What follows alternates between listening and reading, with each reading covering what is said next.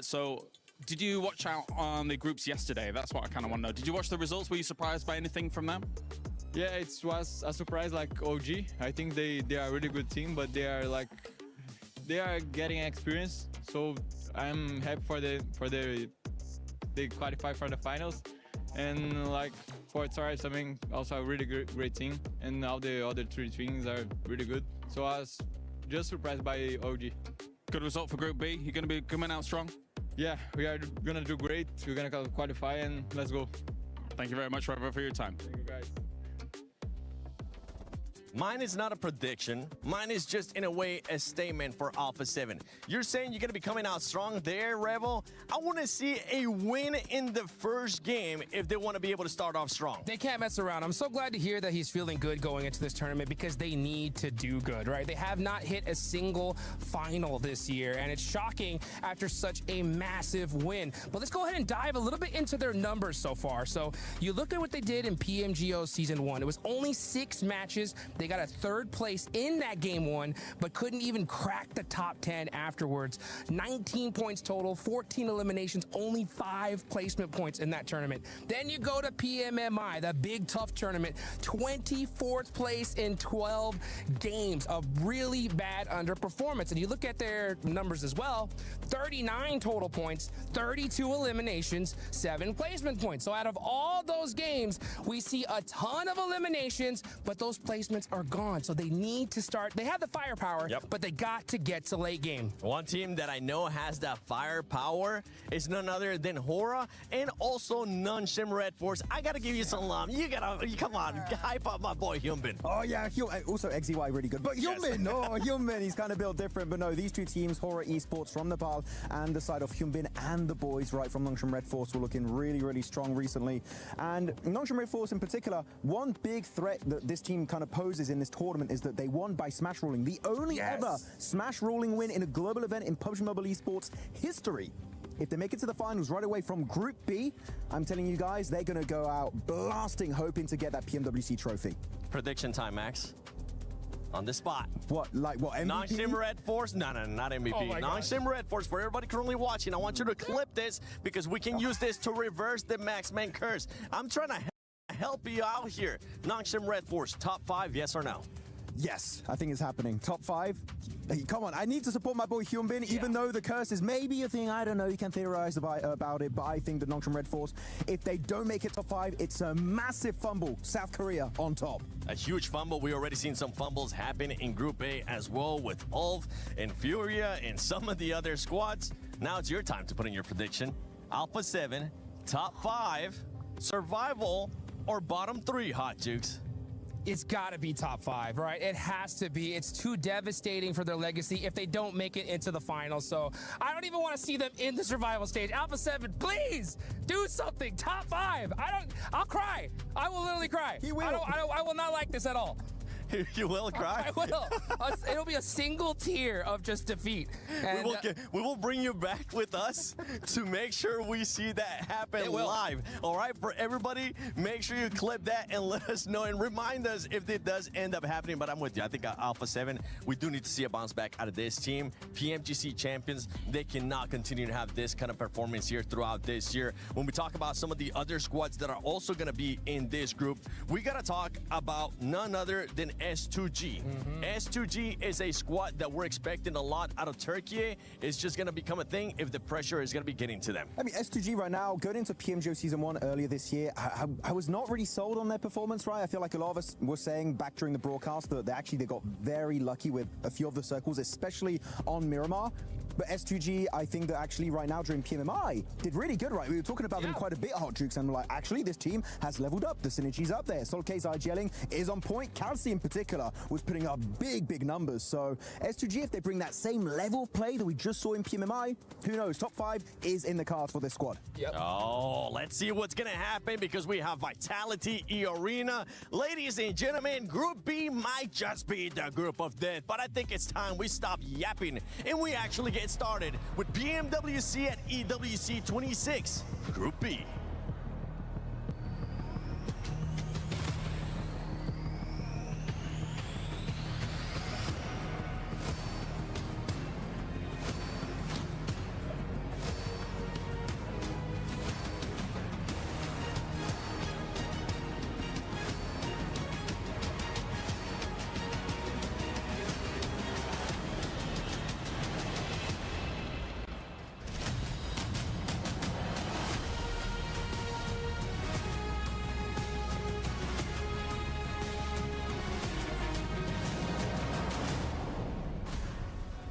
16 teams have patiently waited on the sidelines for their chance to shine. Players who are hungry to make a statement on the Gadia City grid. Barney, yesterday 5 teams secured the spot in the final, while 3 of them saw the key crushed. Now, Group B is facing exactly the same challenge. Like, it's 12 games, 2 days, and every game counts. That is right. Well, you know my favorite statement. I know you only it. get one chance at a first impression. I've also noticed we never even introduced ourselves yet. My name's Barney Banks, and I am your host alongside this fabulous Frenchman, Luti. Thank you for that, Barney. But you know what? The stage looks set. The Group B is ready for battle. So it is time to introduce our team, starting with Esports.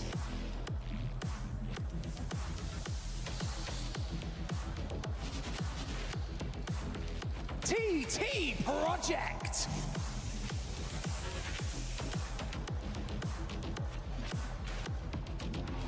ETSH Esports.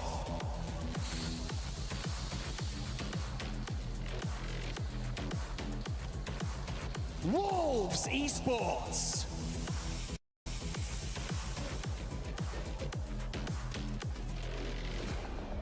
Nongshi.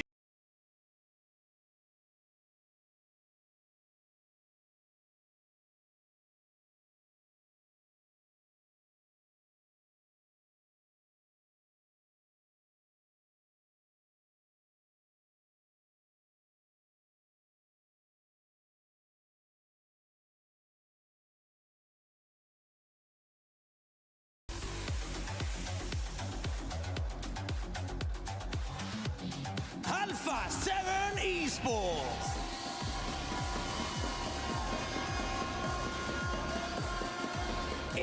Arena.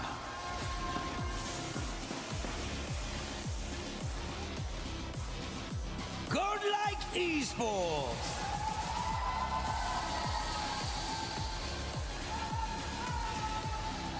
(721) GS Esports.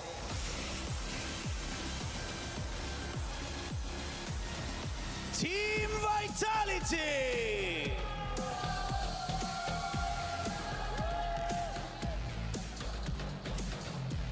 S2G Esports.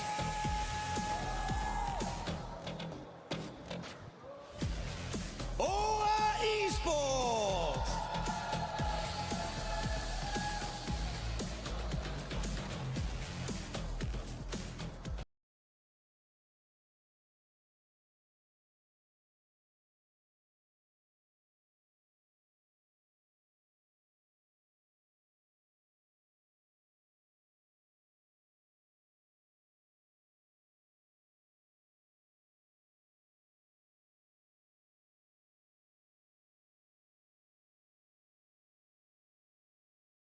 Stage, the margins are so tight. Every rotation, every elimination, every point matters. Nous y voici. Group B is locked in and ready to go. Day 3 of the PMWC group stage at EWC 2026 starts right now.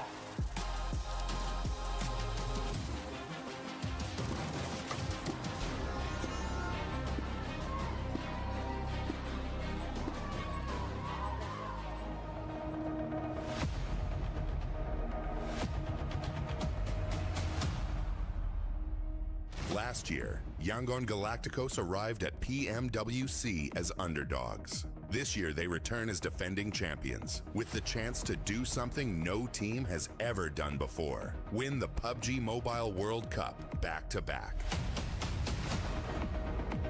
They have to push now. Alpha 7 getting cut out by Their journey to the title was anything but straightforward. After struggling to find their rhythm in the group stage, Yangon were forced to take the longer route through the survival stage. Their entire tournament came down to a single point. One fewer elimination would have ended their World Cup journey before the grand finals had even begun. For this year, I do believe in my team because we had like a little bit of training time and we put no watch to that. We had no discipline, so yeah. shots back and forth, trades on either side. But after surviving elimination, Yangon looked like a completely different team. Their rotations put them in strong positions. Their utility created openings and their confidence grew with every match. They knew when to fight when to remain patient, and how to turn their opportunities into chicken dinners. By the end of the second day, Yangon had claimed 4 wins and moved to the top of the leaderboard.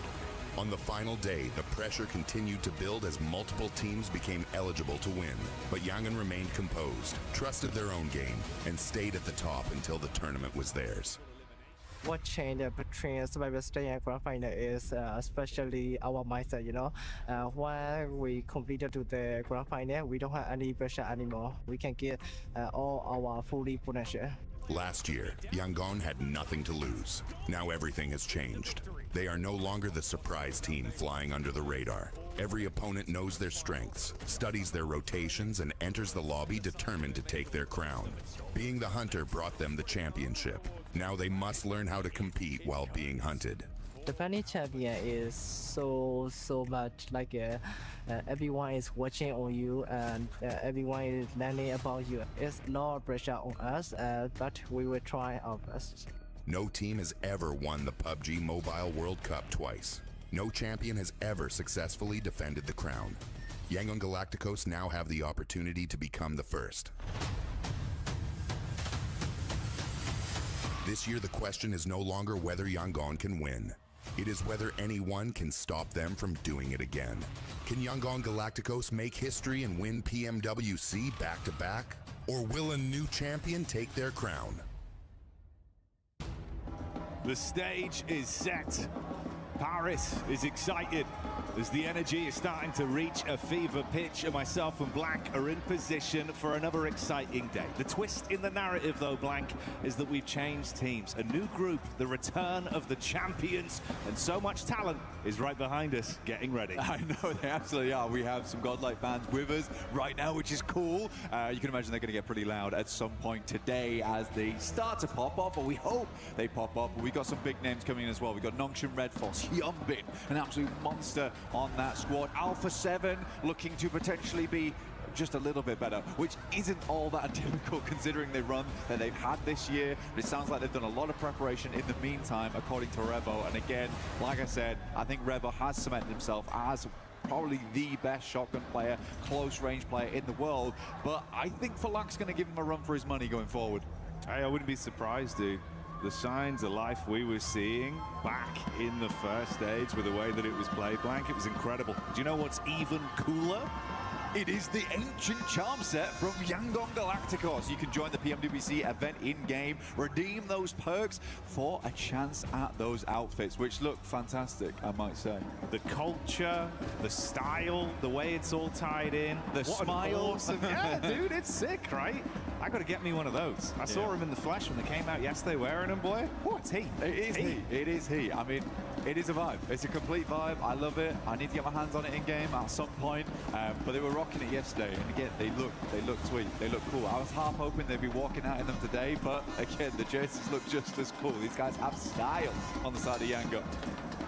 They do indeed.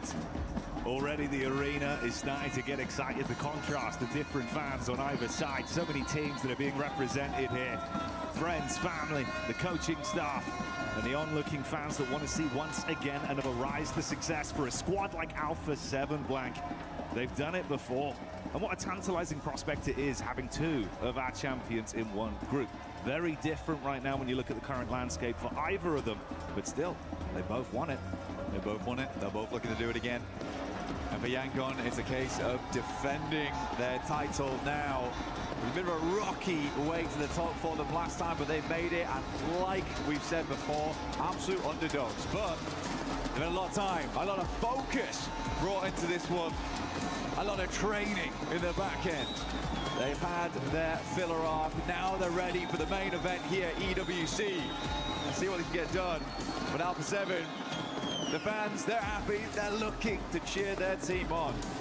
And again, with the success Alpha 7 had this year, it is looking like they only have upwards to go, right? It can only get better. It's very true, Blank. And it's starting to get loud in the venue. We're not even live yet, and Paris is lighting it up.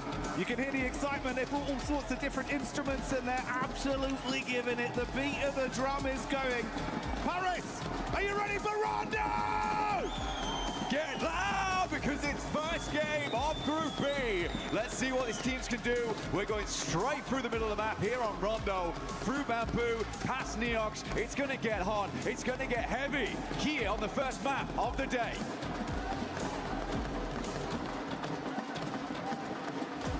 Just soak it in.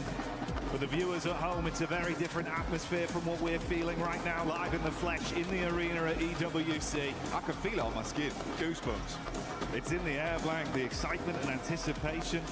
And this is before we've even seen a single Elim. Running it through right now. Vitality out early, down towards that south side. Tiamba, Eagle sending out towards a recall beacon for the rest of the team to get out and get dirty in the mix of it. TT Project all heading over towards Fengtang actually, so not really going for a split early on the game here either. Heading over towards Neox, Darkin have proven himself time and time again to be one of those good close range players you want to see in those moments. But before we do kick things off on such a mad map, we do have an interview coming through with Vitality just shortly, but things are already getting a little bit crazy here. Obscure opens up, Alpha 7 with the first elimination of the game. Godlike also going crazy over towards S2G here, Jackie. We started off with some big opening elims straight out the gate, and that's what we want here on a battleground like Rondo. Alpha 7, what have you got in store? They usually display a ton of mechanical talent, and this would be the perfect environment to display that. An enticing head-to-head. Ravo on the move. 30 rounds to play with, looking for the peak up from Tiamba as they start to roam. We're in Yulin and things are starting to get a little bit spicy. Tiamba on the outside at the moment, just looking in. They already have Eagle down towards that south side, like we said, but Jiggle is down there, and Jiggle's a bit of a difficult player to come up against. Luckily, he's on the other side of Tinlong Garden right now, so Eagle is safe for the time being. Tiamba can play a little bit less safely here. ETSH also finding some shots over towards Aura, but they're already on 3 eliminations this game. You can see the amount of recalls already coming through here. That is a damn lot of eliminations to start things off, but we are cooling things down now. Brief moment of respite. Arc there, trying to get the charge on point. Detonates with the stereo setup, hoping for the peek out from Necessary to see if you can get an opening follow-up from this. That's already 2 elims on a hot drop that we've seen so far from Alpha 7. What are they going to be leaving with? That's the question. Playing on the inside here, looking to push up over towards Necessary now. DP in hand, a good weapon for a 1v2, but pre-fire's coming through the window. It's a good one with the AKM. Will make it happen. Revo again in close range. He's nasty, but it's Loco to come up to the plate now. Grease out on the inside, will go down. The backup is there, but the backstop does get taken out. Hustler crew causing problems as Tiamba starts to flow on in. Loco got an opportunity to reset himself as well with the meds. Just enough time to be in a good position to continue the fight, but Tiamba, smell the blood in the water. Nade on the wrong side of the banister, it won't connect. Just trying to get these bandages quick so he can reply. Shotgun for the close range engagement on the peak though, not swift enough. Goodbye, Loco. 3 guns pointing at you, you're gonna go down there, no matter how crazy you are. Revo taking shots over to QZ, who has been an absolute demon in some of these lobbies earlier in the year. He absolutely showing people what he's made of over at PMI, but Revo goes down, and Alpha 7 taking a fair big hit there. They'll immediately reset on this one, though. They got themselves 3 eliminations. It's the most anyone's got in the lobby so far. Decent nade, though, coming through from Speed on ETSH. A bit of damage over towards A-King. We'll have to back off the angle. Sky on the backlines, though, and Aura. These guys usually dominate over towards Yulin, Jackie. Is this going to be a usual result for them? On the periphery right now, setting up like vultures, keeping a good understanding of the landscape to see how these other teams are going to fight amongst themselves before they overcommit to anything too heavy on the investment front. ETHS had that nice nade to get a bit of chip damage off, but they've roamed as a pack round, and Sleepy could be caught. That's going to be the connection from NASA. An instant tag followed through with a flush there straight away. Sleepy's generally like the off-anglist on the side of Aura. catches players off guard, but ETSH, they've got their eyes wide open at the moment. Circle's got some suspenders on it right now as it does lift heavy over towards the north side of the map. E-Arena is in position. On a bit of a split right now. E-Arena, 10k. Finding Manya from Godlike. Should be able to get that res back up again. It's over towards the north side of the map. E-Arena, like I said before, playing on a 2-2 split, so they've got to play aggressive there. They've got to puff out the chest, ensure that teams don't get too comfortable in that region, because they're trying to confirm on both sides of the river here, Jackie. You got to fight for that control. And the battle against Aura is still continuing right here, right now, with Tiamba also taking a piece out of them. Nearly on the rock up on the roadside. Good spot down towards the hill. Fine speed. Great reply. Nearly the double up as well, Blank. Incredible reactions there coming through from Milu, and I mean, he's been doing a lot of work right now. Good shots from the sideline, so that's QZ. Starting to make himself well known in the picture at the moment. Get the res over towards Milu and Fajita. Now left, kind of scrambling inside of Yulin, unsure how he wants to play this one out. Needs to get an air over towards QZ, isolate the singular player, knows roughly where he is. That's 12k on the stair line. Now realizes he has to back this one up now. Misses the nade, will head upstairs. Aiken gets some shots. It's an easy pick off for QZ. Tiamba up to 6 elims on the game already. We're looking at 1 a minute at the moment. They're starting to rise. Taking pole position right now into the game. Meanwhile, you got the setup here with S2G up close and personal. A compound clash between the two. Dopeness, what can you do? SMG on the clear, runs into the pre-fire of Kamikaze, so that's an easy conversion for an elimination point, bringing them down to 3 players in this elaborate fight. Very curious to see how S2G does this tournament. There was some luck earlier in the year that gave some fortuitous opportunities to get further into the circuit. But all these players are strong in their own right. They just haven't had those shining moments at the moment, but this clear looks good. I feel like S2G's been putting in a lot of work in the back end at the moment. It's starting to show right now, up against Dopeness at least. And even if it was a fairly easy clear, the way they were going about it, the 2-2s, the jumps around the corner, felt coordinated. It's usually what Turkish teams are so good at as well, is that synergy, that coordination, which is why it did feel so out of character for S2G in the past to be so unlinked with one another. You got to have the basics down, and the protocols look nice there, at least, with the way they played off each other. So hopefully that's a sign of things to come. Squads on the move up towards the zone right now as well, getting themselves into position. Curious, Blank, my how this is going to go for A7. On Rondo is Danching, because we can get many eliminations there. We have a good strategy to play on Danching. And we are back in with it. Just a quick interview with Vitality very, very quickly there. Him on screen right now, rotating round, but not yet to get a single elimination on board. Next circle shift now, Jackie, over towards the west-hand side here. Wolves feeling quite good about this, but for Alpha 7, this is a really, really nice opportunity for them. As they swing around the western side, they tried to cut in early. They're right next to a res beacon as well, so they can hold off other teams that they like, but this is a super hard shift. A lot of teams on that eastern side feeling fairly uncomfortable. GS team now needs to re-rotate back over towards where they just came from on the north side of the map.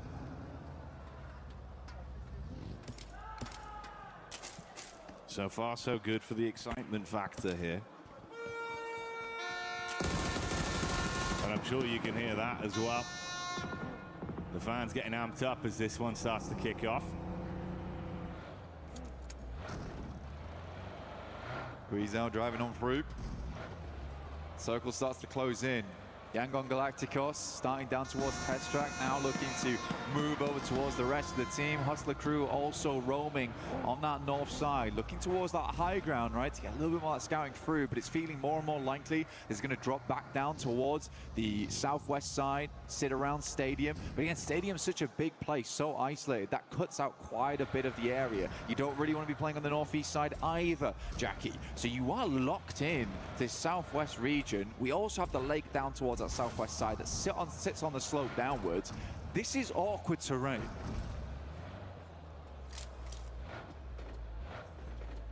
Going to result in an even higher elevated level needed from some of our squads to play around it with the way the circle's been developing. Close grouping here as well. Once again, singing the praises of S2G in the first fight we saw from them. If they are collapsed upon on their advance, how do they display themselves? Are they going to be able to hold themselves nicely?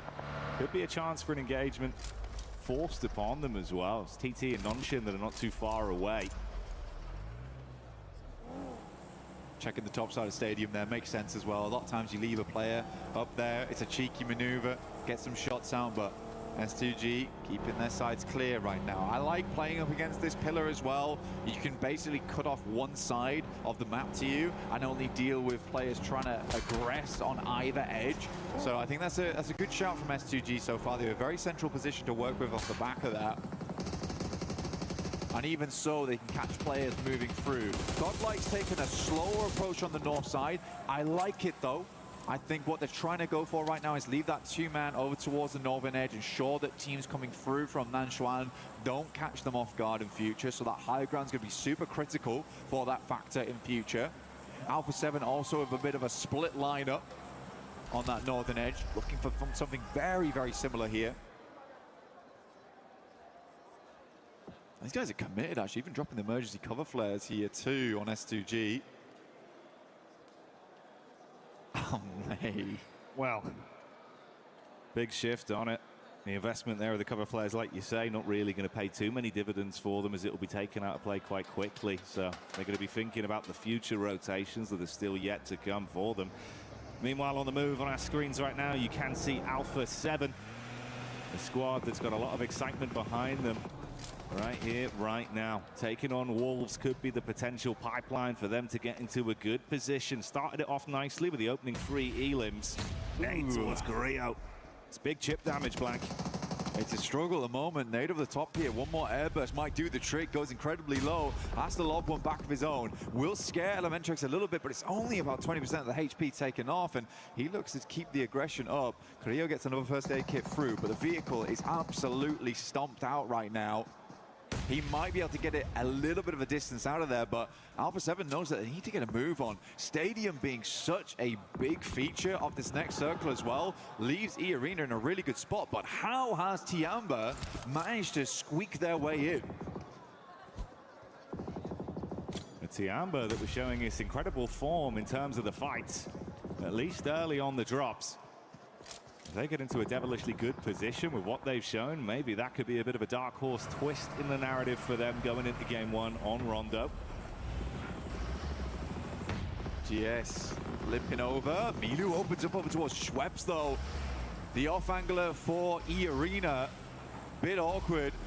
GS might hear this and want to aggress on it. Again, there's lots of little angles you can play in, but Milu will clean up one. Gets immediately refragged by Morban. ETSH finding Carrillo inside the Pagoda. Alpha 7 might just need to abandon him on this. I think it's the only play they have.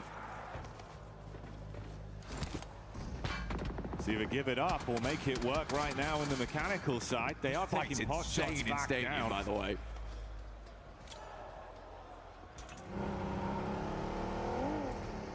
Alpha 7 now moving Doom. Squeeze out, gets knocked out of the vehicle. Revo not in a good position, leaving Obscure with it all to do now. But NASA, last left alive for ETSH. Revo went down to the blue, he did his job. Got a fair few knocks on through. Obscure now needs to move up, get a little bit closer. Has to hit the first aid kit soon. NASA though, cleaning out these eliminations. He peaks with that much HP, he's confident. Unbelievable scenes. So close to his demise as well, but they're able to at least top themselves back up, get over towards the recall tower if possible. It could be a saving grace for Alpha 7, Blank. Gonna drop down towards that south side now. He has time to do it, but once we hit stage 4, it's gonna get a little bit more difficult. He has to commit now, and kind of skidding off the road there doesn't feel good. Next circle will hit Stadium. We have not seen one of these in quite a while, and we get to see our first one now here in EWC. GS team playing on the outer edges at the moment. Rihan working off these stairways. It's a good place to play. Being able to peek up and down at the back of it is fun to work against. Benonction Red Force, they're up first. JS9 in the hands of XZY.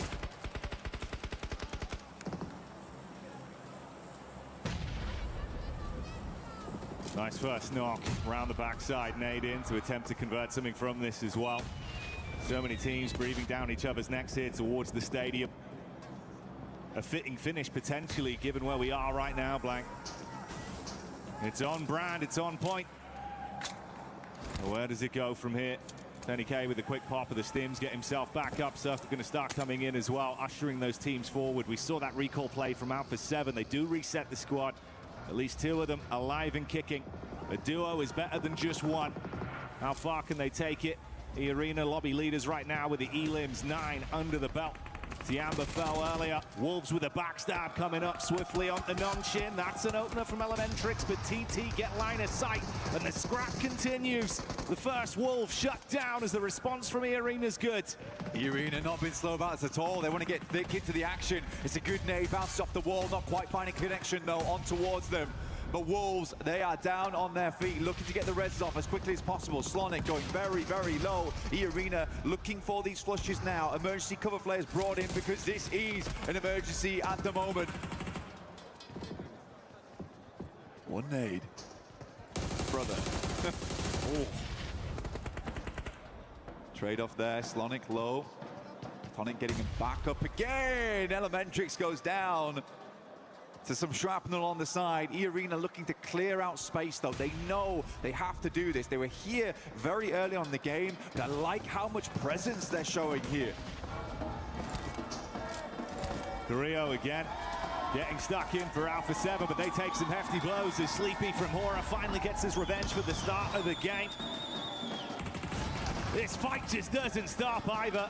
Wolves up against the arena for so damn long as they finally buckle under the pressure. Wolves out of the running. Alpha 7 once again left with a solo. Ida taking the hit towards our reigning champions in Yangon. Yangon has been playing real slow into this one too, but for E-Arena, it's good to see. Feels almost like the torch has been passed down from Vampire now to E-Arena. This Thailand team doing incredible work so far. TT Project look to get themselves out of this awkward situation. Alpha 7 still up and kicking now. But down to one player. 7 elims on the mat, it's not bad. But it could be better here. But at least they didn't go out with absolutely nothing. I think for Alpha 7 they'll take that right now. But goodness me, so many teams afraid to head over towards Stadium now just because it is fairly locked down on these outer edges.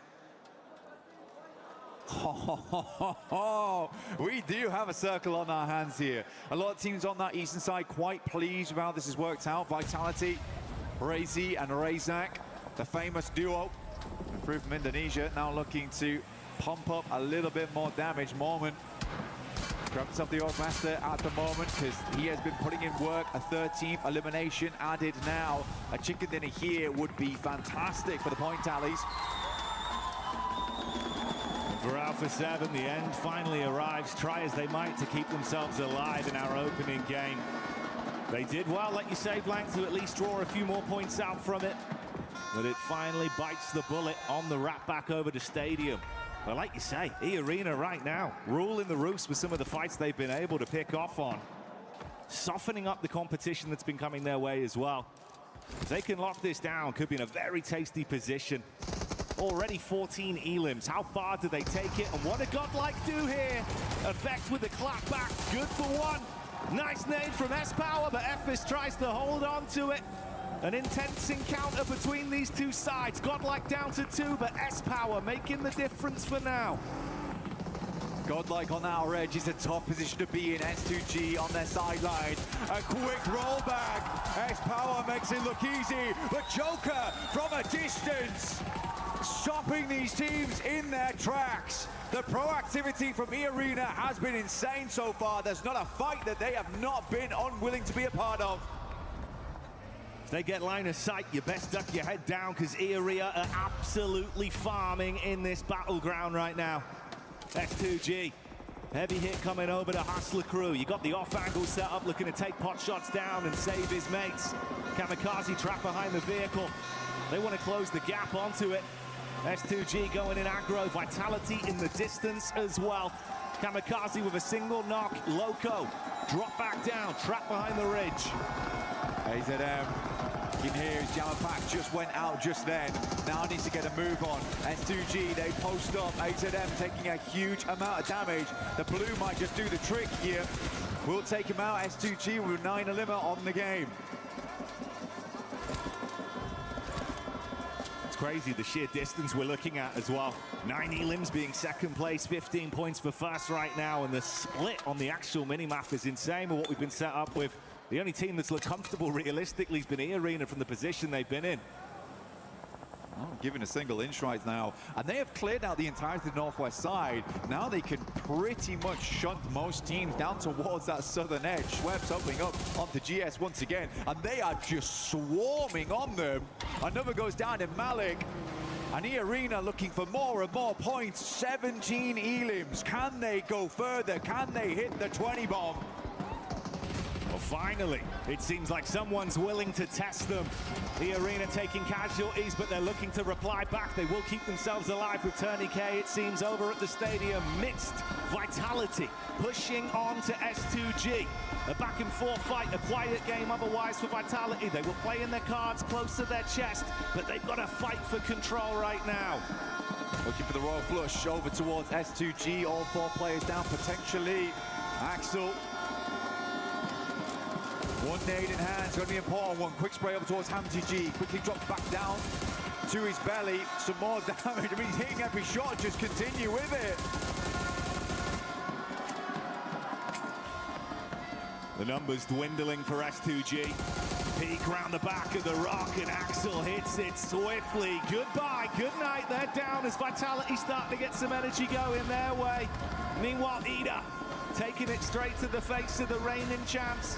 Yangon inside the back of the warehouse. Emre incredibly low, and Vitality smelling the blood in the water. They can wrap off, play this safe, get into a better position. But can Yangon hold on? Emre flexing those big muscles here inside the warehouse. Nade start to go through. Romeo in a difficult spot now. Will swing out the side. Desperation play indeed, but doesn't find the swift shot through the smoke here. Rita moves up, Smile goes down. Ida putting a frown on the faces of Yangon Galacticos. Last play incredibly low. Romeo is out.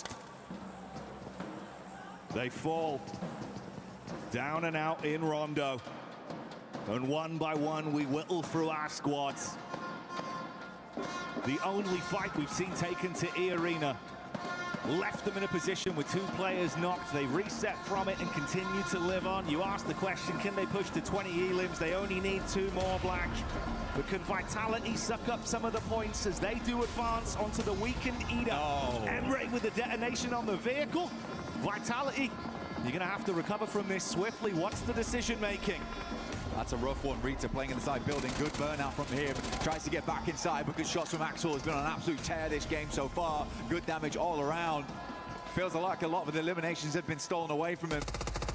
That is an insane pre-spray from Razy. Gets a lot of damage done towards Emre, and he was not expecting it. Almost jumped into the headshot. The flicks are crazy from Federales. They're playing on a different pace of the game right now, and it does work out for Vitality to bring the thunder back down to Ida. Man with the quickest fingers in France. Could not believe what I just saw. And I don't think either could Ida, honestly. They witnessed that and it was terrible. Lufa will move up from Dopeness, takes down the first player so far from E-Arena. They are down to 3. Vitality still sitting pretty with 4. And teams have to push out into them. 2 fights happening back-to-back. Stereo setups from our teams with Hora taking the hit straight to Vitality. Jiggle the only one keeping his eyes peeled over onto the E-Arena encounter versus Dopeness. They eat the opening nade. Schweppes setting up for another one, but on the peak takes a few shots, low on HP. No fear with the steal versus Vitality. Can Dopeness actually defend themselves now? Great Molotov forces him through the doorway, opening up the lines of sight. Now just one player left alive here. It is Speaker. E-Arena need to break their way out of here. 19, if they finish this fight, they're up to 22. An unbelievable game. Speaker has to make the crazy play, and there it is. A 22 elimination game. The first match of Group B. E-Arena is bringing it.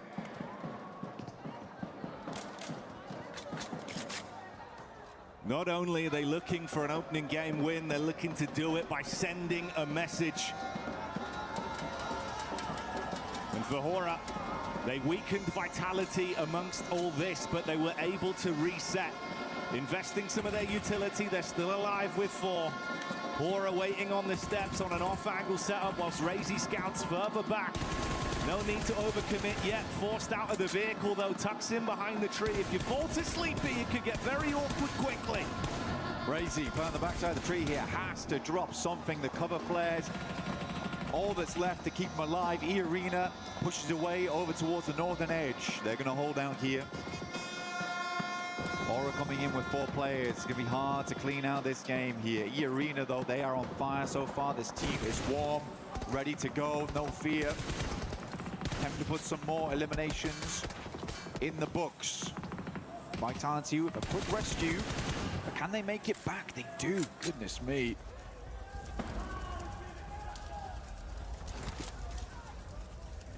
It's tense now. Fine margins between these teams. The rappel up to the top side. Swept.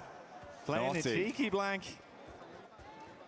I mean, just looking for more eliminations here. They have already done an incredible amount of work so far. Joker gonna head up next. No one's taking shots. Getting the high ground is insane. The cover flares come down underneath. Moment left behind. He's crazy. Jiggle moved down. Might have seen him though. Might have spotted him. Cover flares on the roof. You are wild for it. Jiggle, I don't think he's had any idea. He doesn't know. He doesn't know. No way. Now he knows, Blank. Joker with a headshot unloads from the top of the roof. It's good damage onto it. They have full control over this one.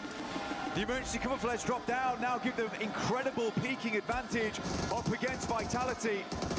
A little tank here and there, but goodness me, the Blues going to push them out to the open. This is more eliminations for E-Arena. They have the perfect setup.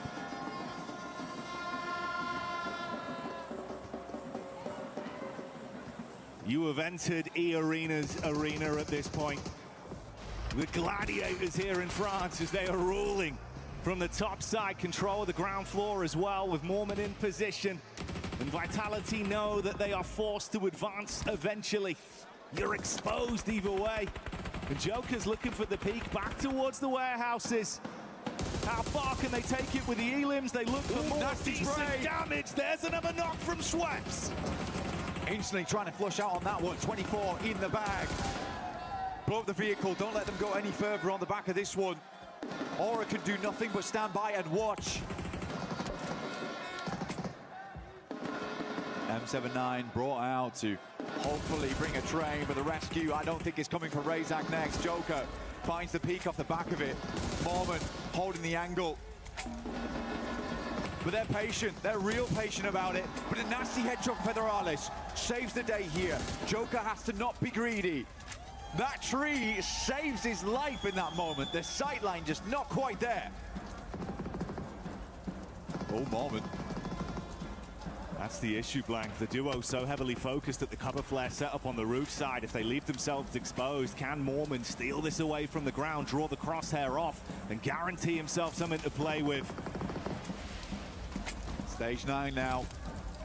It gets spicy. Center dots towards this loot crate.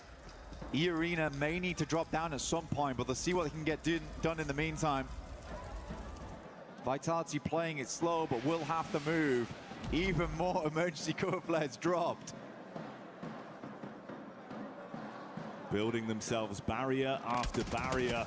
Oh, shot down again. Joker gets the peek out. Federales cowering close towards the limited cover he's got, but no fear. Sees an opportunity and swings round. Federales with a hold.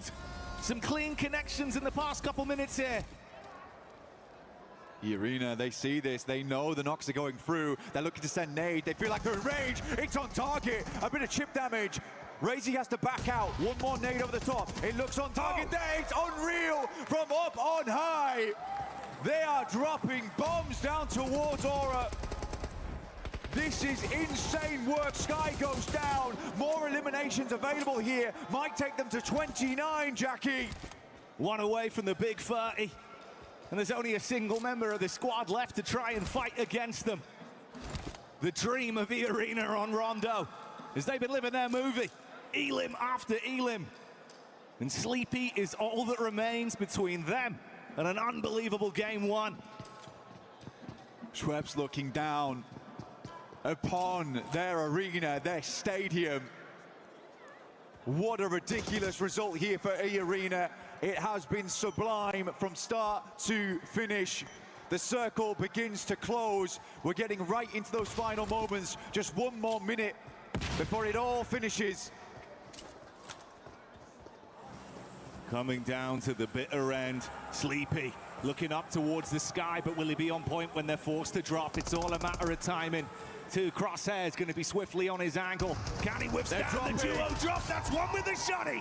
All onto the last man as Schweppes tries to withstand the peak. Sleepy on the double up. Quick shots, can't quite connect. He's going down. The zone's nibbling away at him blank. There's and no that's way. how they finish it. Thailand makes a stand here at EWC. An incredible 39-pointer. They've got half the points that some teams earned yesterday at the end of it all in one match. A game one chicken dinner with an unbelievable narrative. It wasn't even a single pop-off play. It was the entire team working in unison from start to finish. The mechanics, the movement, and the setups. They read the game perfectly. And they hit their shots. I mean, respect to Revo. I mean, he's smiling over this.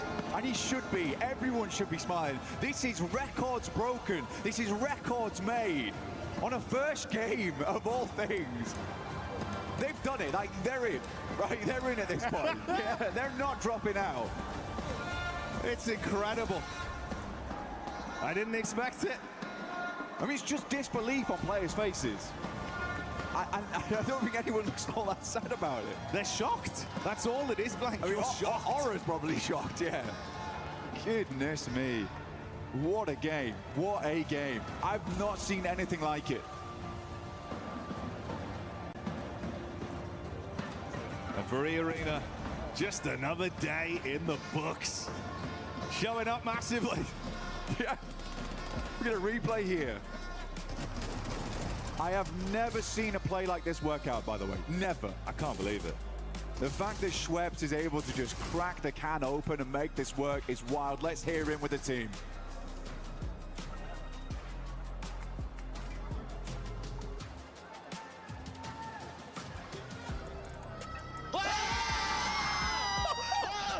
Bro, clear comms, clear comms. They were just locked in. There was nothing that needed to be like, said. where's the comms? Where's the comms? There's no comms. They are locked. They knew what needed to be done. Trusted their individuals on that one. No need to waste brain power talking. Let's just get it done, and that's what they did.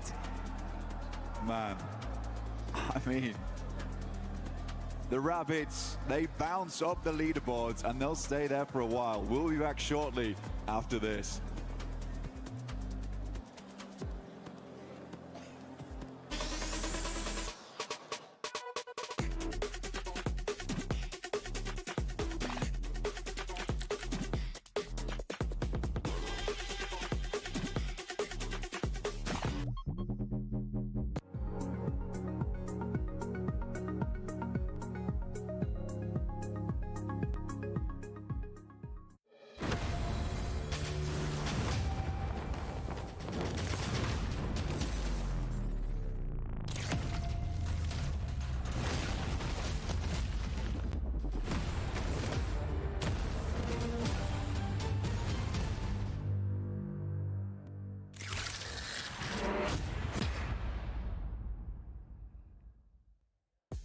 As we head into a jam-packed weekend here in week 5 of EWC 26, it's time for another club championship update. And this one is a banger, so let's dive straight into it. First of all, at the STC Arena, they are out of groups, now into quarterfinals. We'll be following along with how that journey goes. But this is where the big storylines start to kick in, okay? Because we have 2 games headed into their grand finals today. Over at Tekken 8, we have our top 8 players solidified. One of them is from AGAL. This will matter in a little bit, and we're going to get back to it. Falcons is also going to be playing in that top 8. In honor of Kings, we are down to our top two teams, and they are the same two teams that battled it out last year. We're talking AGAL again and KSG. You can start to see why AGAL is a big player heading into today. Currently, they are only 250 points behind Falcons on the CC leaderboard. If they are able to solidify a win, they can get those 250 points that they need from the Lenovo Legion Gauntlet stage alone, because they've already guaranteed 750 for that second place. The win ties them with Falcons. If they get another good placement over at the Allianz Vault, this could be the weekend that AGAL take the lead away from Falcons. As those updates come through, I'm going to be making sure we're reporting live to give you guys all of the most up-to-date information to see where they are on that leaderboard. And of course, to close everything out for us, we're heading into Group B today for PUBG Mobile. Whole new group of squads getting into our competition, and we're going to see how they manage to do today as well. So check back in just a little bit later. Thank you, Glitter, for that CC update. But right now, ladies and gentlemen, we are getting EWC records broken here at PMWC at EWC 26 as E-Arena puts up a cool 39 points, Max. Absolute madness, record-breaking Rondo, and just like E-Arena, we are on the rooftops right now. They're on stadium here. It's a little bit windy, but you know what? What a play, sending two players up there, in particular, Joker getting so much done at the end with Schweppes. Lovely stuff indeed, and in particular, it's not just the rooftop in particular that was interesting here, Niptura. It's also the fact that down below, they got so many eliminations. There was Tiamba, there was Wolves, there was Nongshim Red Force. You threw everything at that team, and yet they had a plan, Niptura. And that's what you want to see for a team of this caliber. They have a plan for every situation, just running through the basement, getting rid of all those players that were hiding out, going up onto the top and going, okay, now we have control of stadium. What's going on around it? I mean, look at all this. An excellent showcase of how to actually use nades here, Max. It's like they became the grenade. They are a seeking missile themselves. Tony K was going crazy. You know what? People say, oh, we got Tony K from Wish. No, he is the main character right now. He's crazy. And towards the end, Max, I mean, we get a stadium finish here in something that you kept calling out over and over when we were watching it, especially when they were on the roof. It's like somebody came up to E-Arena and asked, how many cover flares would you like? And they said, yes. Yeah, I mean, I was counting, like, okay, one cover flare makes sense. Then I saw 2, 3, 4, 5, 6, and then we had a 7th cover flare at the end, which literally the roof, we know, I mean, you, I mean, Natura, we've been up there sniping many times in Ultimate Royale. That position is terrible if you don't have any cover, because it's a little bit of a slope downhill. If any team has a position where they can see the rooftop, it becomes truly unplayable. But see, all the cover flares here was great, but at the end, the leap of faith, literally, Niptura, 2 players jumping on down, and he almost was taken away by Sleepy, but eventually the shotgun worked out in their favor. It did. I was very... it's one of those things where you're kind of on tender hooks. You know, that final push down, it's like, oh, I don't know how this is going to go. You've done so well. Is it all going to fall? No. We don't have parachutes, Max. It's not going to work. It's not the same. Give us the zip line. That's what we need right now. We need the zip line so we can get back to the home studio as well. But for some of the other squads, I mean, if we start off, we saw Tiamba being able to start off hot as well. Neptura, they were able to get a good amount of eliminations because of that hot job that they were doing. Yeah, I'm very excited about what we're seeing from Tiamba so far. I mean, they were looking very, very clean, very put together. Some great synergy coming in as well there. In the hot drop, yeah, I mean, they were pushing together. I think, who was it? It was Wolves, I think, that player of Wolves up on the stairs in Yulin, and he, the 3v1 push, they push together, they're pushing around, they're trying to get angles around all of these different teams. Vitality was another one I was impressed with on the outside towards the end of that game. They were doing some really good stuff as well, just maneuvering around S2G, using their weakness to their advantage. Very excited with that. So yeah, a couple of other teams apart from the big dogs here that I'm looking forward to. Yeah, one of them, I mean, you just mentioned it. Vitality, the way that they were able to play that towards the end as well. Max, not only the peaks, but also the way that Federalis was able to put up the smoke and go up to the fence and give themselves a little bit of an extra chance against the arena, but it was going to be too much. I mean, Federalis only got 2 eliminations this game, but the way he got those eliminations was just truly stellar. I mean, I'm just going to try and replicate how he was doing it. He was going like... Okay, oh no, you can't see me anymore, okay. Well, you know what, maybe later on if you're lucky, but E-Arena here, 29 eliminations, 39-point game, record-breaking Rondo from these guys, and we checked it earlier, right, Niptura? Yes. How many points were secured by the fifth place cutoff team in Group A? It was 88 points They're basically halfway there in one game of Rondo. I mean, that's how you want to do it, really. When you only have 2 days. I mean, we saw it from 4 Thrives in PMGO Season 1, right? You do this, you have this kind of day, you have this kind of game, and you are kind of set for the rest of the day. They have to just be consistent. Not a lot of points, not a massive win. They're good to go now. They can relax and they can chill now. Yeah, I mean, really having a good time in this game. You know what? Looking at all of these teams, it felt like there was not 16 teams, there was just one team. It was the E-Arena show from start to finish. Well, when you get to stadium early, when you're able to defend, the way that they were able to actually defend against Wolves as well, Wolves didn't even want to push up. Wolves just kept using up a lot of nades, but E-Arena, cool, calm, collected, doing their thing. One team that we actually got a chance to see do their thing, even though I wanted to see a win out of them, it was none other than Alpha 7. Alpha 7 ended up with 7 eliminations, and we're talking about expectations for this squad. This is not a bad match for them. Yeah, it was good in terms of overall eliminations. A lot of those came from the hot drop, which is what you would usually expect, right? In Rondo, the hot drop gets a bit messy. Obscure actually putting up some good numbers this match. But I feel like the rotation into the zone itself was a little bit uneducated, not a lot of scouting done, and because of that, they clash into, I believe it was ETSH at that point, and then a big fumble happens really at that moment, and it does not work out in their favor. So Alpha 7, the fragging is there, but the rotation could have been maybe a little bit better in that mid stage. We just want to see that fragging for Alpha 7. They'll be able to tie down other stuff with them. Anything that surprised you out of this first game besides E-Arena?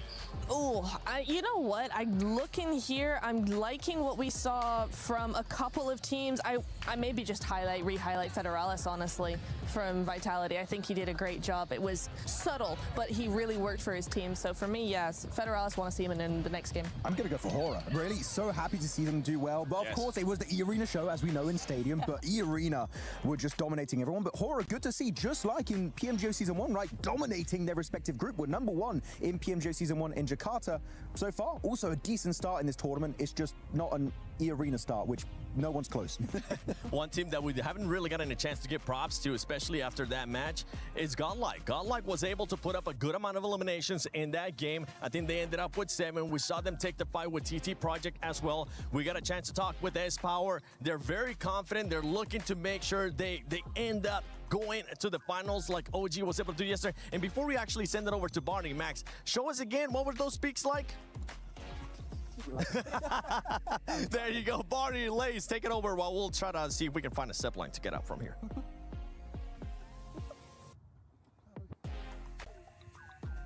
Barney and Lace are on the side of the stage with Alpha 7 Esports! Let's go! Okay, I'm joined by Camilla. I'm joined by Patala, of course, from Alpha 7. First, Camilla, I'd like to ask you, how many of you have come out here to support the team here at PMWC? We're 30 here, but there are many more coming. We came all the way from Brazil just for this championship, but there are many of us still coming. Wow, we've got more to come, Lace. Oh my goodness. And Patala, obviously E-Arena just had a 39-point game. Do you think Alpha 7 can catch them? Of course, we're gonna destroy them all. We're gonna destroy them all, Alpha 7! Yeah, destroy them all. We're 1 game in. I can't believe it. Camilla, obviously this year hasn't been the strongest year for Alpha 7 so far, but obviously that can all change. If you could give a message to the boys competing here on the main stage right now, what would you like to say to them? I'd like to tell the boys that we really believe them, and we are sure we're taking this trophy to Brazil. I like that. They're taking it to Brazil. Alpha 7, do you think you can do it? I think they think they can do it. Constance, over to you. Hands down, probably one of the best supporting staff and fans is Alpha 7. They are fantastic, always here, providing support to the boys on the stage. And again, they're always coming out smiling, no matter what. And you know that's because whenever they go backstage, they're always surrounded by love. So I think for Alpha 7, it is important, it's good. Again, it's just 1 game. It's just 1 game so far. And realistically, that was just the E-Arena show. Yeah, that's the crazy bit about it, though, right? Is it makes it feel so different in your mind because we do have to reset and accept that was only 1 game. Yeah. It might have been, 3 games worth of points. But that's all it was. That was just Rondo play. Yeah. Now it's a little bit more of a known territory. Maybe this is where things do return slightly to normality, but hey, we'll see if that energy carries on for E-Arena. We will. We'll have to see. I mean, for E-Arena, I wouldn't really care if they even went down to 16th here, personally. I think it'll be fine. You can rest for the day, boys. You can have a rest. You've done 3 games in one. But we are heading down towards the south side. This is a hilarious score line that you can see on the left-hand side of your screen there. 29 elims, next best is 8, because they stole all of them. But Aura, I think a lot of people expected Aura to do well. They got far into that game, sadly weren't able to deal with the 2 Angels spreading their wings and flying down to him, sending him straight back to hell, which was crazy. But nasty playing path to start things off here for our first Erangel of the day. Every one of our top players is the arena as well, also unsurprising. But yeah, it's not Tony K, it's not Tony K from Wish, it is just Tony K now. This guy has been putting in work, he's doing a lot of good stuff. Schweppes also, glad to see he is continuing the trend from throughout his career. He's always been a fantastic player. I'm glad he's finding success here now on the arena too. And there was a lot of success in game 1. Suffering from success now. Yeah, you think so, mate. If people didn't think about trying to target them, maybe that's going to make you go, you know what, a lot of fans out there. Brother, what is this? What is this? All right, boys, let's just qualify 2 games. We're good to go. Let's do it. They get themselves a really, really nice start here, as do Alpha 7, though, to be fair. True. Over towards the north side of Everest. Wolves could probably swing in behind there if they wanted to. Might go past Ruins, something like that. But wait and see. A lot of water in this one. We are cutting out a lot of space early on. Remember, there's this huge amount of fields down towards that south side, so rotating through there. Some of the sight lines might get sketchy for some of our squads. Yeah, I might change things a little bit with how they play this one, like you say, cutting out a fair amount of that landmass with the first shift on the circle. For some of the teams further back as well, down to, of course, the Sosnovska military base. Gonna have a longer rotate on that one, so you won't be seeing them too much, I'd imagine. But if you want to see something that's absolutely beautiful, get yourself involved with that Naruto event, as you can run in stylish, much like Hora are here, taking the fight straight to Godlike. And that's an opening pick. No follow-up, you are isolated to 1-3 Elin. Godlike down to a trio. That's a tough thing. That is a tough thing about this kind of playing path, is you're not always going to get your ideal drop spot. For Godlike, they certainly have to go for a split here, but Aura, they're an aggressive team. They're going to see you dropping from the shoots, know that you're a single over towards that position and punish you for it. I don't feel too bad about what happened to Godlike there in terms of the fact that it's difficult, right? If you're Godlike, that kind of playing path doesn't give you a huge amount of options, and Aura just tried to take advantage of it where they could, playing a little bit fast and loose there, honestly. See if Godlike can bounce back with just the 3, certainly possible. It's early doors, so no need to hit panic stations just yet. Obviously does make your life a little bit harder on this one to be able to come out swinging into the first more consistent battleground we're going to see today for these squads, but hey. A trio can still get work done. Move up from Hora off the back of it as well, clearing some distance swiftly as they wrap over towards the zone. A7 and the arena have taken some nice distance towards each other as well, splitting off to either side of the coastlands. They can loot happily, no reason to stick into each other there. Tiamba, again, these guys started really well on the last match on Rondo. They look good. Yeah. Happy to see them play the way they did. They are rotating to Mills of Power, though, which is somewhat concerning. I don't know if they got the memo that the circle's on the northwest side. But loot is a necessity. And again, with that kind of playing path, you are sort of strapped for options. They'll pick this one up. Head on out later on. There's a lot of teams just not moving either. They know that moving into the circle is going to be tough as it is. I'm half expecting Aura, after situating themselves in Yasnaya, likely will make a northern rotate past shooting range, try and play off the back of that, potentially over towards box compound, take a stop off there.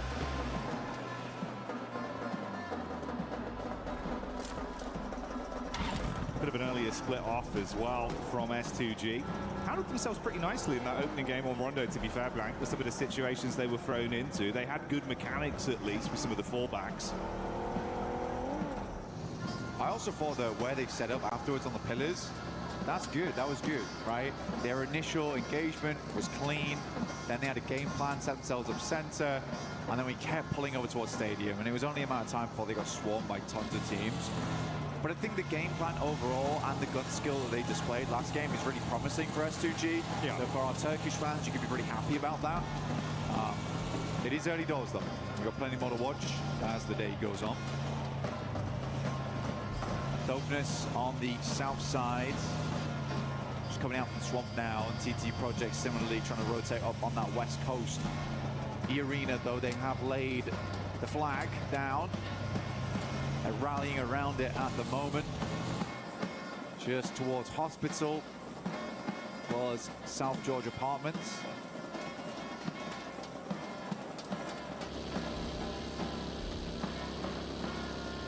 Closer and closer as our teams race to get themselves back into a better position inside of the zone and set up on this one. Nongshim Red Force starting to make their entry with a trio from Godlike on a bit of a split of either side. STG going right down through the middle. This is the bridge crossing from Vitality as well. No one there to attempt to deflect it, so it's a free pathway out from Sivnovka to get back to the mainland. They'll be happy with that. They're spawning it anyway, but again, I feel like this is nerves more than anything, because on this type of circle, you genuinely don't really need to worry about making this bridge crossing. I think it would be almost a bad play from someone to try and camp this, but it's always a possibility, right? So they're going to take it slow in the meantime. Axel's already made it halfway up the bridge, and probably is going to try and get a little bit further up here. Federalis holding behind, but they have nothing to worry about. They really don't. I'm genuinely putting that down to nerves here from Team Vitality. But you need speed on this type of circle. You need to get into position. There's not a lot of spaces to take up here. Yeah, you can't afford to have the paralysis by analysis of wasting too much time on that one. In the midst of all this, we did see that opening knock that came out from Schweppes, now converted into a full elim there. That was Wolves that got slightly too close to the territory of the arena up by the compound.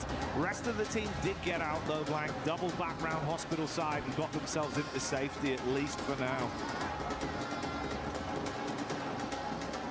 Yeah, I mean, for E-Arena, they did pull off South George Apartments here. They try to regroup this, which is making a lot of sense to me, because typically on this kind of circle, you are going to get a lot of movement over towards the western side of Everest. This area here, real big funnel for a lot of teams. E-Arena knows they're going to be going against a lot of squads. I think for them, they're coming off such a big high here, but they do need to dial things back. Understand that they can't take too many fights. Third parties are going to be galore around this area too. Your GS team over towards that eastern side now. Alpha 7 back to basics in North George.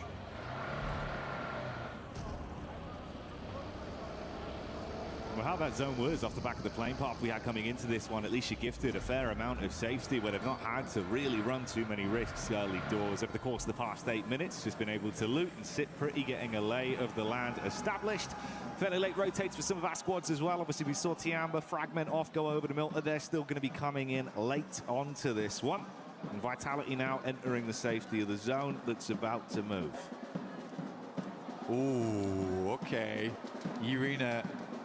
I mean, last game they played Stadium. They were there for quite a while, right? So we can say that there was some circle look in that sense, but there was nothing lucky with the way they put down every other squad inside the lobby. Yeah. Here they are getting magnetized again.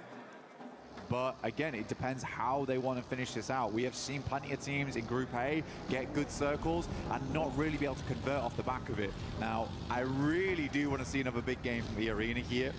Would be fantastic to watch happen. But it will be difficult. It will certainly be difficult, and I'm not going to hold my breath for it.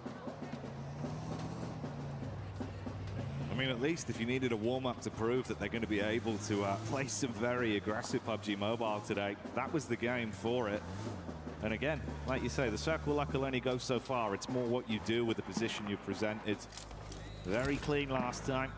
Again, a little bit of a gift that they'll be happy with, but more to be done. Potentially a bit of an encounter on the later rotate from our squads outside of the zone, with Godlike getting eyesight back over as well. So room there that things get a little bit panicky. The Hustler crew. Yunbin, even from distance, that's on Shin Red Force getting stuck into the action. I mean, they've been taken down by Nongshim as well as E-Arena at the same time. I think there was not a huge amount of expectations here for Hustler crew. Go into groups. So I do think that Hustler crew going down again for 2 players.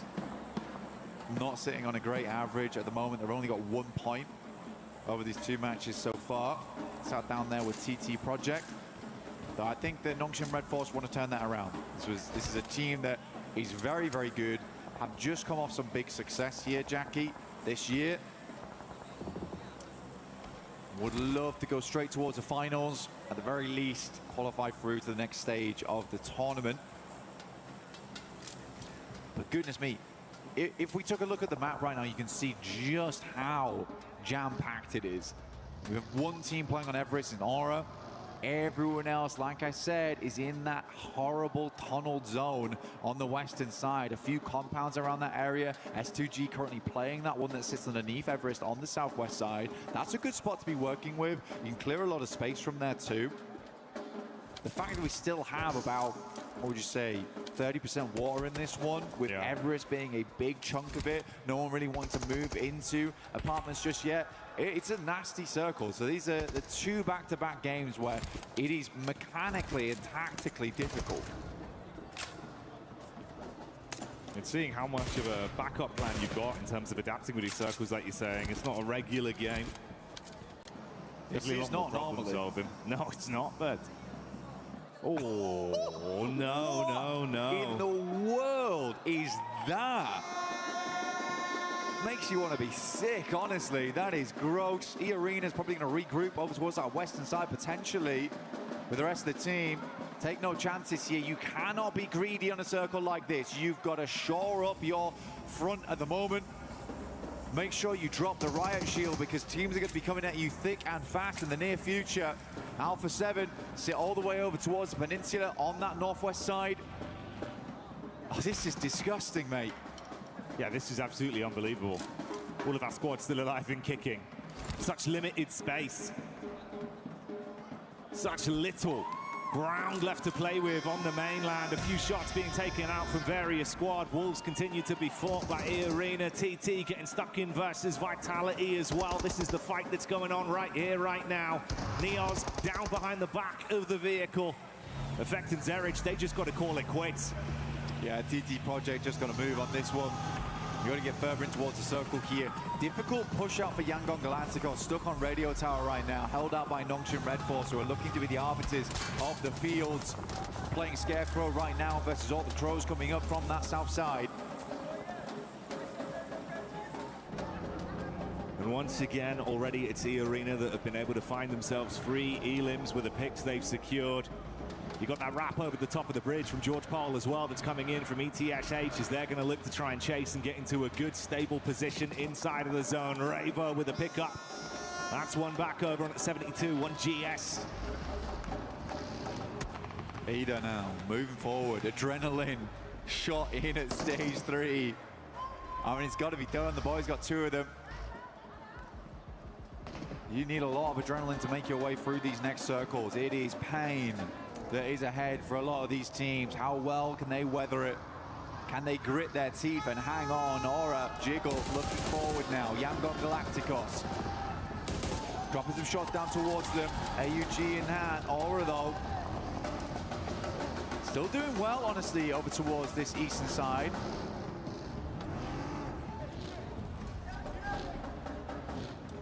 You see the sheepish nature of it. I'm going to replay here of the fight. Oh, cinematic on that one. That was the follow-up pick onto Ephes. Neons was already down in the back line. Good defense there to make it very uncomfortable for TT that left as a duo. Emre from Ida with a shot onto Godlike as well. We'll say though, man, this is a really cool push that we kind of missed from S2G. They were playing down towards the southwest side, remember. This is a hell of a swing they've been able to make over towards the north side of the circle. We're getting our next one coming in through now. How much water is going to be in play? Oh. What is this? What are we doing? We got to stop. It just keeps going. Less and less land mass left as the squads have to fight and step over each other to have any sort of stable ground within this one. Vitality have had some uncomfortable fights to force into a stable location on the zone. They did shut down a good majority of Tianba, leaving them with just the solo. Play zone taking out Tiamba there just feels poetic right now, because it is the circle that's doing the brunt of the damage right now. We're playing all the way over towards the western fin of Georgia Pole.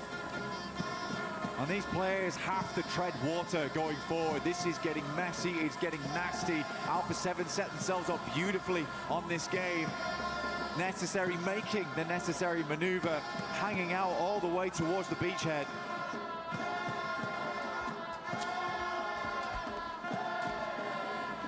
Nice nade lineup. Tiamba trying to stay alive as they bounce either side of the vehicle. Bit of chip damage. Hoping he can clutch on to his life at this point.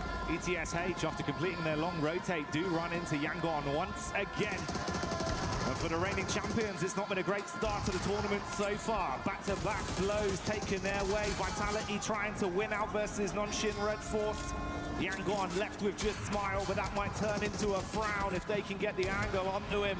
Cleaning up with the elims, make it uncomfortable for ETSH at least, but this goes both ways. Good Molly. Ensures he can try and get the res off upstairs, but he's got to be quick about this. Fajita with a nade, looks to post it up. It's looking decent, tries to get the airburst on the balcony, I like that. But Smile dropped off the top side. He's doing good work here. A grin appearing on his mouth. Now looks for one more, steps up and gets it. A 1v4 essentially for Smile. Insane stuff. Now S2G holding up against GS. Kamikaze with the move. Does he expect the backstab? Running around with a visit, closes the gap. A good reposition from Lost, finds the angle through the window and gets that one on target. Vitality on the move up around the coast as well. Rita trying to keep Razy in the backline, pinned on the coast. S2G still fighting whilst Hora find that angle onto Smile. Yangon lived for a little bit longer, but it finally comes to an end. Aura now looking out. I mean, Aura had a decent game last time around with Pip to the post on the chicken dinner. With a good setup on this northeast side. We've got to go further though. S2G's in the way. Again, S2G, blinder a rotate from them. Look fantastic. Don't know how they managed to snake their way over towards that spot, but it has absolutely paid dividends now. Dopeness caught on the outside. Eagle is still alive, by the way. No clue how. He is just healing it out. Sleepy, though. AWM, nasty headshot, brings the pain. It's Joker that we've got here running from tree to tree, looking for a backstab onto the Dopeness crew. Was their setup. Smokes down, trying to give themselves some soft cover to play off the back of the engine of the vehicle there. The Tourniquet giving the game away. Lufa with a push. Ooh, it gets a bit awkward on the run-up, though. I mean, Joker's low. If you can at least close the gap, maybe a single knock to give them an edge to work with. Panic stations coming in. Tourniquet falls. Eagle with the steal. Hello. That's from distance. I mean, they had to quickly turn around there. He was causing big problems for them. Speaker will find out with Beryl. E-Arena, though, they have to regroup on this. They were trying to play Garden Architect, pull out all the weeds on the south side, but not meant to be here. But now they have an angle on what's been causing them problems, where they've been feeling that ache.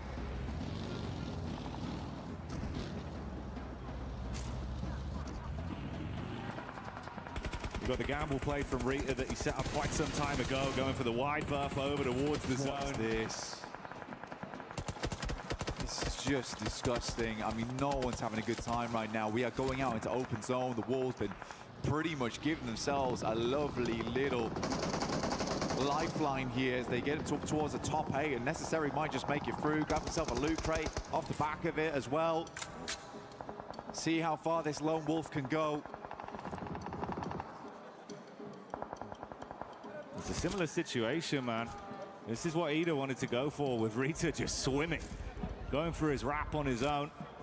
Razy looked to try and close the distance, going for a similar sort of play. Had a bit of a vehicle there down towards the coast to at least get some distance on it. Alpha 7, meanwhile, they've been sitting and waiting for a fight to come to them just on the ridge of the zone. Vitality have been farming up the elims as well. A bit of a sleeper team with how they've just third-partied onto a lot of these fights. But E-Arena, finally, their eyes light up and they want to go for the wrap straight in. This is what E-Arena had to do. It's a miracle, by the way, that they get 3 players over towards this location, because Vitality, they were waiting for that moment, waiting for them to leave the building. Luckily, they rotate over towards the roadside, get a tiny bit of sightline cover. And now they set Alpha 7 up in front of them. This is a great position to guard off against. S2G also similarly tries to make a good rotate, but it's Alpha 7 still taking those shots. E-Arena similarly also sending bullets their way. Aura makes a move in the midst of all the chaos on the northern coast. S2G down and out as they take shots from all sides, leaving them in a brutal position. Brittle, though, is Alpha 7 with a peek up towards the top. Good shots in. Vitality finally take the fight back over to E-Arena. They wanted to catch them on the egress. Instead, they'll push. Nades over the top line. Good chip damage. Mormon low, but they bailed, going over towards the coast. Necessary sat there with a Mini 14.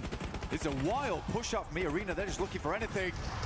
Necessary will find Schweppes, though. That's big. And E-Arena now left as one.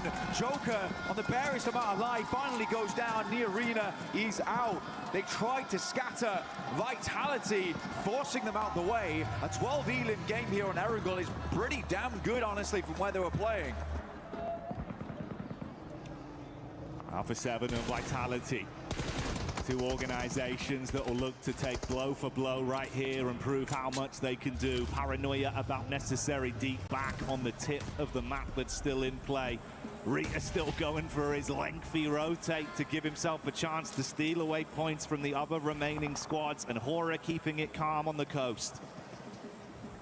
Rita's got the scuba gear on right now, looking to make landfall eventually. Razy, the nade up front. Surprised Carrillo was able to sidestep that one. It is scary, though, having Razy and Razak together here. M79 pulled out to try and create a little bit of cover in front of them, but don't know if he's got any more shells left in that bad boy. Revo moves up, though. Nade in hand, pulls out his a little bit later than Vitality. We've got to keep on that fight, though. Axel opens up towards Revo. We want to see what's going on. Carrillo's down, Obscure might be next, leaving them just one player now. Guizao on top side gets absolutely obliterated, and Vitality full of life with his endgame. They line them up and knock them down. Vivi Vitality as they're coming alive in France. 15 elims on the game so far. And for Alpha 7, it all falls onto the solo. What can you do? That's a big nade to open it. Goodbye, Razy. As Alpha 7 are looking to clap straight back and give as good as they get, but Hora see them. Backstab shots from No Fear. Guizao's got limited time, though. The Blues start to move in, rolling towards him. It's an inexorable approach, terrifying. Razy likely not to get back up, but Necessary still alive here. Like we said, the lone wolf living his dream as he gets up towards the top four. Hora might have been pipped the post last game, but they're going for the chicken. Oh, another nade. Oh, what happened? Oh, it's brutal, but try as he might to hold on. He got the 2 clean knocks with the utility, but it's not enough in the full fight. But this has left a broken and bruised Vitality with only a solo, forced to get their players up. Hora cleared out Wolves. Potential a full regroup here, though, for Vitality. Where do they go? They can play this ridge line. Swings up slightly, but what do you do after that? The game might just slow down, and Aura 400, 556. They are ready for a spray down, but Vitality, I don't know how good the util's looking, how good the supplies are looking on side. And versus a full 4-man all spread out along the coast, this is an impossible push for them to make. Hora might have got second last time, but they are looking for the first. Hora, they've got Sleepy, the sniper with a hell of a scope, waiting for the opportunity to leave them broke on the peak over the top of the ridge. If Vitality come into this, it's going to be on the back foot, an uphill battle, down a man, draining their resources, like you say, whilst Hora are just waiting to strike.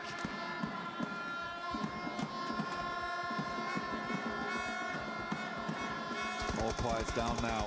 They need an opener, but the smokes are out. Vitality's got no choice but to try and isolate here. Luckily, they've got vehicles. They set up now. They put the pedal to the metal.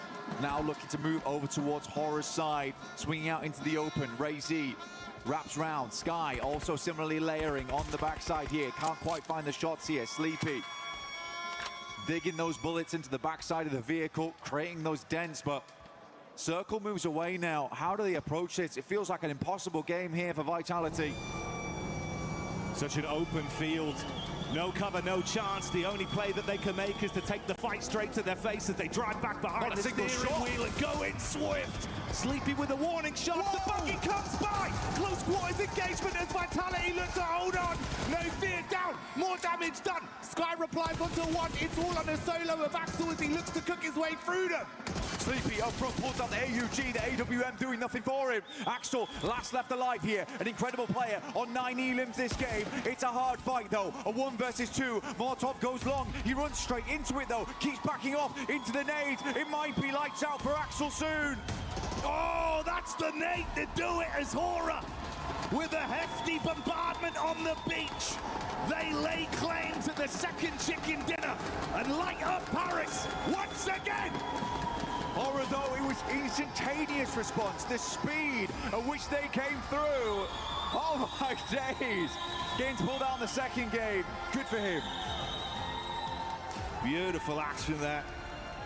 Hora locked in, understanding their rotation, the best opportunity to try and force Wolves out of that solo position that was giving them so much control. To third party into the back, controlled everything blank, and left Vitality effectively in an open island.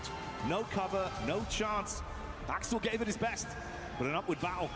I mean, Axel, he was spinning like crazy that game. Smoke on the tires because 9 elims almost made it more than that. What a wild performance from him, not only on that game, but last game too, when they were trying to make their way up towards the stadium. It is funny that we had Hora, Vitality in that top 3 on Rondo, now in the top 3 again here over on Erangel. We seem to have a couple of favorites here, Jackie. Yeah, already establishing some of our lobby leaders potentially. And not even one of those statements where we'd say at the end of day 1, at the end of game 1, now going into game 2, like you say, mate, it's just becoming very crystal with a lot of the squads that are looking incredible out here. This is the final moment replay as well. You can see back how rough it was for Axel. It's so unfortunate, because the Molotov went far. I think he could have stayed playing against that vehicle. He makes the right call in the moment because that Molotov's placed correctly. He can't play up front, but it's a very, very hard decision to make in the moment. But again, it did feel like Vitality could have made that work. And I wasn't joking when I said that felt like an impossible game. It really was. They had no cover. They had no pathway. Oh, right. They went for the call and nearly did it. Ridiculous. Let's get down on the stage and find out from themselves.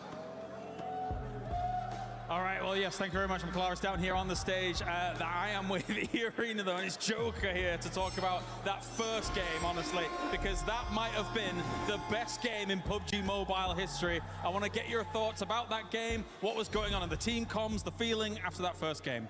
เราอยากมาพูดเรื่องเกมแรกนะครับตอนนั้นเราเก็บไก่ไปได้เลยนะตั้งแต่เกมแรกเลยเรามองว่ามันเป็นเกมที่แบบว่าดีที่สุดตั้งแต่เราเคยเล่นกันเลยมาเลยนะฮะอยากถามว่าตอนนั้นเรารู้สึกยังไงบ้างครับแล้วก็ทีมคอมแล้วก็บรรยากาศในทีมฮะมันเป็นยังไงบ้างครับจริงๆจังหวะนั้นเราไม่ได้คิดอะไรเลยครับแค่ไล่ตีในเมืองของเราให้หมดแล้วก็ไม่คิดว่าจะไก่คิวเยอะขนาดนั้นครับ All right, to be honest, we didn't expect that we're gonna get that much kill, and like so what we planned during that time is just like keep getting into the city and like hit like one by one into the city at a time.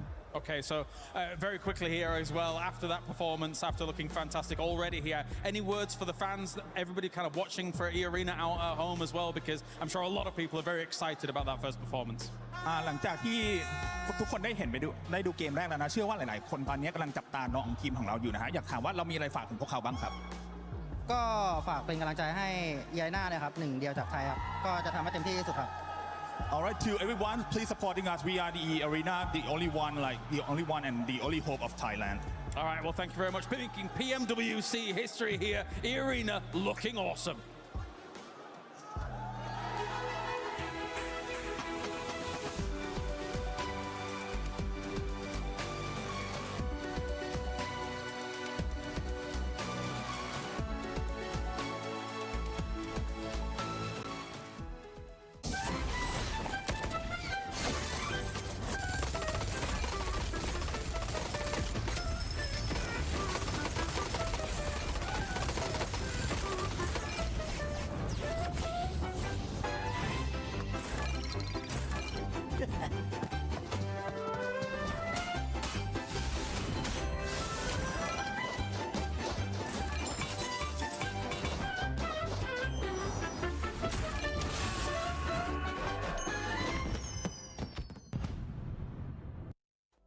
E-Arena hitting us with the only hope for Thailand. Well, that hope is looking pretty damn good.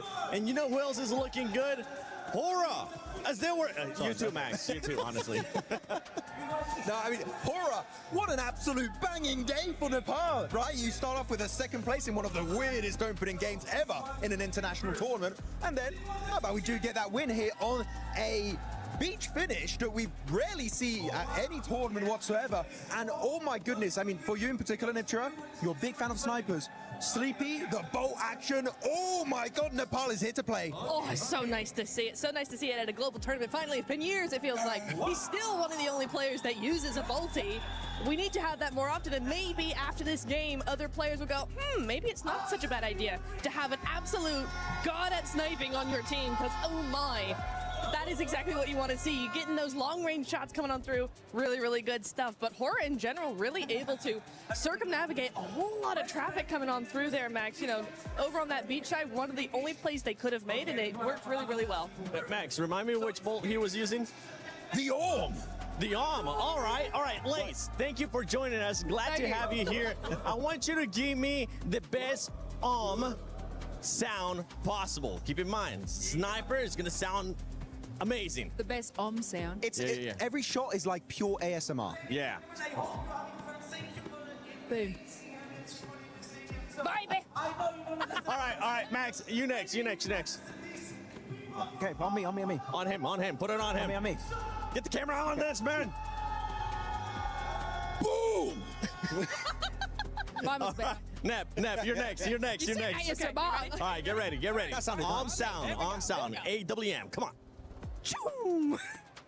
What? Did you sneeze? That was a sneeze.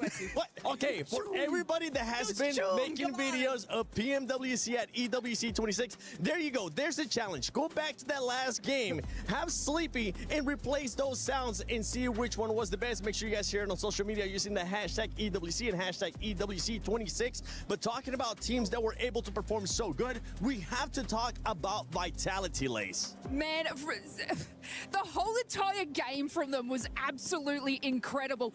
They basically had bridge. They were able to hold that position so early. They were the Zone 3 gatekeepers of that entire match. They had direct lines of sight on everybody that was rotating in such a difficult choke point where they had to rotate. They actually left Reezy behind to scout E-Arena's movements. They basically waited. They flanked on in there, right behind them while they were in contention. And I mean, they reserved so much utility to be able to take on E-Arena and get them out of their way. And then obviously they set their sights on Alpha 7. Alpha 7 had nowhere else to go but to exit building, so they'll be able to do that. And especially this play, I mean, such a large distance to be able to go. They luckily had the vehicles, and I mean, fell a little bit short here, just having, you know, Axel could have sit back a little bit too far, but what an incredible game from them. Not the first place that they're probably hoping for, but goddamn, that's some eliminations they put on the board. Oh, goddamn, indeed. No, but looking at Vitality, I feel like the moment that allowed them to get into a second place in the first place is actually when they decided to push up onto E-Arena, leapfrog Alpha 7 in one fell swoop, and the fight was so quick, Alpha 7 just didn't have the time to retaliate. And because of that, Vitality, what an absolute banging performance. 23 points here on the second game of today. Whew, La France is looking pretty good.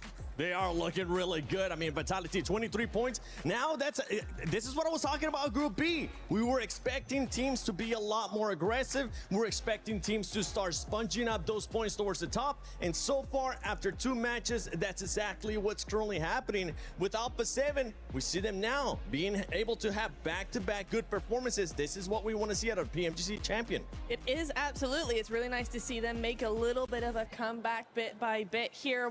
I'm going to be expecting them to continue that, much like Orangutan in Group A, right? In day 1, they're just going to be continuing to grow and grow and grow that momentum, hopefully for day 2. So we will see how that goes. But for now, you know, 9 points on game 2 is a really, really decent start for them. So yeah, I am happy with them so far. Yeah, and I mean, they have such a powerful roster as well, and Revo was definitely kicking it for them. This type of squad can focus on eliminations. We saw that coming out of match 1. They actually, like, held out Wolves in several scenarios. Then, in this second match, they focused on placement and prioritized that. They were actually on that northern side, uncontested for a long time, obviously sitting and building and waiting for the likes of Vitality to come along. But it shows the strength in different sides that this squad can play, and especially when you come into Smash Rule, you know, you want to be able to prioritize eliminations, but get these placements as well. Oh, look at that. Oh, perfect timing. Like we were talking about them too. A7, the greatest PUBG Mobile team in history. I think the Alpha 7 fans will end up agreeing with that one because so far, I mean, they have been one of the most consistent teams when we talk about PUBG Mobile esports history. Nongshim Red Force, though, they've not been having one of the best starts so far. I'm very surprised by Nongshim. I thought Surprised in what kind of way? Tell us more, please. Okay, I will. All right. Where are they? They are silent. They're not doing anything. I thought, He's on Furia silence. What are you talking about? Sorry, that was terrible. I'm sorry. But PMMI, massive champions, by Smash Rule, all of that sort of thing, coming into here looking very, very, very good. And then we have, what, 2 0-pointers or a 2-point and a 0-pointer? I'm confused and surprised, and hopefully that will change as we go on into the next couple of games. But yeah, bit odd, I think. I'm sad. I don't have any analysis. There's nothing really to break down except that the early rotations, they can't quite get in there. I didn't see the start of this game because we were running from the rooftop over to here, so I'll have to go back and check it out and break down what really happened to Nongshim Red Force. But it was good, but unfortunately it's a very exclusive club, you know, on the rooftop. Only us and E-Arena can go on rooftops. That's all we can do. Tomorrow, Lays, you'll join us at the beginning of the show. Fine, I don't want the I'll make sure it happens, all right? I'll make sure you get that wind flowing and just while you're talking.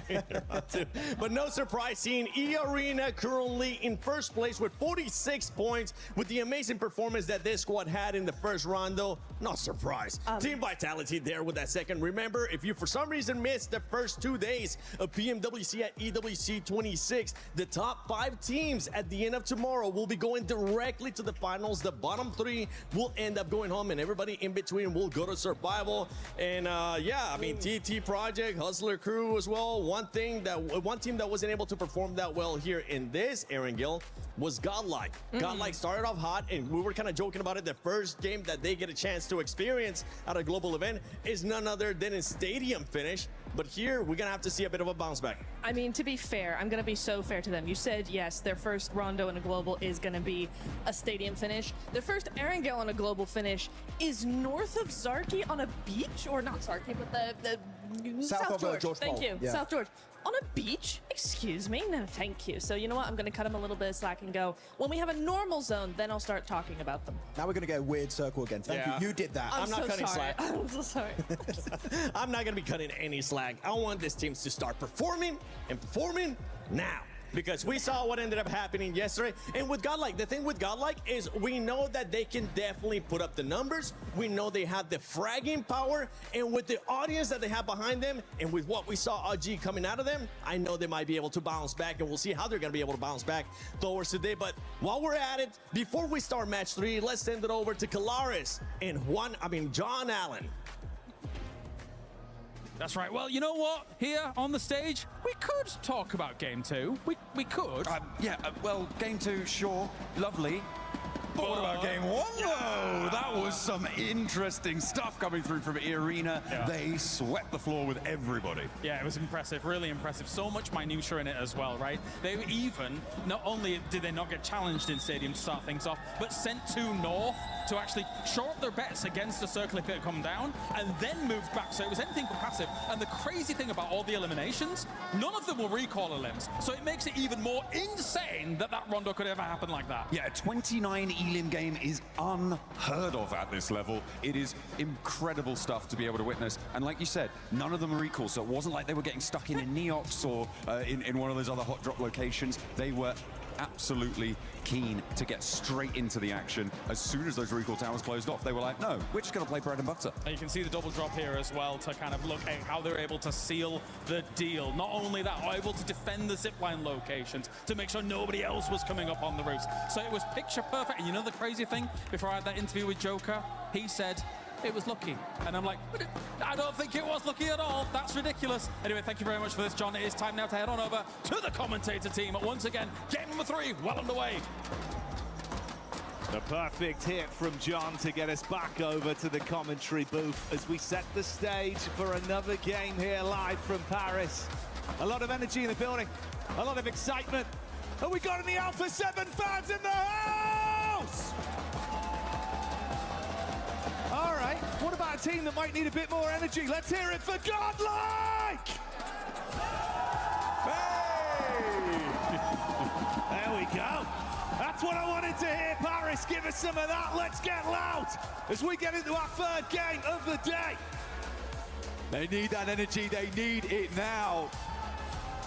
But honestly, not doing too badly so far. E-Arena took to the stage on that first game of Vitality. Aura not far behind. Alpha 7 been ticking along too, 16 points.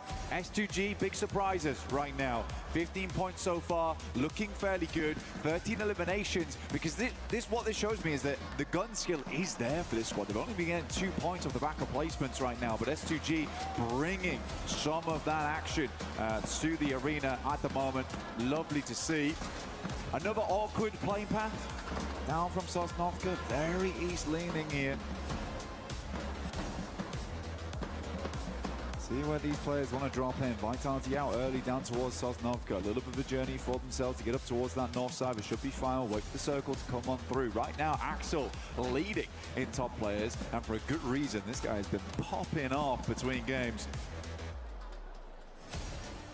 And with what we've already had today, Blank, it feels like there's been something different in the air for these circles, for these games. Are we getting another ridiculous affair again? Do you reckon this will be normality? Well, Neptune already jinxed it, didn't she? So we'll see. Again, the circle might be kind to us coming through to game 3. These players sort of need a break at this point. It's been wild so far. Some teams have been able to roll with the punches, others not so. We're heading down towards the south side. This is your fault, Neptune. You got to take ownership of this one. We'll see who comes through with it. Vitality, they'll get themselves a nice start on this one. Down towards the south side. No eking their way up past the coast on the western side. They get to start in a good position. This could head back over towards the northwest side. But Godlike already taking 2 knocks here. S-Power has to hold it down. Let's see if they can withstand the full frontal assault that's coming their way as S-Power opens it back up onto Loco.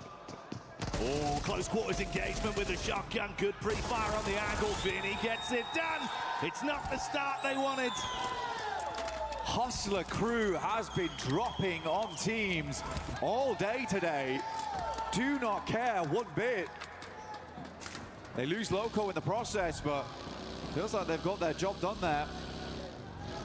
I think Godlike might need to start figuring out how they want to drop this one out, because they are going for this trash drop, right? They're going for split loot around apartments. I think personally, maybe they need to start dropping together, because where they're dropping isn't bad. It's bad because it's bad now because people keep dropping on top of them all the time. It's so tough to work with. So Godlike might need to make a change in that category. Also, I mean, Hustler crew has just been all over the place. It's hard to predict for Godlike.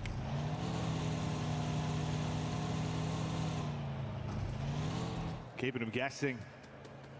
And that change of drop, that change of pace has certainly been hurting some of our teams. Brutal to position to be left in immediately, Blank. Less than 4 minutes into the game, you're down to a solo. Hustler crew getting away. Yeah, sure, you take some damage, but a trio could still look to weave their way through. Squeeze a few more points out of this one, the longer it develops. With the skin there as well, you can join Naruto Uzumaki himself with the new Ninetales Fury Org skin. Looks fantastic. 2 versions of it too. Love to see it. Get angry. Feel that rage from the Ninetales in-game. Because it looks awesome as well. It's fantastic. It's a fantastic skin. We'll see what Mania can get done here. For Godlike, it's just been an unfortunate start for them. I mean, starting off with Horror dropping on them into Hustler crew, I do feel bad for them. I really do. We'll see if they can pick things back up going in towards our 4th Erangel of the day and into our Miramars. We've seen that anything can happen. They can still work their way back up those rankings. Down towards that south side, that S2G do move on through. A quick replay. I mean, S-Power did hold it down. He's only got Micro Uzi to work with. It's hard. It's hard in those situations. A vest as well, level 1 helmet. The fact that he held on as long as he did was pretty insane, to be honest, as well. Yeah, it could have been way worse. Ooh, Axel again. Still putting on those numbers. Goodness me, he is fearsome. Again, coming into this for Vitality, there was a lot of talk around Razy and Razak, and I've seen these guys perform before. They look great, but the fact that Axel is just like, guys, we got to get through here. We got to get into the top 5. We're making it through to finals. We're going to do Indonesia proud. And they're certainly living up to the hype right now with some of the plays that are being made. We've seen these awkward encounters happening down towards Novka as well, with the shots over. Everyone taking a few casualties here, and there, Wolves only getting away with a duo off the back of things, and S2G falling very early here. For S2G, they stepped a little bit too close to Vitality's home ground down towards his south side. They want to clear out more space. You got Razak as well as Federales holding over towards the bridge, whilst Razy as well as Axel currently holding down C block. They have a lot of area to work with. They are feeling unbelievably confident. Hustler crew still causing problems for people around the map. Oh, swing out. Close quarters connections onto the Hustler crew. That's your single knock to play with, looking for more as they do take the fight back over to Vinny. Nade in the hand for the close quarters, shut down. It's good damage, but can't find a follow through with a shotgun. Not able to withstand it as they are down and out. Revenge there for their hot drop. GS getting away with that one in school. Now they do certainly teach Hustler crew a lesson. But we'll need to get on the bus right now to get down towards the south side of the map. Curious to see where this next circle goes, because this could be another nasty one where we end up on the bridge. Wouldn't surprise me after the circles we've seen today. Alpha 7 still keeping it pretty chilled out over towards Milta. Moved away from North George over towards this location of the map, considering the plane path itself. E-Arena, though, they took way longer. I mean, they wrapped back up towards South George. Gonna loot in this area, get as much as possible. I think they understand it's gonna be a late rotate in, either on the bridge or send Primorsk and grab some boats.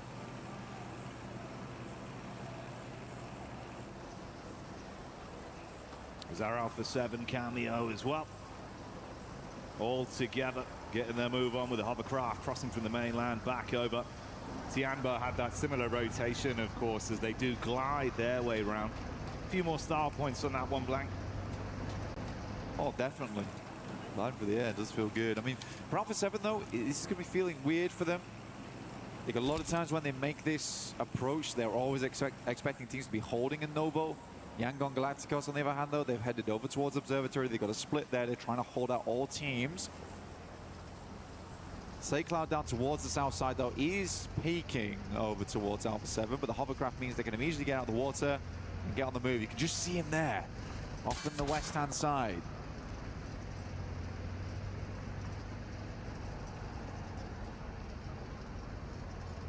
This was the S2G fight, where they were taken out by TT Project, the duo that tried to get away after their encounter versus Vitality. TT once again right here, right now, taking pot shots onto Dopeness bit by bit. I mean, for TT Project, they know they've got to get some aggression under the belt right now. They are low down in the rankings, and they can't afford to let this game keep going the way it is. Envious finishing out Kenji, and I think that might just be Dopeness out now. We've already lost 3 teams. Hustler Crew, Dopeness, S2G, down to 13, 47 players this stage of the game. It's quite carnage, quite a lot of carnage happening on the map at the moment. Oh, okay. A little bit more standard. Yeah, this is probably better for us and for the teams, Blank. Centering up, we do have those buildings that sit down towards the ridge side on the eastern edge that currently Vitality just have free reign over. Razak might try and regroup. I think it might be a bit dangerous now, holding over towards C block as long as he does. So this is sensible, this is mature coming through from Vitality. They know that a lot of teams would like to take up position towards here. They don't want to leave it up to chance. 2 players getting run down. And even as I say that, Wolves start to make their way up, but they're caught up in between. TT Project. For what it's worth, they're keeping the heat on TT with how Wolves have played this one. A good squad individually. Zerich cleaning out towards the ground floor, makes it look simple as he busts around the door, waving the 4-4. Zerich with a nade. Nice. Ooh, beautiful bounce on it. Might be able to pick up effect here, but Vitality is having none of it. They hear the shots, they hear the fighting, they take down effect and then clear out another building. This is just space gained, space garnered right now for Vitality. You might think Vitality are going to clean up on this one, mate. Watch this from Zerich. I can feel the energy rising. Looks to get the nade into the back line. Decent chip damage as they're bombarding. 4, 5 nades. One after another, keeping them pinned in position. Razy with a wrap round the back, looking for the angle in. Federales advances with Axel. It's a good knock. Zerich down. Just an unbelievable amount of pressure being applied right now by Vitality. Axel behind him, Neos drops out, but Vitality looks clean. Not a single player lost on the knock here. And a reset, actually, because of Vitality, they've been watching out for a lot of players where they're coming from. Getting a full amount of utility, a full amount of supplies from that squad, that's really good at resupplying them going forward too. And again, more space game for them. They don't want anyone coming close to those buildings on the eastern side of that ridge. This is their area to play. Tiamba caught vision as well of Alpha 7 here. Wide play space to work with. Decent amount of cover in between the trees. Just trying to wait for an overextension. Can't really hard commit and hold the angle right now if you leave yourself exposed to the crosshairs, and Alpha 7 don't want to waste too much time amongst this until they feel they've got an edge. Revel. Gonna wrap down, try and deny some of the sidelines, get over towards the airstrip. Maybe a bit further here. Circle could shift very far over towards the western side on this next circle, potentially. Instead it goes central, over towards Millibase itself. Manya set up on the southern side of C block here. Trying to keep it as quiet as possible here for Godlike, try and get towards those later placements. Nongshim, honestly, like I said before, a strong team, but we have not seen a massive amount of that. And again, we've had these pretty crazy, quirky circles so far. Maybe they haven't been able to excel on those. Potentially here, we can see something a bit different. Yeah, definitely a known quantity with a ton of talent. But like you say, maybe not just been the right place at the right time with the abstract nature of the first 2 games we've had today as we've kicked off the action. Group B, bringing the heat here. A lot of very explosive teams. Not in the worst position with the hilltop control and cover to work with. They'll have the lay of the land over the Vitality split if they advance towards them. It was a later rotate as well from Hora that's still been developing in the back. That's why we haven't seen them for some time. Irina, in the meantime, did make the cross, by the way. Over towards the western side. They are rocking up over towards that ridge. There was a 2-2 here from Vitality. Irina rocking up on it right now. It's a little bit scary here, but immediately Vitality's backing off the angle. But they have information now. That's the big thing. Will Irina catch any of them in the process? Manya now up against Yangon Galacticos as a solo. Could have had the drop on him.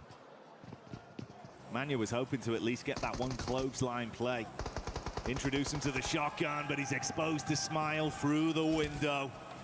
And Yangon do shut down the final member of Godlike as another squad exits stage left. Irina playing this one slow at the moment. Again, I love the way these 2 teams have played this one out. Irina was cautious on the approach. Vitality didn't want to hold this position any longer. Quick regroup down towards the eastern side. Like, honestly, Vitality's playing like a finals team right now. This is really, really cool to see. Layering up towards Irina. They've got the hovercraft in play. I think for Razak's got to be careful here, though. Yes, he can keep gathering information. Make sure he knows exactly when Irina moves, where they move to, so they can plan out the rest of the game ahead of this. It is slightly dangerous versus Turney Cage playing on the top of the building. You talk about slightly dangerous. This could be somewhat lethal. ETSH have to basically fight their way through the Ida blockade that is set up watching the bridge. Crystal clear line of sight. Looking to fire some shots onto them. The zone shifting in favor of Vitality's current position as well, with E-Arena in close proximity, and that battle does break out. Knockback over onto Emre, it seems like, though, for Ida. It's not gone anywhere near as cleanly as they were hoping for. It's pretty messy both sides. I mean, Ida has the opportunity to get all the players back up again. But they're outside in the play zone. So one player goes down there. Emre potentially getting him back up again, leaving them as 3. But Aura, they sense blood in the water. They move up. Darkin with a P90. Looks to take some shots over towards him. But again, Horror. This is horrifying, honestly, for Ida. They're just poking their head slowly over the top, making it uncomfortable right now for them. You think with that very delayed rotate, they went all the way around the east side over the other bridge. Haven't had too many opportunities to get elims on this game. 32 points coming into it in 3rd place in the overall standings after our previous 2 games. They're going to want a chance to fight, add a little bit more to that. But that wasn't the hard commit onto Ida. Like you say, get a bit of a read off and try and stay safe. Rest of our teams now focusing on forging a path ahead back into the zone. Well, the thing is that for Aura, they have to be very careful here. They know there's a ridgeline that sits down over towards Nongshan Red Force. They can play that, but they also understood they didn't want to get too involved with Ida, considering that the main rotational path here for most teams is over the northern side, over the rolling hills, and then swinging by E-Arena and then trying to play off that ridge there. So for Horror, I think they just take their chances. They move down towards the high ground. They're going to isolate a lot this northeast side of the map whilst keeping their back cleared from Nongshan Red Force as well as Vitality.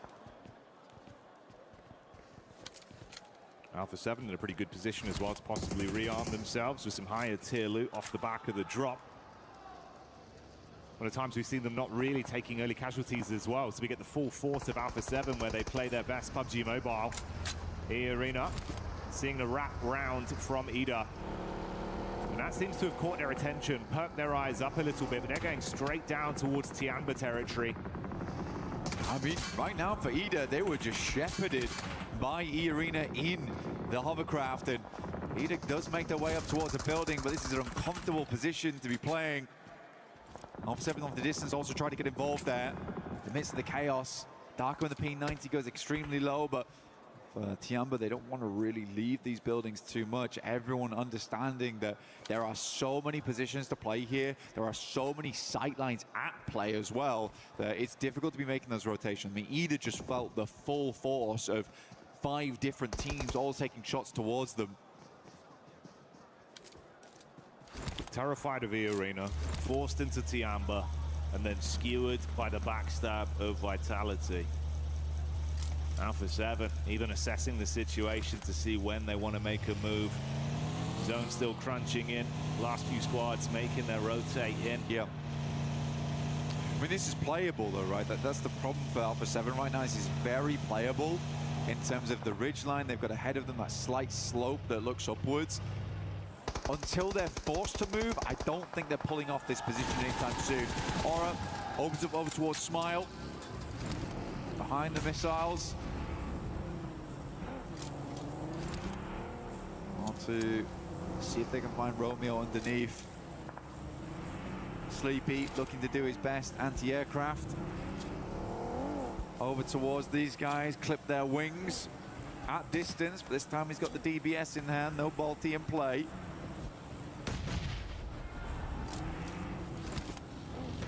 Nade after nade to keep the pressure on downhill. A bit of extra distance on that one. Nongshan Red Force still sitting pretty inside of the defensive area they've set up for themselves, whilst Alpha 7 go from playing passive to pouncing on a team. 72, 1GS taking casualties. Tianba also find an opportunity to get involved. And Alpha 7 collapse onto it now, Blank. Clean up through action.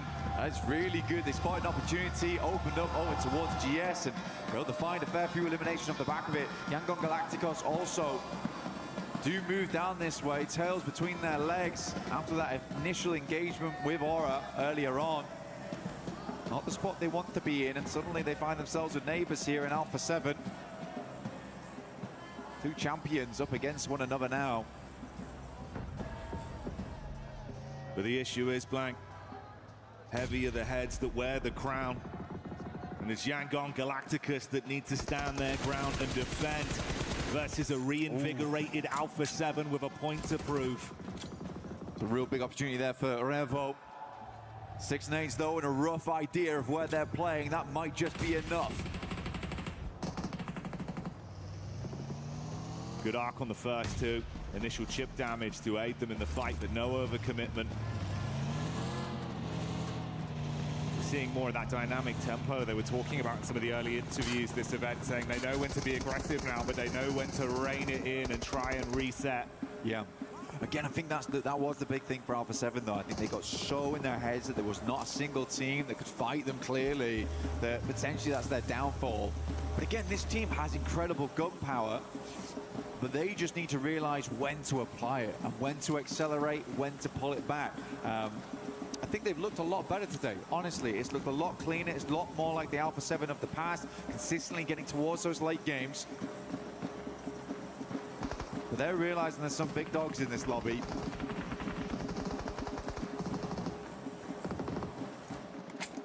More respect, but it goes both ways. They do assess the situation as well, getting a bit of info up top side towards E Arena with the split they've gone for. Can't force the issue too heartedly. If they leave themselves exposed, it could be punishing, but that might be an opportunity presented off the shot up from Hora. Filthy angle on that blank. That's a long distance shot as well. Certainly put Tony K down. Helmet's got to be suffering off the back of that. Rough for Tony K as well, as he's usually the front man for the squad here. Joker's wrapping back. Something get done. Alpha 7 also has taken a knock in the process. These are bad times to be taking knocks. Circle goes central. Nongshim Red Force. Real chance right now for South Korea. Aura down towards the southeast. Tiamba's got to move out from the buildings. It's very clear where they've been playing for such a long time. Potentially move up towards the loot crate. I don't know how far in this is, but you could play off the back of it if you've still got vehicles to work with. Well, you touch on there, could this be a game where Nongshim Red Force finally come alive? They've had a pretty safe pathway throughout the zones we've seen so far here on Game 3. We know they're talented. We've been amping them up. We just need to see it, but let's see if Alpha 7 can bring the thunder on the close quarters engagement. Goodbye, Milu, as Tiamba get hit by the front of the vehicle. Quick flicks coming out from A7. A single knockback onto him, and they're starting to take a bit of damage. Nongshim Red Force taking pot shots down. And although they've cleaned out the ditch, they've got a lot more to worry about. This is just the difference between EWC and when we come to any other tournaments around the world. PMWC very similar in that approach as well, where you cannot make any play without another team dipping their heads in, right? It's really, really difficult. Every squad knows when to pick up the heat, honestly. E-Arena also suffering massively on their entry. They just could not find a good time to make their way in.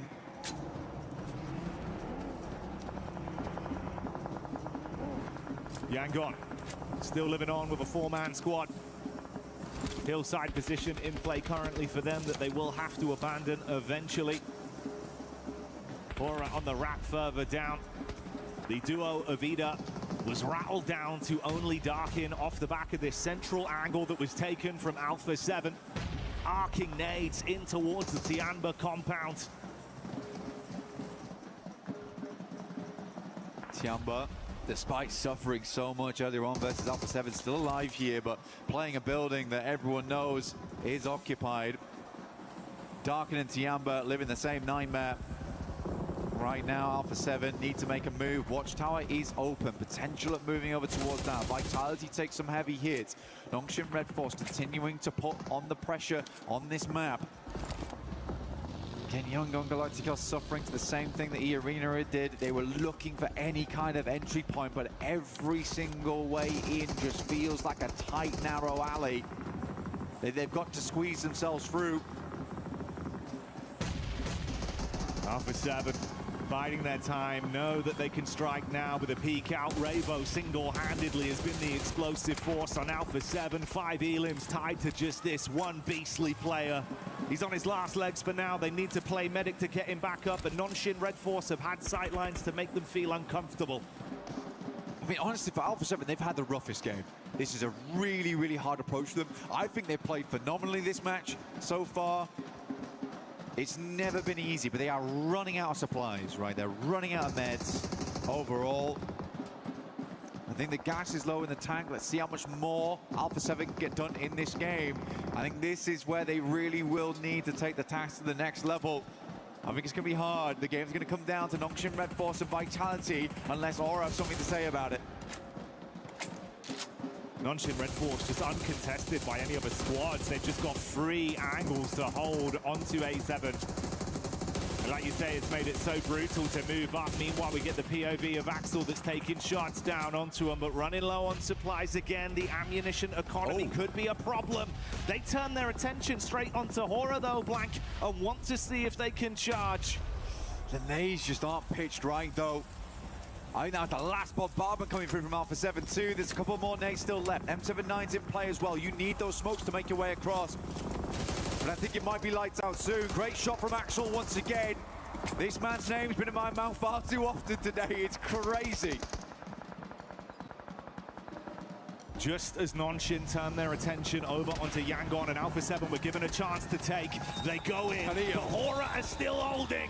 And Alpha 7 cut short on the crossing. They can't arrive, and Hora hold on. The jiggle there comes on through. Looks really, really good in that moment. I mean, Hora didn't give them a chance to move on that one. Joker still up. E-Arena managed to make themselves into a top 5 despite everything. Yangon Galacticos massively suffering to the sightlines of pretty much just Axel, who has their number. But Yangon, I feel like their time is up now. And that could be a statement that you could attribute to every other squad in the lobby with how Vitality are starting to play. A beautiful day from them so far. 10 elims in the space of this single battleground up to this point. A full 4 squad. The only other that's comparable is Nongshim Red Force. No, Joker! Oh, almost got the second, dude. I actually felt it in that moment. But he might have single-handedly just ruined the chances of Aura. It goes down to this. Nongshim Red Force versus Vitality. Does get the res, though, which denies the point. That's why he goes through with it. An economic play. Thinking about the future of what's yet to come for Hora. But right now in the flesh, live in Paris, we're talking about the present that is this game. A gift we've been given with Vitality playing flawlessly and Nongshim Red Force bringing the strategy down to our final 2 squads. Side by side now. Vehicles still in play here for Vitality. For Nongshim Red Force, they moved up early. They've got 1 vehicle that I can see in play. But Vitality having these cars still up and available is a really big deal for them, which is maybe why actually earlier on Razak was making such a big deal of scaring off E-Arena's angle so they couldn't take shots down towards the tires because they knew they'd need those wheels later on. Little plays like this can make the difference. Moving up towards that loot crate could be the big thing, though. Vitality looking to make the first move. You can hear the engines revving. Observers, love you guys. Crushing in the it right scene. now. Giving us the cinematics of the story on this one. And I think you're spot on with how they played it, mate. But that's the devil in the details that's really raised our opinion of Vitality just in the space of the previous 2 games, with the fact that strategically it's been on the money time and time again. Playing off the rooftops, both teams begging that each other makes a peek. Right now, this is more about information gain than everything.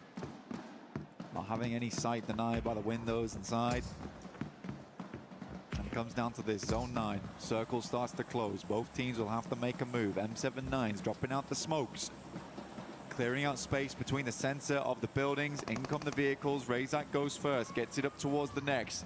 Had to make the crossing without taking too much damage here. Again, everything is folding into this. Cerebral plays. The smoke wall providing the cover that they need to take space off of this. Second by second.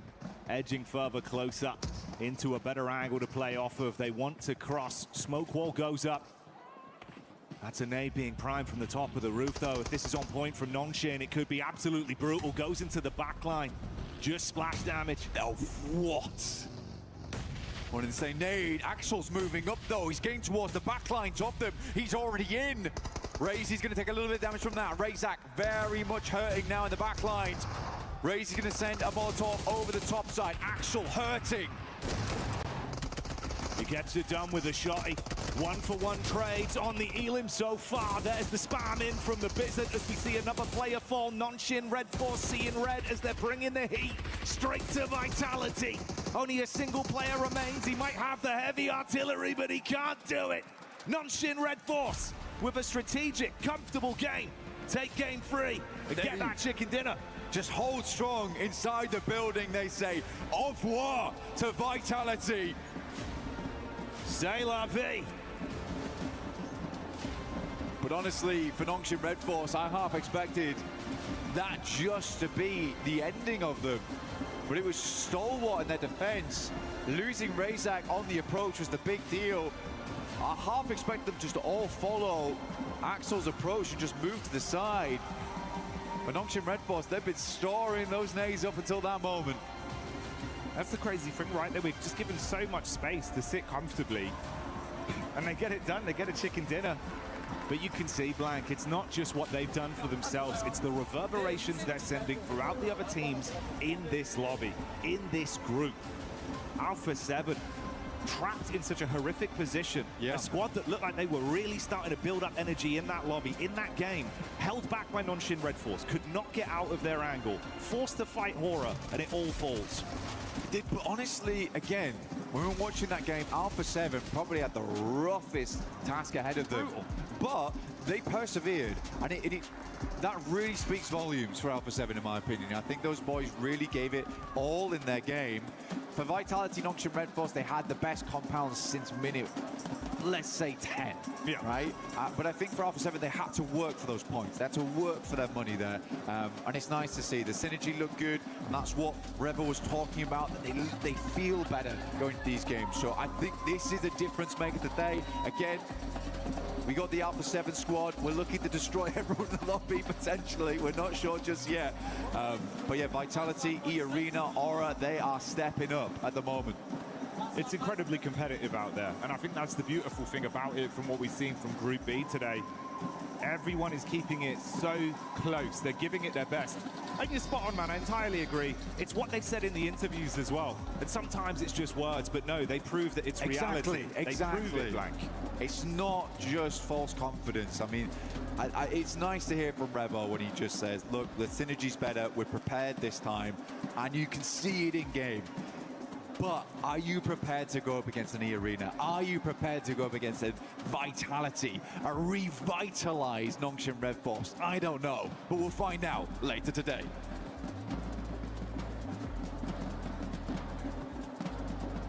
Max and Lace here at the merch stand at EWC 2026. Now, I've heard, Max, you're a little bit of a card fan. Look, I've been playing and collecting card games for over a decade now, and I've never been on a card myself. But that changes today, right here at this booth. Well, yes, here at EWC, you can actually choose what you want to go on your card. Fantasy, fighting, shooter, cyberpunk, horror. Max, I'm going to have to go shooter. What about yourself? Look, I love shooters, but fantasy is just so sick, so I'm going to go fantasy. But now the next one is you're picking your class. Usually in every game I play, I'm a healer, so I'm going to go with the healer class. And guess what? I'm a DPS gal. I'm right up in that action, so I'm going to hit DPS. Fire, ice, lightning, shadow, glitch. So now we can put a bit of an aura light around our card.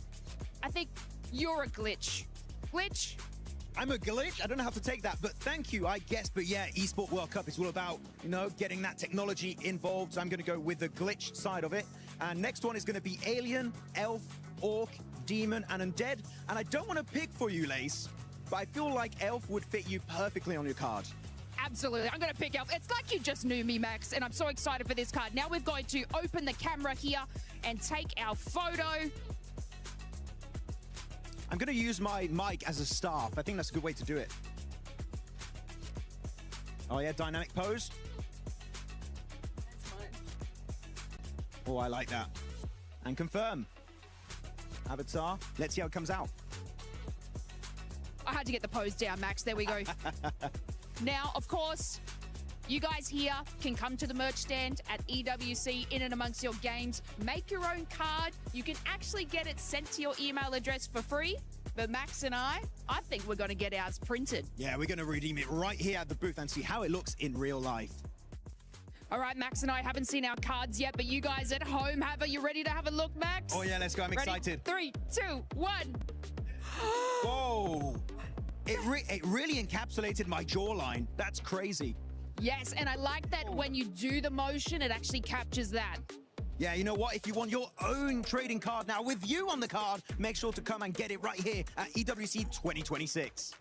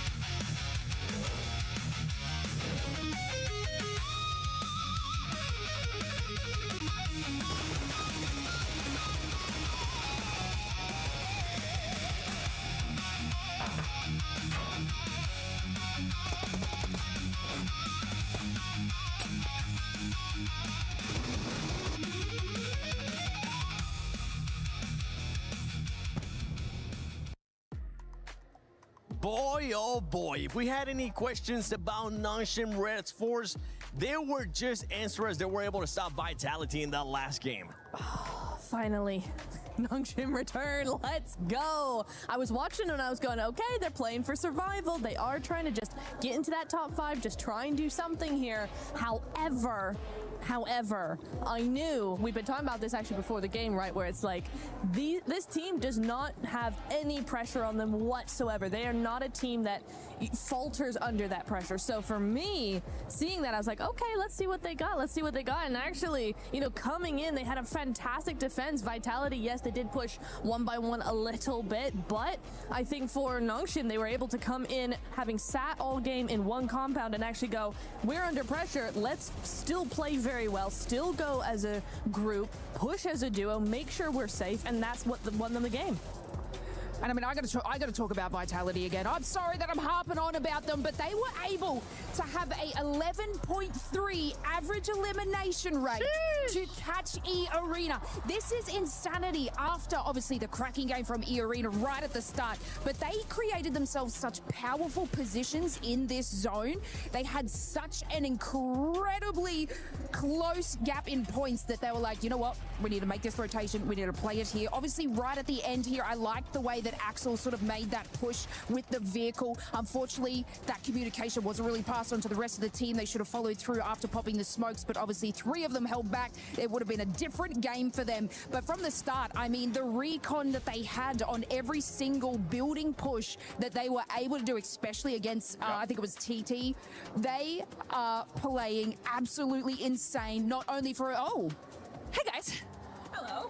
I decided to join you guys for a little bit of a CC update because I've got some interesting stuff to talk about, okay? We've got a lot going on at the Lenovo Legion Gauntlet. We already had a 3rd, 4th place decider match happen, and Geek Esports was able to claim 3rd place, making Rock Esports be that 4th place squad. Once that was done, we now have a grand finals match occurring. We will have another EWC champion in just a couple hours. That's between AGAL and KSG. It's going to be massive, and of course, I'll keep you guys all updated at home for how that ends up playing out. But, I mean, now that I'm here, let's get back into the discussion. These matches are great. Max, I kind of want to ask, Lace, do you have any thoughts about Vitality? Get out of here. Get out of here. Don't be trying to take my job. Go find some more updates for the club championship. Yeah, she was going to ask you about, I don't even know what, Max, after these 3 matches, what has surprised you so far? That was a normal, it's a normal-ish game. Actually, it was kind of weird still. The circle was very far to the western side. There was a lot of water on phase 1 zone. But overall, the execution was fun, but it was very gifted. We know, looking at this game, Vitality, Nongshan Red Force, not contested. There are 2 buildings in the circle until the very bitter end, literally until circle 8/9, and they went to make it work out. But pretty an easy win, right? And we're going to have a replay very soon to check out how Vitality decided to commit to the push. But here we go, quick look at the overall rankings, and oh my goodness, the point gap that we have created between 3rd and 4th position, Liptroy, is mental. 41 points up against 25. I saw that in the beginning and at the end of game 3, right? Or game 2, rather. I mean, I was looking at 35 to 16 points, huh? And it keeps going. 41 to 25 is insane. 25, 20, 16, 15, 12. That's sort of more normal for a game 3. 51 is not. And I don't know how we've got here. E-Arena, Vitality, even Hora doing fantastic in what have been back-to-back-to-back insanely difficult zones. We do have to say, though, for E-Arena, they have slowed down Lays. They ended up getting 39 points in that first game, but after that, yeah, you've been able to get some points here and there. Obviously, just for everybody, I'm not expecting for you to get 30 points again, but if it does happen, that'll be amazing. But the squad just hasn't been able to pull off the gap that I thought was going to happen. See, this is what I see across several games, is that your game number 1 can be the crux of the whole entire thing. You can clearly take everyone's weakness, go in strong, but of course, 2nd, 3rd game, people are going to start reading your plays, understand where that you are going to push and how you're going to make this through, and that's what's happening to E-Arena now. They had such a strong start, but everyone's reading them like a book. Everybody is reading them like a book. When we saw the overall there, at the bottom 3, we did ended up seeing Godlike. And with Godlike, we saw this past match that they ended up getting into a hot drop. For this squad, you know what, before we even talk about Godlike, let's talk about this, because I know you wanted to talk about this, Max. I really wanted to have a bird's eye view of this push on Vitality that really can see the center of the circle, forcing Vitality out of their compound before Nongshan Red Force. So Vitality don't have the advantage anymore. They have to be on the offensive. Massive smoke road. I'm not going to lie, looking at some of these smokes, not great synergy and communication. It kind of all spread all over the place, not denying lines of sight properly onto Nongshan Red Force, but you can see the moment the 2 teams do get in grenade range, it's just a mini red zone here in this final zone, sending it forward. But this, I would say, is the biggest mistake from Vitality, and the main reason why they didn't end up getting this chicken dinner. They're sending it 1 by 1. 1 player sends it, then an extra player sends it, but 2 players are still on the back end of that fight. This is the moment to send everything onto Nongshan Red Force to hopefully make it work out. But here, 1 player on the left side of the wall, he gets overwhelmed. That's the end for Axel. Another player inside the building gets 1v3 at that moment pretty much. No way Jose is that working out. The 2 other players still on the roadside. Unfortunately for them, that was a massive misplay, sending it all together. Maybe that could have been a Vitality win, but Nongshan Red Force, they see that mistake and instantly shut it down. And it was going to be a hard push for Vitality. The fact that they weren't even able to try to make that push was perfect to see. Now, going back to Godlike, one thing that I was talking about with OG is that I wanted to see aggressiveness. Here with Godlike, I don't want to see unnecessary aggressiveness out of this squad, and I'm talking about those hot drops. You don't need to do those hot drops. Right now, you started off hot in Rondo, but they have slowed down in a way that they're just having to do silly things. You don't want to be hot dropping. You want to be securing those points. Look, before this game, I said, I'm going to cut them some slack. We need a more normal game from them before I really judge them too harshly, right? Because bad zones are they're just horrific. And we had a normal zone-ish. Wait, no, we didn't have a normal zone, but we didn't even get to the non-normal zone because they were normal-ish because they were too busy hot dropping. Why are we doing this? I'm going to jump in again on your solo camera shot. Yes. Miramar's coming up. La Cobreria. So if it's happening on a wrangle, they're hot dropping the entire day, basically. That's so true. You're so right, actually, and I'm not here for it. Stop hot dropping. Play normally. We believe in you. Just stop it. I believe in them too. You know what? Let's all get into it cozy here. Let's go over, ladies. Yeah. How do we feel about hot drops? I freaking love it. I think it's fantastic. I think this is the 6 games you've got to make and do these plays. But you've got another 6 tomorrow to sort of calculate and figure it out. Hot drop. Go crazy. What if it's a hot drop with Vitality? Vitality gonna get you. I don't know. Maybe don't do that. Definitely. Read the game, VOD review. Guys, don't drop where Vitality's dropping right now. They're playing great. Just please, honestly, godlike, stop hot dropping. You're a team that has the potential to make it to the finals, just like OG was able to do as well. So please make sure you keep doing that. And as we're at the halfway point here of PMWC at EWC 26 Group B, I'll we send it over to Barney and Luti. What are they up to right now? Luti. Yeah, Barney, tell me. I've asked you to come down to the stage because I was talking to a few people and they told me that you have found out the formula, the secrets to win at PMWC. Is that right? Yeah, I spoke with so many specialists, so you have to listen to me carefully, okay? Because the secret, Barney, is like you have to...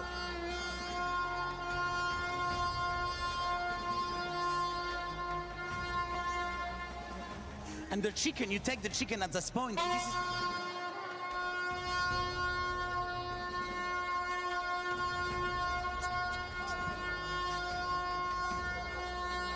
And this is how you can be the champion. Wow. I never knew that. That's some crazy insight into this game. And I tell you what, for those of you at home, if you're watching and you want to find out what it takes to win at PMWC, that right there, that's the secret. And so, casters, over to you. Hope they listen well. The secret is out, baby. Let's get it going. We're live in Paris, France. Man, I thought Group A was crazy, but Group B is not messing around. I'm Hot Jukes here with John Allen. Bro, are you kidding me? What's going on today? I mean, E-Arena, what a start to the day. And then Vitality just hitting those games every single time, always ending up in that late game and having a blast with it. Now they're neck and neck at the top, and they're pushing past those boundaries, Jukes. Man, those boundaries are long gone. We saw, in my opinion, the best start in a tournament in PUBG Mobile esports history here. And we got some teams actually competing with them still. It is unreal. The zones have been going all over the place. This first half has been nuts, and I'm expecting even more craziness as we get into the final 3 matches. There is so much still left to go, if you can even imagine it, right? That is so crazy that we've had such a bombastic start, but we've still got plenty more matches left. This is the last Erangel today, so we're going to be heading to Miramar later as well. The desert awaits, but we have to get through the last of the grassy pastures first in order to get there. We haven't earned that right just yet. Neither have our players, but they are getting locked and loaded and lobbied up as we head on into the match. It is time once more to see if Vitality can reach that late game. Let's see if they're going to be able to do it. This is the final Erangel. Like you mentioned, this is that place to put up some serious points. We finally saw Nongshim Red Force get their chicken dinner. They were at the down on the bottom of the leaderboards going into that match, but now they've got to be feeling pretty good. Which is going to be the next team to get it? We're about to find out. Let's get into it. The last Erangel here of day number 1 of Group B. Let's get stuck right in from the military island up towards Severny on this plane path. We're going to see a fairly fair distribution of drop spots available for everybody. No real big dramas here. Taking a look at those tables as well. Nongshim Red Force jumping up with that chicken dinner all the way to 5th place on 20 points right now. Just goes to show you these early doors don't mean a jot if you can keep it going. So for Hustler Crew, let's pick up the pace, you know? A UK team in the finals? Absolutely, I'd love that. Let's get it going. I mean, hey, we saw Nongshim before that last game. They had, what, 6 points? And then now we see them, like you mentioned, in 5th place in just one single game. So, when it comes to Hustler Crew, they could definitely get it going here. We can see the top players there on that bottom left side with Axel with 14 eliminations. Yeah, doing bits for the rosters right now. Vitality E-Arena are going to be slathered all over these top player cards. I'm guaranteeing it for you now with what they were able to do. They are looking very, very good. E-Arena, a little bit less legs into those later games, I think it's safe to say, but they still have done so much. And Horror keeping pace. I mean, in any other sort of day, that 41-point record for Horror would be pretty immense, right? after the first couple of matches. Oh my God! Let's do it to them again. You know, let's send the circle down south and see what they got. Because yeah, we didn't get enough military. What is going on today? These circles have been absolutely insane. And you're right, we're back down south once again. You got Vitality down there. I mean, it's wild to think that we saw a 39-point game in one match, and we actually have a team tied with them. Like, this is ridiculous. Yeah, I mean, since then, what is that? 12 points they've earned in the next 2 games, which is still pretty good, right? That's pretty good. That's like a middle table performance right now. 8th and 9th, both on 12 points apiece. So yeah, they've still done pretty well. But Vitality's consistency for me is really interesting. And given this circle, Vitality are in such a good spot. If it does go south, because they do need to keep themselves nice and cool, calm, collected, and look good. Yeah, well, you guys got to make sure you pick up that Naruto skin. That Uzumaki event is going on, guys. Make sure you pick up all that good stuff in-game immediately. I'll tell you what, I make sure that I got mine, and I know that Maxman has got his. But which team is going to get this chicken dinner? We can see the Wolves. They ain't messing around. They said, let's get down south quick. Absolutely. First over the bridge. Well, second maybe over the bridge, I think it's safe to say. You do have some players. Oh, no, are you kidding me? No. They're just going to abandon it. Not even going to try and flip it. I mean, I guess if you don't have any nades or anything like that, that's actually really nasty for the Wolves. That's going to slow them down. The good news is that they are across. The bad news is we saw them do that. Yeah. So, you know. Out of all the things. That's the most negative aura that I think I've ever seen of any team, is from the NA team, of course. Out of all the things that could have got put on stream, has to be that one. Who was driving? I didn't catch. You know what? It was nobody that was driving. Oh, right? They get caught by Vitality. No! Oh, if only you had a vehicle. Oh. This just goes to show here, folks, at this level, one single... Oh, Baton with a pan! You got a pan knock. I think that was a thrown pan knock coming on through. Okay, they're not out of the fight just yet, but they are starting to bleed. The Wolves will struggle here, and I imagine that Razy's going to get back up. Yeah, now you got Necessary all by his lonesome. Razak trying to pull off some plays there. Oh my gosh, switching in that buggy. Necessary is done, and the Wolves are getting destroyed. This is what I'm talking about. One tiny mistake, a domino effect into a straight disaster. Imagine being an NA team right now, man. Oh, that would suck so much. Wow. Look at his face. Hey, he's got look at his vehicle. face. They found another. Oh, okay. I think. Wait, no. I'm wondering if Vitality found the flip turn vehicle, the beetled vehicle, dude, and if they've pitched it back, that would be brilliant. This is what I mean, and the good thing is that Vitality is that this is their drop spot. They're already so high on the leaderboards, they can do whatever they want. They could chase this all the way if they feel like it. Let's take a look at the replay. Okay. Oh, what's this? No way. Oh my! On a moving buggy. And with a headshot, baby! Bad shot to the face. Are you kidding me? That was insane. If his team would have survived, I mean, still, that's going on the highlight reel for sure. Oh yeah, I mean, yeah, that's that. Okay, they get some aura points back for that. Yeah, so we can forgive the flip vehicle. You know, if you're getting a ranged pan headshot, that was cool. You're breaking brains and scrambling like eggs. You know, that's fair enough. You're gonna bring the pan to play like that. You can have that one back. Yep. Yeah, that officially is even. Aura balanced. Let's take a look here at Vitality, though. They're looking to put in some more work. Oh, look at that, though. We're going to see Lupa get a nice knock onto Razak. Can he hit this next one? He doesn't. The rest of his team not so lucky either. Will be taking 2 knocks their way. Looks like Razak will be resable here. They have got the backup. Axel's holding face, and they do need to send in for that recall as well. Ooh, as having the hovercraft rolling up to the fight juice. Yeah, and you can see Axel getting those thirsts really quickly here. Kenji, that hovercraft is getting beat up. Still surviving for the time being, but now it's on fire.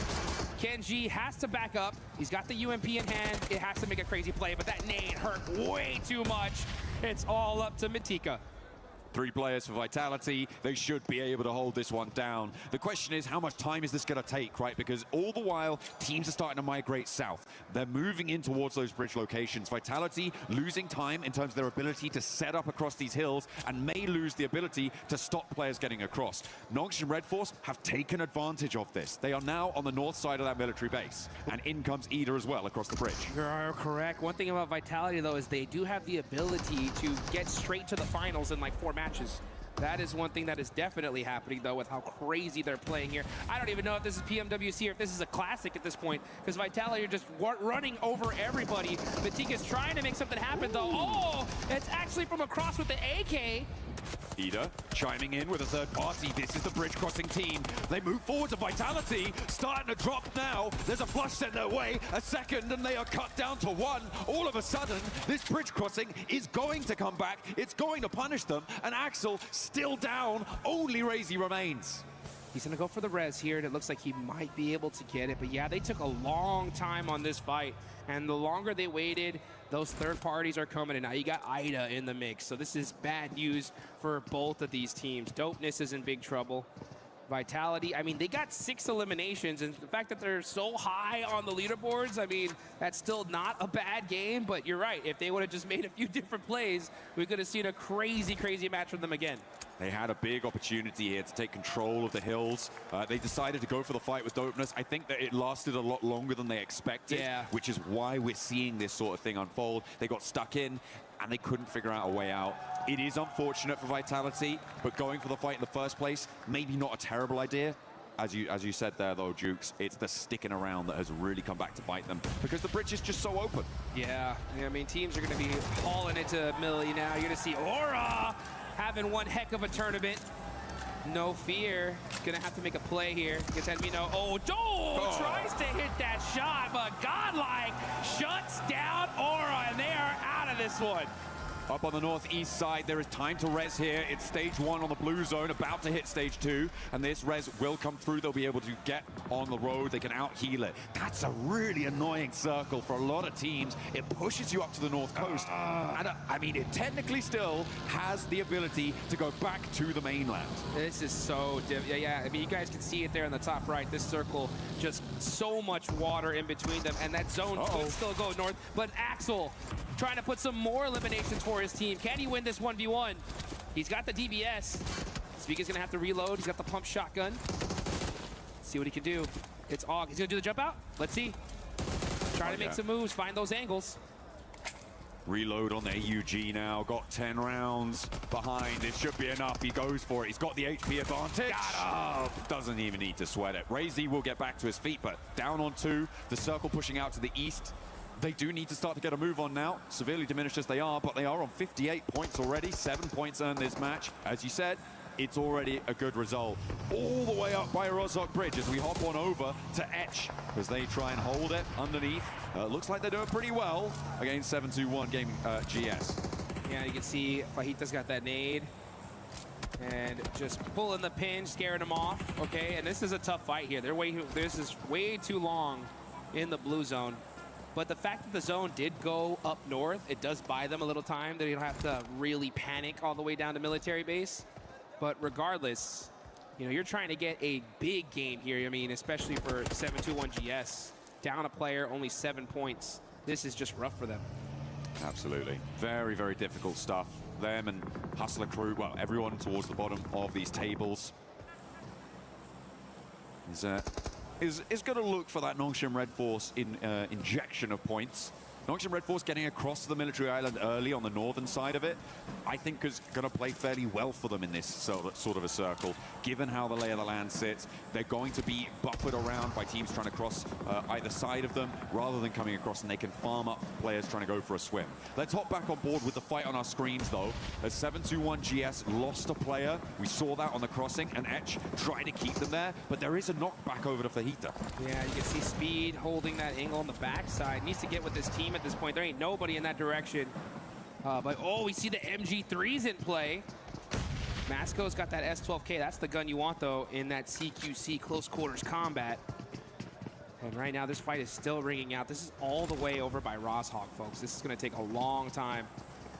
Now we're starting to see some util get thrown back and forth, and everybody's just trying to wait for that first critical knock. Oh, Alico should completely see NASA there.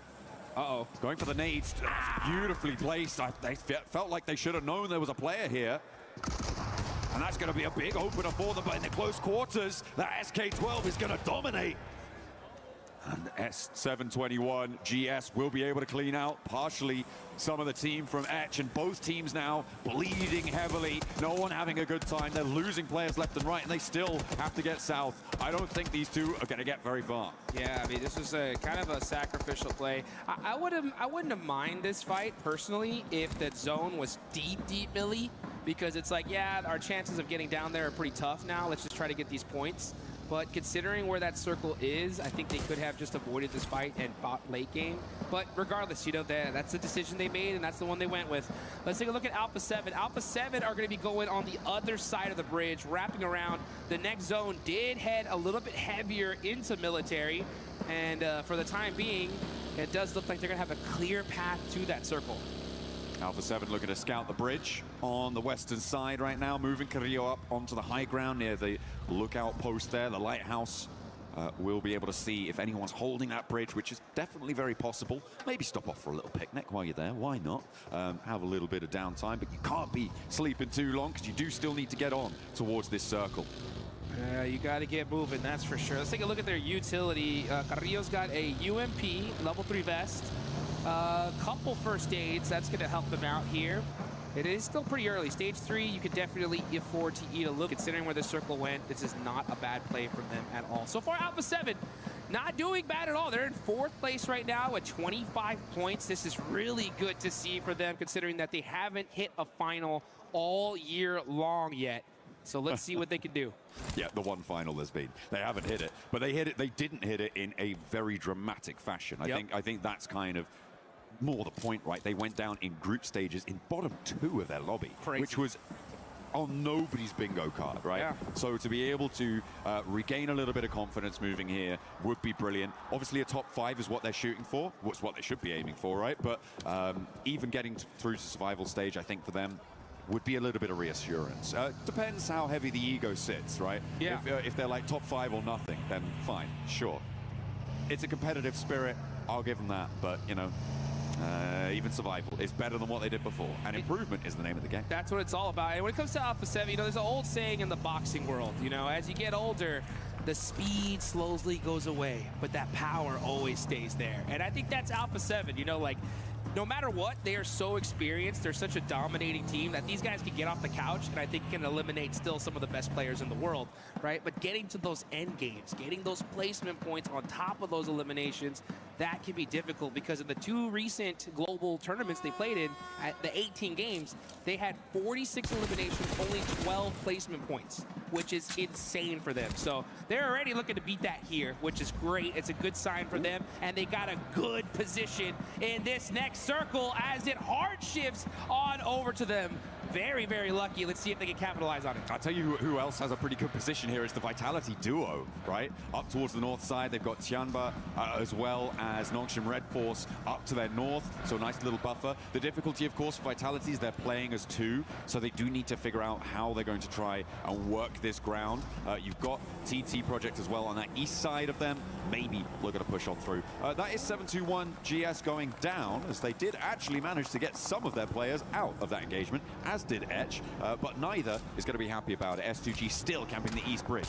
Yeah, and on the western bridge, it looks like we're going to have Godlike coming in a little bit late. There is still quite a few spots in this circle, so it is going to work for them. And yeah, but let's take a look here at this bridge camp. You got S2G there, gatekeeping for the time being.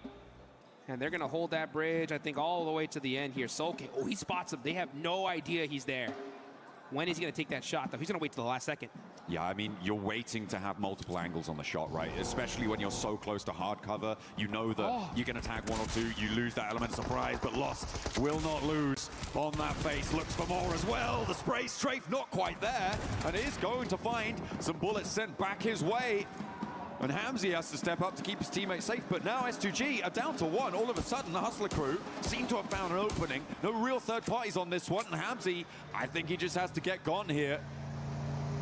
Yeah, his whole team's going to be taken out. I mean, this is stage 4. The blue zone's hurting. Loco is looking crazy as he's on the move here.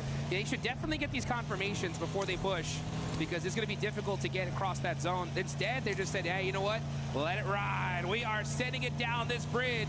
But for how long are they going to make it across? MCG is up there up top. When is he going to take these shots? Let's see. I don't think he's going to have the angle to do it. If they break right here, they're going to crash straight into Yangon Galacticos instead. A Smile starts to unload the clip, finds Loco, pulls him out, switching into the driver's seat's not quite enough, and Yangon Galacticos send Hustler Crew for 6. And yeah, that's going to be them out of here. So 16th place, tough start for them. Still Miramar left to go. We'll see if they can bounce back. But this is one heck of a game here, as this zone down in military base on the northeast side near the bridge. It's going to be a hill finish. There are quite a few little dips and valleys that teams can hide under and make some plays in. So we still have 11 teams remaining here. Everybody just waiting for that next circle to pop and deciding just where that fight's going to take them. During the middle of all that, Vitality getting eliminated, allowing TT Project to take a central position here, puts TT Project in the driving seat of these hills in terms of stopping control. There are high grounds around them that technically have more oversight and things, but they are a linchpin of it. Going to force everyone to fight around the sides, and one of those fights is Godlike. Ida will be next on the chopping block, and Alpha 7 maybe after that. TT Project, though, steal a point away. Darkin does get flushed out, and now it's Alpha 7 still looking to try and handle it. Revo, will he connect? No, they're not quite finding it, and that's damage being done. Dishing out Death and Godlike send them down. Alpha 7 standing with no force against Godlike. Ole is Obscure is now on the other angle here, trying to make some plays all by himself, but he's running out in the open. Nice little spray back in return. Abino's gonna go ahead and heal up, wait for his teammate, and that's Godlike taking out Alpha 7. What a roll-up from Godlike. Alpha 7 didn't know what hit him. Woo! And now from the west side, Godlike are going to look to push across. TT Project wanted the third party, but not enough blood was drawn against Godlike for them to find a worthwhile pursuit in going for a consistent, a sustained third-party hold here. They're now regrouping out to the west, and they know where the major danger's coming from now. It's on the west side. It's Godlike. Yeah, Godlike fans right behind us going crazy on that fight. They like to see that. Alpha 7 fans not too happy on that one, but they're still sitting in 4th place for now. We'll see what the drums? Yeah, where are the drums? Where's the Vuvuzela? What's going on? I can't hear him. Well, you know what? Well, you'll probably hear them in a little bit, that's for sure, as we get into the desert coming up. But we got this match to look at. We got Tianba in the mix, and Tianba, man, in 12th place so far, haven't had that crazy pop-off game, but in my opinion, it is only a matter of time. QZZ is an absolute animal. In my opinion, one of the best players on the planet. He's a 20-year-old Chinese superstar.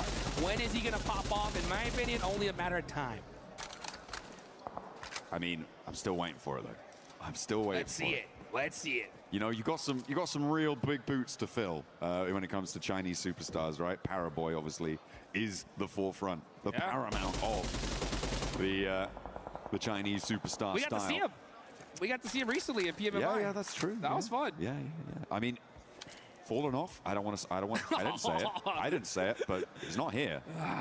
You know, we got to see him in a little bit of a show match for those guys that missed it, and it was good to be able to see kind of like the old Nova squad compete once again. Now, they did end up having to go against the likes of like Revo and Aurora, and that was pretty dang tough considering that these guys are the modern monsters of these days.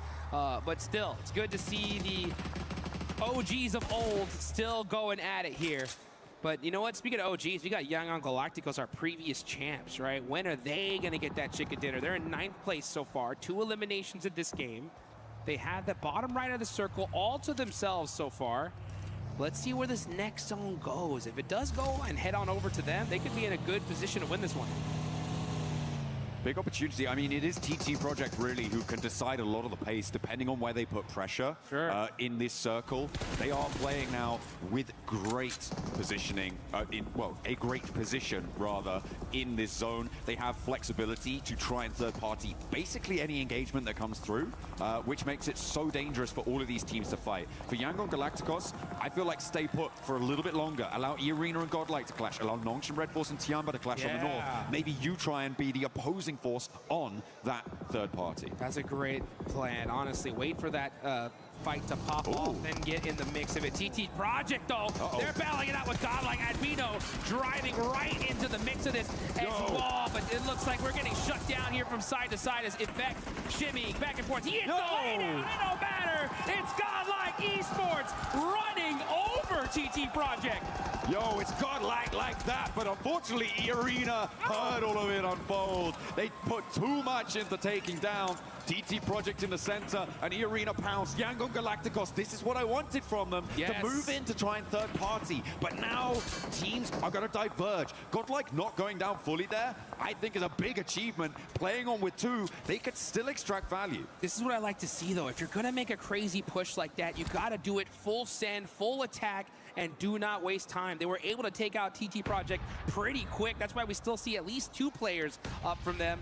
And they got a good amount of eliminations in this game with 10. Oh my goodness! Mania taking out Schweppes! Godlike is on a run right now. 2v2 now between E-Arena and Godlike. Yangon Galacticos now moving Smile in to try and have the numbers advantage. Nongshim Red Force are taking shots from across the way, from across that road on the northeast side.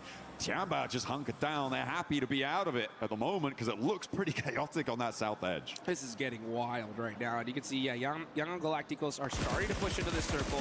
The fight has calmed down, though, so they don't have that easy opportunity to go for a third party. But hey, little by little, just try to get some more information. And you can see Say Cloud, he's got his eyes on Mormon right there.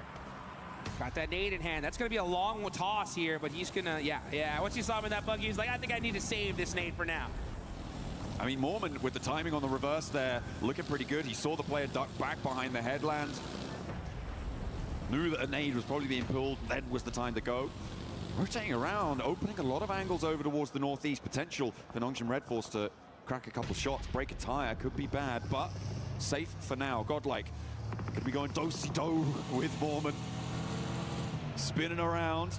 And Mania has a little bit of trouble. Joker spots him, and it's a flush, leaving just one player now for Godlike. But they've got deep into this game, Duke. 6 teams remaining. They've got 11 eliminations. This is a big match. They're up in 7th already. Huge match from the side of Godlike. That's going to put them in a great spot to try to reach that top 5. That Joker getting taken out as Young Galacticos are now like, hey, you know what? It's time for us to get some eliminations. They are controlling that south side. They're still outside the circle, though. They need to find their spot on the way in. Let's see if they can get there. And now Nongshim Red Force are starting to move around. Yangon Galacticos have fully committed to this angle, and if they can get rid of the stragglers, maybe it's going to work out for them here. But Nongshim Red Force, in the meantime, have established a chokehold on the rest of the circle. Yeah, Smile forced to jump out of his vehicle. That's Mormon gone. That is now the top point sponges in this lobby are out. This is a huge opportunity for teams in that mid pack to try and catch up to them. You still got Tianba there, right? We've been waiting for them to pop off all the way in 13th place. They have their whole squad up. Let's see what they could do. But like you mentioned, look at that. Our previous game winners, Nongshim Red Force, they are spread out, controlling this circle. I love it. I mean, XCY up on that high ground position, out across the way, controls the low ground between them. Unfortunately, he's going to have to move here, as is TZ on that off angle, and they have to send forwards. Yangon Galacticos finally take down the last player for Godlike, but they should be so proud of what they've done this game. They are being brutally efficient on those fights. They're on 19 eliminations. Wow. Dukes, that's all but 4 of their points right now. Monster game for them, and a huge bounce back. Let's see what Yangon Galacticos can do, though, because now with taking out that player, they can have some real estate to control. We still got a few big teams here. We got 3 full 4-man squads and a solo on the side of Ida in this match. And let's just see where this is going to go. One last circle shift to go, and then we're going to find out where this end game is going to happen. Yangon Galacticos kind of corralled now onto the south side. This is what I was worried about, that overcommitment potential to that southwest edge, but they do still have quite a bit of ground to play with, and Tiamba are going to start to look to flex out. You can see Hyunbin, he's got that AUG and the P90, right? Ooh. What an absolute monster. This guy's only 18 years old, and he is one of the best PUBG Mobile players in the world. One of Maxman's favorites, that's for sure.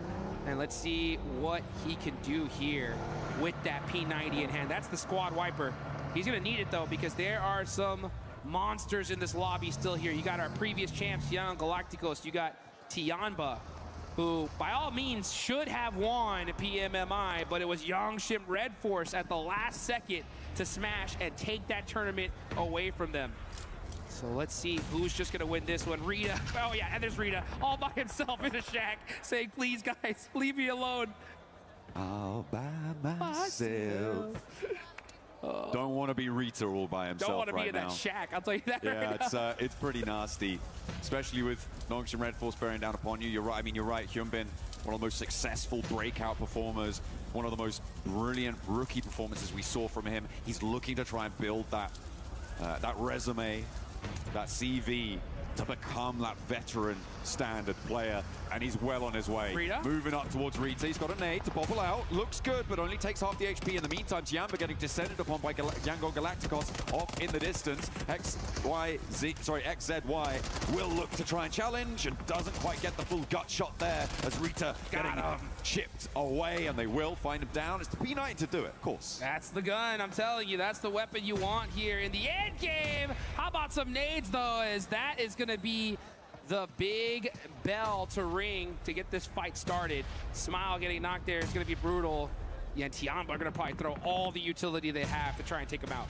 This is so well orchestrated by Nongshim Red Force throughout all of this. They have taken so much ground. They've stopped movements. Tianba being reserved in their compound. Now looking to try and break out. And Yangon Galacticos, they are now trapped in the middle of Nongshim Red Force, out of the blue zone. They are going to get pushed by it, and I don't think it's going to go well for them, Jukes. I think it's a back-to-back chicken dinner from Nongshim Red Force. They have so much control, and these two teams are fighting each other, like you mentioned, outside of the circle. Yep, here it goes. So easy, and it's feeling like that for them because the blue zone's on their side. It's how many eliminations can Nongshim Red Force get? Yangon Galacticos trying their best to stay alive, but they're two players now. Tianba do still have a chance here, but Eagle is going to step straight to the firing line of the backstop Nongshim Red Force position. Say Cloud trying to stay alive, but TZ's just making it so hard, and they are really, really going to find it difficult to get out of this divot. Has the hovercraft as well. The fade away with the nade, finds another knock, and now Yangon Galacticos only playing as one. Say Cloud spotted out, but has to back off the volley of fire. He'll leave the hovercraft on about a quarter of its HP and is draining quite quickly, but now he's got a huge amount of ridgeline cover as Romeo gets flushed away. Man, that just, it's like such a crucial wall. Oh, and those nades are disgusting. Dizzy putting that cover right where it needed to be, and having this hovercraft right towards the end is even better for the side of Nongshim. This is the final circle here, folks. This zone's gonna go down to nothing. Nongshim Red Force have the dead center spot, and Hyunbin gets a Molotov onto the side of Tianba. These guys are completely trapped. Yeah, Yangon Galacticos finally going down. Tianba starting to bleed on the low ground too. They are having a real tough time of it. And this high ground angle, TZ has been so operative, so commanding in these off angles over the course of these last circles, and is looking to open another can of Warpass. Woo, and that's exactly what's happening, because you got another can of Hyunbin down south with that P90, and that is it. It's a back-to-back chicken dinner on the side of Nongshim Red Force. That is how you do it. Masterfully orchestrated in those final circles for Nongshim Red Force. As soon as Yangon Galacticos stepped out of that middle position, they were like, guess this game's ours now. We'll have that one. Thank you very much. Oh, man, I remember I was talking backstage with one of the fans out there that was just looking at PUBG Mobile for the first time, and I was like, hey, you see that team right there on the bottom with 6 points, Nongshim Red Force? That's one of the best teams in this lobby. And they were like, well, why do they only have 6 points? I was like, you just wait and see, right? And I think if you're listening to this, you have seen now, because Nongshim Red Force, 2 chicken dinners back-to-back. These guys have rocket launched themselves all the way up. Military Island, man, what can you say? It's going well for them. That rotate in to get there nice and early on the north coast, that saw them so nice, and it's a lot to do with a vitality felt in that early game as well. Yeah. Getting stuck into a fight instead of maybe even allowing other teams in the area to hold that bridge for them so that they could establish more of that ground, maybe go deeper into the game. Not that it was a bad match in terms of point scoring for Vitality, but still, maybe a lost opportunity. I think I would be way more critical on Vitality if they just have such an insane amount of points, right? But considering that they are like all the way at the top of the leaderboards, I'll give them a little bit of slack, right? I mean, you're allowed to flex a little bit, right? You've pretty much almost secured a top 5 in just a few matches. And yeah, 7, still great game, but you're right. I mean, if they would have made a couple adjustments, considering that it was military, it could have been 20 points for all we know. I feel like when you're at the top of the tables and you're doing so well, I want to be more critical of you in a lot of ways, right? I want to hold you to a higher standard because that's the bar you set for yourself. And if you're not up to it, what are you doing earning all those points in the first place, you know? Come on, give them back. You know what? That's a great point, though, because if this was the finals, it would be a different story. That's true. Right? Because that one little mistake could be the difference between becoming our champions and second place or even third place, right? Especially the fact that we've seen the smash rule come into effect so critically, you know? So, yeah, you know what? You're right. I mean, I think that you definitely got to take every opportunity you can. No matter how high you're up on the leaderboards, just be relentless no matter what. Yeah, you got to keep that train going. You got to keep that momentum. It is the most important thing, especially when you're talking about shorter game sets, right? Where you're playing 12 matches in your group. The single match is so much more important. When you start to expand, as we will over in the finals to, well, technically at least 14 matches with the Smash rule, it is going to get a little bit harder to stay towards the top. But Vitality will hold that accolade. Let's send it down to the stage with Kalaris. Yes, thank you very much. Down on the stage here to get a word from Axel after looking fantastic throughout the day so far. No chicken dinner just yet, but a third, second already here. Very much on the way to being able to qualify. So first question, based on this, PMGO and PMMI, it didn't look as great for you guys, but here so far today, it looks amazing. What has the preparation been like coming to PMWC? Jadi tentunya buat turnamen PMGO atau PMMI itu bukan turnamen yang kurang baik untuk tim Vitality. Tetapi apa sih persiapan kalian dan perbedaannya dari turnamen yang terakhir dengan turnamen kalian di saat ini? Yang pertama, yang pasti dari PMGO dan PMMI kita kayak belajar banyak banget. Kayak banyak hal-hal yang baru kita dapetin bareng. Jadi kita datang ke PMWC dengan hal yang udah kita bawa dari turnamen sebelumnya. Dan kita pasti belajar banyak lah dari hal-hal itu. Dan semoga kita bisa terapin sampai ini ke final. So yeah, I mean we learn a lot. I cannot go into details like what we are learning, but we are like bringing it here in PMWC. So far we're doing good, and just hopefully that we can continue this until the finals. All right, and from what we've seen so far, Axel is obviously looking fantastic in the IGL position, but also putting up a lot of eliminations to try and challenge for that MVP spot. Is that something that Axel's kind of looking at, and does he think he can keep that up? Oke, dan tentunya kamu hari ini memberikan performa yang bagus banget, bisa dibilang MVP level performance gitu. Apakah ini sesuatu yang kamu tuju atau kayak enggak juga, atau mungkin ada pendapat tersendiri? Kebetulan nggak ada sih, karena dari dulu aku kayak berusaha selalu ngalah buat ngasih temenku main enak aja. Cuma mungkin hari ini lagi wangi aja. Cuma nggak ada ke arah sana sama sekali. So usually it's not like this. Usually I've tried my best to make my team perform more, make my players more comfortable in their roles. But I don't know. Probably today is just like a beautiful day for me. And yeah, we can see. All right, well, thank you very much, Axel. You're looking awesome so far here. That does it from us down on the stage. Back to more for PMWC.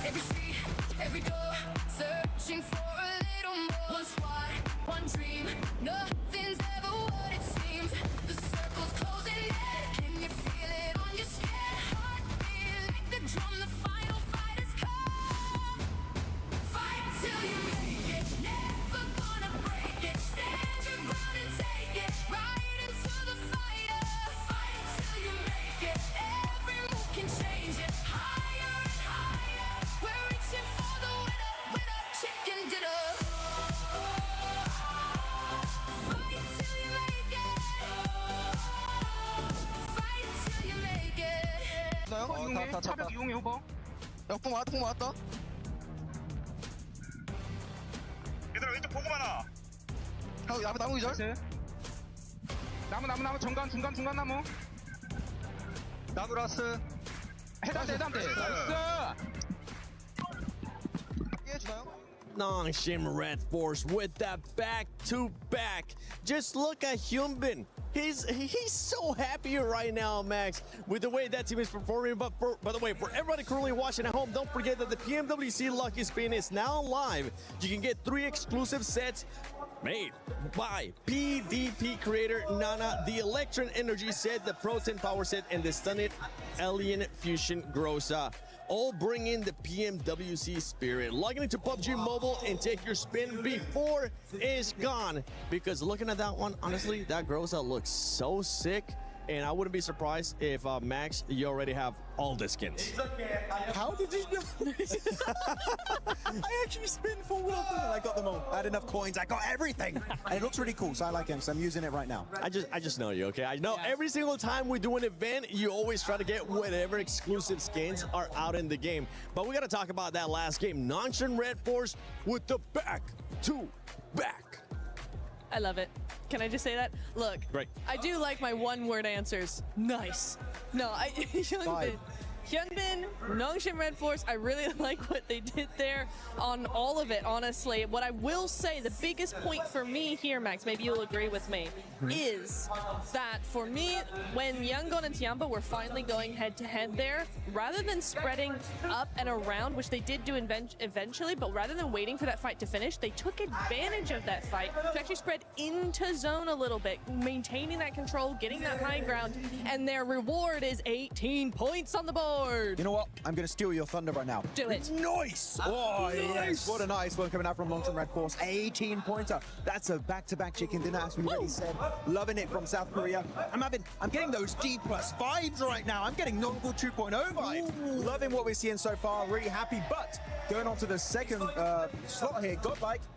Interesting to see, right, Seven? No hot drop, how it can do for you in these games. Exactly. Don't worry. We'll get a chance to talk about Godlike a little bit more. Tiamba. How about Tiamba? Tiamba with that great performance as well, putting up those numbers. Tiamba really hasn't been putting up much. And also another team that I wanted to touch base on, Lace, is none other than Yangon Galacticos now having back-to-back good performances. Yeah, I mean, top 5 in the last 2 games, but not too much to show for it. Then coming into this match, and as the PMWC Championships, they have finally picked up the phone to their goddamn wake-up call, because I could not understand why this team had to take this long to get to this point. Now, we're obviously in this final zone. They didn't have the cover to sort of protect themselves from it. They had to just bide their time to make sure that they can get those placement points. But I mean, it moves them from 15 to 6. Yeah, it does end up moving them from 15 to 6 because of the sponge points. Something that we ended up seeing there is in the top 5, there was none of the top 3 teams, so allow other teams. And you were talking about Godlike. Guess what, Godlike? This is what happens when you don't hot drop. This is exactly what I've been talking about. And we can look at the stats here as S-Power was able to get those 4 eliminations. Oh, finally, just give it up. It's just not worth the hot drop. They're really happy behind us, though. They're not hot dropping. They're really hype about it. But no, going to see when you don't hot drop, look at that. 4 eliminations, 3, 2, 2. Especially Some. What a save earlier. He got the entire team reset. This team is looking great so far. Man, I just want to talk about Manya's decision to make the largest rotate over to the eastern, well, not from the eastern side, the western side's bridge. They were able to scout. There were 3 teams on that east bridge. They made their way around to the western side. They obviously moved their rotation into there. They were able to obviously protect their 4 eliminations early on, but my God, they actually then took notice of IDA's split hold, took them down, and quickly advanced and moved their rotation in. And then Alpha 7 came out of nowhere. Oh, we're going to third party this easier. No, Godlike read that like a book, were able to defend them off. And look, usually, you know, we're going to say, you know, there's a couple of like clutch mentalities, but we're handing that over. We're handing that over to Manya because that was an absolutely insane performance to be able to defend through certain teams after that entire long rotate. It's the next one. It's it me wasn't next. you. I dodged it. I was so quick.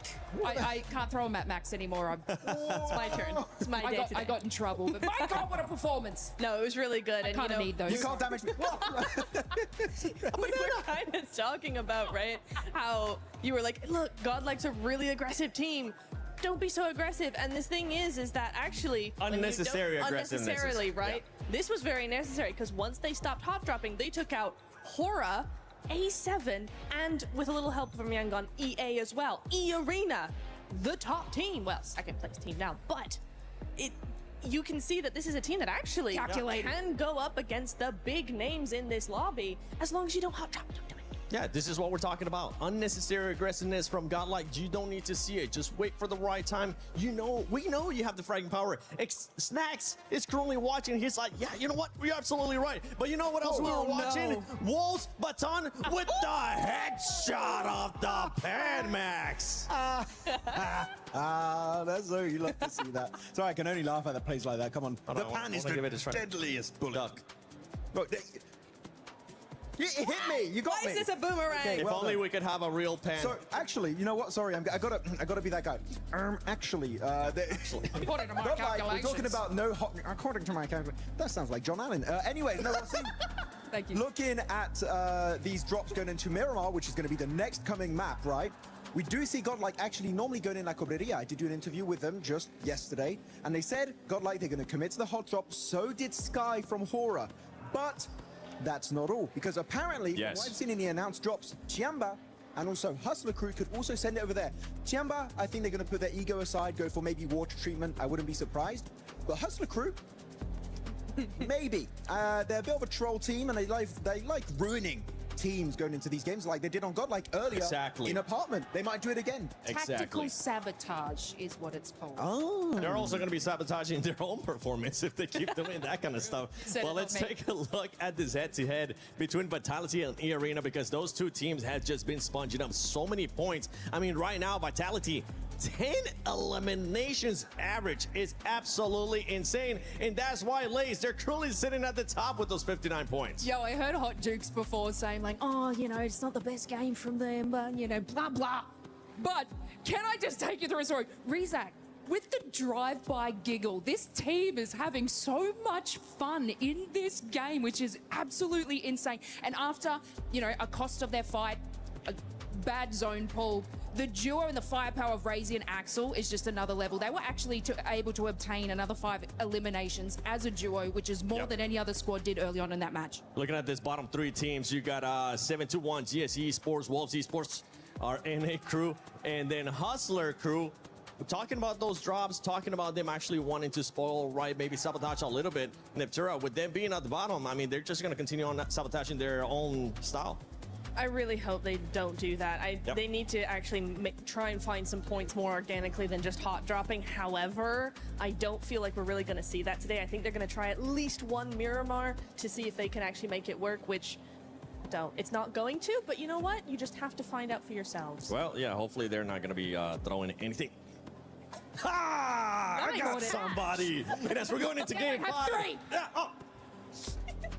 Not at all. You see that? Let's go to stage. Anytime now.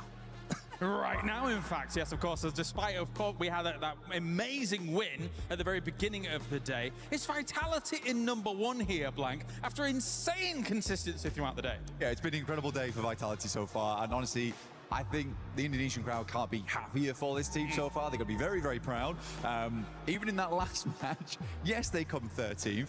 However, of the 8 eliminations they got, they took out everyone else and then went out by another team. So these guys are having a great time. Consistency's through the roof, like you say. It's also awesome because it feels like a spiritual successor right now. You've got Razak and Razy. It's like Zuxi and Luxi of the past. You've got Axel who's doing incredible work on his own.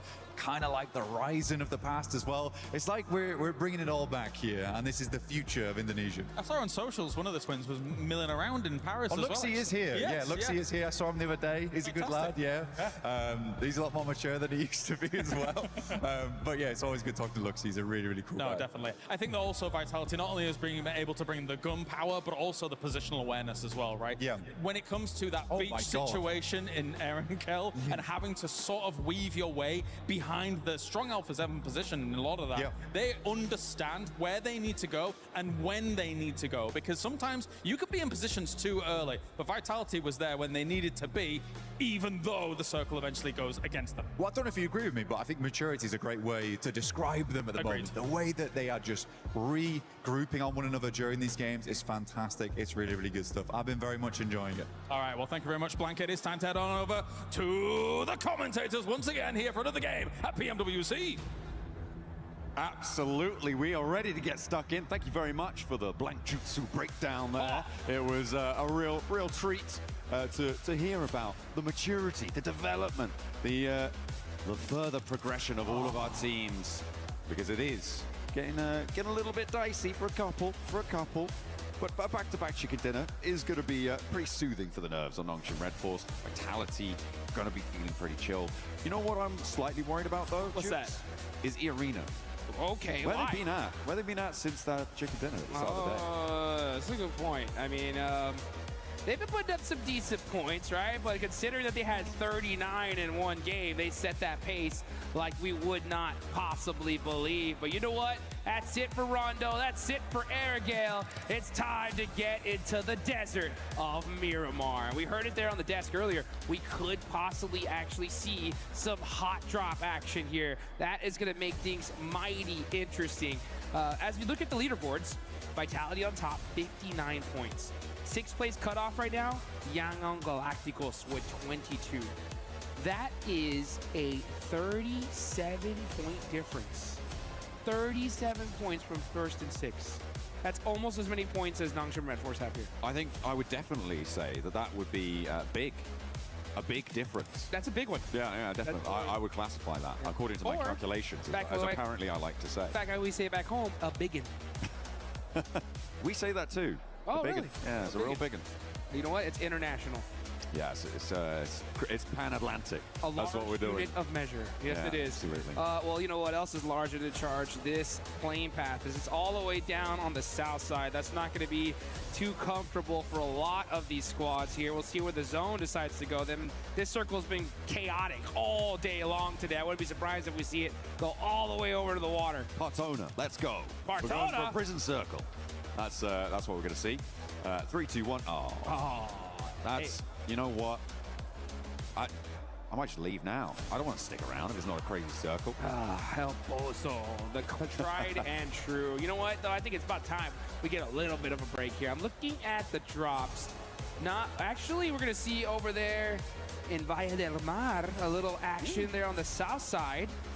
Looks like ETSH might be in a little bit of a hot drop situation, and all the players going up north hunting down some vehicles. We could see some shots out of some cars. Yeah, Edge and Yangon Galacticos going to be going toe-to-toe a little bit on a hot drop there, but they have taken either end of the settlement and not really committing for the vehicle drops either. They do have, I believe, one vehicle on the back line, so for Edge, you could just grab a vehicle and send away, but looks like they want to stick around and maybe try and vie for the spot instead. Godlike alone in Los Leones, and we are going to be seeing that western side start to pack in, I'm sure, as teams make their way out that way and try and make themselves look as good as possible. If you want to look as good as possible, you need to be heading over to that Uzumaki Naruto event, grabbing those fresh-looking skins. Look at the firepower on that skin. Woo, that Nine Tails Fury right there. And it is insane. Those guys that have played the event, man, let us know in the chat if you're able to take down the Nine Tails, because that man does not mess around. I mean,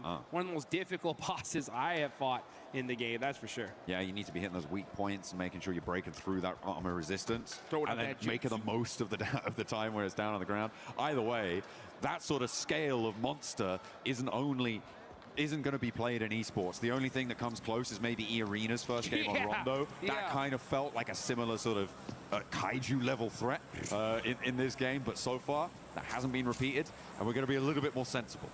They definitely, channeled his chakra, that's for sure, in the first match. But, just like in Naruto, it fades away. You know what I'm saying? So does it fade away? I think it lingered a little bit because they still have a whole points here, but Vitality, somehow we're able to pass them up, which is just crazy to me. But the one difference that we have from Group A versus Group B is there are some serious point sponges here, right? It was pretty close for the most part when it came to Group A, where we felt like any team could make it in the top 5. The thing is, though, with these next 2 matches to go, if we continue to see, you know, Nongshim, Aura, EA, Vitality, you know, even if Alpha 7 get a win here, it's going to be pretty difficult for these teams to try to make it straight to the finals. Yeah, absolutely. But I mean, to be fair, 5th place being 25 points, like that's one kind of good game, right? From a team all the way down towards the, well, I say kind of very good game, a 15 Elim chicken dinner. That's doable, right? Sure, that is a very reasonable thing for a team to be able to achieve. So literally anyone at this point could just jump straight into the top 5 if they've got that firepower behind them. They get a position. And by top 5, you mean just 5th place. Oh, well, yeah. Yeah, right? 5th place is top 5. I checked. That is true. I mean, that's what's so crazy, though, considering that, I mean, 38 to 25 from 4th and 5th is wild. So, yeah, I mean, we still have that 5th place spot that's looking good. But, you know, if you continue to give breathing room to those top 4, then that only leaves 1 slot available tomorrow, and you do not want that. And there's some serious names below that top 5. You got our previous champs, Young Galacticos, right there at 6th. Our PMGC champs barely holding on right now in 5th. And Tianba, a monster squad right below them. So, man, it's going to be pretty wild to see how things ring out here. You can see the coach corner. As we take a look at these guys, every single time we see the coaches, I want to see them smiling, getting hyped. You know what I'm saying? Like, let's get, but it's just serious business from these coaches. Hey, look, they got to be digesting all of that information as fast as possible, because you don't have a long time to convey it to the team, right? So you need to be looking at those early stages. I think they'll be focused in now much more than maybe in about 5 minutes. Then they'll come back into it a little bit later in the game. But these early game negotiations with the lobby are going to be pretty important. So I think, you know, fair enough that they're locked in. It's almost like they're trying to take this seriously, Jude. You know, which, you know, now that I think about it, kind of cringe, actually. Kind of wild. I mean, now that I think about it, like in pretty much in every sport, anytime you look at a coach, you don't look too happy, right? No matter what's going on here. Hey, if you're pleased with your team, you're not thinking about it right. Yeah, it's right. That's right. Whoa. Go to 1 by more points. And look at this. UZZ. He's on a horse. Giddy up. And he's out of it. Some real high jumps on that guy, you know? Yeah. That's powerful, that back legs there. We'll need to consult Neptura to see if that's a reasonable amount of height for a horse to jump, you know? She is our equestrian expert on the panel. Very much so. Take a look at Alpha 7, though. Alpha 7 love El Pozo. This is their drop spot. They know this whole city like the back of their hand. So for them to be able to make it up here nice and safe and sound is going to be a great sign for our PMGC champions here. As far as teams that are not in this zone just yet, we got Nongshim Red Force, who just won 2 chicken dinners. They're all the way down south in Minas. You have Vitality in Los Leones, S2G, and Hustler Crew still trying to get into the circle. Yeah, up on the north side. Hustler Crew and S2G going to have to try and negotiate around water treatment. La Cobraria as well, potentially. Going through the Creative Fields area is going to be very, very difficult with where Horror sit. So I wouldn't be too surprised to see Hustler Crew try and swing wide out over the north, past La Cobraria, past the west side of Creative Fields, and try and find a way in that way. Either that or get much closer to San Martin, but I just don't think that you can move freely on the north side of this circle by going straight past Creative Fields. I just don't think it's going to work out well, and I think that they may have read that. Yeah, they're going to be trying to find themselves their best spot possible. But oh, looks like we do have a fight, and it's going to be Slownik battling it out with TT Project. Going to go for a little 1v2 action here. Pulls a pin, fakes it, jump shots. Oh, he's got to watch out for that S12K. Yeah, back it on up. Now getting hit by that. He's going to have to find some cheeky angles here. Oh, the jump shot ends up catching it. But here come the rest of the Wolves. How are they going to be able to save their teammate? Looks like they might have just done so and just in time. And now in comes back to hold the angle, get the flush as well. Slonic is very, very low though, Jukes. They do need to get him picked back up right now if they want to try and make this one work. Neos is still on the top floor. Slonic is bleeding. He's bleeding out, and down he goes. And down goes Neos. He's dropping down for the fight, but it's not going to go well. Necessary does what is needed. And FPS steps forward to try and challenge it yet again, but he's the last to stand for TT Project. This is going to be the Wolves all day. TT Project take a tumble. Oh man, and what a play for the Wolves here. Our NA representatives getting that fight done, and they are in elimination range. They are all the way at the bottom 3 here, so with that fight, it does push them up a little bit. Hopefully to try to at least make the survival stage and extend their tournament life just a little bit longer. But it looks like we may just have a true El Pozo circle here. As now we're gonna look at Vitality getting some shots downrange as well. Getting stuck in as and needed. Ooh, 2 of them are down though, and it's up to Federales and Axel to try and hold off against ETSH. Against Etch, that's a good start. Leveling the playing field now on the numbers.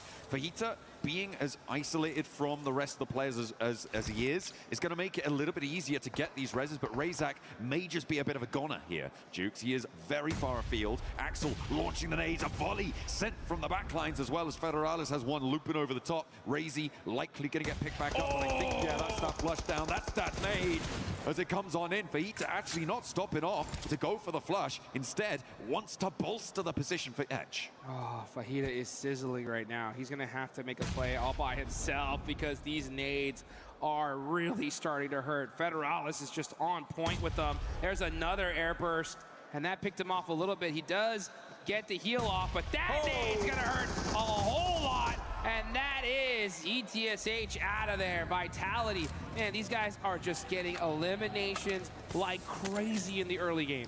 Hitting those nades like 5 big booms for Vitality. They are doing bits over on the south side, but they do need to get a move on. No one really too close enough to cause any worry for them in terms of third parties, because they are outside the circle. They're going to have to push up north, past Montenuevo, and try and find where they can slot on in.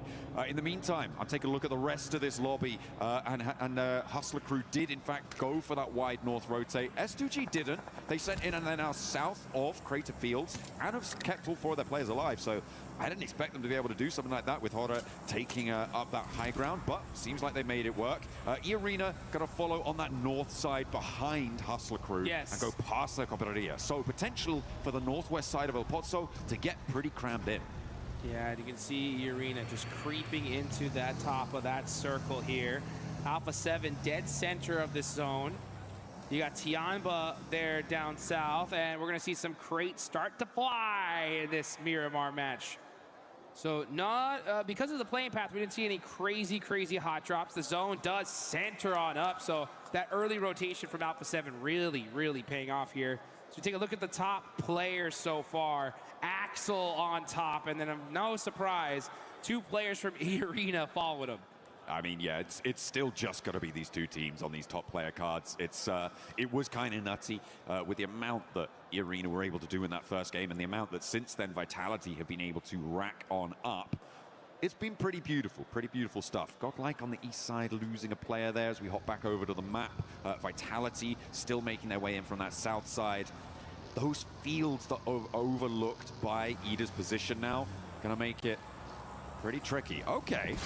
Oh, I kind of like this approach. Hops out with the parachute, jumps on top of the mesa. Okay, looking pretty stylish with the stunts there. That's how you get it done. The question is how is he going to get down? Yeah, I was just thinking that. That's the problem. So we got STG. They said, you know what? We don't have to worry about getting down. We're getting into this building here.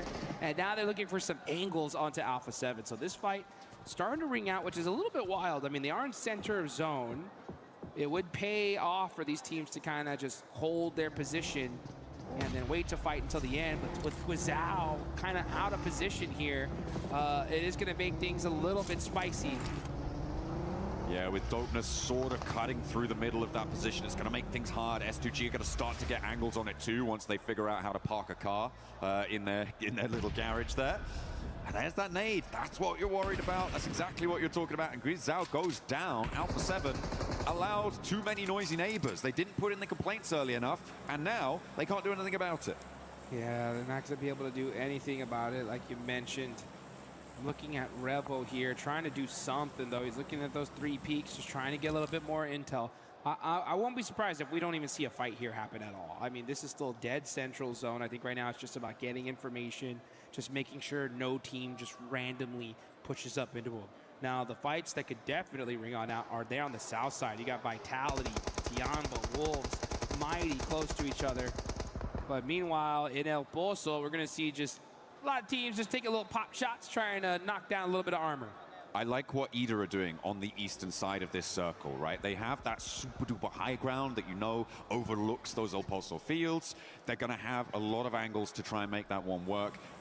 And I like what Rita has done here. Move down. They know that they're not under threat from their east side anymore, which means that they can, well, almost certainly not under threat from their east side, not technically guaranteed, but certainly a little bit assuaged. But moving Rita out, I really like that. Gives them a foothold to move down because they're very likely going to have to leave this high ground. Yeah. So they can start to scout out the angles that they can crash towards in those fields out on the east side. So hopefully we're going to see a Turkish team have a good game here. Yeah, the zone definitely goes to them. Oh, and it kind of does. Wow. I mean, it still have some of that play in for them. So this could be a huge opportunity for them to get some points. If that next circle definitely hard shifts onto the east side, they're going to get a crazy, crazy game because that open field is disgusting. Like, if you just try to take one of those little hay bale areas, you're committing to there for the rest of the game. But now we're going to see Vitality, Team Vitality getting to it with Tiamba. This is a huge fight. I mean, Tiamba not really getting into it at all, actually, sending straight across the open field. Okay, Vitality and EDA both actually vying for the warehouses on the south side of the field. EDA committing there. Tiamba trying to get across out in the open, losing another player. And now, I mean, EDA crunching in Vitality. It might just be working out beautifully for them. It's going to send Vitality away, deny them access to the eastern portions of this circle. See on the west side, we're looking at E-Arena and Nongshim Red Force. Ooh, yeah. Schwepp scatching XCY. Gonna be looking for some more players here. Hyunbin mighty close. He heard that pin get pulled and he said, let me time to back it on up. This is a very difficult area to nade. You have to throw it literally in the perfect position if you want to get it on. And now Tizzy from across the way, putting a little bit of pressure. Gonna go ahead and get his teammate back up. And it definitely looks like this fight's going to ring out all the way to its bitter end here. Because this zone is not kind to either of these teams. And yeah, E-Arena is just trying to find some room to work with. Trying to roll on up to the back lines, take that 2 versus 2 fight. And it's going 1 for 1, but they're hitting the drop shots. It is brutal. And Nongshim Red Force serve a lesson straight on up to half of E-Arena, and the other half is nowhere to be seen. Big nade in as well across the way. That flush comes through. We're on stage 4 here, which means the zone is survivable, but you don't want to be staying in there too long. Another nade goes a little bit longer, and Hyunbin wants to load one more into the old arm cannon. 30K trying to make a play here, putting some shots on the Tizzy while he's in the blue zone. And you are right, man. We saw E-Arena go crazy in Rondo. And oh, that would have been so good. Yeah, since then, things have been a little bit difficult for the Thai squad. Tourniquet's got that nade, though. This could be dangerous if he hits it. Doesn't quite get the mark. And now Nongshim Red Force are getting their whole squad together. This is not good on the side of E-Arena. Yeah, they didn't manage to win that fight out on the east side. I mean, it was a little bit of a gamble, but probably a necessary one. Unfortunately, this time around, it did not go their way. And Nongshim Red Force are looking pretty stalwart in their hold. So easy. Moving across through those smokes, waits for the nade, darts past it, and they are just moving across. Vitality, in the meantime, though, have moved up, and this is going to make things tricky. Razy wants to unleash, but it's Tizzy who goes down to Federales, and E-Arena are going to strike immediately, snapping the points where they can, but no, not going to happen. What? All of them go to Vitality. That's crazy. Somehow wasn't able to steal that elimination. Just looks like he may have just shot him down to half an HP and it ticked him on down.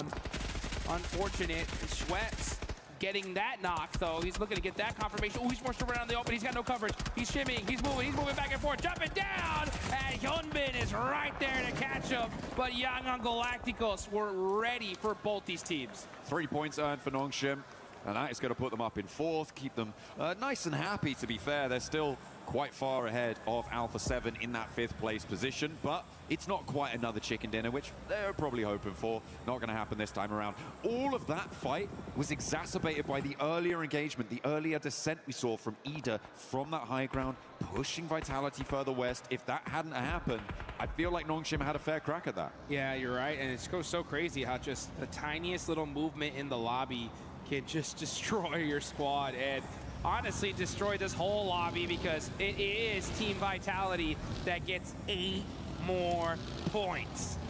67 total, and we are not done with match number 5. There's still more to go. If you could believe There's another game. There's a whole extra game. 67. This is whoa. Careful with that. Careful with that sort of numbers. But we are going to be heading into match number 6 after this as well. And yeah, it's pretty nasty to have a team like Vitality putting on this sort of a show. With the 8 eliminations they've got so far this match, Ida potentially vulnerable to losing Rita as they chase on in. Meanwhile, over in El Pozo, though, there is a charge through the high street. They say the high street is dead, but it might just be dead to rights for 721 GS, but maybe not. In the meantime, Tiamba, they were cut down to 2 earlier on. There's already a lot of damage done, and Moscow, once more, will not be able to chew, though. And that 721, I believe, just runs straight through as they try and make a mad dash out into the open. QZZ putting up a little bit of a car wall here, and this is where they're going to stay for the rest of the match. It is a great spot. This little dip is dangerous, considering that it's kind of hard to get even near there. It is super weak from the hill right above it, but no team can really take that spot because there's vision in every single direction. And for the other side of that weakness, when it comes to the side of Aura, Tiamba did set up that vehicle wall, so we could definitely see those 2 players be very dangerous here towards the end. Oh, I'm worried. I'm worried about Axel's position right now, because Emre is up on the high ground still. Axel should be broadside to him. Oh my. But he's not taking the shots. Maybe he doesn't quite have the angle. No, Emre didn't want to take the shots, certainly. But yeah, it's... he's spotted a helmet there. He spotted a helmet there. What are we getting a replay of? Crazy. Oh, the links. And... Boom! That's what I'm talking about. Love to see some sniper action anytime in this game. And when it comes to Miramar, that's a chance we get to really, really see it. So we see the big guns getting whipped out here in the World Cup.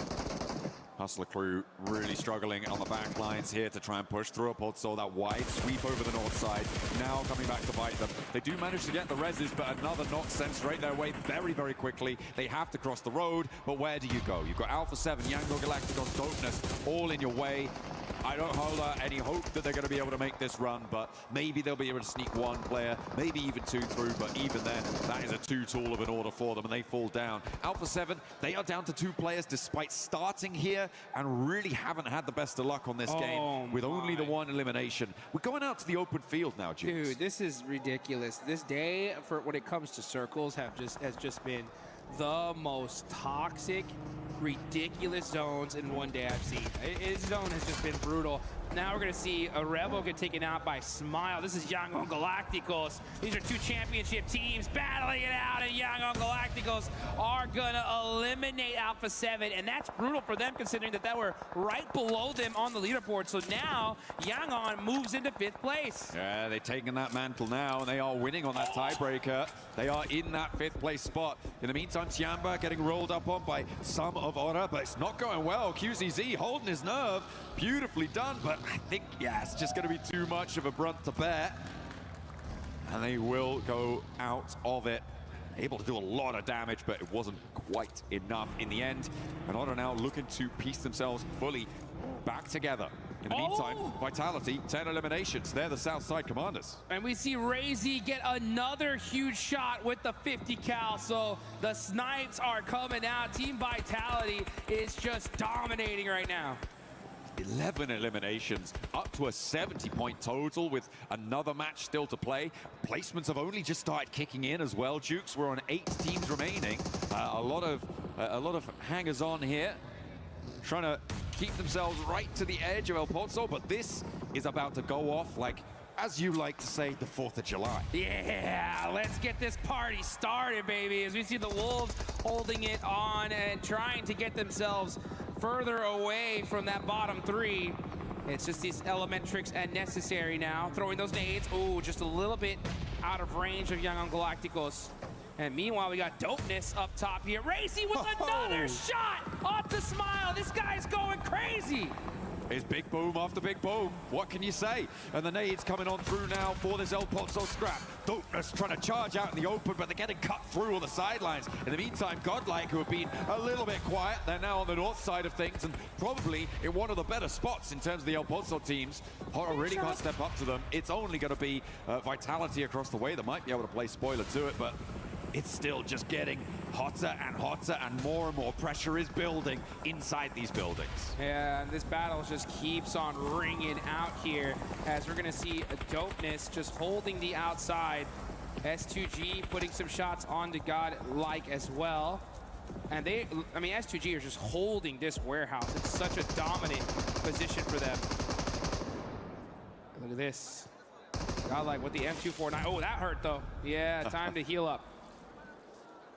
Okay, humbled a little bit there for Salme. Has to stay alive. In the meantime, they are looking for those revives. Dopeness on their last legs here, wanting to try and make it work. 2 players alive. S2G looking to fight towards the outside now. Lost, burnt back, but in steps Hamzy to take up the mantle of that duel and will be able to win it out. The rest of Dopeness soon to go down. Solkate does get knocked in the process. Vitality take a player as well from that. Up to 14 eliminations for Vitality, by the way, as Yangon Galacticos sailing down the cliffs, but I think they're under pressure. Vitality on 14 eliminations. Jukes, I said it before. I didn't even believe myself when I said it. This is unreal. I mean, Razy has been just having his way with this lobby from across the map. While we were watching this fight, Razy is just going nuts. I mean, knock after knock after knock. I'd love to see his POV here because he is dominating right now. Meanwhile, I mean, this is just, it's like shooting fish in a barrel. They're stuck. There's nowhere for them to go. S2G trying to extract as much value as possible. They've got 5 elims. Down out Godlike go, by the way, into that horror position that we saw before. But a lot of their players are suffering. 2 of them now have fallen. It's all up to Salme on the off angle here, on that high ground. He's not in the next zone, but he's got a nade. And he's going to send it forwards, takes down his own teammate, denying the point. Vitality want to watch this one drop, and Federalis wants to get closer, wants to be in with that opportunity as S2G join the jump. Here we go. Now we're seeing it from Vitality's perspective. They've got so much sightlines here, but these teams are just battling their way to find any sort of coverage. And you're going to have to hit the deck because Vitality are going to be soaking up tons of eliminations here. Razy with 7, all on his lonesome. And these hay bales are just paying dividends for this team. Nobody's really able to challenge them out in the open. I mean, maybe Yangon Galacticos, if things start to conclude, could dash straight towards Federalis on this angle here. Maybe get in with a chance of doing it, but that's kind of the only way I see this not going to Vitality. It was 88 points on that 5th place bubble yesterday for 5th place. They're within striking distance of that right now. And that nade, oh, that one is much too close for comfort. I like the fact that Wolves are throwing down these smokes just to try and make it a little bit more difficult for this Lights of Aura to hit these nades. That one looks too good, though. And Necessary is out. Elementrix is pinned between that vehicle and hay bale, so that's a perfect spot for both these players to survive just a little bit longer. Every point counts when it comes to Wolves. Yangon Galacticos will go down entirely. Vitality up to 17 eliminations now. Horror on 11 themselves on this game. And there is just no way that they don't win this one. Surely. Oh, the fire out in the open field. It's going to make things tough. That nade over the top bounces back just incorrectly there. Necessary does get a heal off, but the nade to follow it up, and Axel to follow it through as well. The fact that Wolves are still alive with both of their players right now is kind of crazy. And Horror now have to make that mad dash. I don't know how much more they've got left, but they get another burn on. Well, here comes Team Vitality looking to take this chicken dinner, and it's Razy. He's got the angles. He's got the Molotov. Burn, baby, burn. He throws it. Oh, starts getting some shots on himself, though. Now hits the deck. But with this utility usage, Vitality are just dominating this lobby. Crazy still has nades to play with as well. Sends that Molotov forwards, finds Sleepy with the explosion. Razy wants a little bit more. Just Sky now there as well as necessary out in the open field. Axel joining him for the 1-2 punch. Razy goes down and Sky stays alive now with a chance against Axel in a 1 versus 1. Necessary could backstab. There's Razy getting flushed away. A little bit of danger now. He's going to stay at their doorstep as Sky steps forwards. He looks for the feet, looks for the ankle swipe. It is traded, but 2 players now, and Necessary could do it.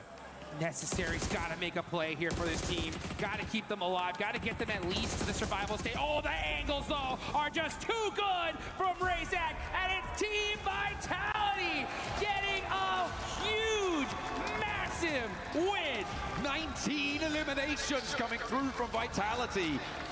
It's absolutely insane, right? Okay, sure, we saw something pretty crazy earlier on, fine. But this on Miramar, on that map from Vitality's position, to be able to get that done is miraculous. This is a team that I think has already, on match 5, qualified in the top 5. Oh, I mean, that's a fact. These guys could not show up tomorrow, and we'll still see them in the finals. At this point, it's just a victory lap when it comes to Team Vitality. And look at that I mean, no reaction. These guys are just too cool for school at this point. It's just like, hey, you know what? Another day at the office. You know, when you're a giant striding amongst the pigeons, do you look at the birds? That's no, right. you got your eyes on the horizon. And you're stepping towards those finals. Like that is what Team Vitality are looking to do. That is so impressive. We talked about consistency from this roster from the start of the day all the way through and all the way to the end. They've got so much punch. Oh, man, what a game. You can see all these other players right now looking down at the stage, and you can see them just kind of talking to each other, being like, what do we do for this next Miramar? Last game of the day, how do we do this? And I'm looking at Team Vitality, and they're just like, hey, what kind of croissants are we going to get here at this point, right? Because, I mean, we're good. Hey, you can't be saying it like that. We're in Paris, you know. You got to go full French. You got to throw out croissant. Well, we are going to head over and see if we get some better pronunciations on croissant. What do you got?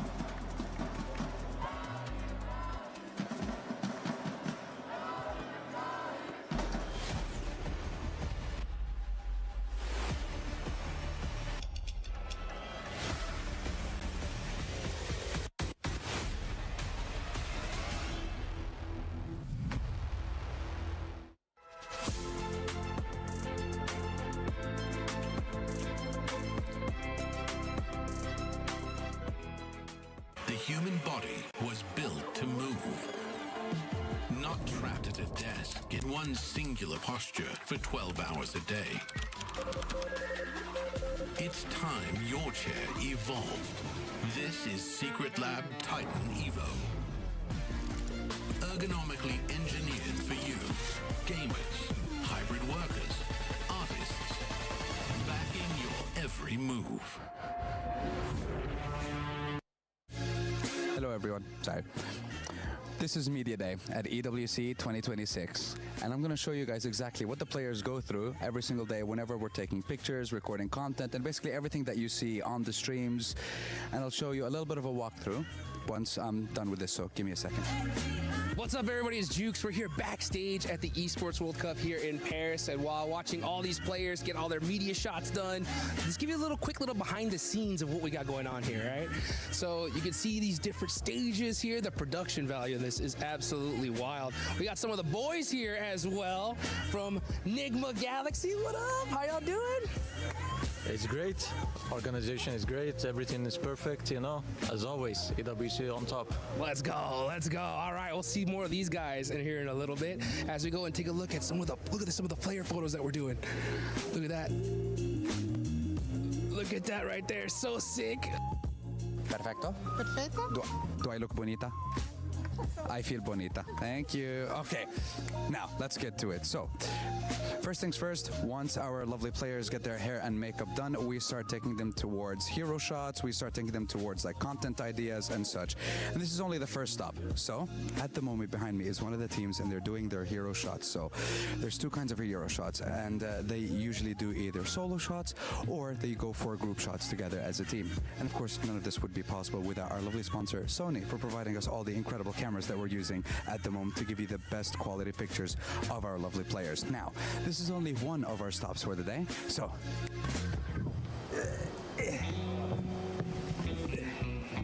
okay, that was a little bit more difficult. I don't know how they're getting the players up here to shoot these pieces of content, but hey, this is another one of the segments that we have here for Media Day, and now I don't want to get down. I have a slight fear of heights, so just hold on, give me a second.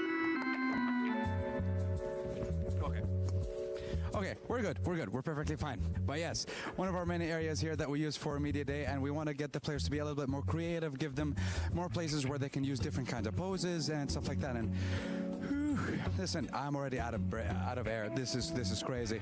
Oh, that's what they use. They have a ladder. I wish I have known this was a thing before. It was only one climb as well. You see, that was the problem. I thought I was a little bit more athletic than this. Turns out, no. So next time, use ladder. Anyways, to the next one. Now we're gonna go on over to the next set and look at this. Let's get a little sneak peek behind the scenes of what's going on over here. Look at this. Look at these guys. They're getting ready. They're locking in. We're gonna go ahead and see how this interview works, and we'll get back right to you.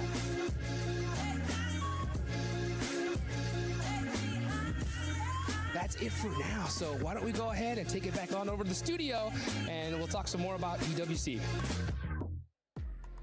Vitality just putting up a clinic here today. It was Arena at the start, but Vitality has been performing so well. Don't forget that you can join the Fan Zone experience. It's open through August 11th through the 16th. You can check out all the awesome collaborations that we have with Naruto, with Spider-Man, and you can also earn some rewards. Make sure you log into PUBG Mobile and get like they only have upwards to go, right? It can only get better. It's very true, Blank. And it's starting to get loud in the venue. We're not even live yet, and Paris is lighting it up. You can hear the excitement. They've brought all sorts of different instruments, and they're absolutely giving it. The beat of the drum is going. Paris, are you ready for Rondo? Get loud, because it's first game of Group B. Let's see what these teams can do. We're going straight through the middle of the map here on Rondo, through Bamboo, past Neox. It's going to get hot. It's going to get heavy here on the first map of the day.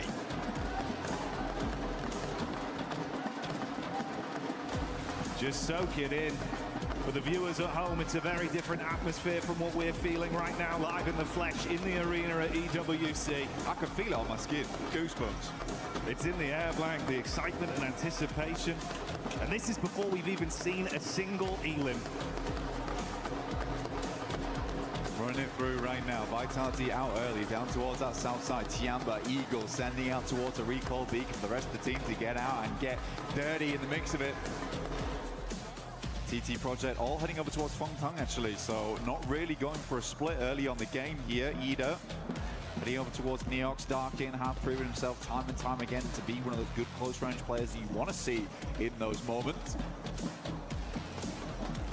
But before we do kick things off on such a mad map, we do have an interview coming through with Vitality just shortly, but things are already getting a little bit crazy here. Obscure opens up, Alpha 7 with the first elimination of the game. Godlike also going crazy over towards S2G here, Jackie. We started off with some big opening elims straight out the gate, and that's what we want here on a battleground like Rondo. Alpha 7, what have you got in store? They usually display a ton of mechanical talent, and this would be the perfect environment to display that. An enticing head-to-head. Ravo on the move. 30 rounds to play with, looking for the peak up from Tiamba as they start to roam. We're in New Lin and things are starting to get a little bit spicy. Tiamba on the outside at the moment, just looking in. They already have Eagle down towards that south side, like we said, but Jiggle is down there, and Jiggle's a bit of a difficult player to come up against. Luckily, he's on the other side of 10 Long Garden right now, so Eagle is safe for the time being. Tiamba can play a little bit less safely here. ETSH also finding some shots over towards Aura, but they're already on 3 eliminations this game. You can see the amount of recalls already coming through here. That is a damn lot of eliminations to start things off, but we are cooling things down now. Brief moment of respite. Arc there, trying to get the charge on point. Detonates with the stereo setup, hoping for the peek out from necessary to see if you can get an opening follow-up from this. That's already 2 elims on a hot drop that we've seen so far from Alpha 7. What are they going to be leaving with? That's the question. Playing on the inside here, looking to push up over towards necessary now. DP in hand, a good weapon for a 1v2, but pre-fire's coming through the window. It's a good one with the AKM. Will make it happen. Revo again in close range. He's nasty, but it's Loco to come up to the plate now. Grease out on the inside, will go down. The backup is there, but the backstop does get taken out. Hustler crew causing problems as Tiamba starts to flow on in. Loco got an opportunity to reset himself as well with the meds.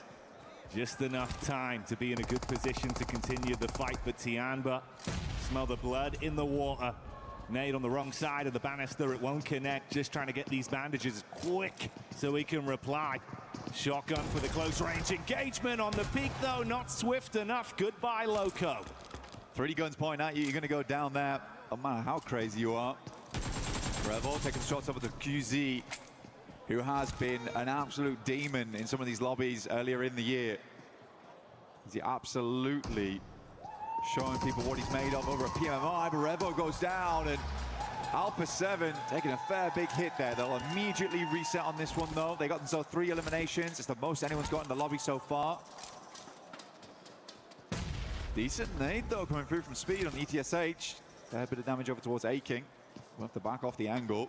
Sky on the backlines, though, and Aura. These guys usually dominate over towards Yulin, Jackie. Well, is this going to be a usual result for them? On the periphery right now, setting up like vultures, keeping a good understanding of the landscape to see how these other teams are going to fight amongst themselves before they overcommit to anything too heavy on the investment front. ETHS had that nice nade to get a bit of chip damage off, but they've roamed as a pack round, and Sleepy could be caught. That's going to be the connection from NASA. An instant tag followed through with a flush there straight away. Sleepy's generally like the off-anglist on the side of Aura, catches players off guard, but ETSH, they've got their eyes wide open at the moment. Circle's got some suspenders on it right now as it does lift heavy over towards the north side of the map. E-Arena is in position. A bit of a split right now. E-Arena, 10k. Finding Manya from Godlike. Should be able to get that res back up again. There's over towards the north side of the map. E-Arena, like I said before, playing on a 2-2 split, so they've got to play aggressive there. They've got to puff out the chest, ensure that teams don't get too comfortable in that region, because they're trying to confirm on both sides of the river here, Jackie. You got to fight for that control. And the battle against Thora is still continuing right here, right now, with Tiamba also taking a piece out of them. Nearly on the rock up on the roadside. Good spot down towards the hill. Fine speed. Great reply. Nearly the double up as well, Blank. Incredible reactions there coming through from Milu, and I mean, he's been doing a lot of work right now. Good shots from the sidelines, though. That's QZ. Starting to make himself well known in the picture at the moment. Get the res over towards Milu, and Fajita now left, kind of scrambling inside of Yulin, unsure how he wants to play this one out. Needs to get an air over towards QZ, isolate the singular player, knows roughly where he is. That's 12k on the stair line. Now realizes he has to back this one up now. Misses the nade, will head upstairs. A-King gets some shots. It's an easy pick off for QZ. Tiamba up to 6 elims on the game already. We're looking at 1 a minute at the moment. They're starting to rise. Taking pole position right now into the game. Meanwhile, you got the setup here with S2G up close and personal. A compound clash between the two. Dopeness, what can you do? SMG on the clear, runs into the pre-fire of Kamikaze, so that's an easy conversion for an elimination point, bringing them down to 3 players in this elaborate fight. Very curious to see how S2G does this tournament. There was some luck earlier in the year that gave some fortuitous opportunities to get further into the circuit. But all these players are strong in their own right. They just haven't had those shining moments at the moment, but this clear looks good. I feel like S2G's been putting a lot of work in the back end at the moment. It's starting to show right now, up against Dopeness at least. And even if it was a fairly easy clear, the way they were going about it, the 2-2s, the jumps around the corner, felt coordinated. It's usually what Turkish teams are so good at as well, is that synergy, that coordination, which is why it did feel so out of character for S2G in the past to be so unlinked with one another. You got to have the basics down. The protocols look nice there, at least, with the way they played off each other. So hopefully that's a sign of things to come. Squads on the move up towards the zone right now as well, getting themselves into position. Curious, Blank, my how this is going to go for A7. On Rondo is Danching because we can get many eliminations there. We have a good strategy to play on Danching.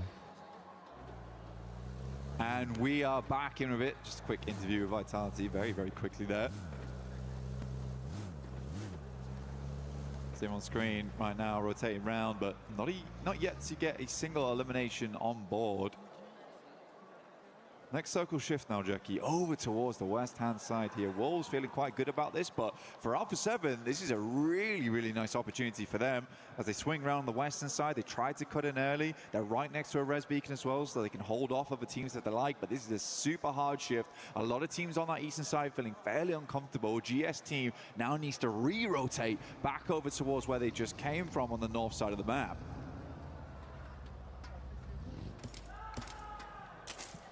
So far, so good for the excitement factor here. And I'm sure you can hear that as well.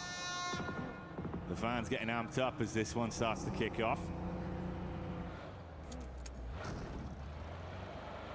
Guizao driving on through. Circle starts to close in.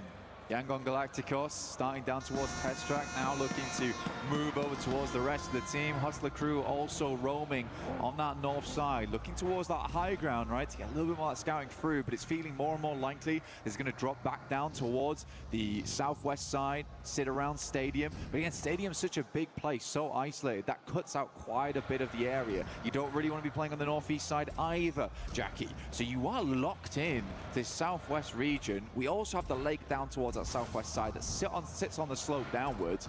This is awkward terrain.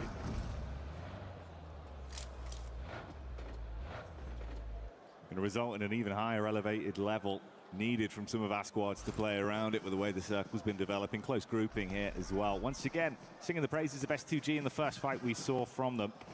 If they are collapsed upon on their advance, how do they display themselves? They're going to be able to hold themselves nicely. Could be a chance for an engagement forced upon them as well. It's TT and Nonshin that are not too far away.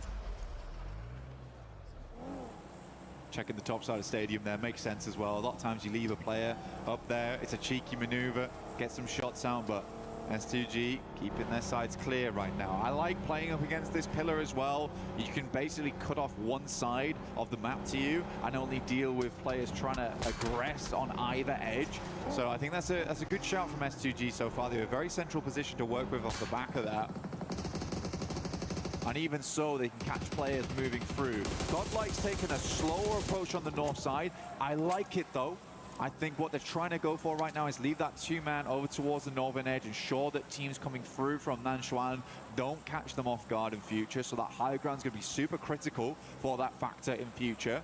Alpha 7 also with a bit of a split lineup on that northern edge, looking for something very, very similar here.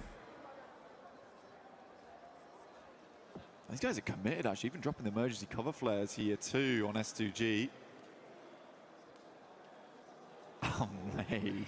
Well, big shift on it. The investment there of the cover flares, like you say, not really going to pay too many dividends for them as it will be taken out of play quite quickly. So they're going to be thinking about the future rotations that are still yet to come for them.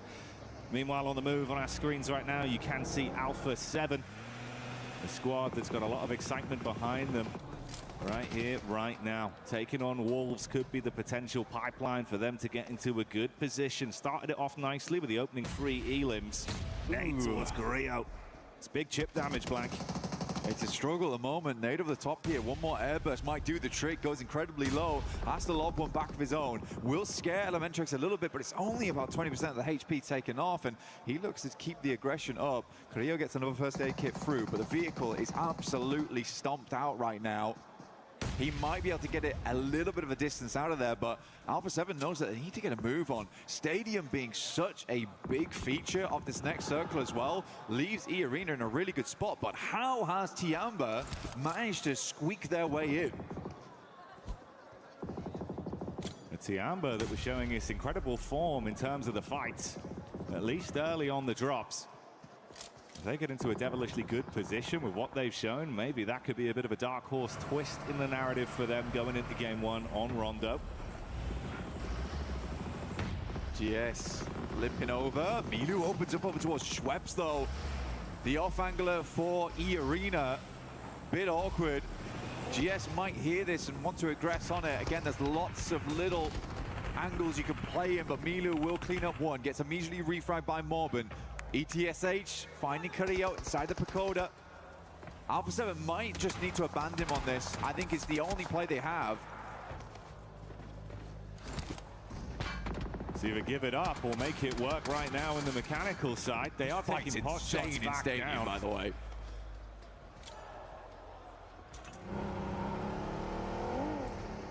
Alpha 7 now moving Doom. Squeeze out, gets knocked out of the vehicle. Revo not in a good position, leaving Obscure with it all to do now. But NASA, last left alive for ETSH. Revo went down to the blue, he did his job.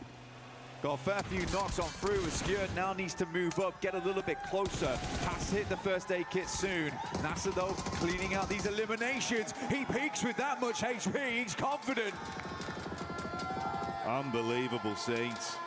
So close to his demise as well, but they're able to at least top themselves back up, get over towards the recall tower if possible. It could be a saving grace for Alpha 7, Blank.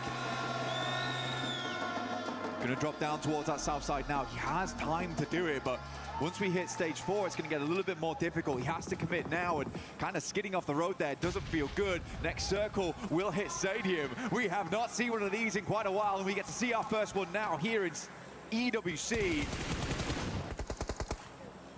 GS team playing on the outer edges at the moment. Rihan working off these stairways. It's a good place to play. Being able to peek up and down at the back of it is fun to work against.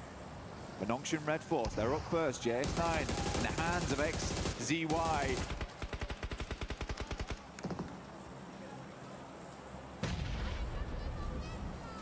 Nice first knock around the backside. Nade in to attempt to convert something from this as well. So many teams breathing down each other's necks here towards the stadium. A fitting finish potentially, given where we are right now, Blank. It's on brand, it's on point. Well, where does it go from here?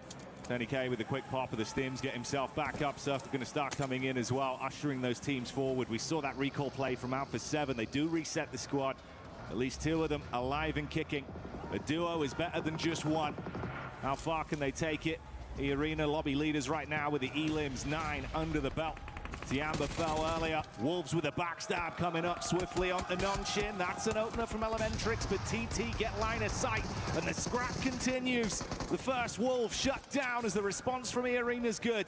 E-Arena not been slow about this at all. They want to get thick into the action. It's a good nade, bounces off the wall, not quite finding connection though on towards them. But Wolves, they are down on their feet, looking to get the reses off as quickly as possible. Slonic going very, very low. E-Arena looking for these flushes now. Emergency cover flares brought in because this is an emergency at the moment. One nade. Brother. Oh. Trade off there, Slonic low. Tonic getting him back up again. Elementrix goes down. To some shrapnel on the side. E-Arena looking to clear out space though. They know they have to do this. They were here very early on in the game, but I like how much presence they're showing here.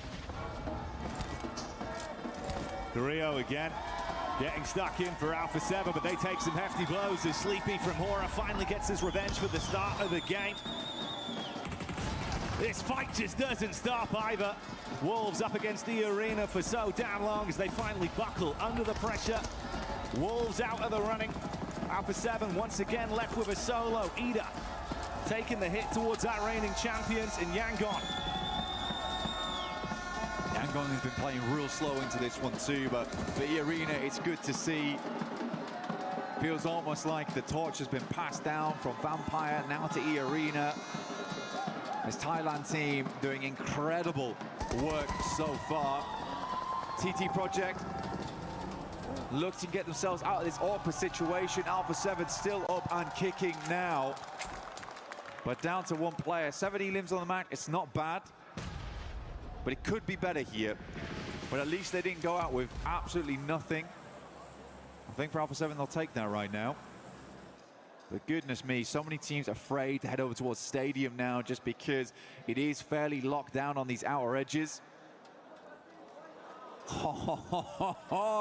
We do have a circle on our hands here. A lot of teams on that eastern side quite pleased with how this has worked out. Vitality, Razy and Razak, the famous duo, improved from Indonesia, now looking to pump up a little bit more damage. Mormon grabs himself the Orc Master at the moment because he has been putting in work. A 13th elimination added now. A chicken dinner here would be fantastic for the point tallies.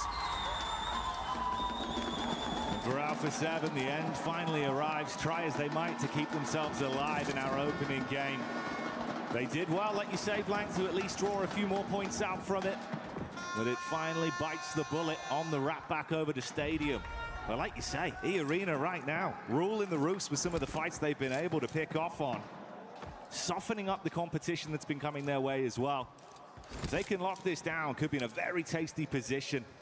Already 14 elims. How far do they take it? And what a Godlike do here? Effect with the clap back. Good for one. Nice nade from S-Power, but Ephes tries to hold on to it. An intense encounter between these two sides. Godlike down to 2, but S-Power making the difference for now. Godlike on our edge is a tough position to be in. S2G on their sideline. A quick rollback. S-Power makes it look easy, but Joker from a distance, stopping these teams in their tracks. The proactivity from E-Arena has been insane so far. There's not a fight that they have not been unwilling to be a part of. If they get line of sight, you best duck your head down because E-Arena are absolutely farming in this battleground right now. S2G, heavy hit coming over to Hustler Crew. You got the off angle set up, looking to take pot shots down and save his mates. Kamikaze trapped behind the vehicle. They want to close the gap onto it. S2G going in aggro, Vitality in the distance as well. Kamikaze with a single knock, Loco, drop back down, trapped behind the ridge. AZM, in here, his jammer pack just went out just then. Now needs to get a move on. S2G, they post up. AZM taking a huge amount of damage. The blue might just do the trick here. We'll take him out. S2G with 9 elimina on the game. Crazy the sheer distance we're looking at as well. 9 elims being second place, 15 points for first right now, and the split on the actual minimap is insane with what we've been set up with. The only team that's looked comfortable realistically has been E-Arena from the position they've been in. Oh, given a single inch right now, and they have cleared out the entirety of the northwest side. Now they can pretty much shunt most teams down towards that southern edge. Schweppes opening up onto GS once again, and they are just swarming on them. Another goes down in Malik, and E-Arena looking for more and more points. 17 elims. Can they go further? Can they hit the 20 bomb? Well, finally, it seems like someone's willing to test them. E-Arena taking casualties, but they're looking to reply back. They will keep themselves alive with Tourniquet, it seems, over at the stadium. Mixed Vitality pushing on to S2G. A back and forth fight, a quiet.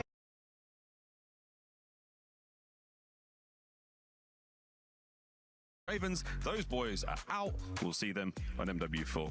All I heard from that was that Nate Shot is somewhere incredibly happy. You'd hope so. Right. I mean, you'd hope so. Right. I mean, Nate's such an emotional viewer. It's hard.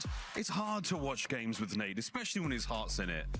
But it's just one of those fantastic either like co-streams or you'll get the clip on social media later of either incredibly happy or crashing out and just kind of like pissed in front of the computer. Yeah. Again, we still have a couple more games to go. We do. We've got another matchup later tonight. And again, nothing massive in terms of club championship changes or, again, wild upsets. It's been good, COD, though. It's been the good. I love that Optic versus 100 Thieves went the distance, though. That's exactly what you wanted. Oh, it did. And not only that, but the Gentlemix fans there, of course, Hydra, a player for 100 Thieves, he's a Frenchman. So he immediately had that French crowd behind him, and they were cheering his name and chanting him, and they got him the win. And it was delightful. It was lovely. Delightful. All right, well, we talked about what's going on the STC Arena stage, but the Lenovo Legion Gauntlet stage, we have some Honor of Kings going on. We have the bracket up on the board. What have we been missing? I mean, AGAL coming into this competition, everyone that I've spoken to has said that they are the favorites. If you're ever going to hedge your bets against one team, it is, of course, AGAL to just absolutely smash everyone. They both swept. They swept their quarterfinal 4-0 to get into the semis. Didn't drop a single game. It's absolutely stunning to see what they can do.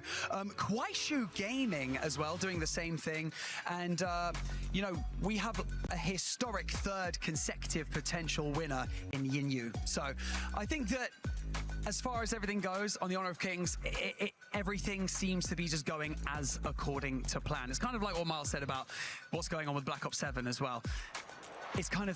It's following what you would think would be happening. Exactly. If it was scripted, so far so good. All right, well then over on the Alliance Vault stage, we do have Tekken 8. And as you said, some of these fans going crazy. What's been going on? Yeah, I think that, you know, favorites, it's kind of gone the other way. Favorites have been eliminated. Those of Ni and Atif have both been eliminated from the competition. Players who you expected would have gone the distance, unfortunately, Gonzo. And a player who managed to get through to this competition via the LCQ by the name of Rafe, he shocked everyone by eliminating the current champion of the Esports World Cup. So, spicy, isn't it, Miles Ross? I bumped into Tasty Steve in the gym and he said that. He was just like, all the storylines, everything's perfect right now. We're in for an amazing tournament. Okay, here's the thing. We only have a couple minutes left, and I know that you want to talk about some PUBG Mobile. We have to jump into that over on the Qiddiya City grid. So what do we got? Yeah, the Qiddiya City grid's been popping off. Again, kind of according to plan with a few minor twists. Nigma Galaxy are a team that are often really good, but this year they've been playing terribly, unfortunately. But coming into this competition, they've been absolutely pulling it out of the bag. And fortunately for them right now, they are in third place.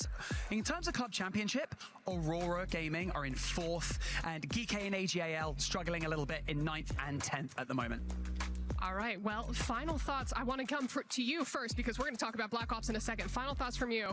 Final before thoughts. We get back into it. Tekken, they may as well have thrown a grenade into the middle of it, so it's pretty interesting to see what's happening right now. I think HOK going according to plan. Keep your eyes on AGAL because they should stomp their way through the tournament. PUBG Mobile, it's anyone's game. We're in the group stage, we're in day one, we got like 10 days of competition, so it's going to get spicy as we go through those days. Spicy. Can I get a spicy prediction from you on the next match coming up? A quick one at that. I think another professional team loses to an amateur squad. I think they get knocked clean out. TKO, CLA team. They'll be on the plane back home a little early. Oh my goodness. Man, this has been the most exciting EWC Spotlight so far because I'm just getting spice thrown at me. Potentially a brawl in the crowd, a little bit of this. But again, we have some games to watch, so let's go jump over to the stage.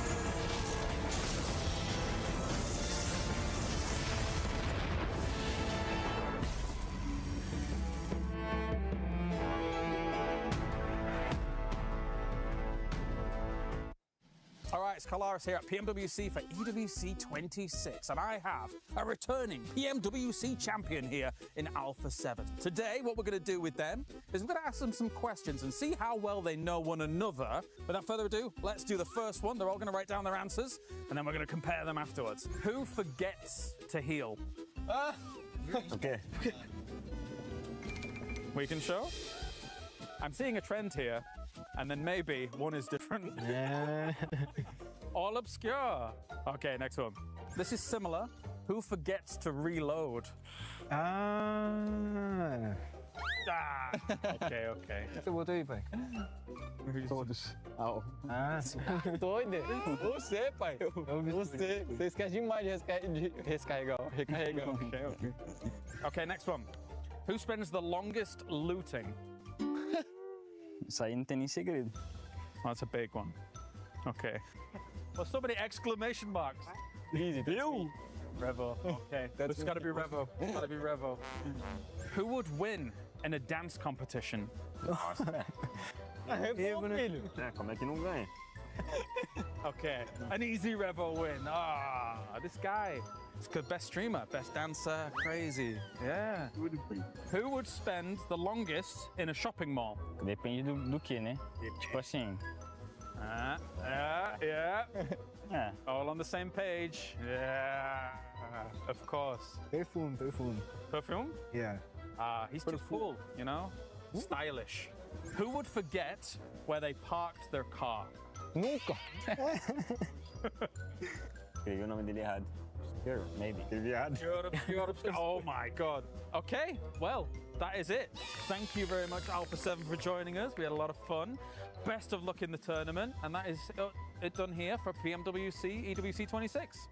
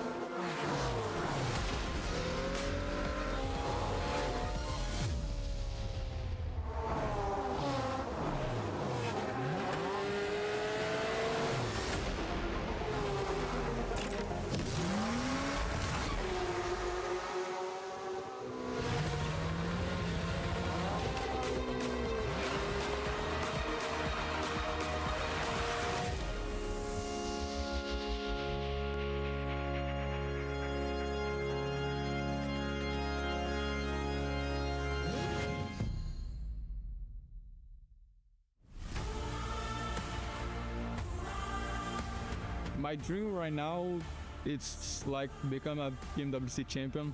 I'm fighting so much for that. Be MVP of any global championship.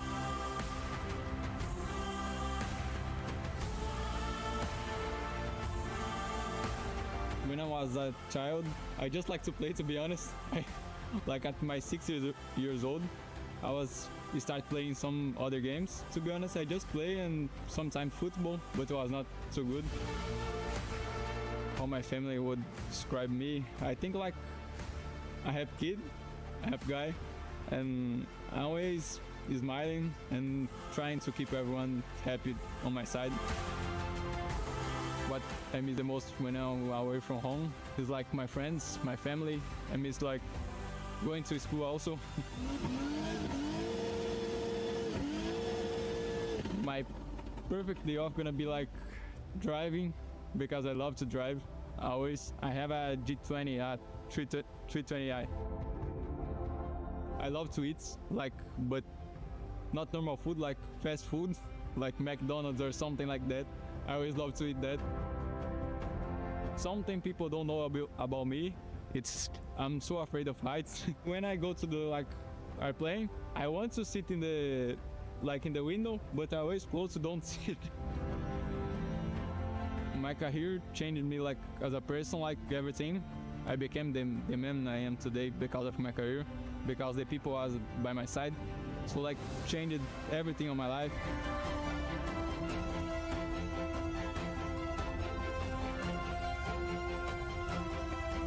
the person I want to be remembered as, like a happy guy who always is smiling, and I want to be remembered like a man who never stopped fighting. He always like chasing his dreams.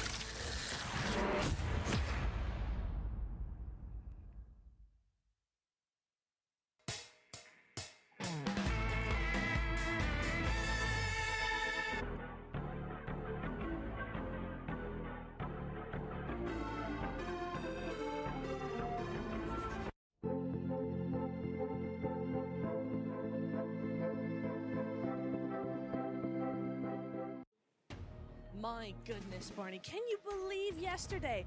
E-Arena winning with a 39-point game on Rondo. Honestly, unbelievable. Nongshim Red Force taking home 2 chicken dinners as well, but you know what? There's only one team on everyone's minds at this point, because yesterday was, Jackie? Hello? We're the first people in, mate. What are you doing here? Hello, I was here. It's fine. What do you mean you were here? You've been here all night. I was here. Have you been here all night, mate? Have you been to bed? Right, okay, but you want to see something that'll make it way more sense? The reason I've been here, Barney, V equal W. Put 2 of them together, that's 2. That's a W. Then I started thinking, well, the name goes further than that. It's like some sort of symbol, isn't it? Because that's what they do with shapes. Jackie. Hello? Jackie. What's going on, mate? I don't understand. This is going on. Vitality. TT. Bees. Bees make honey. Honey then translates into money at some point through some sort of transactional sale, usually with farmers, I'd imagine, but in this case, Battleground. Jackie. Winning. Jackie, if you need a nap in the green room, mate, it's okay. It's day 2. No, Barney. Yellow. Hello. Hello. That's 2 O's, by the way. Circle. They're always getting zone. Hello, zone. Jackie. Group B, day 2 today. It's been a day. It's been all night. Why keep saying B. Why does no one understand? He's saying B. I'm saying B. Vitala B. Okay, Jackie. Okay, now. Yeah. Let's go this way. Okay. Yesterday was an unbelievable day for a particular team, and it seems that that team is on everyone's mind. Je suis prêt, c'est parti, voir où m'emmène la vie. Comme sur mon green, tu m'entends quand je respire. Top le veston, jamais fait une trop de pas. Big plan, j'ai fait changer toute la piste. Regarde ma pêche, je sais pas, j'attire. Je coupe la line, laisse la qui laisse frémir. Nouvelle état, new name, toujours fluide dans le move. Main en l'air quand je rentre dans le groove. Garde ce regard, je suis déjà posé. De part je tourne, glace dans mes yeux figés. Vite encore, puis je prends tout ce qui est à moi.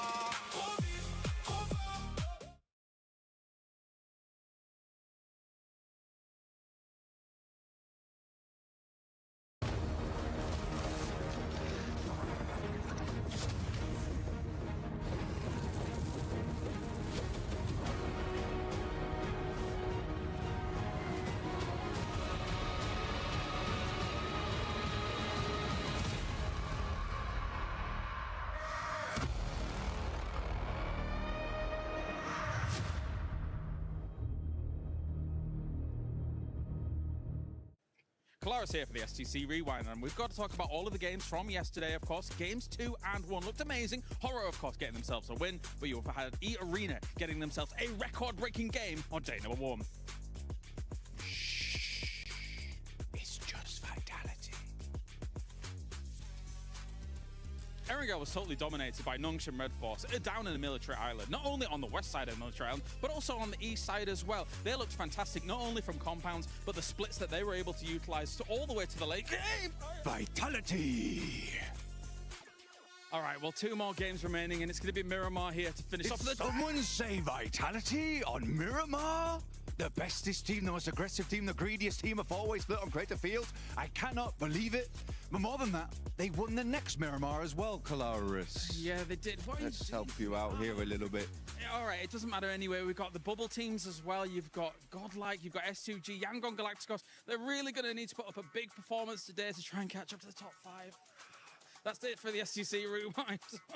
Vitality.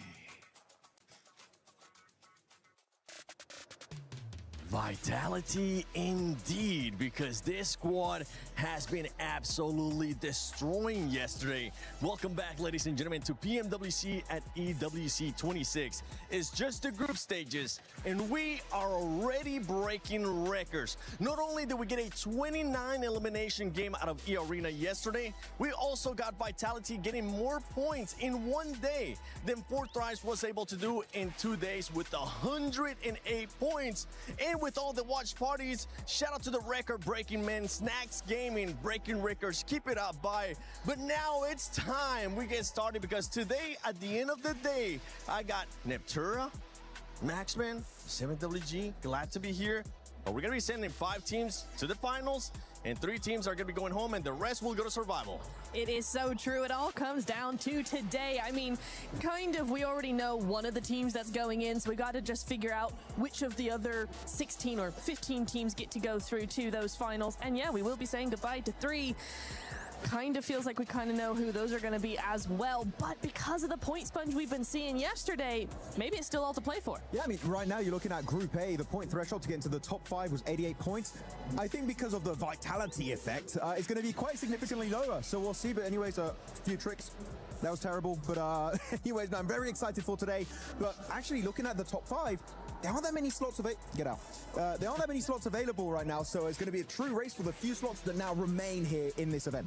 It will be close for all these squads, honestly, if we're taking a look at it when we get a chance to look at the overall. But for everybody currently watching, don't forget to use that social media hashtag EWC and EWC26. You guys have been sharing a lot of awesome stuff.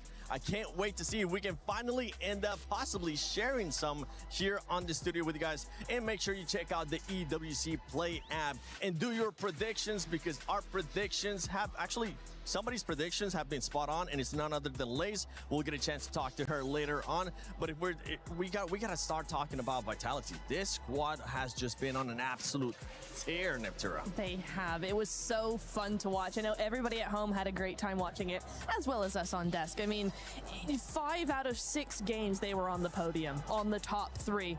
Pretty insane. So really, really loving what we got from them. And we still got 6 more games of Vitality to go. Oh, 6 more games indeed. And this is important because that is one squad that is currently fighting for those club championship points. If we want to take a little bit of a deeper look, let's send it over to Glitter and the squad. Yeah, thank you so much, Seven. I have Kalaris, Hot Jukes, and Glitter with me to bring you some absolutely awesome news from the club championships, especially from Tekken 8 and For Honors. Honestly, things were absolutely insane. We're going to break down exactly what happened, what this means for our CC, but let's dive into the 2 championship moments that we had yesterday, starting with Honor of Kings. This was a huge story, and it ties into what we've got going on here in PUBG Mobile as well, because we had Quashell Gaming versus AGAL. Now, this is a rematch from 2025. These 2 teams faced off again. This time around, though, the result was different. KSG was able to upset AGAL and claim the win, which means that AGAL ended up with the 2nd place, did not defend the title. They were not happy about that. But then if we go over to the Tekken 8 side of things, AGAL found the success they were looking for. They were able to get the title in Tekken 8. This is massive for them. It was in a 5-0 fashion. out of Zubair as well. So, I mean, this was a dominant performance, Lace. And what does this mean point-wise? So Championship Club point-wise, specifically for AGAL? Now, okay, second place in Honor of Kings means 750 points. That was already accounted for when we were last looking at the CC leaderboard. However, the win out of Zubair gives them 1,000 additional points. That means they're now at 3,350. They have jumped above Falcons, which we've been waiting for somebody to do. Was it possible? We didn't know. And now they have done it, but maintaining it is going to be difficult. And I mean, that isn't a tremendous jump, especially if we tie into like what happened with the Falcons last year and how they dominated all performances. But what does that mean for our club championship eligible teams today? Well, we already have 2 of our 4 games this week done. However, Call of Duty is also going to be having their finals today, and Falcons are still in that discussion. So if they're able to get the win that they're looking for here, I mean, that would really change the leaderboard back in their favor, and they still have a lot of titles left to go. Yes, and of course we have AGAL, who are Group A here for PUBG Mobile. Now, Jukes, they were in 7th place coming out of our group stages, which means that they go to the survival stage.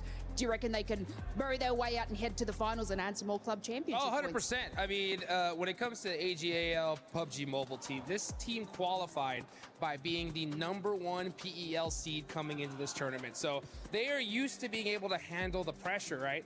But at the same time, it wasn't able to translate in their group stage. 7th place is still not a bad one, considering that we got 6 teams that can qualify through that survival stage. The problem, though, is that yesterday we've had some insane performances, so much so that there are some monster squads that could also be in that survival stage. So AGAL, I know they're doing their homework. They're watching these games closely. Hopefully come survival stage, they make it happen. Of course, and one of those monstrous squads is, of course, Team Vitality. I know we've been harping on about Vitality. I thought I could scare him again. No. But of course, for our final day of group stages here for Group B, we want to be looking at the bubble. We've got our top 5 teams, but of course, we have our bottom 3 teams. And I want to do something a little special, Kalaris. Okay. I would like you to give me the best motivational speech you have, specifically for Hustlers. For Hustler Crew? Yes. From Great Britain?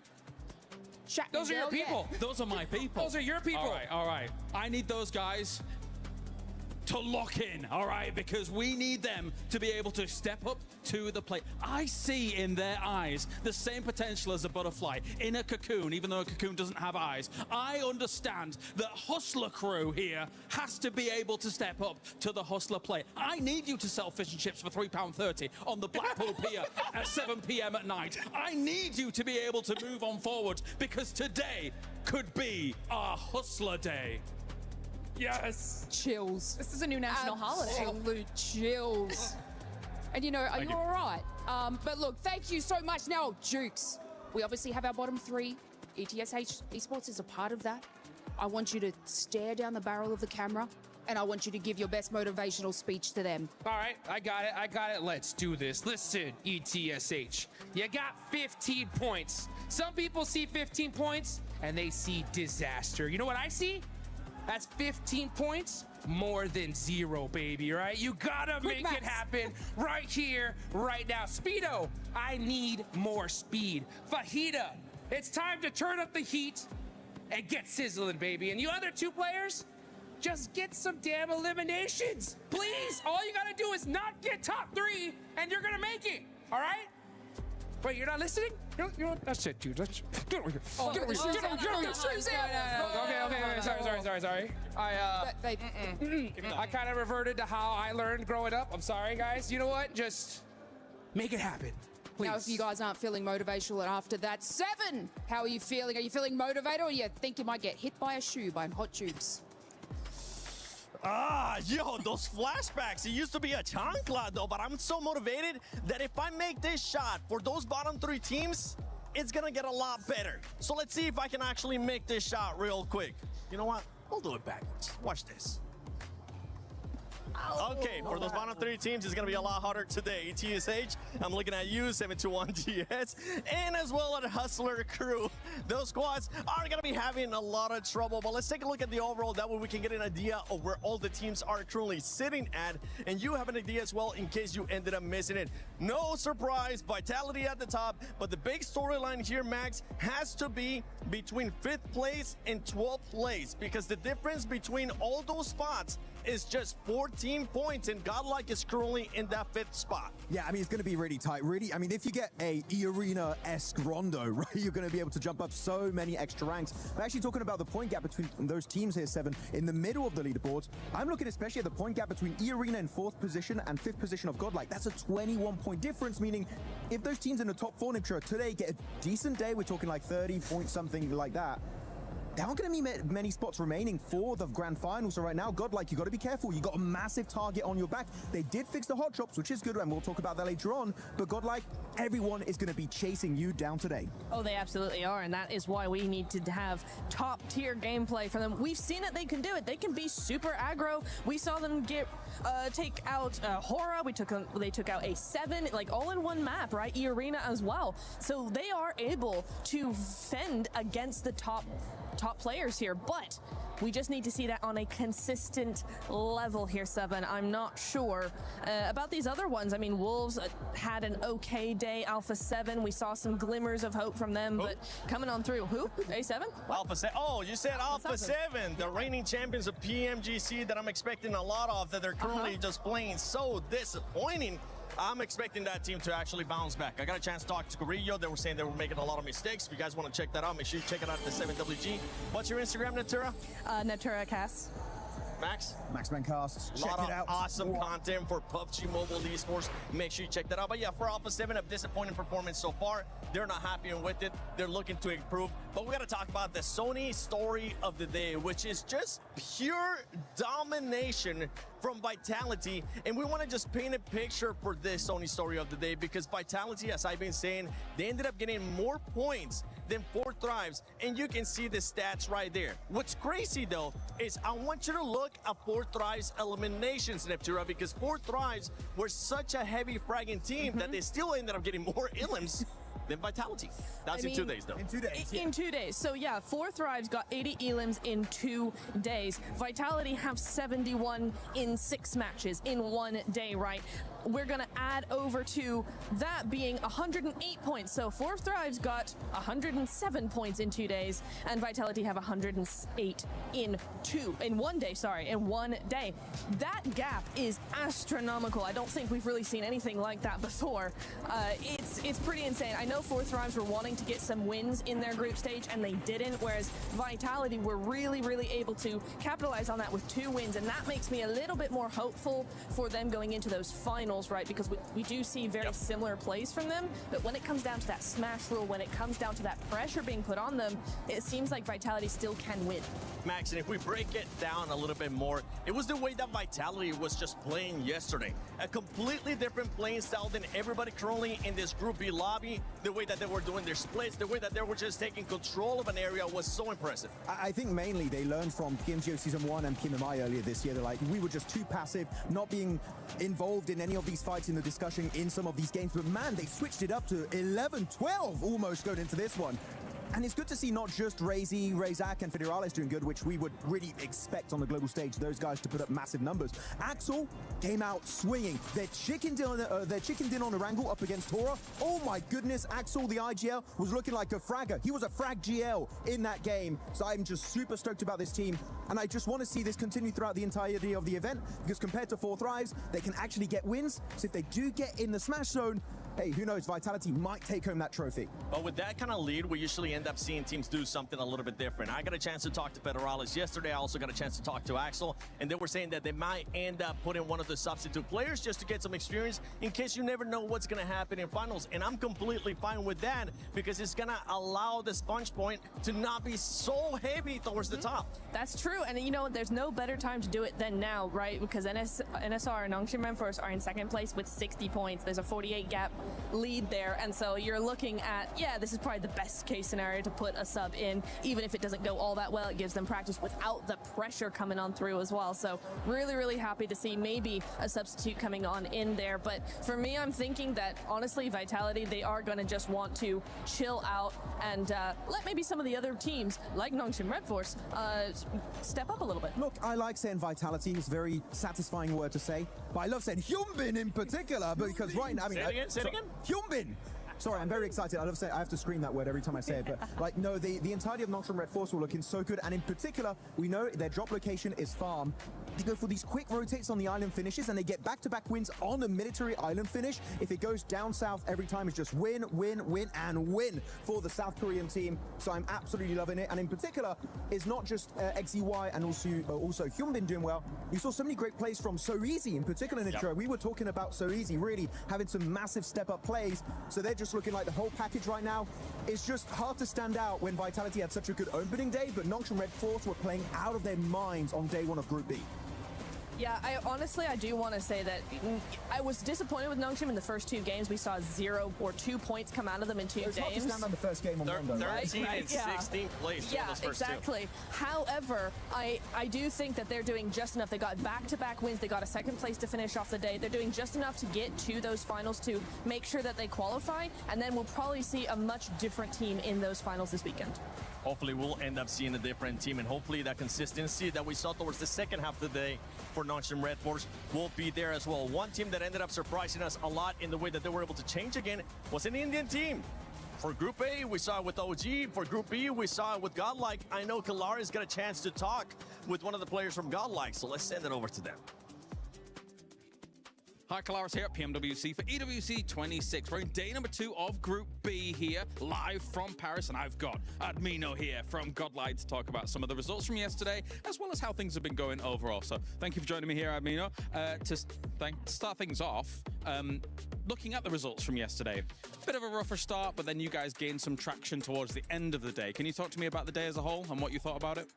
Actually, in the beginning, we tried to do some experiments, like we tried to take drop clashes and a little bit more kind of stuff that we already planned, but that didn't work in our favor, so we tried to stick on our basics and try to like go to a random drop and gather loot and everything and play a decent game, and that worked in our favor, and we performed well after the first 3 matches. So, also, it's basically your first international tournament, right? As Godlike, and being able to play here on the stage in Paris. How have you been enjoying the experience so far? And hey, what's Paris been like? Paris kind of good, but we haven't gone out yet because we have a tournament and we have to practice that. We didn't get the device earlier, so we need to set our hands in the device. And after that, if we qualify from here, we will try to explore Paris a little bit because we will be having some off days for sure. And my team is fully pumped because it doesn't matter for us like who is playing against us and like that. We all have in our mind that we are best and we will perform good. A big fight back for Godlike today? For sure. Thank you very much, Amina, for joining me here. Thank you. Important stuff there. Thank you, Kalaris and Admino from Godlike. But important stuff from that team, considering they are currently in 5th place. An insane performance for a first day at an international event. And something that we heard right there is they're not looking to do those hot drops anymore, which I'm happy about. Yeah, I mean, that was great. There was 2 issues for the Indian teams, Orangutan being too passive and Godlike going for the hot drops. They changed it. They don't go for it anymore. This is a great change for all of India. All right, well, Godlike, let's see how you're going to be doing. Once again, just to redeem myself, before we send it over to the stage, here we go. Ah, so close. But let's send it over to Barney and Luti.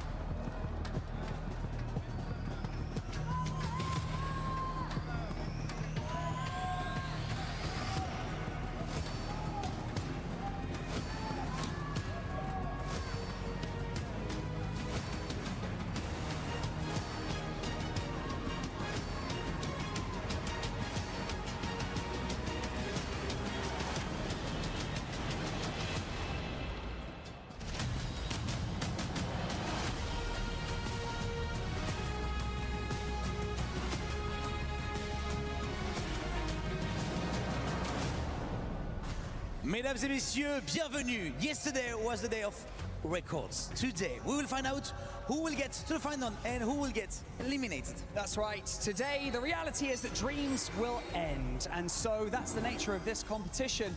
But I can guarantee you that none of these teams will go down without a fight. Yeah, Bunny, we've seen it before. Like, it's always the same. You can just... Standing can change in just a few good or bad games. That's right, so whether you are at home or right here in the Port de Versailles, in the heart of Paris, it is time to see who will rise above the rest and continue their journey in the PMWC, starting with Esports.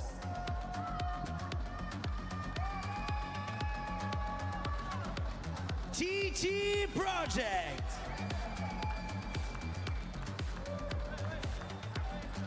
ETSH Esports. World Esports. Nongshim Red Force. Tianba. Dopeness. Hustler Crew. Alpha 7. Arena. Godlike Esports. 721 GS Esports. Team Vitality. S2G Esports. Hora Esports. And finally, your defending PMWC champs, Yangon Galacticos! Nous y voici. After just 6 games, the top 5 will make it into the finals. Some will survive, and the bottom 3 will see their key sent to the crusher. The level of competition on this stage is staggering. This isn't luck, it's instinct, it's preparation, and it's synergy. It's time for Group B to come to a close. Let's find out who has what it takes.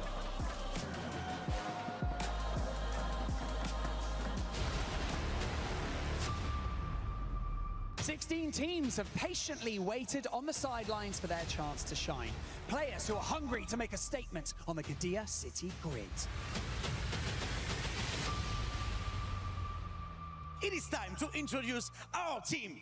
ETSH Esports, Alpha 7 Esports, Team Vitality. And finally, your defending champions of PMWC, Yangon Galacticos! Day 3 of the PMWC group stage at EWC 2026 starts right now! Back-to-back blows taken their way. Vitality trying to win out versus Nongshim Red Force. Yangon left with just Smile, but that might turn into a frown if they can get the angle onto him. But Smile dropped off the top side. He's doing good work here. A grin appearing on his mouth. Now looks for one more, steps up and gets it. A 1v4 essentially for Smile. Sleepy with a warning shot. Whoa. The buggy comes by. Close quarters engagement as Vitality look to hold on. No fear down. More damage done. Last left alive here, an incredible player on 9 elims this game. It's a hard fight though, a 1 versus 2. Molotov goes long, he runs straight into it though, keeps backing off into the nade. It might be lights out for Axel soon. Oh, that's the nade to do it as Hora. They lay claim to the second chicken dinner. And we got the Alpha 7 fans in the house! But let's see if Alpha 7 can bring the thunder on the close quarters engagement. Goodbye, Milu, as Tiamba get hit by the front of the vehicle. Quick flicks coming out from A7.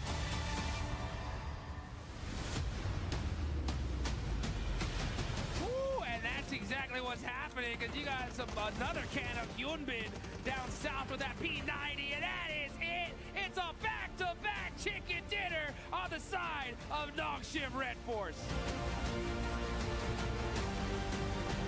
Let's put the 11th on the board. Looking for TZ, is it a self-denial? It might be. Get to double digits on the elites and burn yourself down to the ground, because Vitality live on top of the tables and beating a two-day performance from Group A.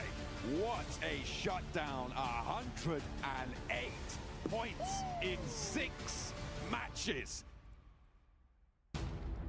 Oh yes, oh yes. Another day of competition here as things get loud. Hot Jukes in the building right next to me, and of course it's me, Jackie Powers, in the commentary booth. And we're going to be getting loose and waxing lyrical today, Jukes, because we get some more teams popping off with some big plays here in PUBG Mobile. Oh, and man, talking about big plays, yesterday was absolutely insane. That's the only word I can say. The question is, who's getting second place today, right? Yeah, who's getting second place? Who's getting into the top 5?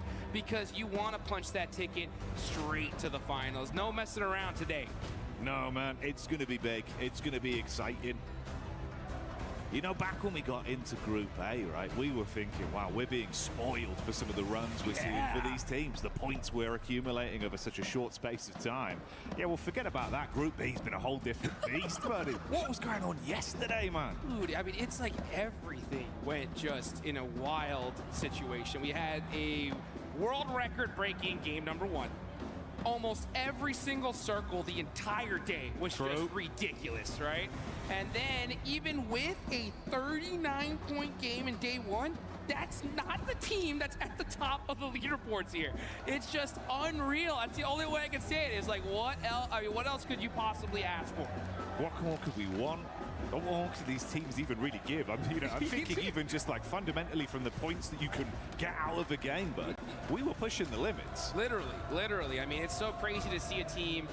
4 Thrives in Group A did so well, right? Yeah. They topped the tables, and they almost got passed up in points in just one single day, right? So we're going into day 2 here. It's time to say your prayers. Really make sure you are locked in, meditate, and focus, because getting into that grand finals here and now is so critical because of those point sponges. We're going to see most likely some monster squads in that survival stage. Oh, we are indeed. We are indeed. And of course, that's in reality if you're able to push through, live on to fight for the survival stage, have a chance to make it to finals. Our teams that are crowned strong enough will go right through here from Group B, joining some of the best from Group A. And then again, Jukes, we've got to crush those keys and say bye-bye to 3 of our squads. Ooh, yeah, 3 teams going home today. So you got to make sure that you put everything on the line. But it's time, folks. Here we go. Match number 1 of the second and last day of Group B and our group stage. Let's get it going. Is that all we got, Paris? Can we get a little bit louder than that? Let's go. There we go. Getting fired up in the building. Live from EWC 26 for PMWC as we get into our opening game. And it's none other than Rondo. All I know is that now I just want to see stadium finishes every single day going forward. But I don't think we're going to see that here. I don't even know if we'll ever see a 39-point game ever, right? But What is history, bro? That was history. Crazy. That was history. But let's see what's going to happen here now. Teams are starting to pop out. I wonder which squads did their homework, because in Group A, we saw some squads find those recall players, take some teams out early, right? So I wonder if we're going to see that here. I wonder what's on the mindset of Team Vitality today, because they're a lock, right? They're going to the grand finals. Today could be a great day for them to make some tweaks, some adjustments, even take some risks, right? Like, hey, this is our weakness. Let's work on it here and now, so that way we're prepped, ready, so we can get that big $1.7 million prize pool in the finals.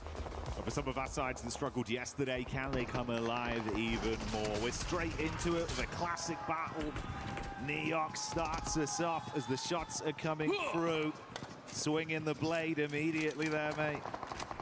Obscure knifing some players here. Alpha 7, a team everybody's got their eyes on today. And we got the Wolves, who were able in the final games yesterday to push themselves out of that bottom 3.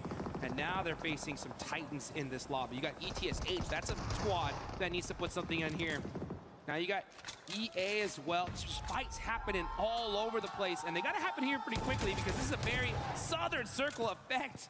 Barely getting those shots through that little tiny angle, but oh, that one was a good one. Effect making it happen here with the S12K 1v2. That's how you do it. The Arena having a bit of a struggle starts there on the drop in towards Neox, looking to get that early point accumulated off the back of it. And TT happy to take those duels quite comfortably. 3 Elim points to start us off. Obviously Rondo's Rondo, so don't worry. There'll be a lot more action yet to come. Oh yeah.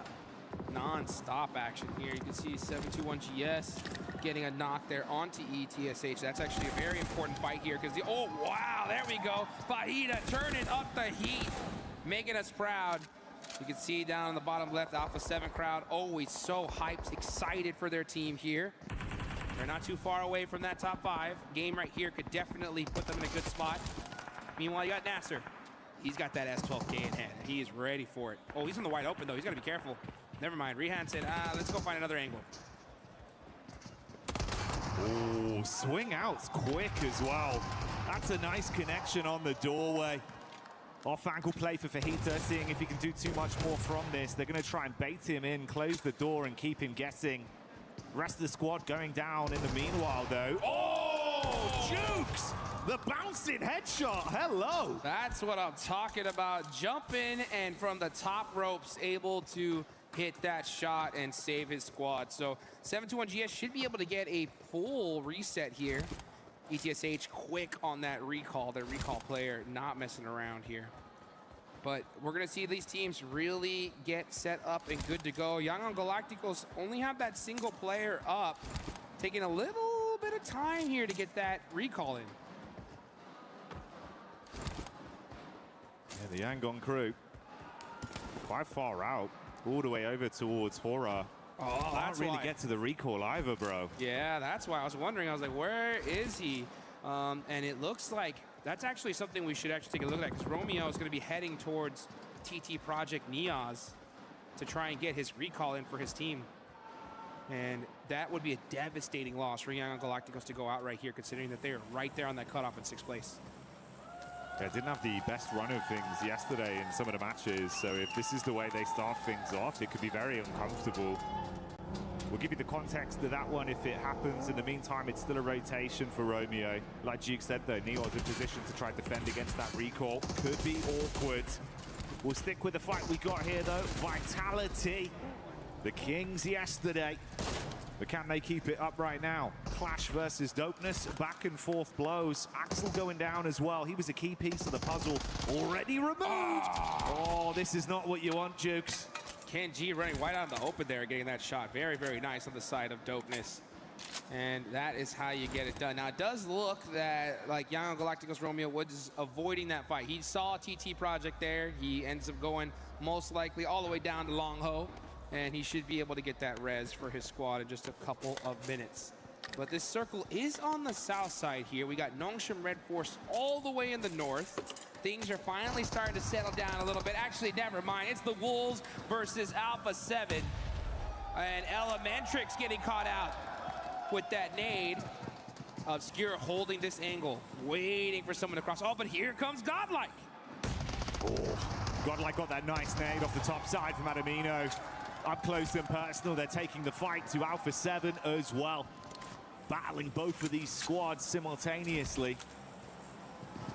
It'll be a great start for Godlike. Jukes. Get some early energy into today's games. Oh, boy! Wow, throwing that nade up the stairs, catching him off. Necessary's holding those angles. He's doing those tight peaks in a 1v2 situation. It's Godlike, too strong to defeat, and they are looking to be the kings of Neox Factory. Oh, S-Power's fired up as well, dude. From one fight to the next. He's like, what's that over there? Sight, dude. What's over there behind that tree, huh? Throwing them nades. Does he have the arm to get him? That looks good. Ah, it's a little short. runs out in the open, man. Godlike Esports not playing today. The flick on that, bro. S-Power's fired up today. Yes, he is. Already getting some good solid points. That's 6 on the side of Godlike. That puts them in a good solid position in 5th place. And this is the thing, if Godlike win this game, what is that gonna look like for these leaderboards? That's gonna be a massive, massive gap between 5th and 6th place. That's the thing, the artificial barrier right now. It's very fine margin, so many point vacuums on towards the top spots. If Godlike can start out and really give themselves the best case scenario to bolster their points, could change the flow of things. That's Romeo from Yangon Galacticos, obviously went down very early, had to go for the rotate around and get his team back.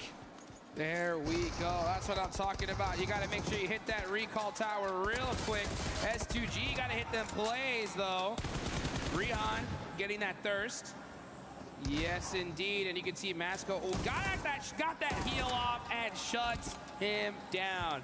That is how you do it there. So 7-2-1 making it happen. But you know what else? You guys can make it happen in game with the lucky spin that's coming out, guys. Make sure you guys get in there, hit that draw, and you can get some of those insane PMWC tournament sets. Meanwhile, 7-2-1 GS gets a nice knock there onto S-Power. Godlike really looking to shut this fight down. It's a 1v2 situation. He gets one. There we go. Gets the thirst. Can he get the second? Beautiful scene so far. Damage back done onto S-Power, but can the squad still save it? Ooh, quick shot, Jukes. Got to throw the clip in. Down over the toe. He thought he was slick enough to mantle, but he gets the shot off. That had to be an accident right there. I mean, I'm sure he had his jump and climb split buttons. Sometimes we have some people combine it, but if you get just a little too close, you get that animation jumping up, and you know he was just like, oh, it's over. Just so exposed, yeah. No chance to fight, bro. Oh, that's so tough. So tough. But you know what? That is great on the side of Godlike. So they take full advantage of it. Now we're seeing the zone pop dead center here as TT Project gonna go ahead and get this ready. He's carrying his teammate there. There you go. He's moving off the hill. Effect. Knocking down Aura here. And Jiggle does have an angle, but they should be able to get to safety. Oh, no fear, never mind. Yeah, no fear on the other end. He's gonna go ahead and get his revenge for his teammate there and take out 2 on the side of TT Project. Yeah, this is far more awkward now. Trapped back just on the rock side towards the coastline. Ephes cooking the nade, wants to dash that towards No Fear. Too shallow, few more left in the inventory though. They can try and hold him back for at least a few more seconds. But they're the ones that are at panic stations.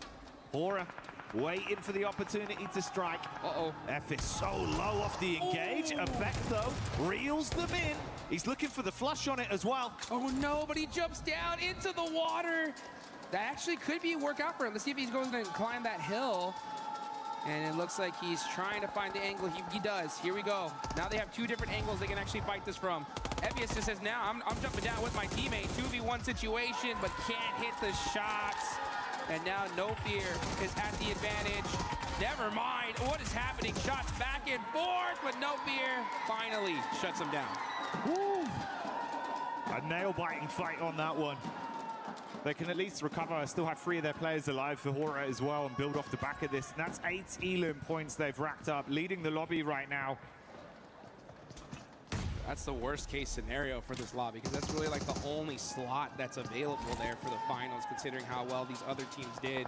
And Godlike are looking to close the door here nice and early, saying, you know what, if you want to try to get into the finals, you're going to need to win at least a couple games because we got such a point lead. And that is how you start it there. 8 eliminations, full squad up. It's looking good for the side of Godlike. Oh, Romeo. Sky, run for your life. Drive away. And it looks like he is going to barely escape that one. Romeo, where for art thou, Romeo? On the bridge, getting Elim's, but that's where he is. He was looking right at the Sky there, and that is Aura. Now we're gonna look at No Fear, get thirsted. Young Galacticos gonna actually get into this next game as the circle shifts up to the north side now. They are in the blue. This is still stage 3. They can eat a little bit of this circle for now, but it's time to finally find out where that next spot's going to be.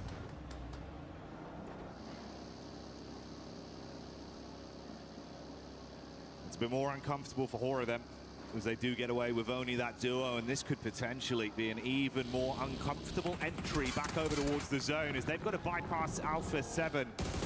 Vision onto them. Ravo jumps out the vehicle.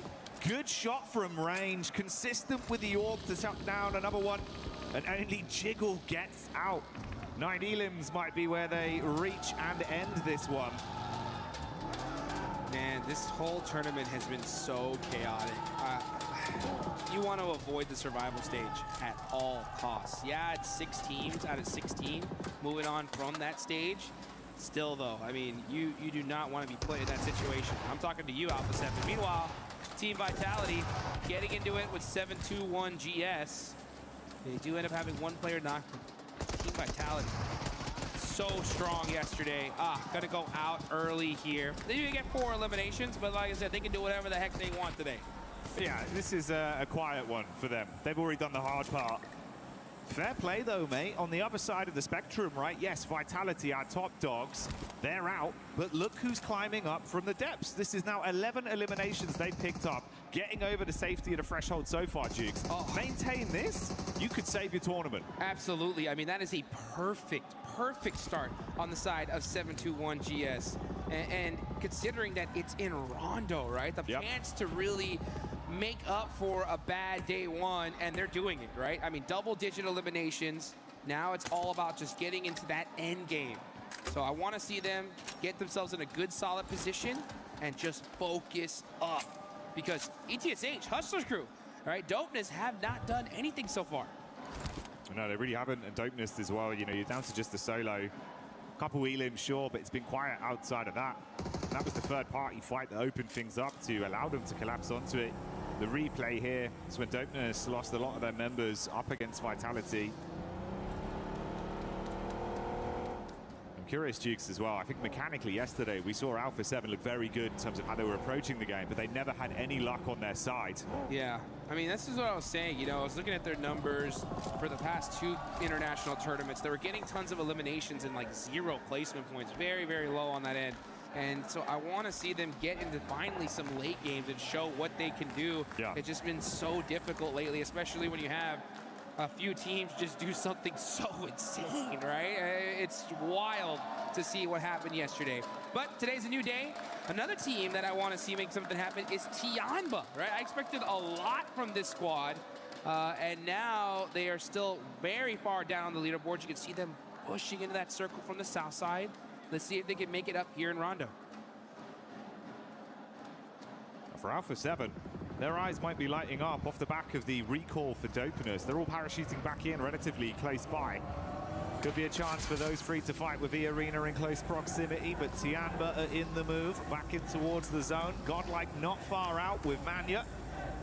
Just up on the ridge side there, supported by the rest of the crew. It was a bumpy early game for Yangon, but after that recall, they've been pretty comfortable, at least on their rotation path. Yeah, absolutely. I mean, it worked out well for them, especially considering that they were pretty late in this game because of that recall. It took a long, long time. But, you know, that's the way this game works. Sometimes those circles just shift and the fights happen in such a perfect way where you're able to sneak your way into zone pretty clear. It doesn't happen often, so when it does, you got to take advantage of it. And no better place to happen, honestly, in Rondo, right? The game where you could end up with 39 points. It's all about those big finishes. Curious if there's a chance we get a bit of an extension into each other there with Dopeness. Right on top of Smile. He's the one player that's fragmented off from the 1-3 split they've currently got going. SayCloud further out doing a bit of scouting as well. This is the establishing shot for Tianba and Godlike. Godlike obviously far more set up with cover to work with off the back of the warehouses. Tianba not so lucky. Yeah, it looks like they're going to hold this little valley right here and hold it good for now. Not a terrible spot in this next zone, not the best either, but this is Tianba after all. Still pretty wild to see them down in 12th place, 24 points, very uncharacteristic and unexpected, at least from a lot of people here. You got QZZ, a superstar that can really ring things out. But all it takes is, for a lot of these teams, just one good situation where their back's against the wall and let their gun skill shine. And, I mean, I would not be shocked with Tianba, who has 0 points right now. They could end up with 20 very easily here. 72-1 GS as well. Still looking to see if they can squeeze any more points out of this one. Dopeness taking the hit onto Alpha 7. A bit of a back and forth already. Ravo looking to close the gap as he drives by. Good control. Switching seats and hitting shots as he puts them down. And quite quickly, manhandles Dopeness. They do lose Korea though, so it will be a 3-man squad for the A7 crew. Yeah, you can see the crowd showing off them Revo jerseys. The man, the myth, the legend is here, and he is putting in some work. This is what we needed to see from A7. 8 eliminations so far. You're right, yeah, Carrillo did get taken out, but for 8 elims, that is a sacrifice that you got to be willing to take. But job's not done yet. Still a lot more work if you want to make it straight to those finals, and they do get a nice knock there onto Mormon. Alpha 7. Looking like they're starting to hit that high tempo. Caught whiff of the arena further back and take pot shots onto them. Meanwhile, before the zone moves, you can see Ida took a few shots over the Hustler crew, and that's the crunch in, Jukes. That's the crunch in that's going to make things interesting. The circle goes to the north side. That's huge on the side of Godlike right here. A perfect zone shift for them. Taking a look there at the leaderboards so far. This is the problem, though, right? I mean, we were so hype about Alpha 7. 9 eliminations. This is a great game, right? The problem is that you're hunting down 5th place. Godlike have 8. So you've only closed that gap by 1 point so far. Try as they might, there's still so much more to do. And even then, during the map feed, we could see like they were getting consistent damage back over to E-Arena. So they're not giving up any of this fight. They're still looking like they want to try. They know the win condition, Jukes. Yeah. This is the problem, though, right? If you don't have a great day 1, you could have a good, solid day 2, but it could be too late, right? Especially if you see consistency from those top 5 teams. They're going to keep on pushing that point threshold even further and further beyond. So for Alpha 7, if you want to catch up to top 5, yeah, the 10-point game isn't going to be enough. You're going to need a 20 to try and close that gap. So they still are in this game with 3 players up. The problem is that Godlike is as well, and so is every team that really matters, because Vitality, no one catching them. They can go out early. But for everybody else still here, that's going to make things interesting. 72-1 GS going in on Alpha 7. They got an opening knock. They want to try and capitalize off it, Jukes. They've swung rounds. That's one tag back over, but it doesn't look like it's going well from the elimination feed right now. This could be the downfall of Alpha 7. Seems like it's just a solo remaining, trying to hold on to it. This is the POV. There we go. We got it now. You can see Guizhou trying to get some shots down range, shooting, busting some vehicles here all over the place, but he gets put in a blender. E-Arena, they heard that fight happen, and they came to disrupt it, and they definitely did. But now Young Galacticos said, oh, you want some of that action? We'll take some of that as well, and they take them out. Cleanup crew plays. Goodbye, E-Arena. See you later, Alpha 7. Meanwhile, Godlike have been battling versus ETSH. It's all kicking off around the zone. 72-1 GS. They thought they were cooking with gas. Silenced on the clap back there. Yangon Galacticos. Trying to get them to remember their name, Jukes. They got to say it with their chest. What an interesting play, honestly. 7-2-1 GS, 15 eliminations, doing so good. They're like, yeah, let's go to the spot where we just saw 2 teams get wiped out immediately. And unfortunately, one of their players gets knocked. But here comes the rest of these squads. Godlike popping off on the top side. They shut down ETSH. Big plays from Godlike as the crowd starts to give them even more energy. Meanwhile, this encounter between 72-1 GS and Yangon Galacticos rages on. Arcs the nades in. Stereo setup, Dukes. Here comes the boom. Bang, bang, bang. 7-2-1 GS getting punished by Yangon Galacticos. Tough start for them, and now looking to finish strong. It's all up to Masco. And those nades are just inching closer and closer. He's got to hit some shots here to buy himself some time. Ooh, zone shift as well, crunching in. It's still good for Godlike. The crowd went nuts. They're loving that. The second they saw that shift, they're like, that's what I'm talking about. This is our game to win.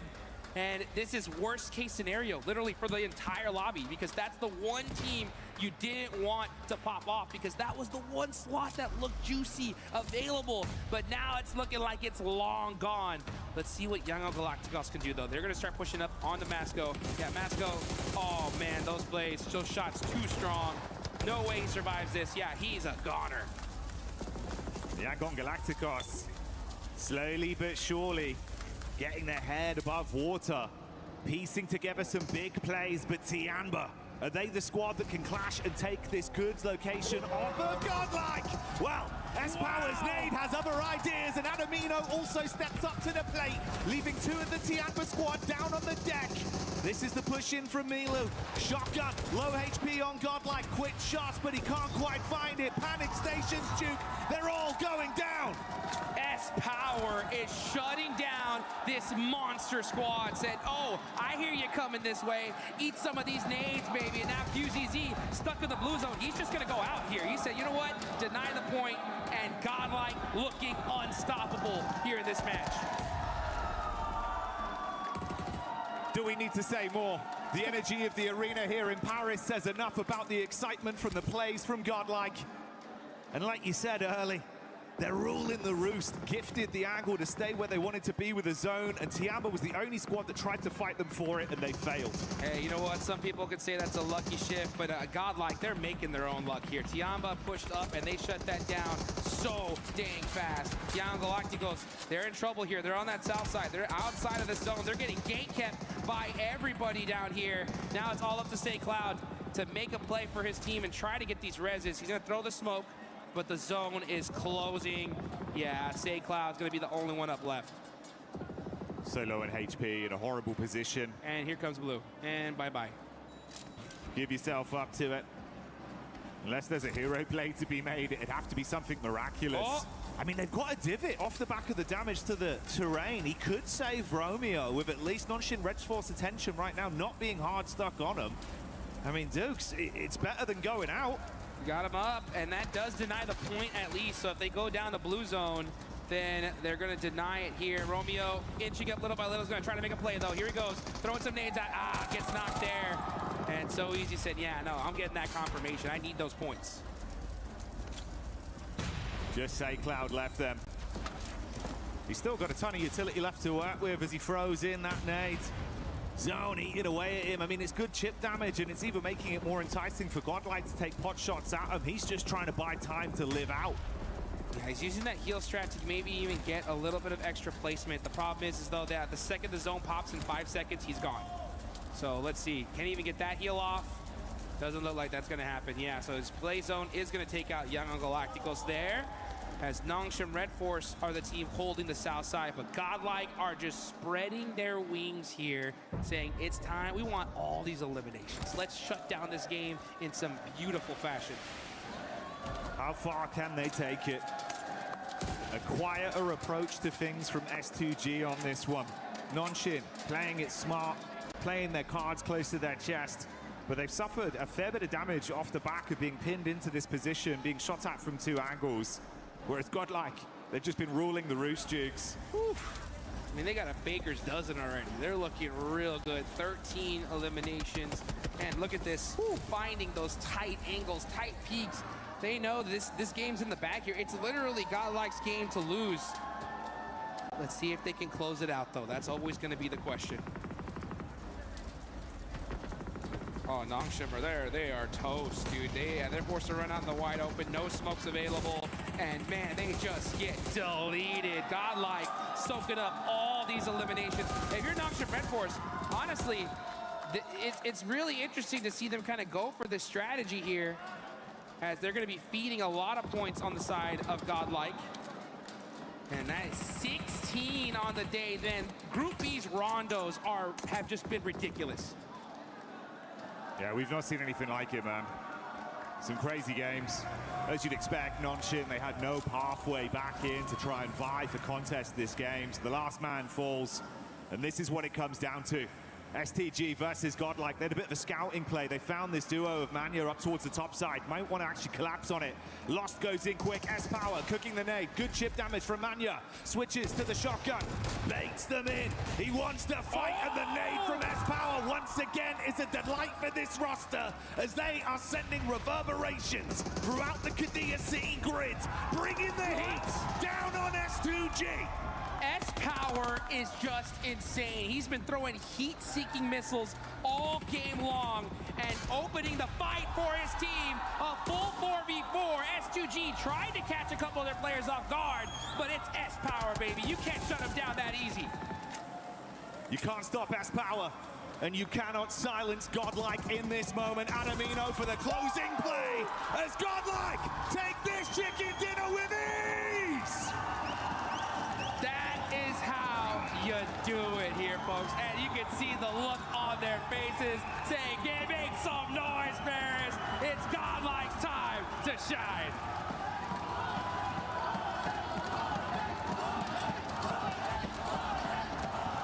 The energy of this arena says enough about the excitement and the plays that this team has been making, and they deserve every bit of celebration they're getting, Jukes. Absolutely, man. I mean, this was that one slot that looked like it was available. The top four looking very far away, very out of reach. But Godlike say, you know what? Let's just shut that door right here and right now. This top five is locked, right? Now, at the same time, there's still quite a few games left here, right? You got to put up consistent points, but if those top five do that, it may just be too far to reach. That's the scary bit, right? Is obviously some of the other squads that were above the teams that were looking to climb, they fell out pretty early there. Like Vitality not getting a great game out of this one. Godlike capitalizing where it matters most. Like you say, dude, you've made it so much harder for the mid-portion teams. You want to get into finals? Yeah, good luck. You might just have to go to survival, buddy. Yeah, I mean, even a team like Alpha 7, who was doing great this game, right? They had a good, solid amount of eliminations, but at the end of the day, you know, you could put up a 15-point game. If the team you're hunting down puts down 16, you did nothing. As a matter of fact, now you're behind a point, right? So that's what it all comes down to at the end of the day. It takes full-fledged consistency in both days. And look at that. I mean, they just basically said, hey, bring it, baby. Good luck. Try catching us now. Oh, yeah. Pulling ahead. Everyone's blowing up. You can hear the excitement, bro. It's insane, the energy we've got here right now at EWC. And it's a spectacle to behold. You come in to what was an explosive day yesterday of sheer talent, unexpected results, crazy circles, and then we start to run it back all over again. Oh, that is how you do it right there, guys. Let's get it going here. We got some more action coming up in just a bit.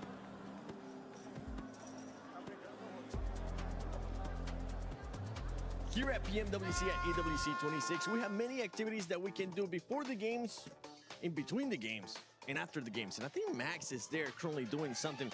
So let's see if maybe we can go in and give him a bit of a challenge, as he almost just absolutely ate it. Max, come over here, Max. I'm training. I'm doing my routine. No. I think you've been training. Let's do a 1v1. Pick a spot somewhere over here. If you make it, I'll try to match the shot. I'm gonna wreck you. I'm gonna wreck you. Oh, let's see if he can actually do this. All right, come on now. On the X. Okay, all right, on the X. Let's see if it's gonna go in. I checked the math. The best way to throw a basketball is actually the granny shot like this. Let's see if it's gonna happen. Oh my, okay. You know what? I'll give it a chance. I'm just giving you a chance right now. Okay, here. Hold on to this. Okay, come on. Mr. 7WG in the court. Yeah, the granny shot. From behind. No way, Jose. That was terrible. Wait, he's cheating. You just got 2 in a row. That was actually not bad. That was close. We're getting closer and closer. We're gonna keep on practicing, and we'll see if maybe one of us can make the shot. Come on, Max, you gotta make at least one for us. Okay, well, we'll keep on practicing our skills. Back to more PMWC at EWC 26. We were there. For every click, every clutch, every respawn. We were there for the years of grind. And we're here. Now. The proud founding partner of EWC. Powering the biggest event in gaming, shoulder to shoulder with the world's best, making history. Greatness deserves a stage. Lenovo Legion. Reach your impossible.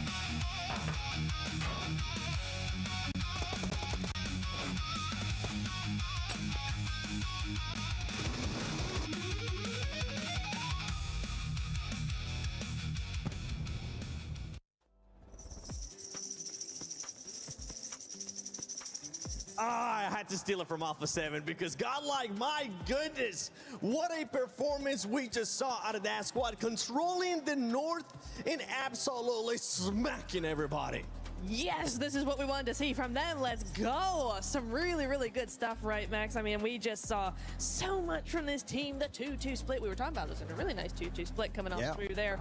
Really good stuff coming in. I want to say STG did make the right call going for the duo on the North because it was the high ground. It was cut off, but sending an extra player from Godlike up to there to defeat, to defend, to get those nades, some excellent nades coming in from them. A very well-deserved win coming in from Godlike. I mean, in particular, when talking about grenades, Some, oh my goodness, some of the fights he was taking inside of Neox factory, he put a nade like literally on 2 extra floors up in that building, and he just gets it on that player up there. It was incredible stuff from Some, Admino 2. No eliminations coming out from Manyab. He was like the RTS master, just putting his troops where they need to be to get that chicken dinner. So great IGLing, great fragging power, and of course, he's getting a total of 20 elims on a Rondo. Oh my goodness, they hit to play. Impressive stuff there out of Godlike. You might be wondering, why are we comparing them with 7-1 GS? Because this squad needed to make sure they got out of the bottom 3, and they were able to do just that, Lace. Yeah, I mean, they're clearly understanding the assignment today. They had a 2.1 average point day yesterday. So, you know, this is clear. This is clear that they had to do this. They cleared that eastern side, transitioned smoothly into the middle of zone with 8 eliminations. No team casualties is a massive turnaround for this team. Then, to cut the head of the snake, taking down Vitality is a huge power play. And I mean, this was a crucial 15 eliminations that they added to their tally to put them in 11th spot. Yeah, that's going to be a massive push. They started the day in 15th place. A team that needs those points. Godlike as well. With this, Godlike moving even closer and closer to the finals as we take a look at the match ranking here. Hora Esports, I mean, we'll get a chance to talk about Yangon Galacticos in a bit, but Hora Esports continuing to be consistent as well with that fragging power we know they're capable of. Yeah, very happy about Hora Esports, right? We saw NoFear get some really good fights from their side. Unfortunately, at the end, didn't have the numbers to really defend against Yangon Galacticos going for their crossing over. But I want to highlight one team that's very important here in terms of storylines at the bottom of the rankings. It's 7-2-1 GS Esports. They woke up massively here on Rondo. 15 eliminations, 1 placement point, which is, you know, like meh, okay, short, but overall 7-2-1 doing a massive push to get rid of that bottom 3 slot. Exactly. I mean, that's what Lace was just talking about as well with Alpha 7. Alpha 7 ends up getting those 9 eliminations. This is good for this squad, but one thing that we need to point out is those teams that they were trying to hunt down for the top 5, they were still alive. Yeah, it's gonna be a little bit interesting to see how it goes into the next couple of games with this. I do want to say one thing though, is A7 much better already today than yesterday, for me at least. I mean, they had better presence. There was more just meaning behind their splits. That 1-3 split coming in, the info was better. It just felt like a team that had a lot more synergy than they did yesterday. So definitely very excited to see what we got coming in for A7. Yeah, I mean, they had better scouting today. So you could clearly see that they were actually prioritizing this a little bit more than yesterday. Obviously, we had an awesome interview with them. They said they were going to try some different plays, but it seems like they're returning to their natural presence, which is amazing. And I mean, that drive by from Primo, man, that was so incredibly clean, well calculated. One casualty out of that, but this is the aggressiveness that we expect from our Brazilian team. That Brazilian team is going to be looking for me because I did end up losing an instrument. You know what? I'll join you guys. Why not? I'm like... Okay, I'll put it back down. They're going to be looking for me. It's going to be hard for me to get out here. But Max, one team that was able to actually do a good rotation, have a good strategy here, and a team that needs it is the defending champions of PMWC, Yangon Galacticos. Yeah, Yangon and Galacticos actually a team that was, I would say, a little bit more passive towards the very later stages of this game, but actually ahead of that, their rotations from the western side, able to cross that bridge against the side of Horo, which is some great rotations, and especially great scouting from this team that I think a lot of teams could try and learn from the scouting capabilities of Yangon Galacticos, especially at one point, leaving SayCloud behind them on a high ground position in that one building to make sure he can scout for his teammates which positions are free, which positions are available, and then the entire team just send it over to the eastern side of those buildings to get the high ground for themselves. No, you got a illustration for us. Natira, do me a favor, grab the mic from him so he can actually use both hands. There you go. And then if you want to, yeah, put the mic. I need to talk in the mic, thank you. Now, if you're looking at this position here, one big point of contention that Yangon Galacticos got for free because of that insanely good scouting is going to be here, and this is like a two-tiered parking slot that they're going to be playing, which is a high ground position and literally the entirety of the circle. But before that rotation, they had a scout that was actually over here in this position, and he was just providing information while his teammates were going for that wide rotation into that compound. The scout, it's a lot of microphone.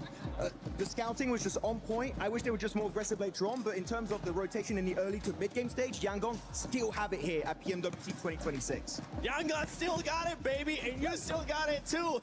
Feeling like a celebrity over there, Max, with so many microphones just surrounding you.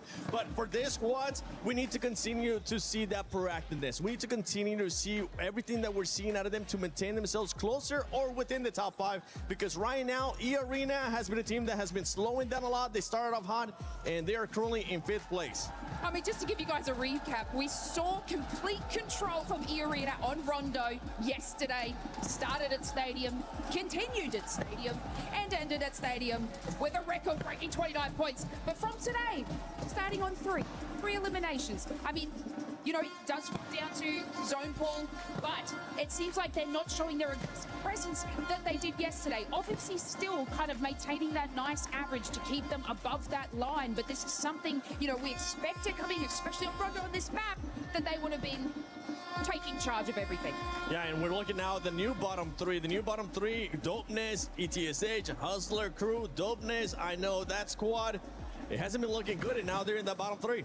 Yeah, it's odd. It's odd one for me because like they're one of the only teams that didn't hot drop on Rondo, right? Everybody went into NEX except for a few, and Dopeness was one of them. I want to see more from that. Maybe a hot drop. Maybe a hot drop. I'm actually not super hopeful about them because their best game yesterday was on Rondo. Today they did nothing on their map. Well, can Dopeness maybe turn it around today, as we're going to be sending it over to the first Erangel of the final day for Group B. Hot Jukes, Jackie, take it away. Here we go into Erangel. Let's get it going here. And I like what the desk was talking about, right? They're talking about the new bottom 3, you know, and I think that's where our eyes are going to definitely be on here for the rest of the day, because unless these teams in the mid-pack do something crazy consistently, we may not see a new top 5 for a minute here, because there is already a 15-point gap, Jack, between 5th and 6th place.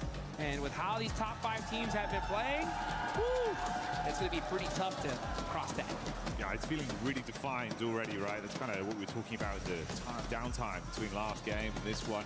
Said effectively, yeah, you've got to just keep your eyes locked in at who's in the bottom right now. That's the biggest area of movement we're looking at, where realistically there is chances for some teams to save what could have otherwise been a really rough run in Group B. At top dogs, though, unless teams start targeting them, Jukes, and things get spicy, I feel like they've just looked so consistent. They've looked so hardy. It's going to be really rough to push them out of this position. It's going to be tough indeed, but if you're going to go ahead and make it happen, it's most likely going to happen on Erangel. So here we go, folks.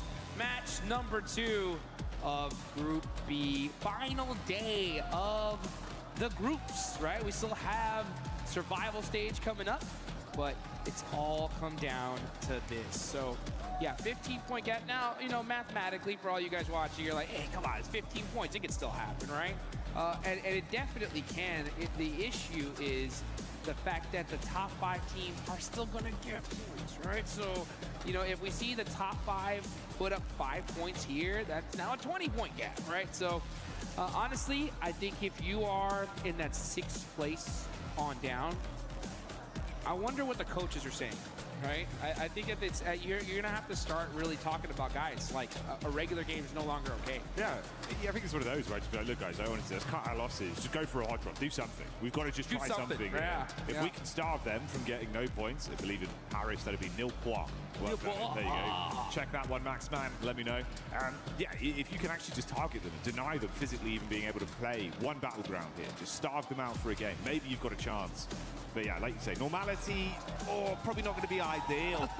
This ain't normal though, bud. We're getting these circles again. Oh, are you kidding me? Here we go again. Southern Flame Path, super northern circle. You know, I would normally be like, Team Vitality, ain't too happy about that. But yeah, again, like probably know what's catches of the day pretty much no matter what. So they're good with this one. But this could be a good opportunity, right, for the rest of the lobby to make something happen here. Now, one of the teams that desperately want to is Young Galacticos. Okay, they're in 6th place with 46 points. They're right there below that cutoff. And this is not the best circle for them at all. No, far harder of a rotation. Obviously something they're quite comfortable with in terms of the drop location. But like you say, having to make that whole wrap is going to be brutal for them. But we've got something that's going to be very exciting for all of the viewers, Jim. Yeah, and it's going to be that Naruto skin. That's right, guys. Join that Uzumaki Naruto event. Get that Ninetales Fury on. Get your hands on that bad boy because the AUG is OP. And you're going to do it in style. We're here. But, oh, look at this. Oh, nice little shot there back from Jiggle. He put up a fight. But Godlike, man, I'm telling you, these guys are just having a phenomenal day. It's wild to see 39 points in Rondo on day 1. And then Godlike bust down 30 here. So, I mean, when it comes to Rondo, Group B just weren't playing. No, he certainly had the upper echelons of Rondo gameplay. Made it look super exciting in some of the instances we've been gifted over yesterday and today. And the ideal scenario, like you touched on there for Godlike, right? Come back in swinging once again. Target some of these squads. The only benefit to that is if you're playing with a 3-man squad for Horo, if this is a bit more of a weakened knee, there's a chance where obviously Godlike thinking, right, we can try and lap them, push ourselves further into the safety net. Helps them out. The other teams, not so much. Still got to be a far better game. Man, I tell you, if I'm any of these other teams in this lobby and I see Godlike already starting off with elimination, I'm like, oh, this is not good. You know, like they're already getting hot off the rip. That's going to make things tough. So I'm talking about Young Galacticos all the way down to Tianba. It still freaks me out to see Tianba down in 13. I had them as a lock for top 5 here. That's going to make the survival stage that much more interesting, though, right? I mean, we heard Neptura, right? She was happy to see some movement from Alpha 7. I am as well, but you got to look at the reality of things, right? Like, that game was good, but it did nothing. It really didn't do anything when it comes to them trying to make it into top 5, purely because of how good our top 5 teams did. Yeah, that's the kind of the rough parts about it. It's what we've been saying from the games we saw yesterday as well, where mechanically they're making the right moves. You know that they're damn talented as individuals as well. They're playing off each other nicely. It looks like the comms are looking far cleaner in moments of chaos, but that only goes so far. If you're not able to get yourself into a good position, constantly fighting heads and tails to get even a reasonable compound, a reasonable location in the zone, man. Just feels like you're coming in doing this on hard mode, realistically. Literally. I mean, that's the one thing I've noticed here, especially in PMWC live here in Paris, is good games are good and all, right? But the thing is the teams at the top of the leaderboards, they're not doing good games. They're not even doing great games, right? They're doing something special. They're doing something that we've never seen before. And you just can't compete with that, right? Just good isn't good enough. here at this stage. If you want that top prize pool, you got to break records. You got to do something special. I think it's spot on. It's what we've seen. The quality of competition has raised to a new level. And these are going to be terrifying squads to have back when we get all the way through towards finals. That's a conversation for another time, though. Yangon Galacticos taking some shots over onto S2G. A bit of a sleeper squad to the previous game. Gave a good run of things, all things considered, with how they approached it. Kamikaze limping away, crossing his fingers, thinking maybe there's a chance, maybe I can get picked up. Just don't give Marnet another knock for free off the back of it. That's the worst case.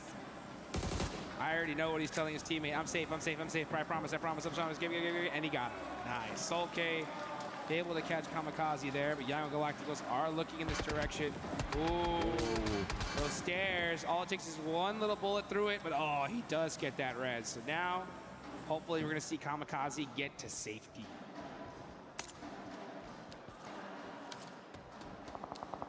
This is a bridge gatekeep on a northern zone, too. That's ridiculous. I'm surprised we're seeing Yangon Galacticos take so much time to do this, because this is on the other side of the bridge. Yeah, they're not on the mainland. They've got a long way to go as well. You got a lot of attention from them, at least looking back over towards the coast. I mean, Smile's in a position where potentially, if they're not ready for the read, if he bobs up Jigs, couple quick shots here. Ooh, could be the difference maker. I mean, Marnet's got the shot off again, so a re-knock onto Kamikaze. Smile's advancing. This could be really bad. I don't like this fight at all, personally. It just doesn't make any sense to me, because if you're S2G, you're in 7th place, 45 points, right? You're gatekeeping and out of position in the next circle. Like, I get you're trying to hunt down 4 eliminations, but that's not enough, right? In order to get into that top 5, it's chicken dinner time. So to risk putting yourself behind positioning-wise, it's just not worth it. I think at this point, just leave this fight. Go into the circle, try to get into that end game. Gone on the underside of the bridge, so Kamikaze can at least keep himself safe for now and try and catch them off guard, peeking from the other angle. They have that hovercraft waiting for them effectively as like the escape plan. But yeah, it's super elongated battle between these two. Burning through so many of your early reserves as well, just trapped, just sitting pretty. Yeah, that's what I'm saying. It's like, I get it. You're really committing for 4 eliminations here. But again, you're more than 15 points, I think 16 points behind 5th place. So it's an interesting play. But who knows, right? S2G could get these 4 limbs, run into circle, catch a lucky third party, and it could work out. But at the end of the day, that zone goes even more north. This strategy is looking more grim by the second. Yeah, it doesn't get any easier for them, does it?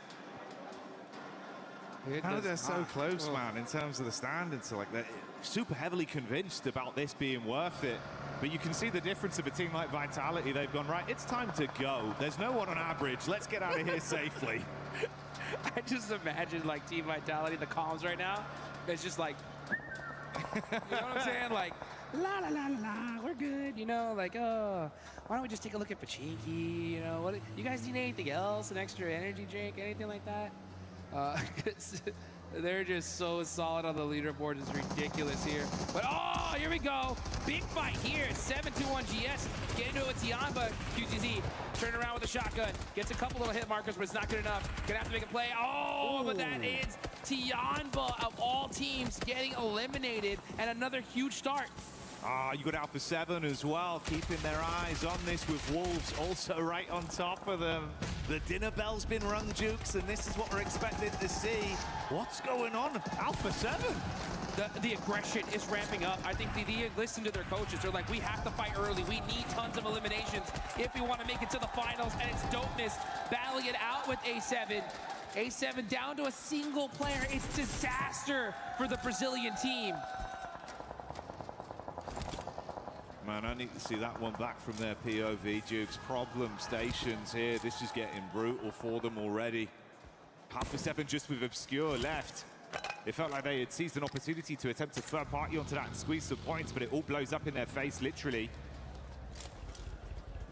Oh, such a rough finish for A7. Down to just Obscure here. Really fortunate on the side of 721GS, who in that last game, and if they do good on this one, should put them in a really good position to at least make it to the survival stage. And who knows, right? I mean, with a good chicken dinner here, could even possibly get them a little closer to that top 5. We'll have to see how E-Arena, Godlike, do in this game. But now we're just gonna see Alpha 7. Yeah, Obscure just gonna have to do something for his team here. Really needs to sneak away a couple of eliminations.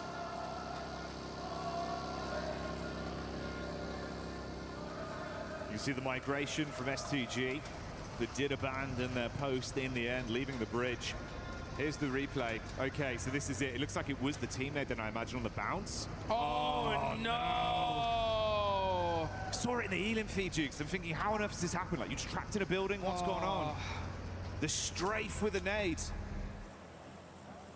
Oh, mate. Those windows used to be bigger. I think that's what it was. I don't even know if that would have helped, but nade's not that big. You gotta thread that needle, you know what I'm saying? And unfortunately, it didn't. It wasn't really a needle, it was a whole window. But you know what? It happens. It happens. You're under pressure. You got vehicles driving up on you. You're trying to make it to the finals, and just one little misplay, you get punished. Yesterday, we saw the Wolves, right, flip a car and get taken out because of it. And that just goes to show at this high level, one tiny mistake could be meaning going to the finals or going home. Didn't expect that one. You'd be fuming as well. Oh, yeah. I hope the mental isn't brittle off the back of the team, Nate. You got to reset from it, Jukes. Yeah, looking at the bottom of the leaderboards here, the fact that Tianba went out so early, we're going to see them in the bottom 3, most likely here after this game alone. I mean, you got Dopeness only 1 point away from passing them up. ETSH are still up with 4. Hustlers Crew are up with 3. So one of the favorites going into this lobby who, in my opinion, QZZ is one of the best players in the world. To see them struggle so hard in Group B is just shocking for me. But let's look over here at E-Arena, who are gonna have the warehouse near Severny. This is a really solid position. No matter where the zone goes, they're gonna have a lot of real estate to be able to drive to there. So let's see how they decide to defend against it. It's not even that easy to press up on.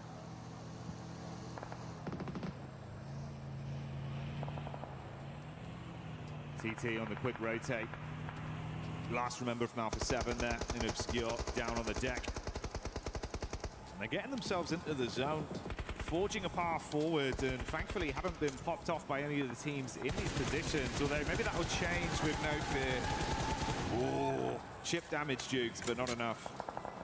Put some shots down range, and everyone's just playing keep away. Say, hey, no, someone's here. Do not full send it onto my building, please, and thank you. Oh, Wolves, okay. Nice nade there on the 721GS. That's a huge fight. That's 10th and 11th place going at it. But it looks like they are just within little nade range.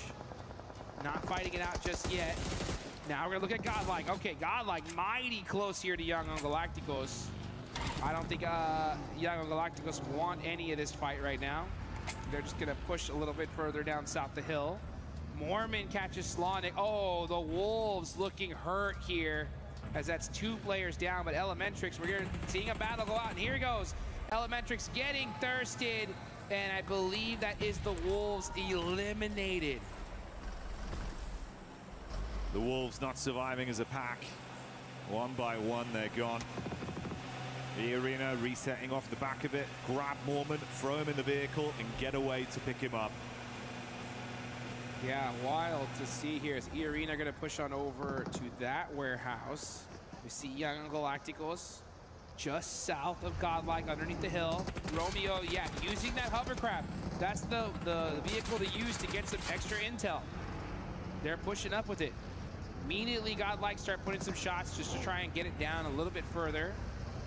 But Young Galacticos are like, hey, yeah, we're here. Do you want to fight us? Maybe? Maybe you guys just go in the zone, we do as well? Well, let's see what happens. Yangon don't want that smoke, man. St. Cloud with a back exposed. S-Power. Lucky. I know, dude. He's been so slick as well. That's the one time we've not seen him get an instant elim off something like that. Yeah, I didn't think he was expecting to see someone white out in the open. And when you just give him that tiny pixel, he knocks it down. S-Power on point. That's the fight to open things up. Ooh. Oh, and his nades, too, have been so dangerous today. It's a 4v3 situation. Let's see how Godlike decides to take this fight. They're already starting to wrap around, get their claws into Young Galacticos. They're going to have to get moving here pretty quick. Yeah, the pincer play. Wrap around, set up, giving their squad more of an understanding of what's going on here, whilst the rest of our teams around the zone do begin to duel one another. F is there from TT, falling. Zerich replying back onto 721 GS. And that fight does result in them going down. Out of the running, but another game with 6 elims, Jukes. Unreal. Now TT Project are down to 1 as well. That's 10 through 13. Pretty much almost out here. That's a huge opportunity for our bottom 3 to get out of there. And meanwhile, Neon's actually does a good job of getting a knock on the ETSH. So he's keeping his team alive. Oh, gets knocked. Now it's just up to effect. Last player up for TT Project. Now getting ran over, and that is them gone. And this is a huge opportunity now for ETSH. 7 points on the board. They're looking good to get themselves out of that bottom 3. Looks like we lost Obscure from Alpha 7 there as well. I believe that was E-Arena that went for the wrap down, found the solo, and dispatched him. So he's got unreal here. St. Cloud now pushing up onto Godlike, but S-Power is on point all day long. Battling it out. Admito with another knock. Punishing Young Galacticos. And a 6th place goes out here. This is top 5, pretty much all in it. This is the worst case scenario for this lobby. God, this is absolutely brutal. Smile's literally the only one that could get away. Got back behind the vehicle, pieced out to create space between the two, but for Godlike, it seems like the fight isn't going to be over. It's only just getting started. Nonshin Red Force close by, S2G as well, pushing up the hill. Nades onto the smokes. Fingers crossed that it'll connect onto someone. S-Power gets in the vehicle. Oh, goodness gracious. This lobby is looking pretty crispy at this point because our top 5 teams are all in this. Bunch of teams in that mid-pack are gone. Next zone does pop, goes right towards that center position. Godlike are going to use that high ground and gun skill to dominate this side of the map. And it looks like they are looking way too good to start the day. Man, S-Power has just been ridiculous today. And that last game was insane. Even here, his shots are just so on point. He came ready to play today. He's quick, stylish, certainly delivering out there on the battleground, Jigs. Maybe that's what the S stands for. Hey, oh. I wouldn't fault him for it. He's been living up to the brand with the plays he's been making. E-Arena.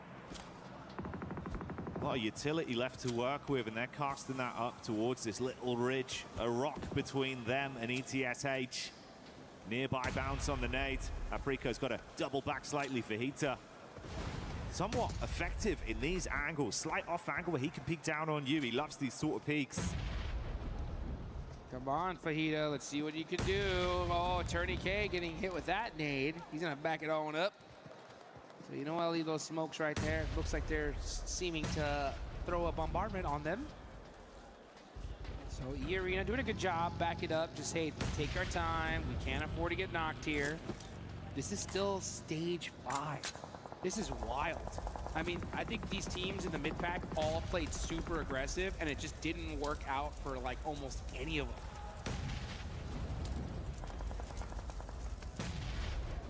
It's the exact opposite of what really they needed to get out from this one. The rich will only get richer towards the top, and our bottom 3 squads all still in the running. That's where the movement could be off a game like this. If ETSH can keep up the gameplay we've seen with 4 players alive and 7 elims in the bank already, maybe they can start to climb out. Nice knock there. Kamikaze gets a nade onto Admino from Godlike. Here we go. It's Godlike versus S2G. Good nade in that direction. Ooh, doesn't hit the mark just yet. And meanwhile, yeah, look at that smile from Young Galacticos, just hiding for his life here.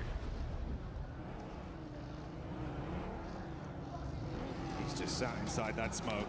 Oh, the vehicle so close to finding him as they're looking to bonnet him. S-Power's on the move as well. Oh! Chicaning around, but S2G lose another player down to 2. Lost, living up to his name because he's panicking right now. Can't quite find him, but S-Power takes a bullet to the back of the head. The SMG delivers. Goodbye, Godlike, as S2G win out on that one. Huge, huge play on the side of S2G right there, right on time too. You take out Godlike, who have now moved into second place.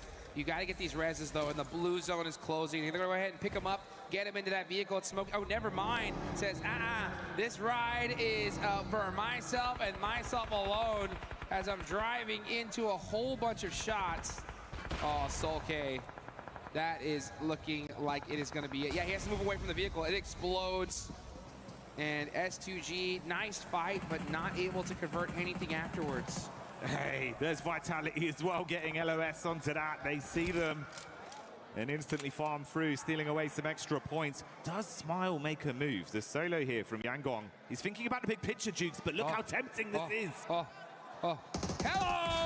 And Razy somehow survived that. The trap was sprung, and he was able to get out with the cheese. He got out with the cheese, unscathed. Ludicrous scenes, quick wrap around. Ooh, can't make it back in. That is going to be the deny out then. No chance to re-peek into the zone. Points denied, Yankon removed. What is this leaderboards? What is this leaderboards, my man? What's going on here? So we got 4 from the top 5, 2 from the bottom 3, and only 1 in the mid pack. Does it need to be said here? Does it need to be said here, folks? This is insane. Feeling pretty defined. Feels like it's all just inevitable with how it's been going. ETSH, realistically, the only one towards the bottom side with anything to be earned from this. Dopeness only down to a duo. The last man of Aura in Sleepy, tucked in behind the tree. Hyunbin not far away either. Yeah, honestly, he's doing enough, right? If you're Aura, you're just trying to put up, 4 or 5 points a game, that could be enough to just put yourselves into those finals. Considering that, yeah, I mean, all the mid-pack teams aren't going to have that 20-point pop-off game that they needed. There's only, I think, 1 that stands a chance. And it's going to be tough considering that almost all the lobby, the top of the lobby is still here. Look at this, Youngshim Red Force with 1. They're doing exactly what they need to do. Now it's ETSH, the team that needs to get themselves out of the bottom. Now just getting destroyed on the side by E-Arena, the Thai squad. Deleting them out of there. Nice push, though. They did get some good, solid eliminations, but they're going to still need to do a whole lot more if we want to see them in that survival stage. Yeah, I had to squeeze extra from this one. That's what you were saying. Good isn't enough anymore. For them, it's not going to bail them out. Dopeness, though. The dope duo looking to clash versus Ida. First one falls. E-Arena even trying to siphon points off the back of that, and they do so successfully, taking down Dopeness. Hyunbin falls. Razy loses his footing on the rocks. MG3, so good, but you know what? Its weakness is when you're getting shot in the back. Unfortunate there for Racy. Again, Team Vitality just flexing at this point. They still have 2 players up. Youngshim Red Force get that thirst. And, all the teams at top are doing exactly what they need to. Hey, just survive, put some decent points on the board, and it's a lock. Considering that there's only 5 teams remaining, all these teams are going to be getting some good, solid placement points. The real eyes on and storyline left is Ida. Like, if you're Ida right now, the best thing that could happen is you take out this entire lobby here and now. Just have a monstrous game from it. Give it your absolute all. It's not going to get any easier, though. weird timeline where Sleepy could probably sneak into the zone unnoticed as well, because Nonshin cleared this whole area, so they might not expect anyone to be there. They didn't find him tucked in behind the tree, so he's looking to just steal points if he can. Woo. Schweppes practicing his TIG welding right there, making sure that he goes and he's walking that cut, fixing that vehicle, getting it loaded up for the rest of the match. I wonder if IDA has that IQ to understand if they were doing enough elimination feed tracking to have a good idea of who's left in this lobby. It's quite difficult with everything that's going on. But if they have a good, solid idea of who's left, then they need to realize that they got to amp this aggression up. Like, why not? If you're IDA, you need to wipe this entire lobby out if you have a chance at getting top 5, because if you don't, and we see 4th and 5th place get chicken dinners, like, top 5's gone. So let's see what they decide to do here. I understand why they're playing it very pensively. They want to make sure that they get to that end game, but you got to ramp up the aggression. Sleepy spotted in the end. Was hoping he could worm his way back into the zone, but not this time. Nonshin Red Force looking for a bit of an assess on the situation. Got a good lay of the land from the position they're in. Vitality close by towards Ida as well. The arena with a bit of a scouting play. Tourniquet there in the back of the vehicle. Limited cover as well, Jukes. And Nonshin, such an open angle to just take pot shots. Oh man, this circle not too kind, as there's a lot of open field in that center. Everyone's gonna have to play the edge. I would like to see IDA go push up into these buildings though and challenge Team Vitality. They need to, honestly. They have to clear the south side out pretty quickly. And you can see them in the vehicles, in the buggies, just getting some more information for now. Rita, though, is just moving up ever so closely. He could hear those steps. He knows they're in that building. Audio cue giving the game away somewhat. Rita with a nade as well, pinpooled on it. If he gets a chance to arc it in, find a knock, then they could collapse, but they are starting to fragment over as well. Darkin advance towards the zone, looking to get set up near the cover they found. 2 players make it in. Darkin with a knock over to Hyunbin as well. Fires back up onto this ridge and does some damage onto Nonshin. Vitality re-aggress. Emre holding. Rito with the assist. The shotgun slays back over onto Federales. Emre will pick off Axel, and Vitality crumble to Ida. They're starting to cook, Jukes. This is a perfect scenario for them, right? They got 2 players already taking a position in this next zone. They were able to clear out Team Vitality, and now they're getting towards that end game. It's still going to be quite difficult considering that you got E-Arena up on top with the circle priority. And most likely, we're going to see IDA fight Nongshim Red Force. So if that does happen, never mind. IDA, they understand. They need to win this game. Push up into E-Arena, challenge them, try to take them out as fast as possible, and then have to deal with Nongshim Red Force later.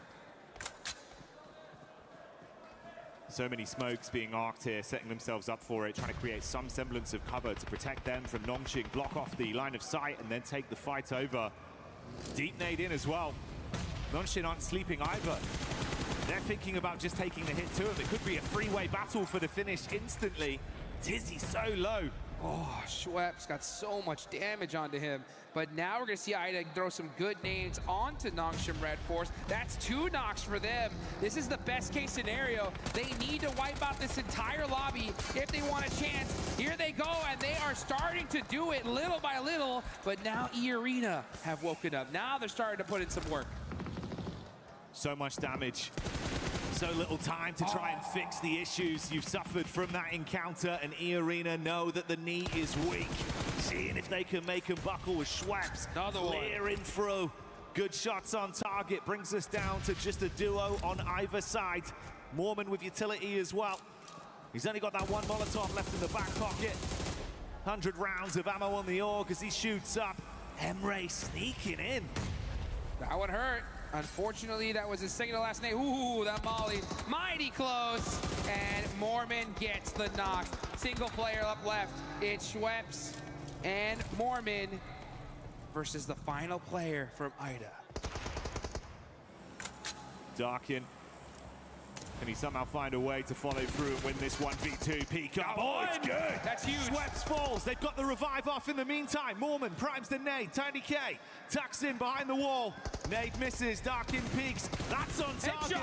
Good shot. Follow-up there. HG takes him away as Tiny K falls. Mormon closes the gap in the shotgun standoff, but will he win it? No! Are you kidding me? What a finish! It's Ida getting it done in the 1v3. Played it to perfection, Jukes. Woo! Let's go. They go for the res, he gets the engage off, wins the 1v1, isolates it with a nade, finishes him off, up close, sweating bullets with the shotgun, shuts it down and gets the dinner.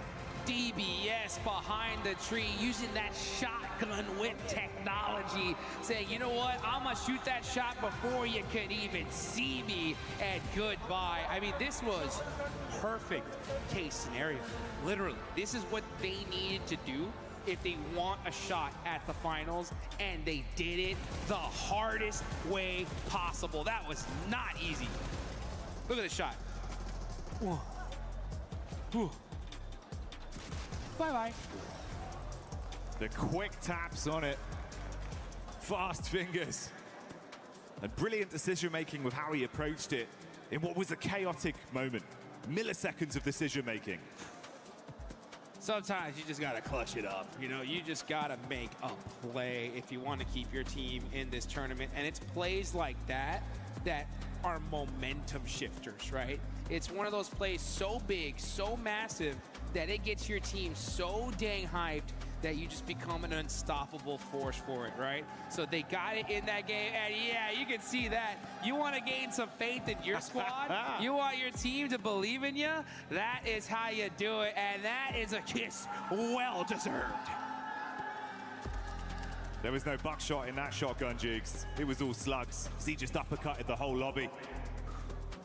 Made a play. That was one of the plays of the tournament so far. I mean, 1v3 to win the game, and if this squad makes it into the finals, that was it right there, guys. That is the play that made that possible.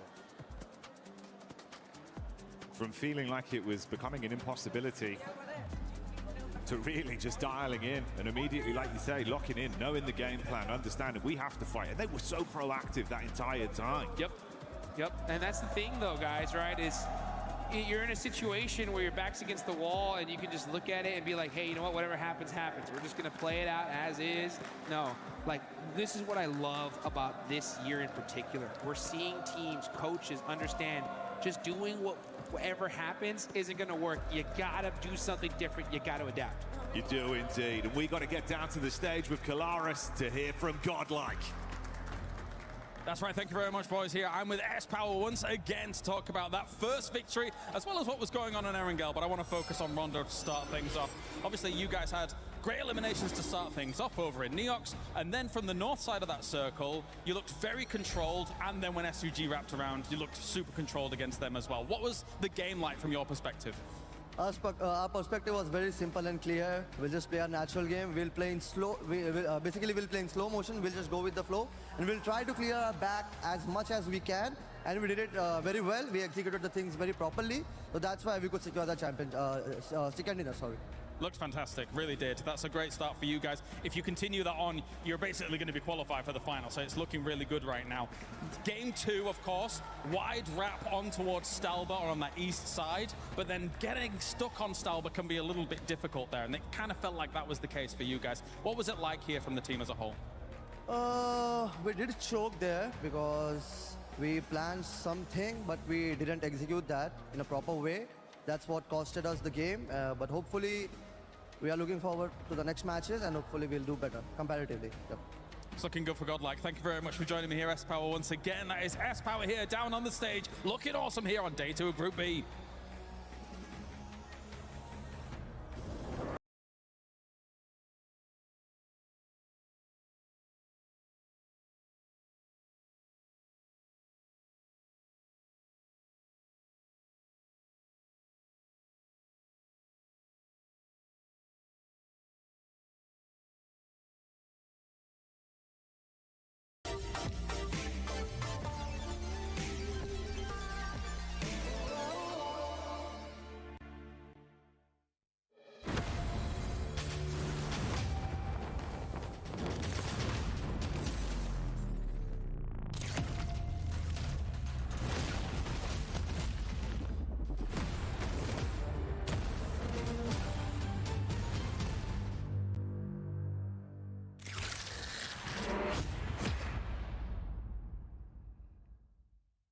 주나요? 이용해. 차벽 이용해 후보.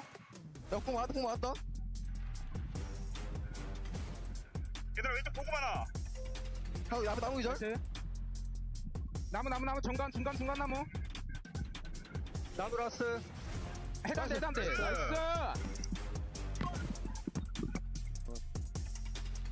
Ben yine tepe çıkabilirim muhtemelen. Oğlum sen Rita gelen olmayacak dedin de şey gelmesin oğlum EA. Kim? Gelmez oğlum iyi ne işi var? Tam atmayacak bunlar. Ya beni almanız lazım ya yalnız. Berkin sen alırsın beni tamam mı? Alırım da. Başından enforce'u çekiyorum. Yok kaçmışlar bunlar ya direkt. Beni falan yok mu ya? 6x. Nice. Mati marah. Masih ada peluru Ren. Itu bisa dapat 60 gua. Enggak ada 60. Enggak usah. Di berapa ya? NS ya? Guys. Bagian rata 15 NS. Berapa mati 2? Orang mati berapa ya orang? Tadi gua bunuh 1. Mati 2. Oke. Di jamur ada yang mayat di jamur. Iya. Gua bunuh NS. ต้องตีมันไว้ชิ้นนี้สู้มาส่งนี้สู้ฟังกูเอารถมอไปรับให้ ต้องรับ รถจะระเบิดรถจะระเบิดกูจะระเบิดโอเค ตายมาผมอยู่นะ ถ้าเตอร์รอมา Loving the radio comms and the translation as well, but I'm also loving the PMWC Lucky Spin, which is available now in PUBG Mobile. Co-created with PDP creator Nana, the Electron Energy set, the Proton Power set, this stunning alien fusion grows out. Log into PUBG Mobile and take your spin before it's gone, like Max has done. I have tried it as well. I'm gonna try it again today because that grows out looks sick. It is amazing. And it's also glowing. It doesn't look like it right now in the picture, but it does actually glow quite a bit. So it's got some animation. It's themed around PMWC. It's only W's for the skins right now. And one team that was glowing in that last match was none other than IDA. Because IDA, my goodness, this is a squad that also needs to make sure they stay within that range of getting to the top 5. And they were able to do just that, Neptura. They were indeed really looking forward to what they have coming in off the back of that big win because, yeah, they did play that very well. I want to point out specifically their smokes coming on in there. We were talking about this again, you know, analysts, we chat in the backstage area. But it was really nice to see them use those smokes against EA when they made that push onto Nongshim. It was a really good performance there to just make sure. And yeah, you're seeing the day 1 versus day 2, night and day. I mean, I think we saw that in game. We could see it very clearly, but night and day on those stats as well, looking very good for them. I mean, I love this because I love having a look at their average of eliminations and being able to capitalize on that. And I want to give them a get them whatever food they want, buy them whatever skin they want in PUBG Mobile because it's insanity that E-Arena lost that with that much health and utility. Obviously, no popping on the zigzag, but was not prepared for that shotgun at the end. And you know what? Having teams that, you know, are creeping their way up from the bottom into these positions, they're locked in. Yep. And if you think you're at the top of the leaderboard and you're safe, it's not always the case. It's definitely not always the case. Between Circle, for us, we're looking at the match ranking here. Teams 9 through 13 were eliminated, Max, which leaves a huge opening for those squads towards the bottom and also for those teams towards the top to just kind of expand that lead. I mean, yeah, because it's so close towards the teams in the middle and especially the bottom of the pack, as you just said here, Seven. And because of that, I was expecting Tiamba to just kind of level up their aggression, which they actually did at the very start. They did go for a crash on, I believe it was 7-1 GS team. I'm like, yeah, this is great. But not on Circle 1 to Circle 2. You know, it's a little bit too early to go for a full commit fight and get instantly eliminated because you're not getting any eliminations and especially not getting any placement points. So Tiamba, I like the change of mindset, but it's just not at the right time. They need to do the fights when it makes the most sense in these games. Yeah, I mean, 7-2-1 sort of took them down, and that creates like that chain effect at the bottom 3, Max, you know? Yes. Giving a little bit of hope to none other than dopeness. They overtook them, put themselves in a good position, got on that north side, didn't scout Nongshim, and, you know, just leaving Kenji and Spigot to sponge some placement. But look, this is how crazy it gets at the lower of the leaderboard. Was look at the top damage dealers here. I was just speechless by what IDA was able to do there at the end, that solo player. He was even celebrated with the kiss on the forehead, just saying, good job, please keep that up. We really need that because if not, then we're not gonna be able to make it to top 5 or even get close. But right now, that squad with this kind of performances, at least they're putting themselves in that it doesn't really matter area because they might end up going to survival, which might leave them open to just do whatever the heck they want. Well, that's exactly how you want to be playing, right? You want to make sure you are comfortable, ready to go, and ready to get into the next game without too much of an, oh my god, we gotta win this game if we want to succeed. But yeah, really, really good stuff coming in from there. Also, shout out to EA in that final play. I do want to say EA actually doing a really, really good job. And I think if it hadn't been for the Ida player, you know, flicking in to get that win, they were isolating Ida really well. They were moving around and trying to control as much of the zone as possible. So shout out to them. It's still a really good game from them. So again, going into the next Erangel, want to see more from them. Yeah, Arena. Shout out to you, Arena. Right up until the end when you got absolutely smoked by one player with very low HP. One team that has been actually very consistent today, Max, for the first 2 games, which has been a big difference from what we saw yesterday in day 1 for Group E, is none other than Nongshim. Yeah, I was hoping you were going to ask me about Nongshim Red Force. I love the way they play because they're not an aggressive team early game, mid game, right? They're just trying to get a focus on their position. And especially if you look at this circle finish, western side of Stolber, very northern side. Where do Nongshim Red Force drop? Down in farm split. They go for wide rotation all around the eastern side of Stolber Mountain, get great entry point, have a 4-man split, just scouting very passively, just getting some information, seeing where all the players are hiding in those bushes. And at the end, when the team's at their weakest, they're involved in a fight, they have to rock up, they take the high ground position and get a ton of eliminations. Sure, it's not a win, but Nongshim Red Force, the macro decision making is just next level. Honestly, come over here, Max. That was just... Ah, no! Off camera! He gave me a little As we're looking at the overall ranking for Team Vitality, I mean, they're going to stay up there too. Godlike still performing well. Just let's keep an eye on that gap between Godlike and Ida Esports because it is currently at 12 points. S2G has been able to perform well. They ended up on a 1v1 with Godel. Yeah, they did. I mean, I'm on the fence for S2G, honestly, here, Seven. Same. Why? Because yes, they are performing better.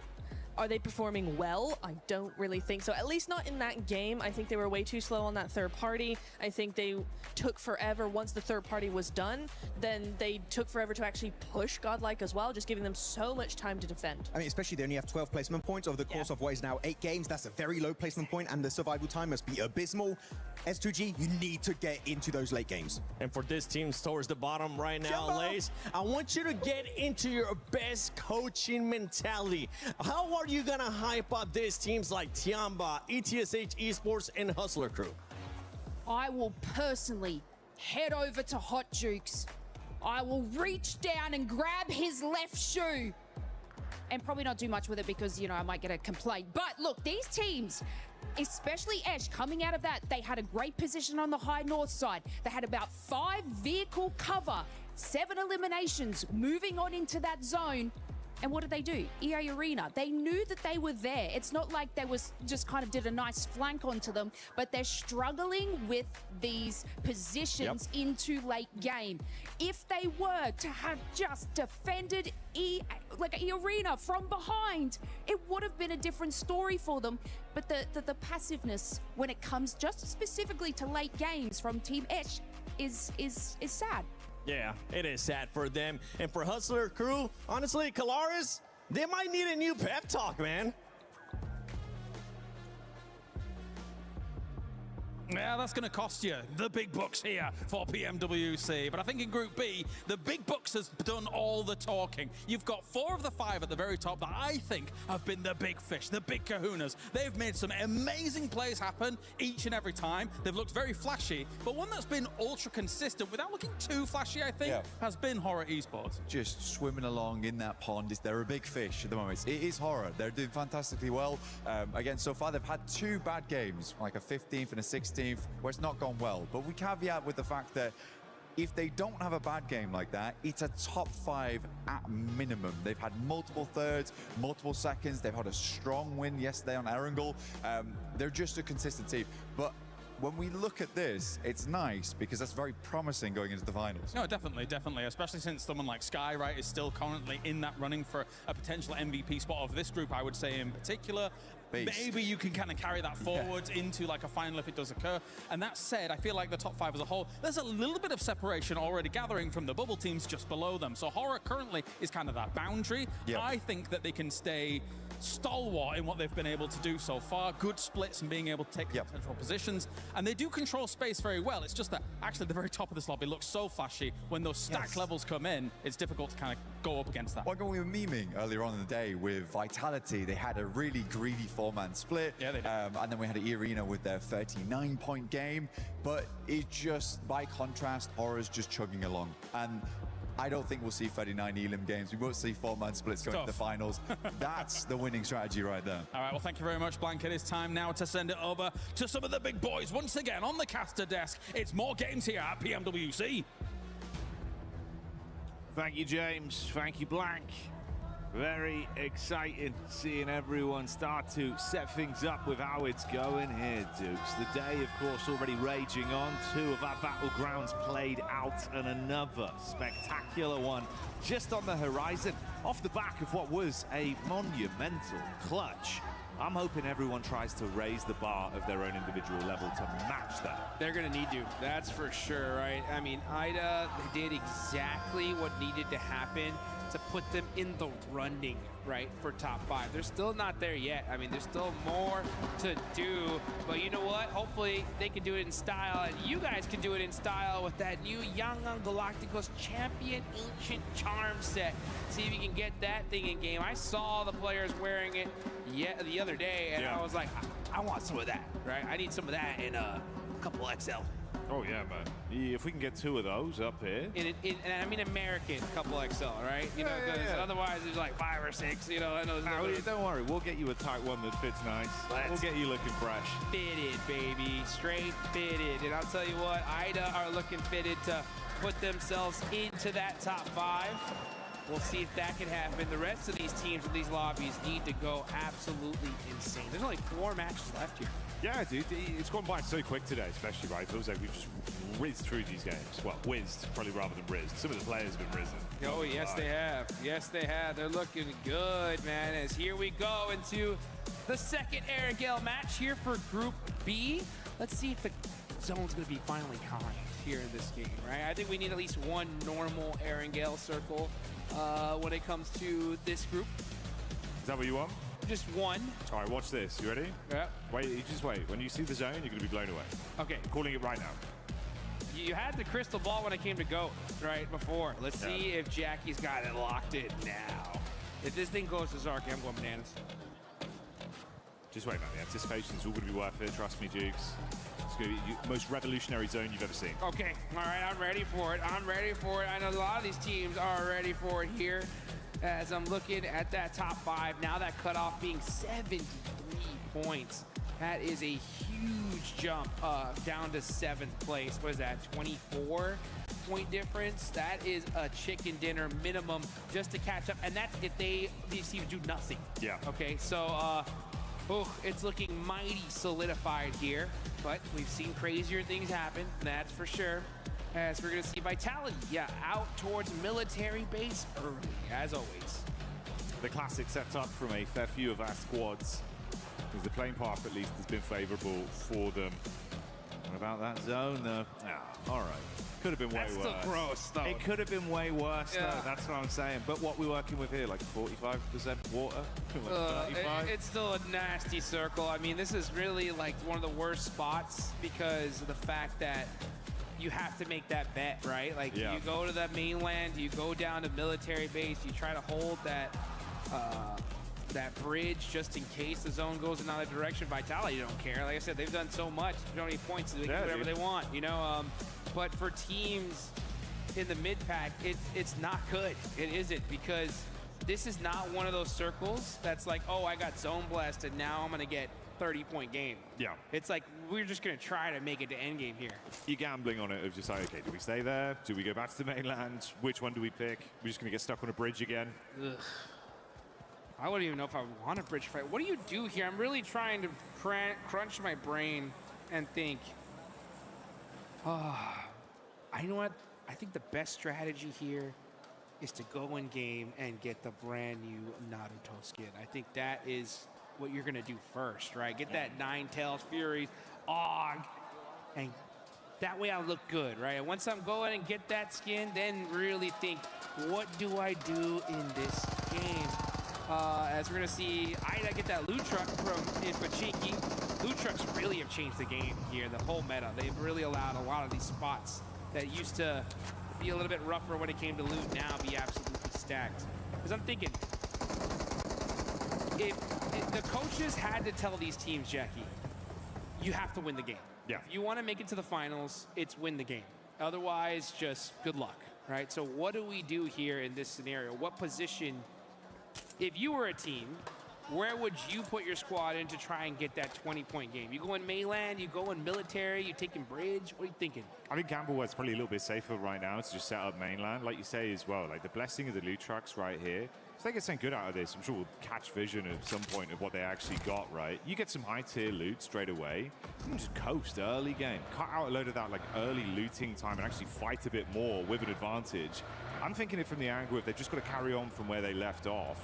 Squads like that, so it'll take that Ida mindset of trying to push your limits further, run some risk break. You get some high tier loot, get in there, start scrapping, see if you can squeeze elims, bully some of the lobby.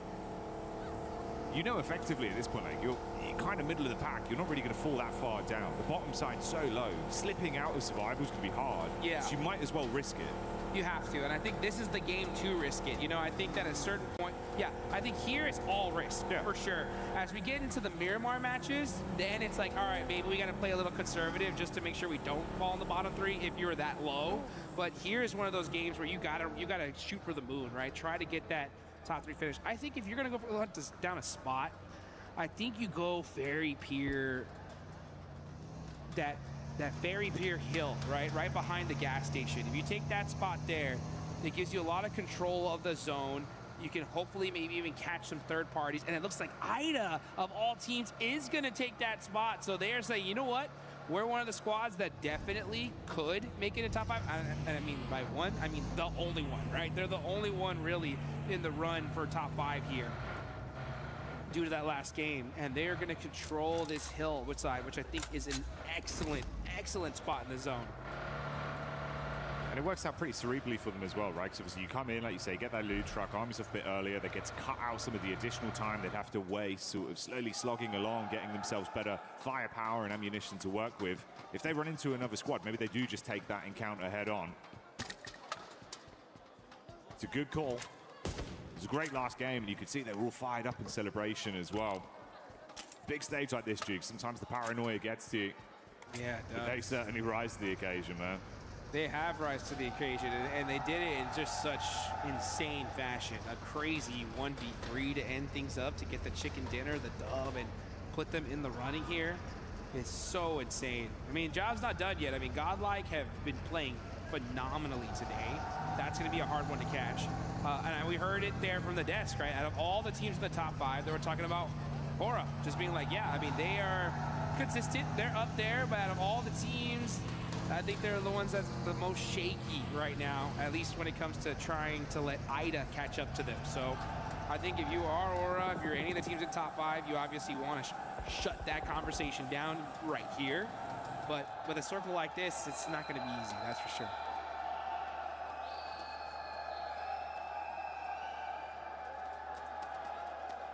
The team that was towards the bottom side coming into the start of the day was 721 GS, but they've rose massively, fighting hearty into these games and still being able to squeeze out a decent number of elims to rise up the ranks.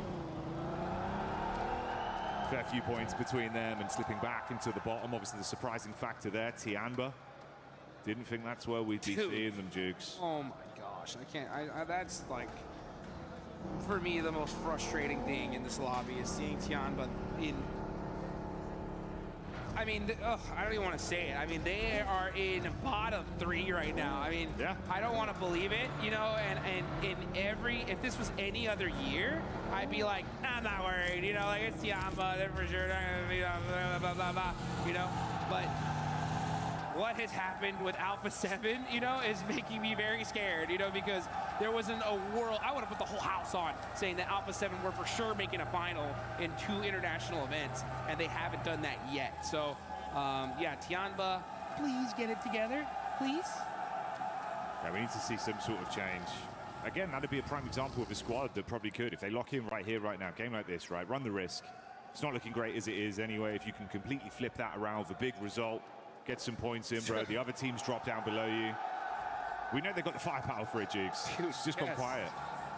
Silly quiet. I mean, for them to even be close to bottom 3 is insane, and the fact that they're sitting there right now is wild. I mean, they're not that deep down. I mean, it's only 2 points away from dopeness and about 9 points away from 9th place. So it's not the scariest position to be in, but you know, you don't like to see it regardless. Next zone. Let's just see how toxic it's gonna be. Are we gonna get a crazy shit? Okay, yeah, it does go perfectly up to that mainland. So that bet from Ida, right? I mean, this is the perfect zone shift for them. It's worked out brilliantly. Opening game plan so far, uncontested. Sped up a lot of their looting, found themselves a good position that's still very central as well. 72-1 GS once again. They've been a bit of a dark horse of being able to squeeze eliminations and bully some of the squads that are massively above them in the standings. And that little nip, make it harder, take out some of these players so that you can try and climb. That's helping not only them, but potentially a few of our other squads as well. Yeah. I mean, that's the teams you got to take out here, guys, right? I mean, at a certain point, I mean, I'm not going to say at a certain point. It's literally this point now. Like, right now. The mid teams need to hunt down the top squads. Like, you need to have, the coaches should be talking to these mid-pack teams, analyzing their drops. Now, I'm not necessarily saying hot drop, but have a good idea of where they move rotationally. Try to gatekeep them on try to catch them out on a drive in somewhere. You got to do something to slow them down, because just hoping that they don't perform is just not good enough. You got to make your own luck. You got to find a way to make something happen. Unfortunately for Tianba, they lose a player on rotate, so they're going to be stuck with 3 here in order to get into that end game. And now QZZ gets knocked out by Ida. This is worst case scenario for Tianba. They're gonna hold the warehouse here, not the worst spot. It's one of those spots that you hard commit to. Are they not gonna get this res? Oh, brutal. And that just shows the urgency from Ida, right? They're like, we need every single point we can get. Yeah, that's absolutely hellish for them immediately as well, right? If we're saying these kind of games where, yeah, as much as it's not barren, bottom of the bottle, not feeling like you can completely get back into it, another game goes by, suddenly you're looking at 3 matches left. If they remain in this position with their squad already falling down to only 2, and especially if you're feeding those points to a rising squad like Ida, this can't be happening. Dude, I'm getting flashbacks, guys, and I don't like it. I don't like it. I don't like remembering Alpha 7 being like, hey, all right, another bad game, another bad game, another bad game. What's going on here? And then all of a sudden, boom, they are knocked out. You could just see the look on the players' faces and just not looking too happy at all. Coaches from Young Galacticos are locked in right now. They're in 8th place, 47 points. And again, that is quite a few away from that mid-place position. So yeah, if you're Young Galacticos, you're in the blue zone now. Hunting down some of these squads might be beneficial because you need a ton of eliminations.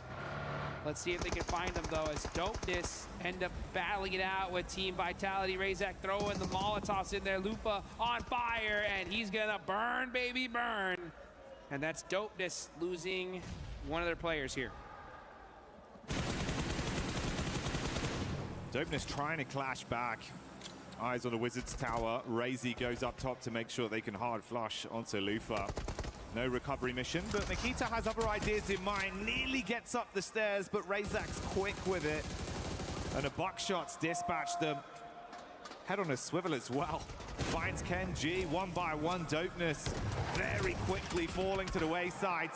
Nice pick up there, Jukes. They can save their mate as well. This is a bit surprising, though. S2G hard commit onto the Godlike crew, and they're gone. Wow, what a huge huge finish for the side of S2G. This is their chance now. S2G's got to go for the win.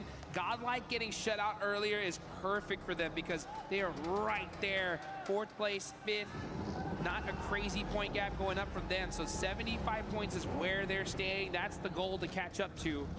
Big opportunity. You know, Ida saw that. You know, Aura saw that. You know, Young Galactica saw that. So let's see what they could do in this game. And now with Dopeness getting eliminated earlier, Tianba are like, all right, hey, let's get a good game in here and get out of this bottom 3. Yeah, exactly. You're not too far off. Couple points. It's only a duo there. That's the scary thing. Need to weaken them early. That task is way harder. Half as many players to rely on. Now, yeah, you're just going to see these rotations come out. I mean, S2G need to find themselves a good solidified position, and they do, right? They have a good spot in this next circle, especially if the zone goes up north. Yeah, I think now it's time to play things a little bit slower, slow things down. You got to get to end game if you're S2G. Fights right here are way too dangerous because if you take a fight, you're getting third party, almost guaranteed. So slow it down a little bit and try to get this win because that's what you need. You need still a good amount of points here. And if you can get that win now, man, they'll be having a good solid chance in the last 3 matches.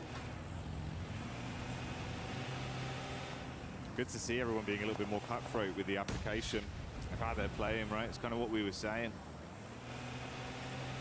You got to try and run a few more risks, and taking down Godlike now presents that opportunity to rise. Let's see where the zone's going to go on it. Who will get a bit of a gift? Dead center. Dead center here. So the S2G are still in play here. The duo from Tianba are now going to be in trouble because everyone's going to be crashing in this area. And you can see Vitality are driving right by. Everybody instantly moving on. S2G not happy with just taking that corner side. They want dead central, and they are pushing on up. Vitality now. Oh, boy. Here comes TT Project. Looking to punish them in the shack. Nice shots there from Niaz. And these are some desperation points on the side of TT Project. They need every single one of them. Sitting inside the vehicles for Vitality is the only play they can make. They quickly heal themselves up and re-peek back through. Razak, star player for this squad that's been popping off in this very battleground. They're going to go for the quick pickup play, it seems. Federales runs in. Oh, the hovercraft just clipping the toes of Niaz as he gets crushed. And Razy finishes it off there. They can block some of this space as well. Hard commit to that recovery. Make sure they get back to 3 members, Jukes. How are these guys alive? I don't know. This is insane. I mean, this was the worst case scenario for TT Project. Just Team Vitality said, all right, you know what? Yeah, you guys thought that we were just big chilling. No. If you're going to take us out, you got to do it quick.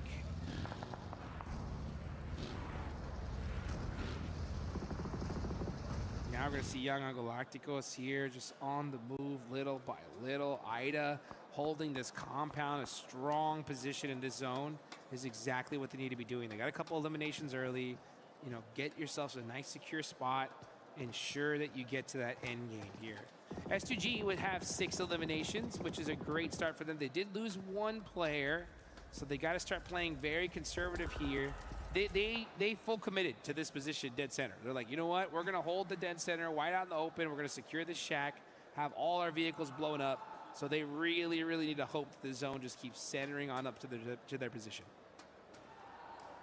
That's the crew taking down Hyunbin there as they're able to detonate the vehicle. And you can see it's not looking too great health-wise for Nonshin Red Force. They chip damage onto one of them. 2 of the players knocked for now. That's a bit of a spread where you got Wolves nearby. Hustler crew in position. This is the fight that's currently going down. Ooh, nade inside from Slonic. As Wolves get that one on target. Let's go Wolves, man. Wolves need to do something here to keep the NA dreams, hopes alive. Wolves having one of the best substitute players on the planet in Juancho. Fortunately, we haven't seen him in the game, but he is here in the arena watching over his squad. And hopefully looking to extend their stay here just a little bit longer. 30 points, not nearly out of the danger zone yet. They need a good game to at least solidify them to that survival stage. But man, that survival stage is going to be jam-packed here. Tianba looking like they are going to might be going to it. Alpha 7 looking head in that direction as well. As we look at the top players, of course, we see a whole bunch of team vitality. That makes sense. It really does. Zone crunching in once again, though. Centering up. S2G, Hora. And of course, the remaining members of Tianba within the area for now. Surprised Ida from distance as well when we saw that fight with Wolves and Nonshin, where they were able to steal away one more point just off the back of the encounter. This is Yangon pushing up onto TT Project. Oh, they're trying to get away in the vehicle, but they're running into another team on the hillside. It goes both ways, though. Damage done. Federales from distance helping Vitality put pressure onto these squads. You can see Young Galacticos, there's Cloud, all right, popping a couple shots there on the side of Vitality. I'm surprised he even shot that, considering that he's so far out of position in this circle. But now I was wondering, where is Alpha 7? When are they going to make some moves? There's Obscure getting a nice shot there onto E-Arena. That's huge for this lobby. E-Arena going out here. Shuts down one of those top players. And Tourniquet, though, last player up. Oh, devastating A7 here. Oh, and good for them, though. 7-2-1 gets that elimination. That's going to be a huge sigh of relief for the side of A7. It's Wolves as well, making it so uncomfortable for Alpha 7 there. They thought they could take a fair fight, be able to just play a head-to-head with both squads. Doesn't work that way. Wolves keep the pressure on A7. 721 GS as well. Still stealing points here and there in these games. Darkin takes the shots up onto Fajita. You got the spam over. In the midst of all this, Vitality have finally finished what remained of TT Project. And the solo from Alpha 7 stuck in a horrific position. Horrific is right. And the Wolves are holding the north side, wrapping all the way around to find a position in this next zone. Obscure just going to be eating a whole lot of blue damage. And this is stage 5. This one hurts. Alpha 7 just can't seem to catch a break here. Can't get anything going. And S2G, hard committing to that central spot, is working out so far. And that is, yeah, Obscure's just going to go out to blue. So that's A7. If they want to make it into the top 3, they need to win almost every single game going forward. Impressed how good Wolves have been able to play as well with the really awkward fights they've had here. Handling themselves nicely against multiple squads. Sonic does finally fall. He was hitting some big shots. It could be a detriment to the remainder of the Wolves roster. Yangon. Brutal position, bro. They got the smokes, limited cover. Hovercraft still there. Now we're going to see Ida. 4 players up. They took the most dominant position in this zone early, and it is working out for them. What's even working out for them more is the fact that Godlike's gone, right? Nongshim Red Force are hurt.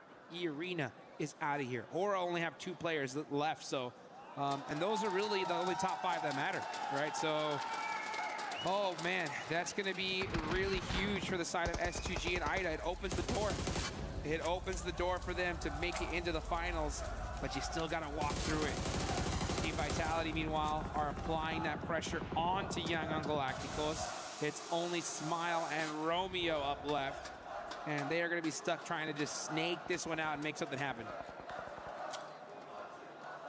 Nade from Smile being cooked. A few shots over from Tiamba as well, it seems.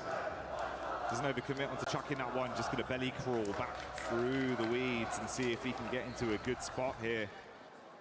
Thread the needle with a nade, get it on top of Vitality. There's the boom.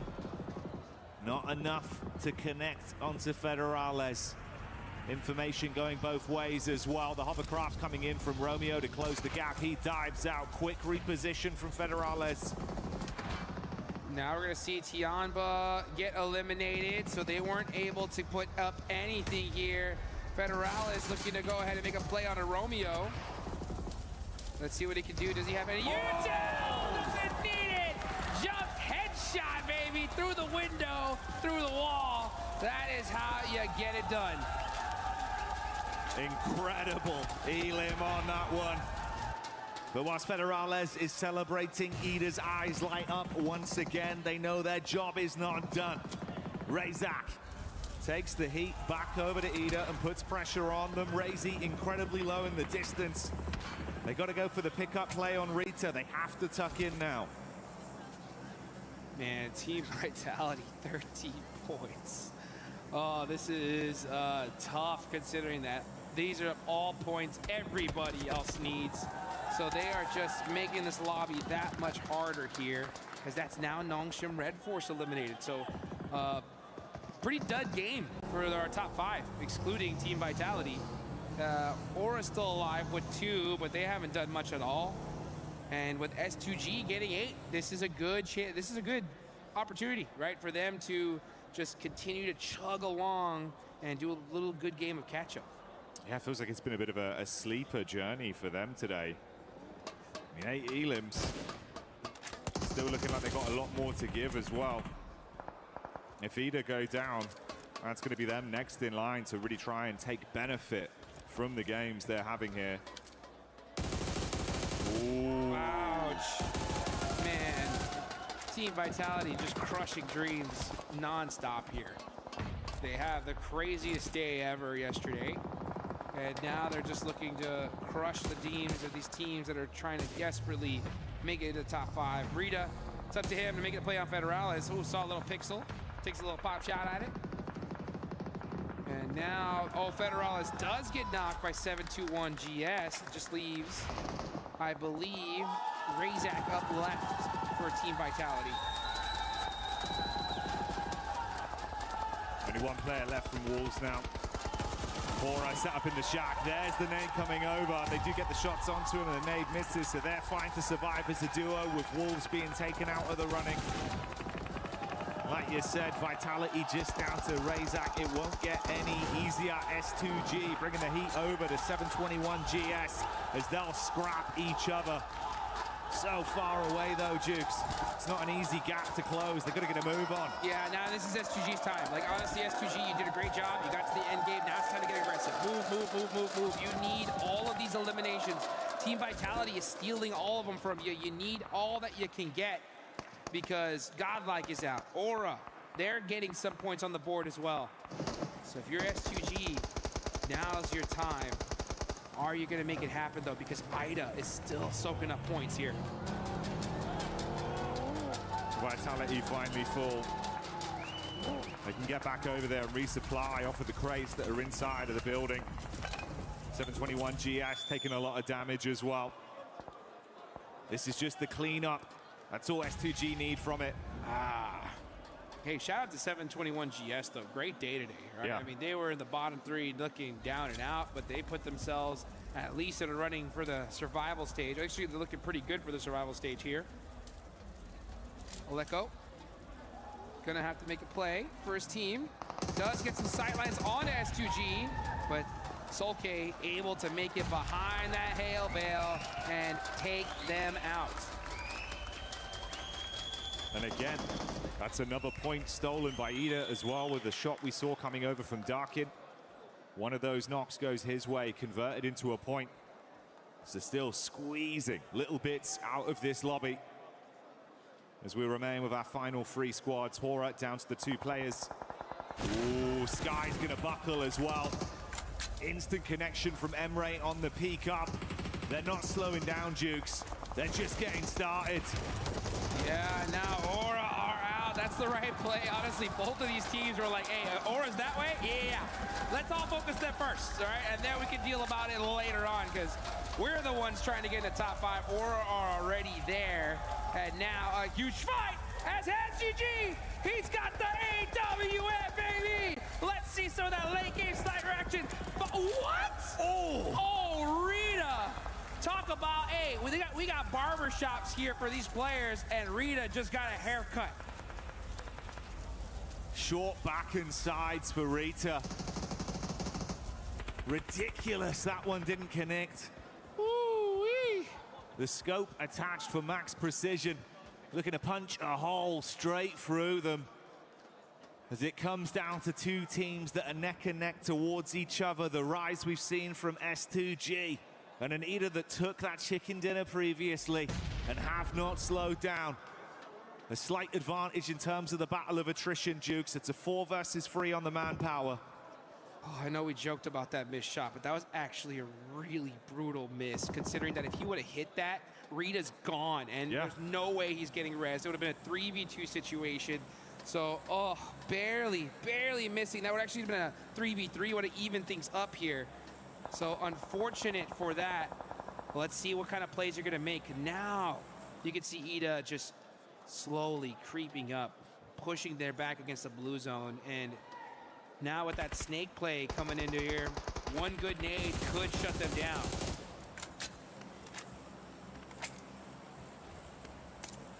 Come on, bust out that AWM again. You gotta do it. You gotta hit that shot for your team and clutch things up. This is where that kind of play could really come in and make something happen.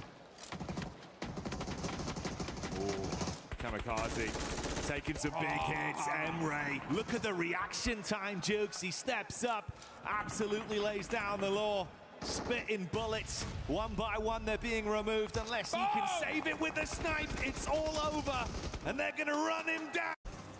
Didn't really do much except for Team Vitality, right? I mean, it was a non-game for them, and that opened things up. Let's take a look at the team comps and hear what they had to say. Rahat oynayamaz, rahat oynayamaz. Bak ona.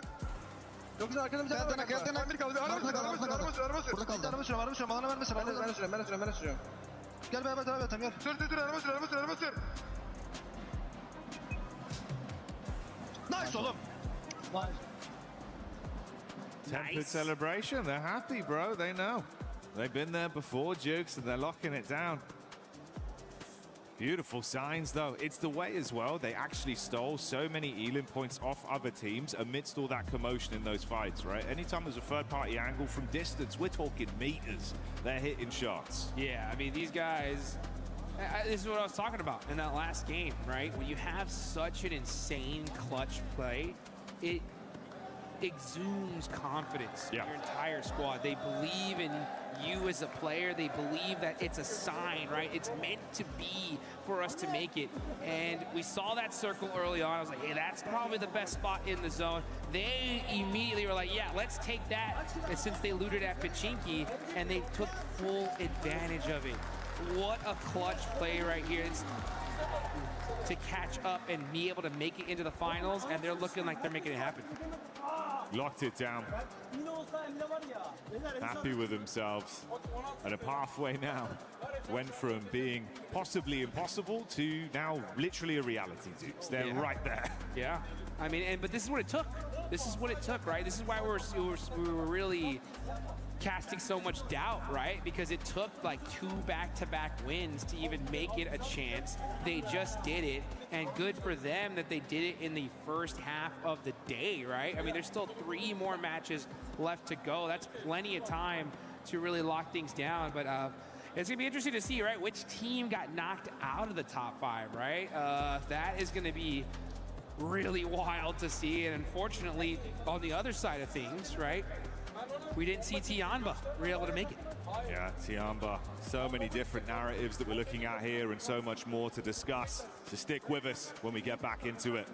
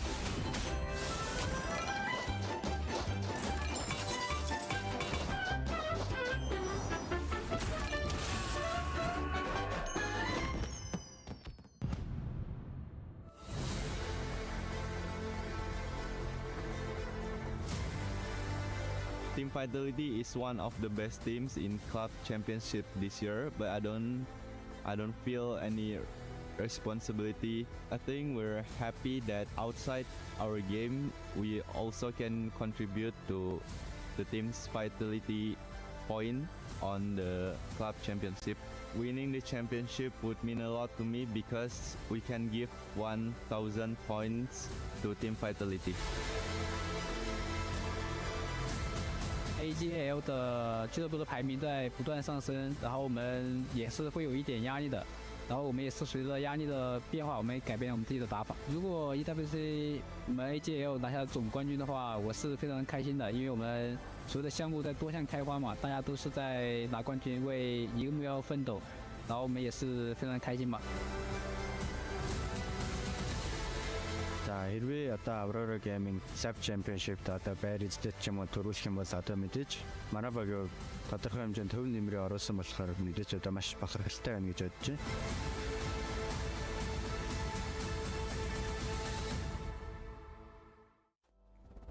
As if there was any question if Ida was gonna show up, Max.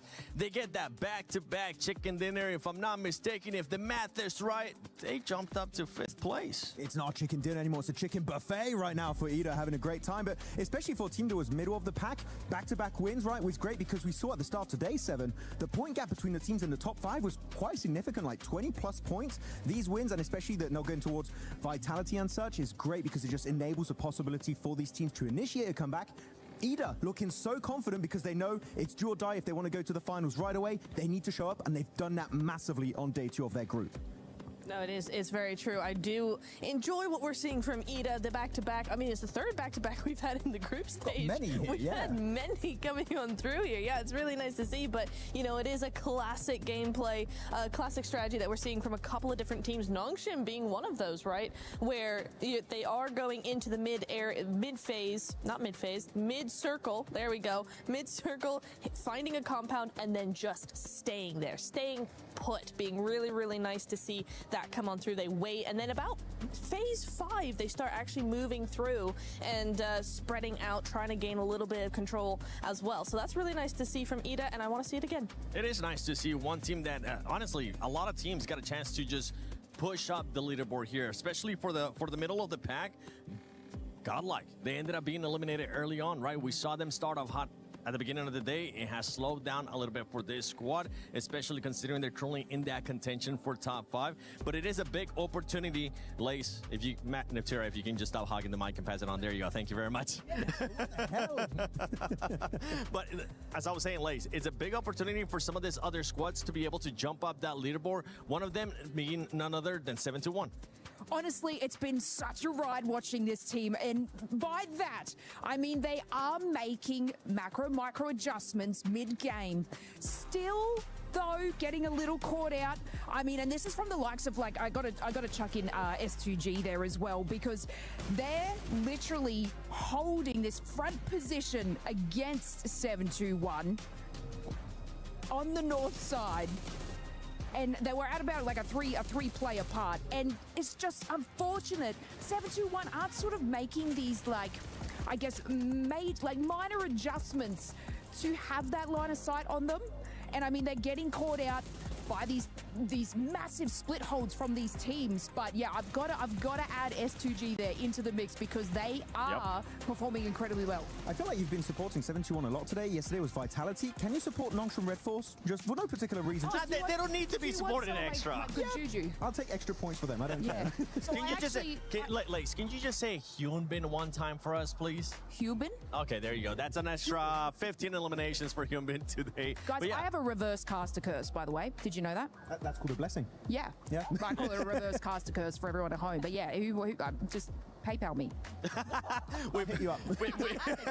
You especially you, Max. Okay, we might find a good rhythm here, especially if you're able to curse the team, she'll uncurse them, and then you and I, Neptura, will try to curse them again. But for some of the other teams, a big surprise for me has to be Alpha 7. We kind of have to bring them back, right? For Alpha 7, we're expecting a bit of a jump up today of the likes of what 721 has been able to do, some of the other squads like EDA, but it hasn't been the case for Alpha 7. No, it hasn't. They had a couple of really good spots, and then in this last game, the last couple of games, it really feels like they've fallen back down in terms of that momentum. They're not really building on anything, and we are looking now at the overall ranking because yeah, it is EDA. A7's not on the front page, and I think we know why, but EDA, hello. EDA jumped up all the way to second place. That's what happens when you get a back-to-back. Yeah, I mean, a back-to-back will do that for you. So really good jump up from EDA. Generally a team that I thought would be middle of the pack. I was not expecting to be in here, the top 5, but they just shut us all up right now, and I'm absolutely loving it. The late blessing is real, apparently, right now, though, looking at this page. Yangon Galacticos, day 1 Niptro, showing some, like, sparks of aggression. I was really excited, but today, this team just fully disappeared, I would say. Yeah, it's weird. I was really hoping for a lot more coming on through because, yeah, they've been so nice. They've not been playing passive. They've been trying to do a lot of things. They've been trying to control a lot of area, and it's just not really coming through. I don't know if that's because teams are, you know, pushing that aggression a little bit more and they're getting caught out, or if it's more of just faltering in mentality. Looking at this one, I'm sorry, I have to go down at this point. Tiamba, what is going on? They're so passive. This does not look like the Tiamba we saw play so well back in the Macau Invitational. They look like just a shadow of their past selves. So Tiamba, at the whole region, honestly, the whole Chinese region looks like that because they have not been performing well at all. All gamers had like some good moments, but Tiamba, I would say, is the team that I was expecting a lot of aggression, and I'm sorry to say I've been disappointed, especially by QZZ. He's not even taking any fights. They're so passive. There's still time to exit the bottom 3, but top 5 for Tiamba, not happening.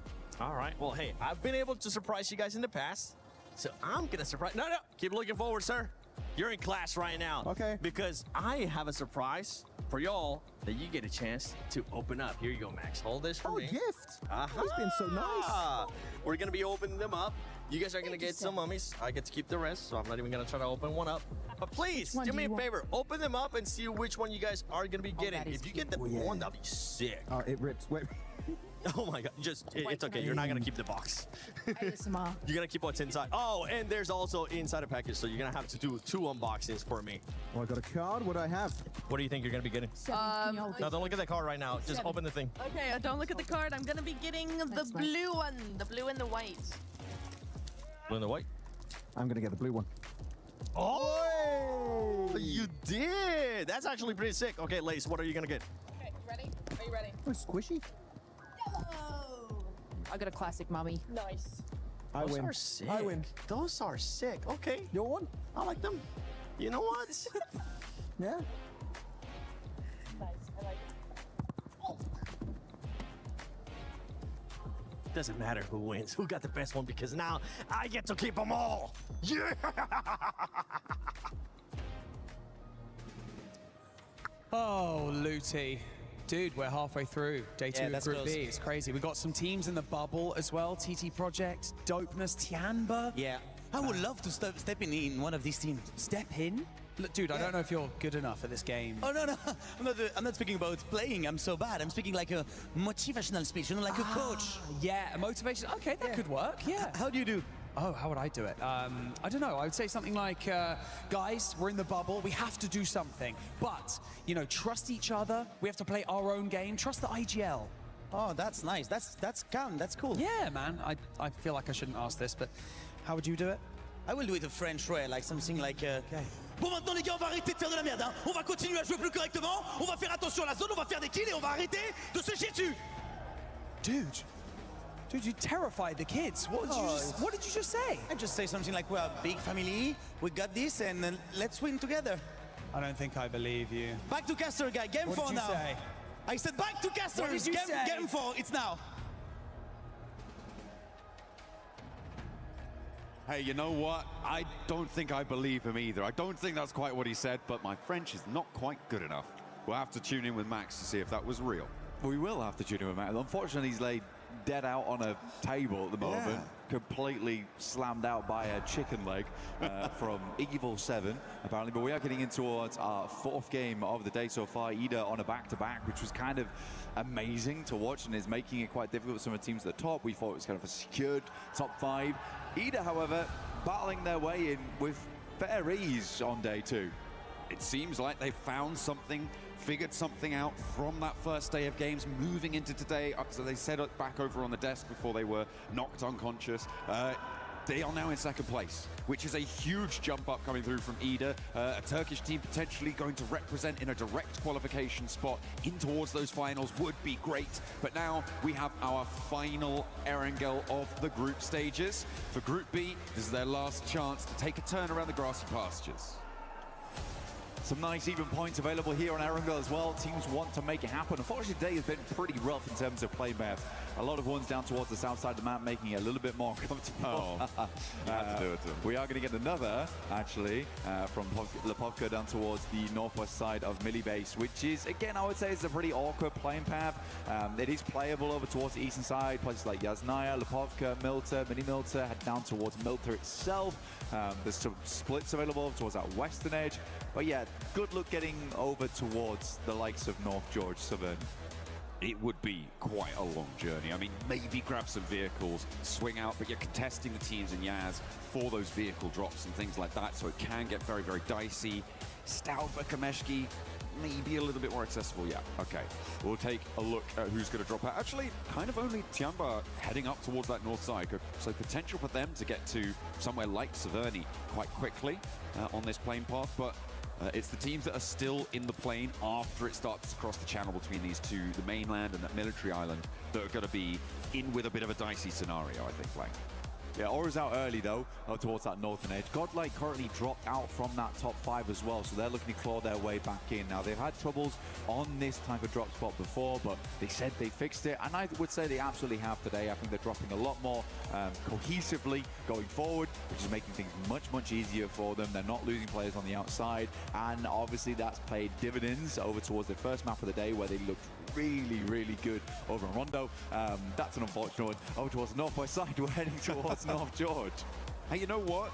That North George circle does allow teams to invest more time in getting out to the drop spots in that location, right? So it's maybe, blessing in disguise is quite a strong way of putting it, but I feel like it's definitely going to give a lot of teams an opportunity to go out to those locations, whereas circles anywhere else would have meant that you're still going to stay cramped on in. So we could see a little bit more of a disparate situation set up coming on through.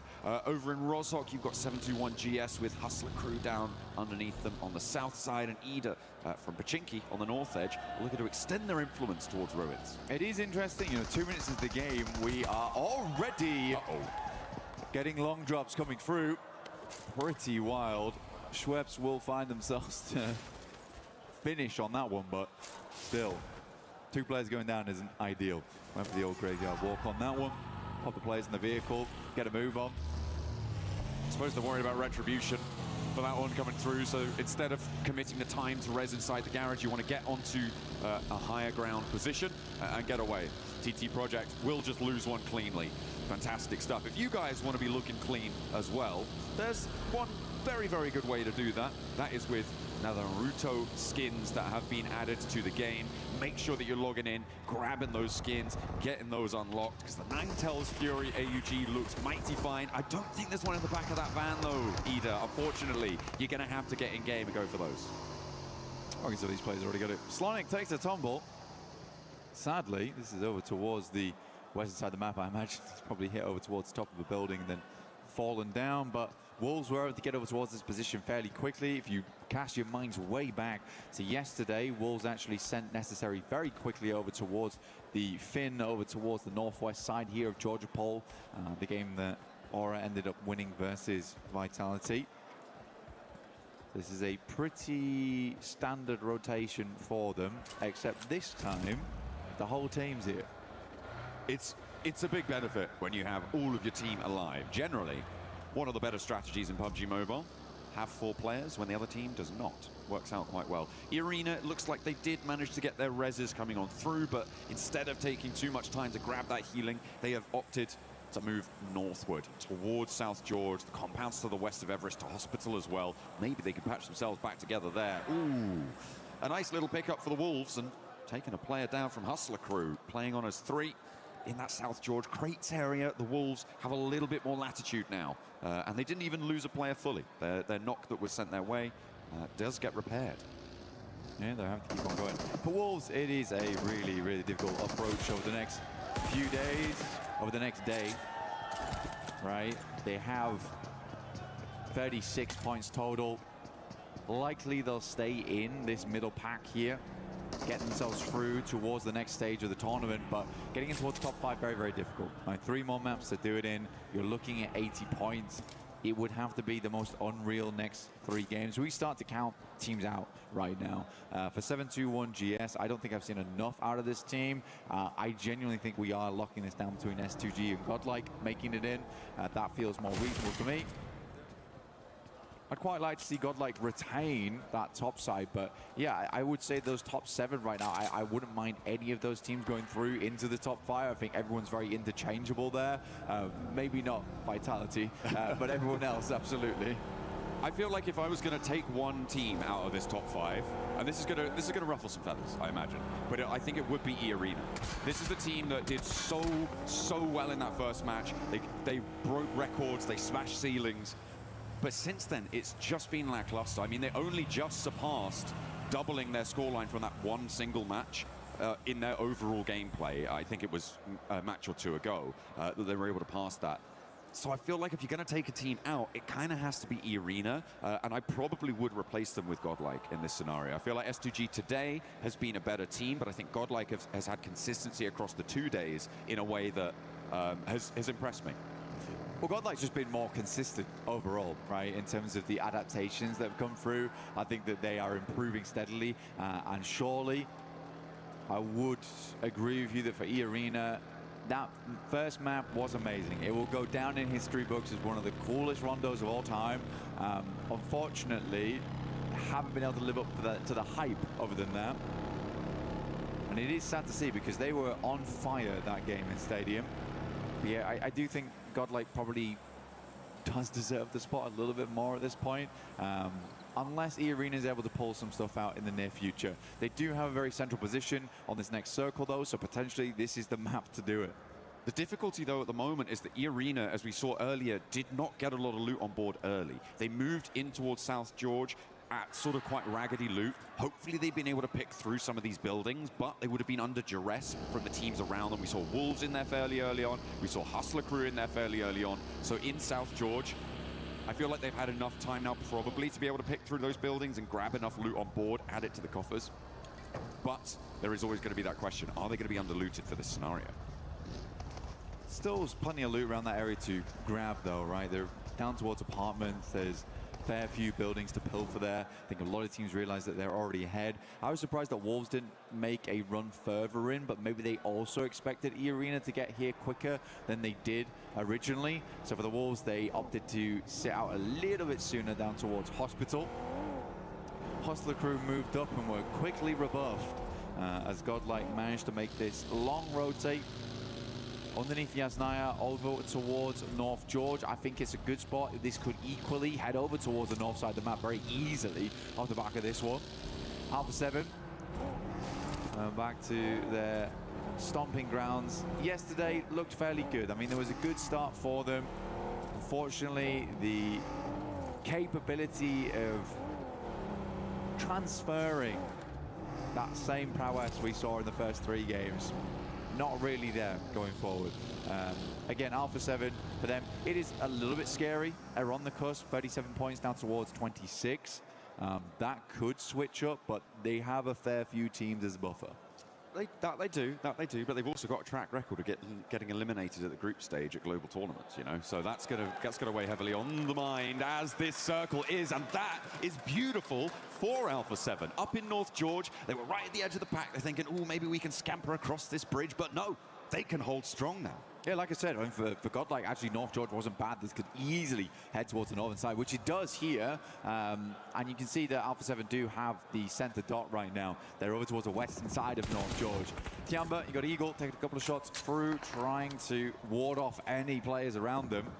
But yeah, this is going to get very hot very quickly. There's a huge amount of water still involved. Can't really see it because of all the players littering over towards Everest. But this is lilting Northern. It does seem to be. I mean, about 50% of the circle is on the north side of the river. And it's going to be teams moving across. TT Project heading to the water. A lot of conflict now around those bridge crossings. I think it was Dopeness trying to go across. Some conflict between 721 and Wolves. Wolves have swung all the way out east side, despite being in South George so much earlier on. Losing Baton, but they are across now, and one of the few teams to make it through over onto that northern edge. The rest of the bridges, much more treacherous. I mean, Wolves actually getting through here with 3 players, pretty miraculous, honestly. You're passing through Box Compound as well as Watchtower. That's a lot of capability to take your entire team down. I think a lot more teams are going to struggle to make that crossing and probably will take more casualties than just that. Now, E-Arena, are they going to go for the bridge? That's the question, John.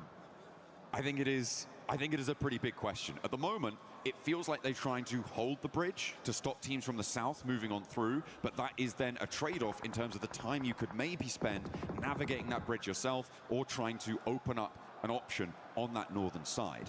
Being trapped on the bridge, though, is the worst-case scenario. You do not want to be locked in there. A team comes in behind you. You find that it's impossible to move through on the northern side. There's always the water rotate as well as an option, if it comes to it. Yeah.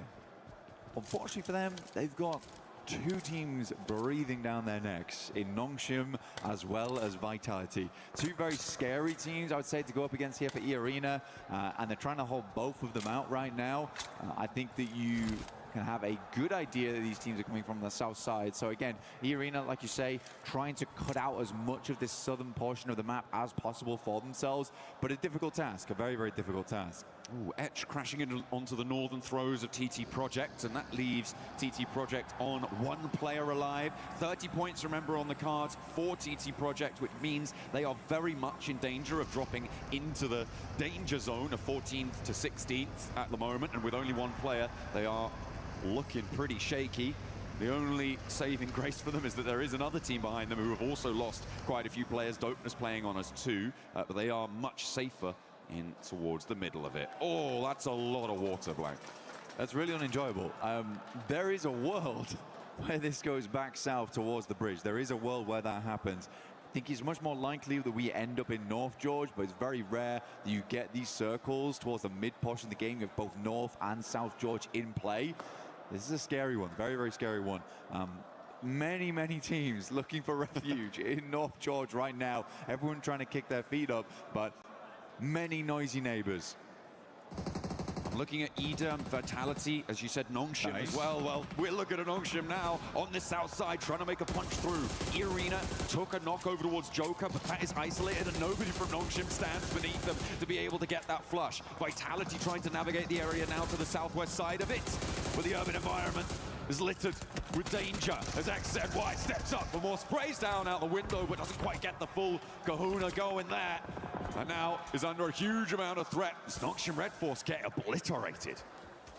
I mean, for Nongshim, down to XZY, and then shortly after exiting the lobby, 80 points here opens up things for Godlike, S2G. The Arena, I felt like they were the ones doing most of the holding. It actually turns out to be Vitality, taking shots over towards Nongshim Red Force, getting most of that damage in. But again, that is the benefit of being front of the pack here, front of the queue for E-Arena. Schwebs is going to take high ground, though, looking over towards Vitality. You didn't lose all their players. They're still as a 4-man. Now, can E-Arena hold out versus this squad? Struggled to do it in the past. A similar circle like this. That's a very tricky team to hold out as well. The Ray duo coming in, looking to beam them down whenever they can. It is a nasty opponent to come into contact with. We were reminded by some of the people behind the scenes that Schweppes is technically the only player here who could get a triple title from PMWC. There is an opportunity on the cards for E-Arena to be able to make history on that front. As he was able to win 2 of them, I believe, with Vampire in some of the earlier days of the tournament. So he's looking to try and bring that power to 2026. Unfortunately, it's been one game. They had one good game, right? Yeah. So it's not looking massively hopeful so far. Again, this is one of those games where they could strike out a 15-pointer, see themselves much safer going into map 5 and 6 over on Miramar. But goodness me, urban finishes, never fun. We're going to get our next circle real shortly. S2G finally breaking in to the circle on that eastern side. Our observers do find the map eventually. This is nice. This is going to transition into a full map shot. There we go. Beautiful. I could see it in their minds. They set that up. That was pretty. It did. It actually did. This is a bridge circle. So what do you do here? I mean, E-Arena don't need to move right now. Sure, you might want to get central, but you can get onto the bridge later. You can just sit there and ruin the day for, well, actually, to be fair, very difficult to ruin Vitality's day right now. They're chilling. But for Ida, this is nasty. Thanks, boys. Appreciate it. John, this is not just a bridge circle. I don't think you can announce it like that. This is an insane circle that teams are going to hate. We're going to be playing underneath the bridge for a long, long time. E-Arena's position became all the more important down towards the south side, but goodness me, this is getting treacherous. Like, where does it go next? He's going to have to hard shift back over towards that northern side, if anything, but it could come back down towards the south. Actually a wild, insane position to be on for all of our squads. Godlike loses 1. Vitality looking to move in. Beautiful bouncer. Up the staircase, nades now from Vitality, looking to keep the pressure up for E-Arena. They've already taken a knock in this location before. Ida want to get stuck in. A third party here could be big. I think that's what came through just there. Darkin able to land the shots over towards Federalis, but Razak is in the building, looks to pop that smoke, keep them in a bit of cover there. The res comes through, Schweppes, oh no, has to move for the Molotov, and the burn is able to take down Joker. Schweppes maybe next for it as the nade goes boom, right by his ear, and a drop down from the top will be sealing the deal. Schweppes falls in E-Arena, now on 2 players. The nades so far from Vitality have been just disgusting. Like, that's actually criminal. The airburst on the top side, you do not see players hit those very often with such pinpoint precision. Can you imagine that Razy's providing a lot of that information back towards his team? You've got to ignore the minimap here. He isn't out in the water. He's watching from the hilltop that is sitting over towards that western side. Really, really incredible stuff. Ida did rock up as well. The rest of E-Arena playing underneath that bridge now, but wow, what a breach by Vitality. I imagine that there are going to be plenty of people putting on their swimming goggles for this final circle, Black. A lot of remnants. The saving grace of this circle, if there is one, is the fact that the majority of the buildings in North George are still in.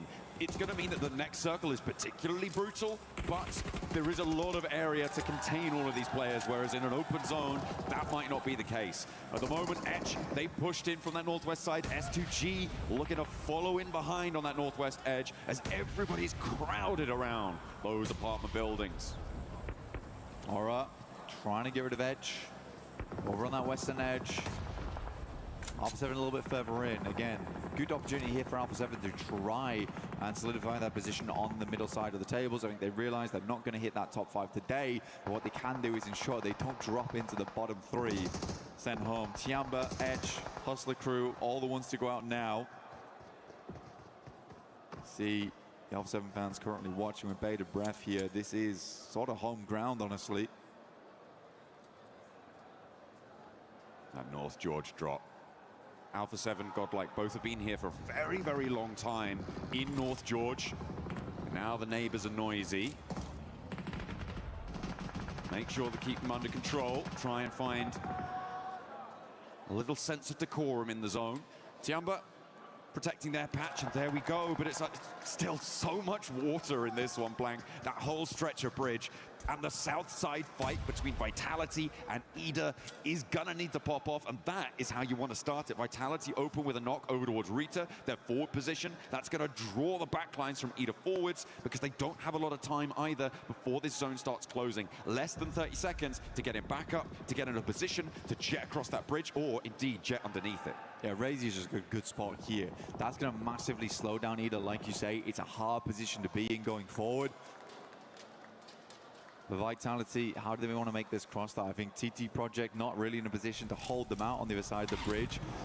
A lot of teams likely not looking that way, trying not to expose themselves, but Vitality still have to make their way in. Where do they crash onto? Are they going to send it first? Looks like they're setting up the smoke train. I don't think they're banking on every single player making it, but right now everyone's on full HP. This is a very efficient cross from them. They made it through the first break. E-Arena are underneath the bridge, so they do not have a say on this, making it to the middle spot. This is a good hold position against Ida. I think that they're wise to not try and send it all the way across because they just don't probably have enough information to know where is open on that northern side. It's just not possible for them to have scouted it. So just sitting up here, holding that south edge, they can start to slowly go forwards on that bridge in a future instance, and Ida, they're just going to have to go into the water and try and swim it. Yeah, Ida going to send that over towards the eastern side here. Vitality probably sees this, but can't quite make the angles happen here because they are trying to avoid the shots coming through from the northern side, from the buildings, from the windows, in apartments. TonyK dropping down from E-Arena, trying to get some shots himself, providing that information back towards the rest of the team. See Hustler crew here, also Loco trying to work his way in. Final player there from TT Project did go down, 30 points as well. So TT Project in the danger zone. Dopeness tied up with Tiamba, who found 3 elims this match. Yeah, on that east side, Tiamba actually have a pretty good spot on it. Mortman and TonyK both able to get the angles. TonyK steps up onto the cliffs. He's not out of the zone just yet, but has a little bit more time to play with it. Stage 5, he's full HP, he's got some stims going as well. He can hold here for quite a while and make Ida's life really tricky. Rita goes down. Emre next up on the chopping block. There's the spray and there's the connect. E-Arena doing bits to stay up in the top 5 and take down one of their closest competitors in the run. Some incredible shots coming through from E-Arena. I mean, TonyK hitting those was nasty. There's a possibility to kind of like eke against this as well. Pull a weapon for a very short amount of time there, you can see. Just try and spam your screen and get the shot off.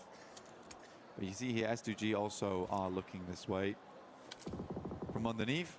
Next circle though, where will it go? Will Vitality get thrown a bone here? Will we head out towards the bridge? Have one of the most unbelievable groups of all time over 2 days. Vitality with the double drop down. They're down into the water here. I mean, they know they're probably not getting across the bridge, so I guess it makes sense. Drawing fire from teams like S2G across the way. See if that's going to pay out for them.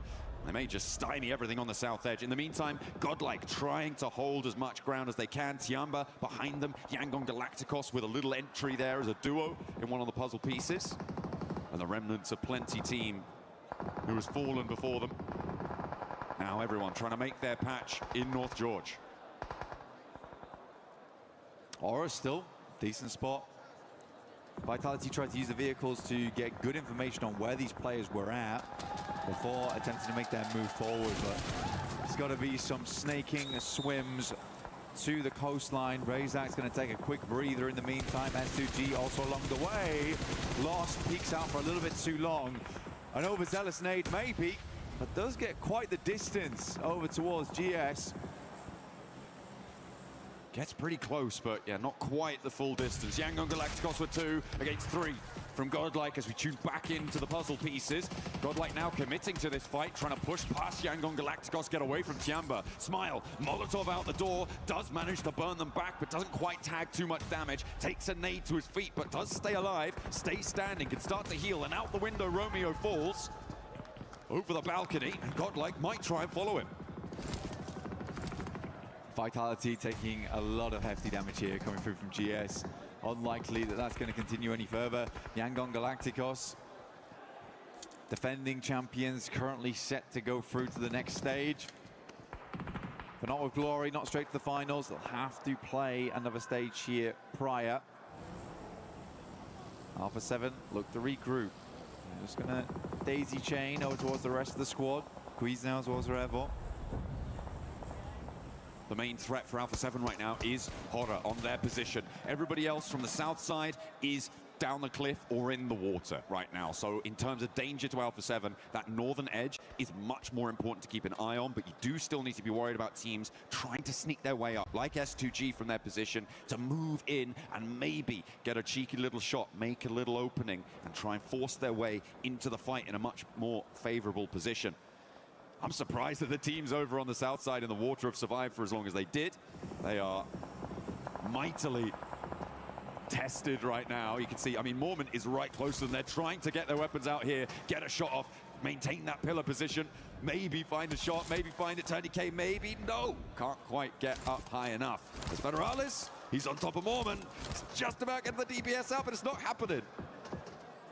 Just holding him under though, trying to stop him from getting the breathe off. Making it difficult. Federalis dipping back down again, but yeah, for Vitality, E-Arena and Ida, this is a tough experience to be in. You see right now S2G trying to see if they can get themselves further up, to peek over towards where Alpha 7's currently playing, but they are having a struggle bus of it. It looks like it's still happening as well. The circle shifts out west, Blank. It keeps Alpha 7 in, but that eastern cabal of players, Godlike, Yangon Galacticos, the duo, Tiamba as well, that's all going to have to force west now. And I think it's going to get messy. For Godlike, I feel like it may be the best opportunity for them to just go as far forward as they can, as fast as possible, to try and escape the pressure that may find its way further east. But Yangon Galacticos want to try and get ahead of it too. They are just immediately sending straight on in. You may as well try and get further into this. Again, this is sort of undecided though, because you have the western apartments and the eastern apartments on this one. It is marred by this massive road that goes in between. Crossing that's going to be a bit difficult. We are on that coin toss type of a circle now as well, where teams on that northern side likely will have to move.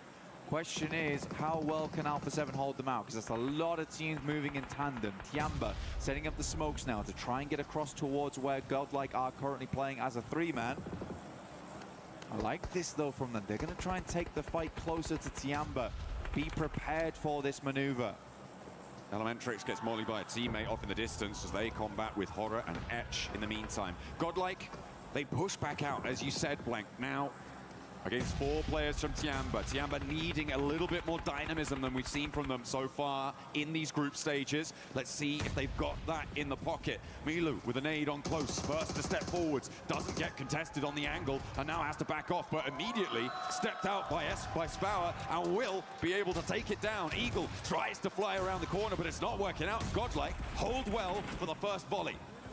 Great initial knock there from Spower into a second. Will take the knock on himself just to ensure that Godlike can go forward. It's heroic play here from Spower to ensure that they get the 5 elims.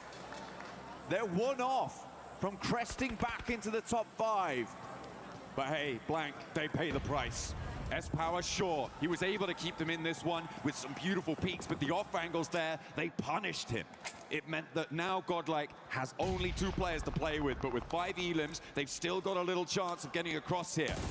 A lot of teams now getting forced into unfavorable positions, and Etch have to take the top floor against the Wolves on the north side. Horror are going to have to move as well, Blank. 40 seconds to get out of their building and across a road and into no man's land. Revo taking a knock here is kind of bad news for Alpha 7, because this is exactly the time that they want to be on a swivel right now. They want to be that moving turret as teams attempt to make their crossings. How many smokes do these players have remaining? Edge as well as Wolves know they need to get rid of one another first before they make that cross. As S2G slowly shimmer their way down the coast. Playing on those cliff sides. There's still players swimming out in the water, but they are going to be so close now to the teams on the coastline. Etch trying to drop down into the Wolves, but they are ready for them. Teeth are bared and snapping at the heels as Etch try and make their way on through. With only 2 players, though, it's being made difficult. Another bounce on the nade there for Elementrix, just causing them to worry. On the north side, Horror still yet to leave their building. Another knock sent their way. A self-nade from Sleepy, and they are going to get flushed away. Grease out from Alpha 7. NASA from Edge. Everybody stepping into the fight, back into the blue, and they fall down. But Wolves, similarly, will take that tumble too. Vitality out, as was still in actually with the Arena on the backside. They just lost one more player. The final one up is on very low HP, can no longer afford to go under. Squeeze out now, back up, and remember Revo was knocked, but they get him back up on his feet. These are very, very important points for Alpha 7 going forward. Aura somehow still alive here up against Edge on that northern edge, but for how long, I don't know. No Fear will get the shots off with the S12K. Get themselves further into this game. 21 players remain and 9 teams still up. Everyone has been cut down to size. The swimmers have made it to landfall there, and S2G have to fall back to try and deal with it. The north side decimated. No Fear, the last to stand for it. And across the road, I don't think that you're going to be able to make that one work. Mormon goes down. Vitality were eliminated. Everybody from the water now not finding their way through. Oh, hang on a minute. Ida, okay. They managed to get Swain all the way across now and actually up onto the high ground with maybe a chance of doing something here. He's going to be able to burn it out. This is the last nade in the pocket coming through from Kamikaze, but there's one for the back lines. And Ida go down. 20K though. See him just underneath, has a nade, looks to send it up over towards Solke. Revo will catch him as he tries to move away from the roaming nade sent up by E-Arena. And at 2G, they need to bolster their ranks, so we have so many teams. We had 7 going into stage 9, and it all closes here now, John. A lot to play for. Salme, the last player now to stand for Godlike, with Yangon Galacticos inside the building. Puts the nade in. And down they go. Yangon Galacticos will fall. Alpha 7 now descend from their building and look to take the fight straight to S2G. The solo player from Godlike is going to be left to his own devices. Patch himself back up. The stage 9 circle is going to the middle of the road. There is no cover. There is no hope. All you've got is the barrel to back you up. And all roads lead back to Alpha 7 here in North George. It is their bread and butter. Can they clean things out now, solidify their position in the rankings before we head into the last 2 Miramars? MG3 in the hands of one, moved underneath. Nade goes long, Revo on the sidelines. Carrillo starts to move up, looks over towards Salme, who's making a heroic attempt for the Godlike team. 1v4 would be necessary, but he's in the blue zone and he's going down, and there is nothing he can do about it.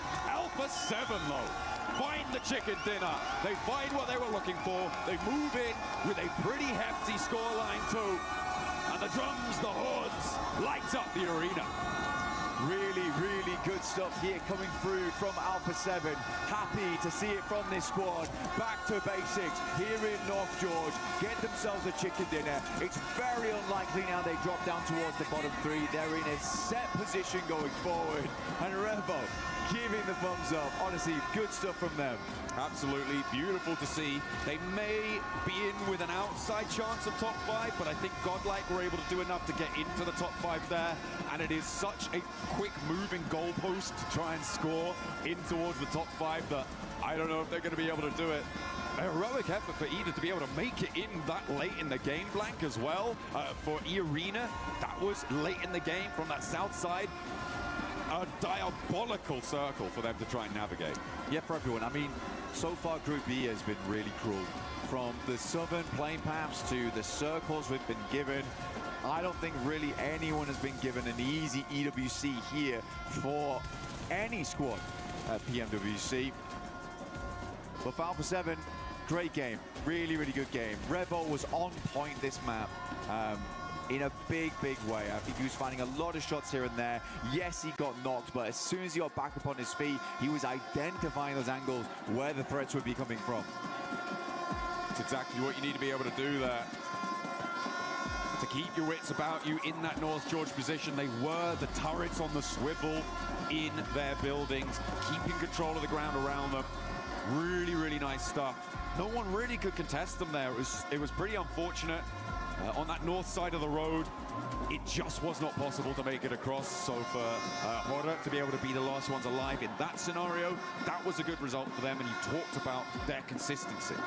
Yeah, well, for Horror still, again, they move all the way from Yaz, all the way over towards North George. They managed to play a really tough circle. As soon as that pulls away from those apartments on that northern side, yet you are pretty much out. There's not much you can do about it. Alpha 7 pick a spot that was centered off for a long, long time, ends up being the best position to play from. Not to say it's always easy to find every single pick-off you need, because you're assaulted on all sides there. You need to be very cerebral in your approach. But yeah, Bora, super consistent. I have no doubt they're going to do very well into the finals. I don't either. I think that I'm looking forward to it. And there were some really interesting CQC moments in that game as well, Blank, with, I think, a notable example being that S-Power push out from Godlike. Oh, yeah. To move back out of the zone to take the fight to Tiamba. I think you were calling it at the time. You said you liked it. It did end up going well for them. Yeah. It was just unfortunate that there were so many off angles. I think for S-Power there, it's a really, really good call from him, where he understands that this is a difficult circle, a circle they are unlikely to win on.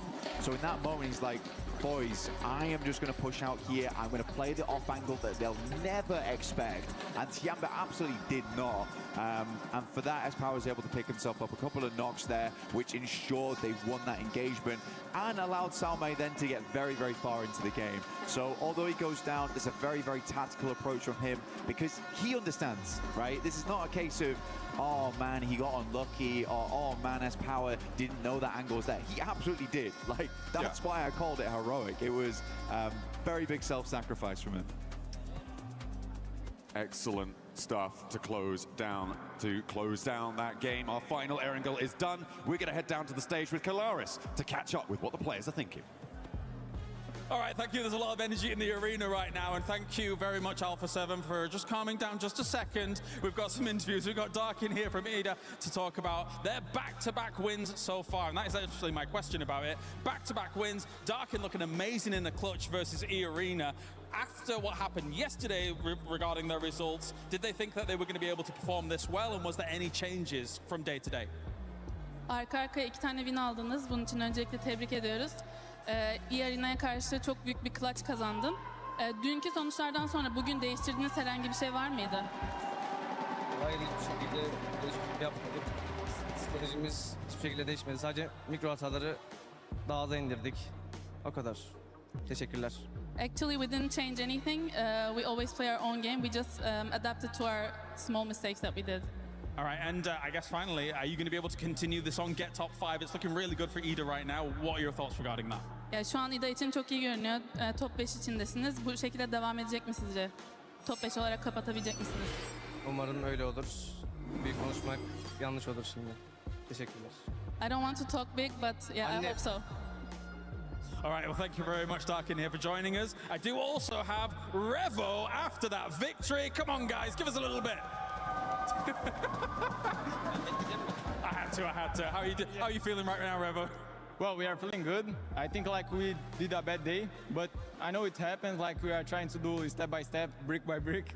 So we are doing like trying to recover ourselves, and we're gonna try to do our best in these last 2 matches. Crazy circle there over on Georgia Paul, of course. How are you guys feeling about it? Obviously, in an urban ending like that, it gets very difficult, but then the circle centers on the bridge for some of that. Was that causing you guys some concerns internally? What were you thinking? I think like gave us much confidence, and like God said to us, okay, I will give that save and win that match to like stay alive. So now we're gonna do our best to win the last 2 matches. All right, thank you very much. Actually, no. Do you have anything to say to your fans, Revo? Amo todo mundo, hein? Tamo junto. All right, give it up. We're headed on back. That's Alpha 7.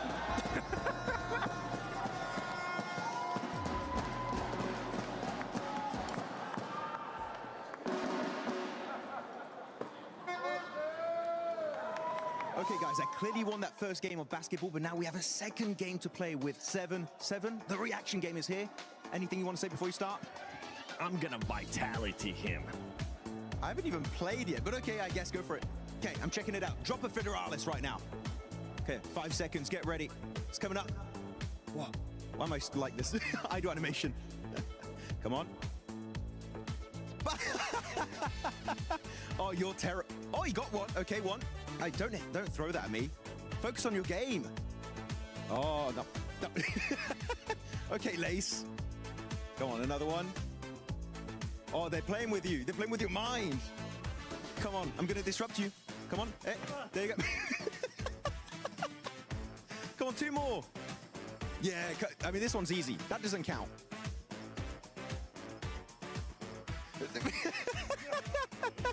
Yes. I forgot how many you got. We're going to set it up, and he's going to do it. And you guys going to let us know how many I ended up catching, because I lost count. Yeah, same. We'll be right back. Hey, we forgot how many I was able to catch, but now, Max, it's your turn. Oh, you put me into it? Yes, we're going straight in. Oh, I'm going to be careful. Come on. First one, you're going to catch it. You're going to miss it. Hey! 1. Ooh, that was close. That was really close. Those you cannot see. Honestly, I don't. 2. Let's go, baby. Oh, that was close. That was close. That was close. That was close. Oh, no. You got to be ready. You got to watch out with that one. 2. Come on now. No. I was cross-eyed. Sir, I think I have beat you once again. 1v1 in PUBG Mobile. I win that one. Ooh, I don't know about that one. I can vitality you there, too. I can 4 thrives you there. Ooh.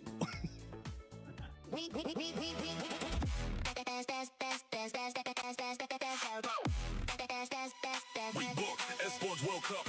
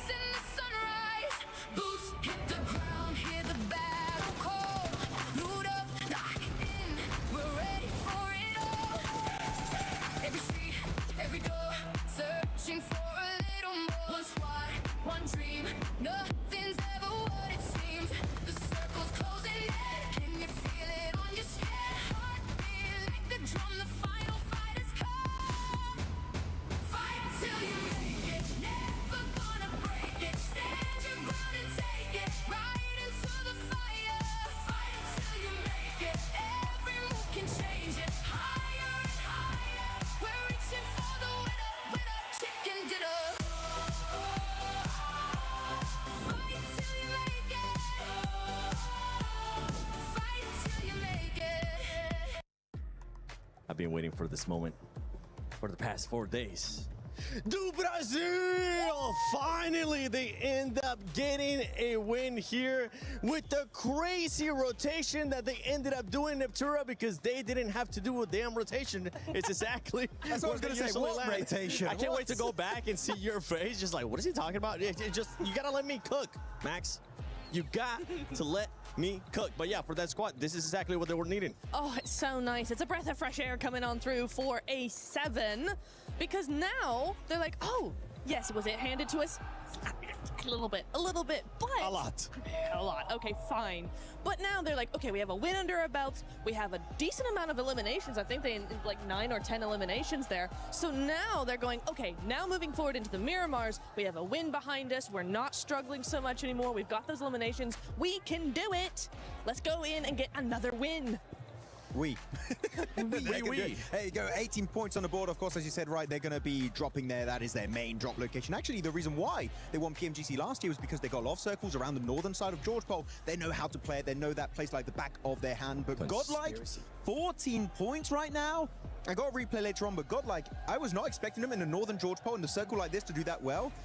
For a team that has never played globally, they're getting these insane circles, man. I kind of feel bad for Godlike, man. The circles just are not making it easy. I don't feel bad at all, because they're showing up to when they are being challenged. Sure. And I think that is just such a great trait to have. And this is before we even came to Group B. I was hoping that Godlike will be able to showcase the skills that they have, not only just in fragging, but their tactical skills. And we're getting a chance to see all of that laced with Godlike, just them being able to rise up whenever they actually need to.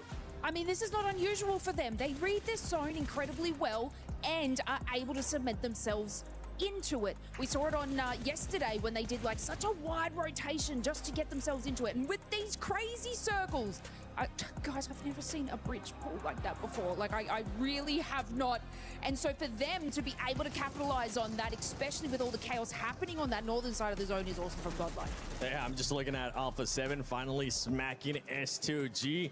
That battle is going to be heated when we go to the clips on Instagram, because those two squads have been talking so much smack to each other. But if we actually look at the top damage dealers and the eliminations, it's actually pretty even out for those top three teams. Alpha 7, 8, Godlike 8 as well, and S2G 6.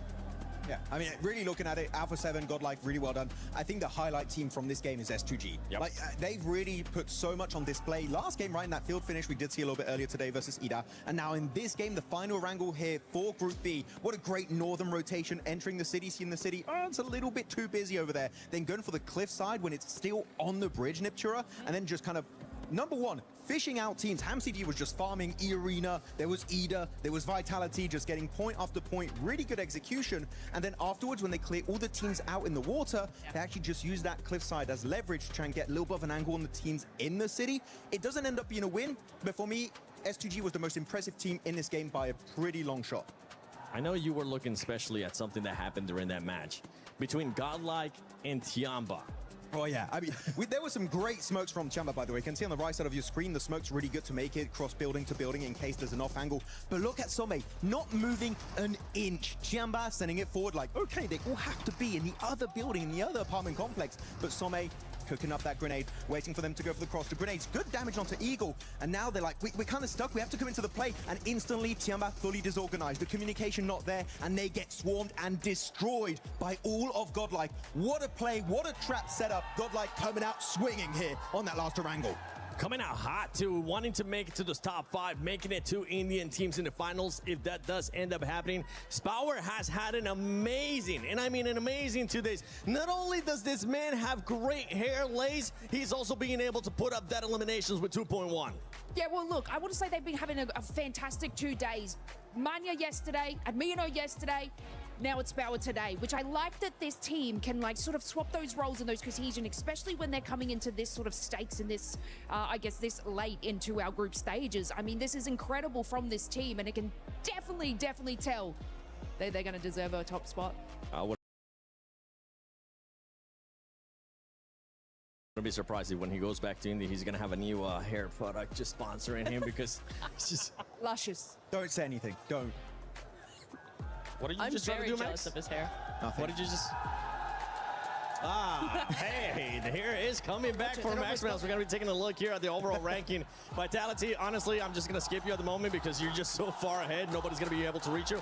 Godlike Esports does end up moving up to 2nd place. E-Arena, I want you to keep in mind, though, how close it is between all these top 7 teams. If we end up removing Team Vitality, Godlike at 89, S2G at 77. It can be changing in just 1 match, and we have 2 matches left, Niptura. Oh my god. I mean, Nongshim out of the top 5 as well. I mean, they need these Miramars now to really come in clutch because they are so close. They're just 4 points out of the top 5, but they've been going down. It's been a downward trajectory for them.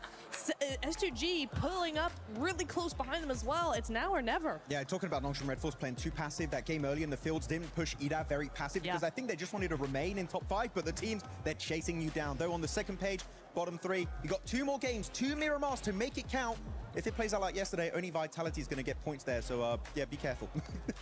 If Vitality gets the points, that means that it's going to be even more compact, and it might end up coming down, more than likely, it is going to end up coming down to that final match in Miramar. But before we head into the first Miramar here of Day 2, Group B at PMWC at EWC 26, Jukes, Kalaris, I'm not going to say a pet talk, but are we going to be maybe smacking them again? It's crazy here! It's crazy here! Oscar, you can't even hear me! It is so loud here. Jukes, I can't believe these fans are all here rooting for Horror in a big way. I think we found the Aura fans here, right here, locked and loaded, baby. Because right now, they're in the top 5. We're going to stay in top 5 here at the moment. You can barely hear us as everything's going on, but these fans are going rapid for Horror. I think they're going to stay in top 5 here. What do you think? I think so too. What do you think about it, guys? Are they going to get top 5 or not? Let's go!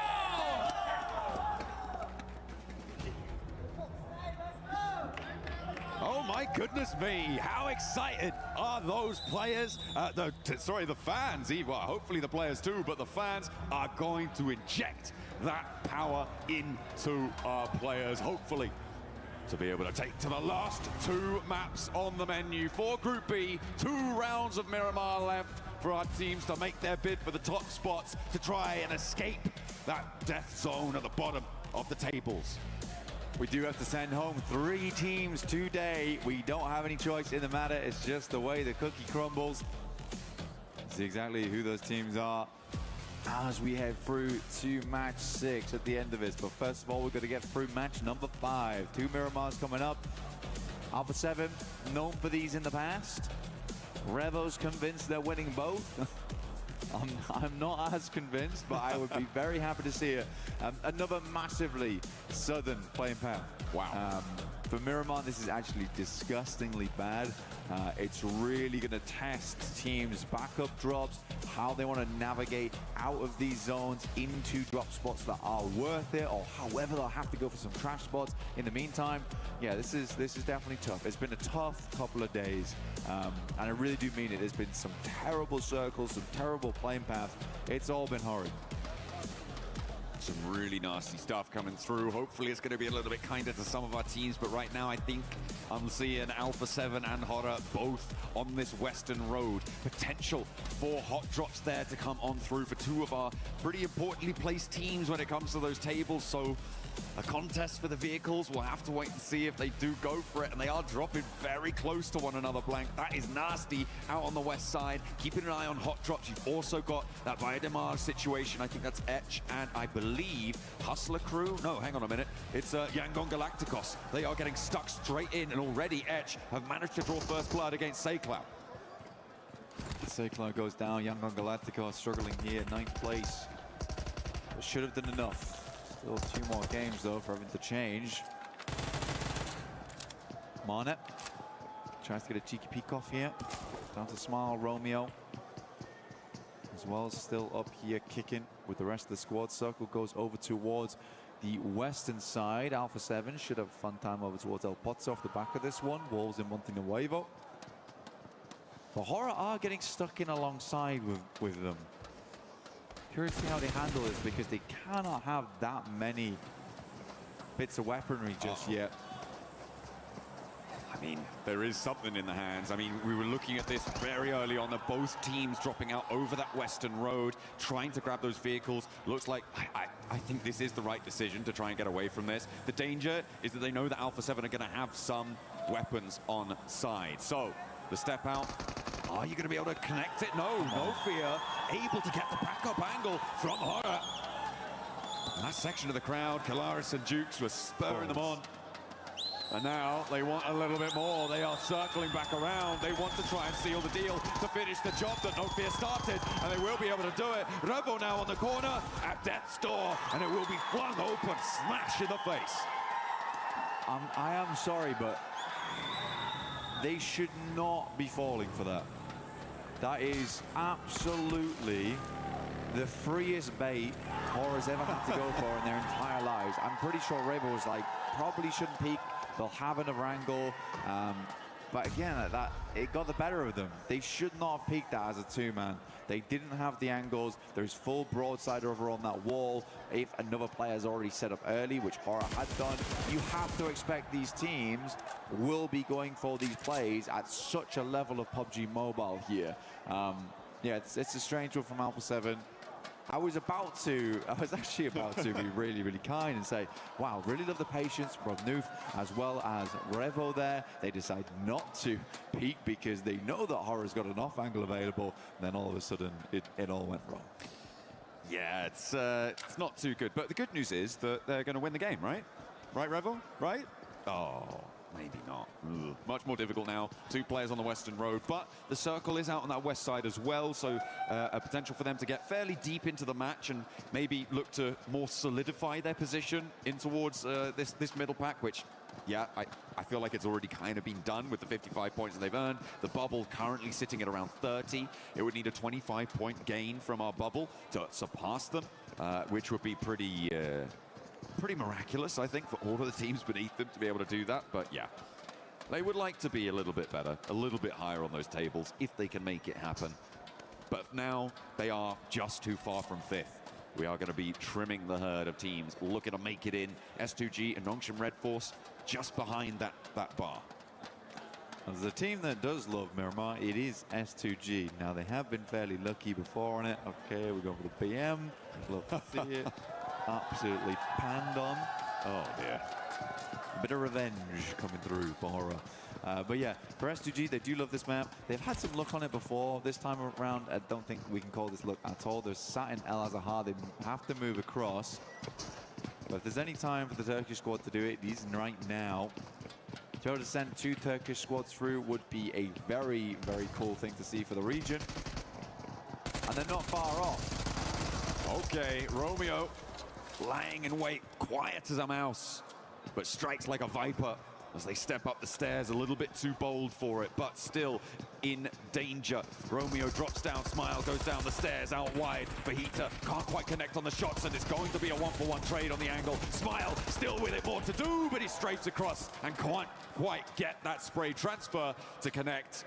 And it will be the end for Yangon Galacticos in the penultimate Miramar. Going down on 55 points though, Blank, they're very, very likely to be going to the survival stage here. Yeah, this matters way more for Edge, honestly. Getting 4 elims there is great news. They also didn't lose a singular player.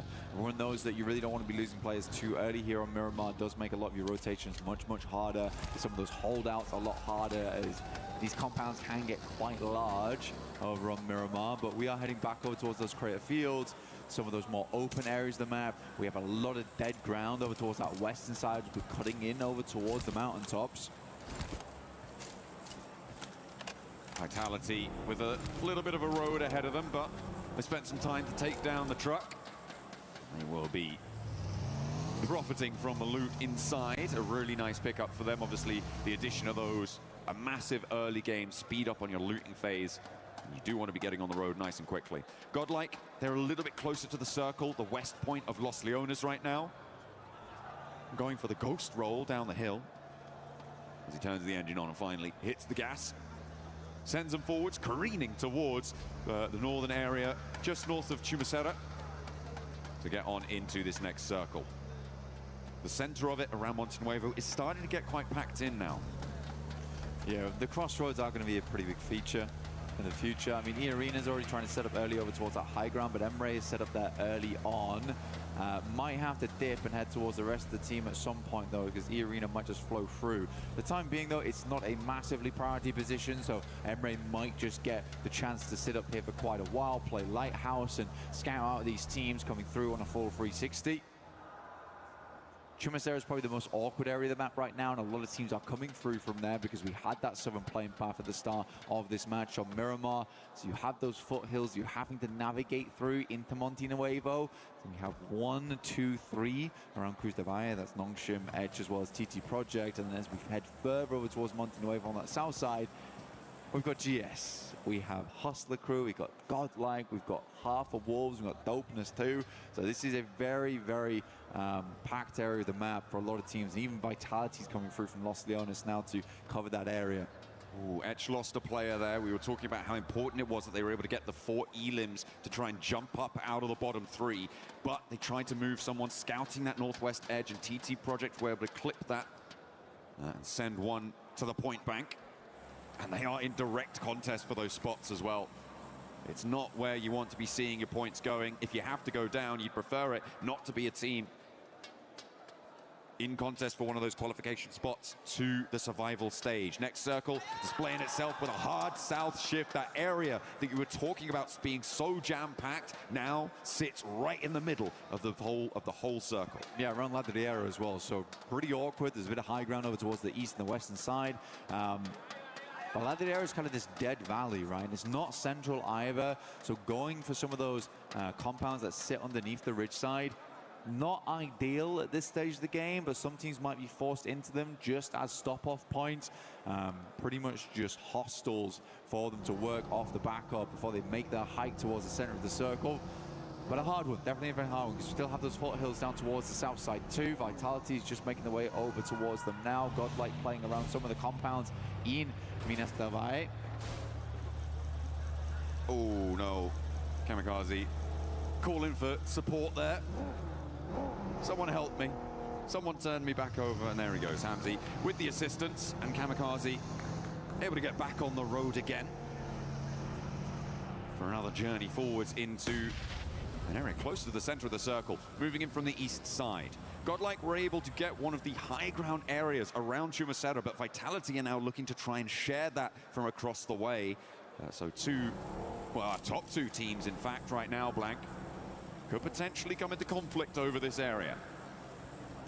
Yeah, we say top two teams. I mean, Godlike's done fantastic over the last 2 days. They really, really have. But right now, Vitality is just incomparable to any squad. I mean, 142 points. I think they are closing in on the century in terms of elims over 2 days, by the way, just to make that very clear, which is wild, very, very wild. Wolves going against Ida. Emre did pull it off from that high ground on that north side. Arenas flowing through some very, very open ground, but still not a position that a lot of players want to be in. We're heading over towards gas stations right now, but that roadside, get a little further in towards the high ground, quite like Godlike's position down towards Chumacera. They're trying to center up on some of these lovely bits that they can get. Some great sightlines looking down towards teams, but is it likely to end up in Chumacera proper? I don't know at this stage of the game. It's very, very hard to tell. Vitality trying to move on through, and they're taking the fight to Speed, who lobs a nade down in, but doesn't really connect on much. Razak is going to be forced away from the stair push by a Molotov to slow things down, allow Etch to marshal their response, to get into position to respond to this Vitality aggression. Trying to peek out the window, Speed has the confidence of his teammate up the hill to cover off this angle, allowing him to play on the windowsill. Tries to find the lineup down the alley, down the hallway there, but it's not going to connect, and instead it's turned around on him, and now Etch have to get off that high ground too. It's just disgustingly fast. I mean, Federales is so quick on the uptake. The reaction speeds on this guy is insane. I mean, shown even yesterday with the inhuman flicks we were watching, kind of popularized from PEL region as well. So again, very, very cool stuff coming through from Federales. But overall, these guys are changing the game. They are changing the game. It is hard that you cannot be playing sloppy versus them, because they will punish every single mistake that you do make. Godlike again, slow roll. Love to see it. These guys are cheeky. They are very, very cheeky. S-Power getting a lot of information in through this. Get some scouting done. Feathering the clutch. Trying to look as stylish as possible. Spend the minimum amount of effort to get the maximum reward. There's plenty of rewards available in-game right now. Blank, of course, with our Naruto partnership. You can check that out in the game. Make sure that you're jumping in whilst it's still all available during the event, and draw for the Naruto character set for the Fury AUG. It's looking pretty. It's got a lot of firepower. Yeah, the Ninetales Fury AUG looks awesome. Really does. So is the Sage skin for Naruto. Oh yeah. Want to pick that one up? Uh-oh. Vitality do lose Razak. Federales underneath. Might need to start dropping some more smokes, but they're up against Godlike now. Didn't really let up too much. Godlike want to push on towards Federales though. Difficult player to go up against, but instantaneous response coming through from Axel. Razak was re-knocked instantly. Now Vitality. Salme will find Federales there. Ooh. Axel on a bare slim amount of HP. Razy just trusting in him. Oh, what a close down there. The third party for the off angle for Godlike, and they are ending their first of 2 Miramars here on 90 points. It is not ideal, but they are still in second place for the time being. And the fact that the points go to Vitality, you're kind of okay with that, right? You just don't want them to go to anyone else. Vitality is just this bottomless pit of points that you can throw things away into and forget about them. They have, I believe, as you've just pointed out to me, crossed the century on Eland alone. 101, taking the rest of the lobby to school. Man, 101 eliminations over 2 days, and those 2 days are not yet finished. A 50 elim per day average is just crazy. It is unheard of. Elementrix moves in. Neos will take him out, though. TT Project certainly suffering towards the center. We're going to have next circle coming in soon. Montenuevo currently held by Ida right now. It does head back down towards the southeast side. Pretty barren landscape there.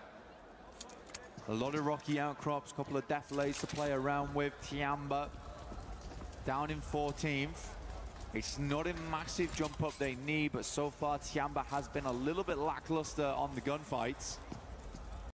They do have a pretty good position in this circle, so hopefully they can get value for it. TT Project, though, in this fight, looking to try and trade blows with them. At the moment, they're out of danger, but they are so close to it. They are on the precipice, so a win on the fight with Wolves would be great news to try and give them a little bit of runway in this circle. Around the corner now, drops a nade out. Lots of damage pouring on out from the end of that SK-12, and it is just too much for them. Maybe the nerves are getting to them, and he's charging down the stairs, looking for the last player. A final nail to slam into the lid of the coffin for TT Project. Give an opening for the teams behind them, but he turns tail up the stairs, and Neos lives on. Neos does a great job. I mean, Baton really did come out swinging. Not quite finish it off there. Got the sound cue and kind of spooked him on both the pimples. On the nades, Nongshim Red Force moves up over towards Aura. South side of Montenuevo. Good shots, though. Very, very good shots coming out from both teams. XZY down, as is Sky. But Hyunbin taking a fair bit of damage from off angles, forced to drop a smoke here. No fear, moving forwards already with that first knock. Hitting the deck, going for the crouch, rolling forwards, but does finally get shut down on his approach. It was so close to going pear-shaped there, but he kept his nerve. And now Horror with the one player alive, Nongshim Red Force. Looking to keep themselves under control. Tizzy wants the reses, but Sleepy's out in the blue zone. A fair distance away from this fight. No real chance to get these confirms, to get these flushes, and most likely to get his teammates back. Not to mention, Nongshim Red Force know exactly where this guy is. Yeah, they're good to go. I mean, Sleepy's not making his way in anytime soon, so easy on the side of Nongshim Red Force. Should be able to pick him back up again, but it's a case of moving across this road.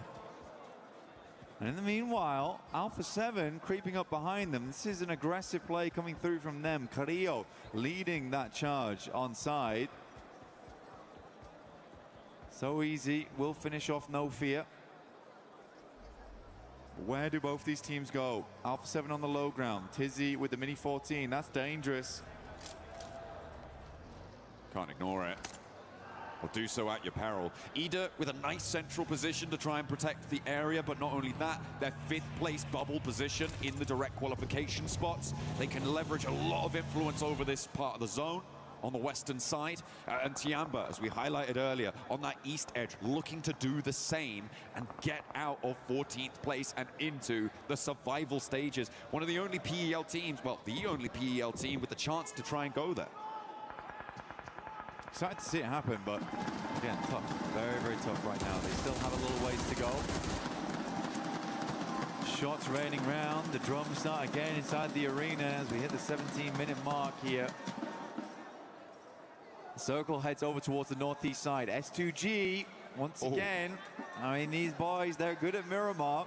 And they're also good at qualifying last minute on Miramar too. They currently hold both sides. There's a bit of a greedy split they've got going on, but they also have a lot of vision. They've got a lot of range in this area. Yes, it is greedy, but until they start seeing teams trying to push over towards these points, understanding that the north side is most likely the clearest area of the map, depending on the playing path, they should be okay. Remember, they swung in from El Azahar. This was a long journey for them.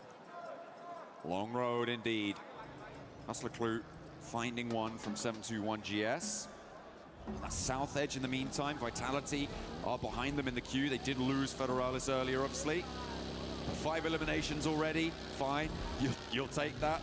That's pretty chill. And around that south edge, they'll try and roll through. Hustler Crew right now, probably one of the softest targets for them to try and take on the fight with, but Alpha 7, far from done. And I look for the spray down. Not quite connecting underneath there, but spots him trying to get away from the vehicle. It was going up in flames, and Carrillo secures another point for Alpha 7 to get them one step closer to safety. Hyunbin tries to go for the hop around the edge, but it's going to be shut down. This is the influence that I wanted to see Ida executing on this western side. Ida's had a fairly safe game as well, so they should have decent utility, decent supplies on board. Razy's got his something on. That's scary. And Vitality, they're looking to push straight over towards Hustler Crew's position. Kamikaze will find Tizzy too. Again, good stuff from S2G, maintaining control of the map on that northern side. Hustler Crew will find Razak. Axel goes down as well, but Razy's still kicking, still making those shots happen. Following the vehicle down, the sideline shots as well. He knows he has to finish up quick. There is that off-angle potential, as you said there. Blank needs to hit the heel, though. The nades are going to start to roll on in, sidestep it, but he doesn't manage it. And it goes boom, and Vitality are out, eliminated with 6 elims. So it's still a really good game for them, and they are totally chill. They are totally fine. In the meantime, though, Hustler Crew fighting for their life. Vinny on a separate fight as Vitality rock up into the other side of his team. Drops a nade out the window, looks for the flush, looks for the knock, but it's not going to come through. Nasser, the last stand for Etch on the bubble, opens the door, doesn't step through it though, and Vinny tries again, has still got ammo in the back, and will be able to shut it down. Etch now down on the bubble. Goodness me, Edge, like you say, out 13th. Tiamba, I half expected them to have a lot more influence here. I think they just don't want to lose this compound. They like how they're playing off the back of it. Didn't want to even try and send a 2-2 split down there. They know they could probably deal with these teams as they come in later. Dopeness did make their way up from that south side. Vinny could not help with Vitality. He was having his own small battle on the other side of the map. Dealing with his own demons. And now Vinny has the whole of Tiamba looking his way, as well as Dopeness out on the western side, but he's into the vehicle, trying to make his way through, and it's not going to go well. Milu picks that one up. Tiamba able to eliminate another team, but they have to leave their compound now. They can't commit to staying there any longer. The zone goes to the center. I'm very curious to see how S2G plays this time, because they have 2 spots they can work with. They got the gas station on the northern side of the road. That's likely to come out a little bit sooner. But both areas quite difficult to play from, actually, on this. I think they might wrap back down. Yeah. Okay. I think this is good from Tiamba. I like that rollout. It's what I was thinking they needed to try to do to progress. And the fact that S2G didn't have a full hold on it, they read that nicely, and they do regroup, as you said. Yeah, they're going to play the roadside. I think I was trying to consider which one you wanted to go on towards, because playing across the road is hard. So they do get an anchor center. This is really nice from S2G, actually. Kamikaze just has to live here. I think he has a fairly safe spot to do it, and I think that's a shack towards the center of the circle, so they can play off the back of this ridge side, but they need to support their anchor here in Kamikaze. That's where most of the gunfire needs to be going towards. They know that Tiamba's on their east, so they can keep an eye on that the entire time. But for Tiamba, this is an all-important game. Same goes for S2G, though, trying to get towards the finals. Lufa does manage to get across somehow. The volley of fire not quite potent enough from Ida to take them down. The smokes are dropping as well, and they can get on the road. Hopping in, not going to go for the hill, not going to commit the time to it. Alpha 7 in the meantime, you do still need to step forward too. Getting suppressed by Ida all the while, and again, Dopeness somehow managed to slither around the sight lines that Ida are laying down. Yeah, but they're slithering straight back into the blue here. This is not ideal. Southern edge now, GS in front of them, vehicles burning. Peril in play, will shred them as they try and come down the hill, and they're fully silhouetted again against the hillside.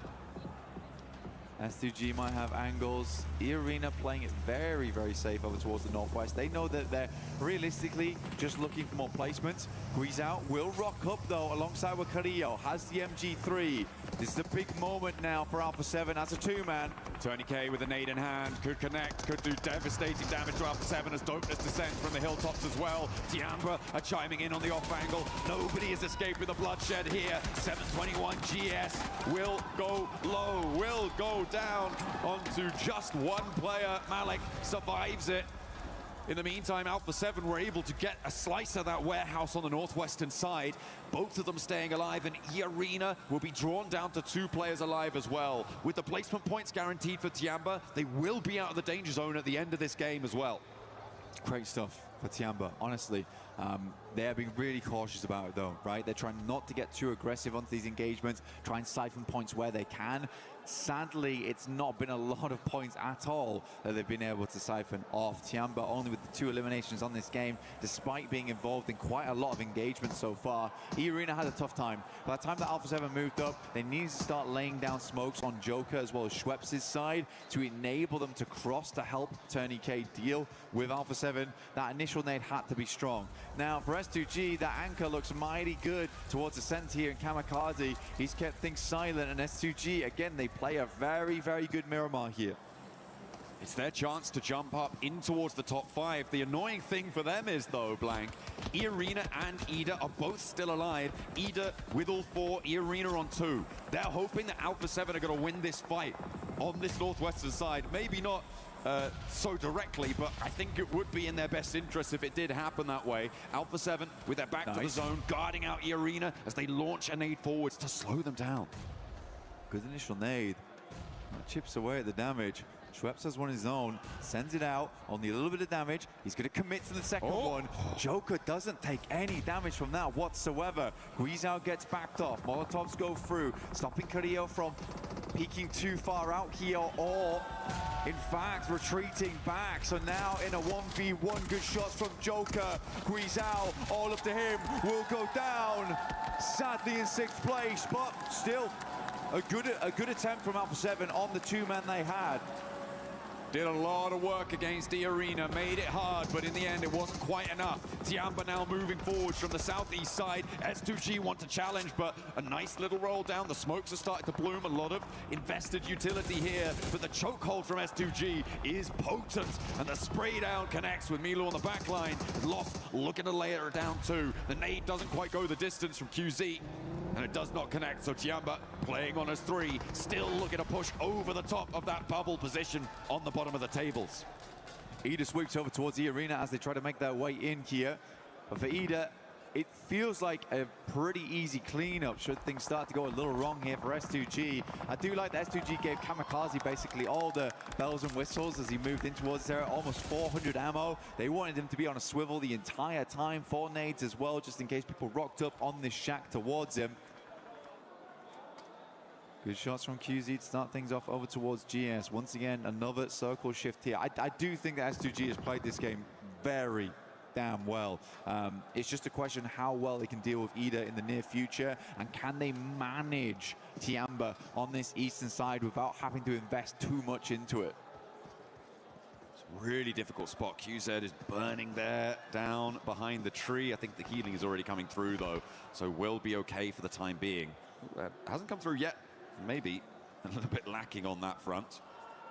As the nades continue to push forwards, Emre trying to make a break. You can see the smoke dropped out. 721 GS still a factor here on the north side for Tiamba. It is just about in nade range, and they're taking damage. There it goes over the front bonnet, just keeping them safe, but there's a follow-up. There is still more pouring on down. That looks good. It's on target. They dash away, duck back in. They are back and forth, and S2G have taken casualties. Emre with a big nade over towards S2G on the center point. In the shack, they lose 2. Again, this is all about managing things, right? Is why I thought Ida would be a big problem in the near future. For Tiamba, an opportunity opens up here. S2G, they scatter to the wind. They look to try to bolster position alongside Wahamzi G now. But another nade goes in. Solke being very careful, looks to drop the smokes. These are long grenades to head on over, not quite reaching. Rita extremely low, but in his last moments will send a nade in.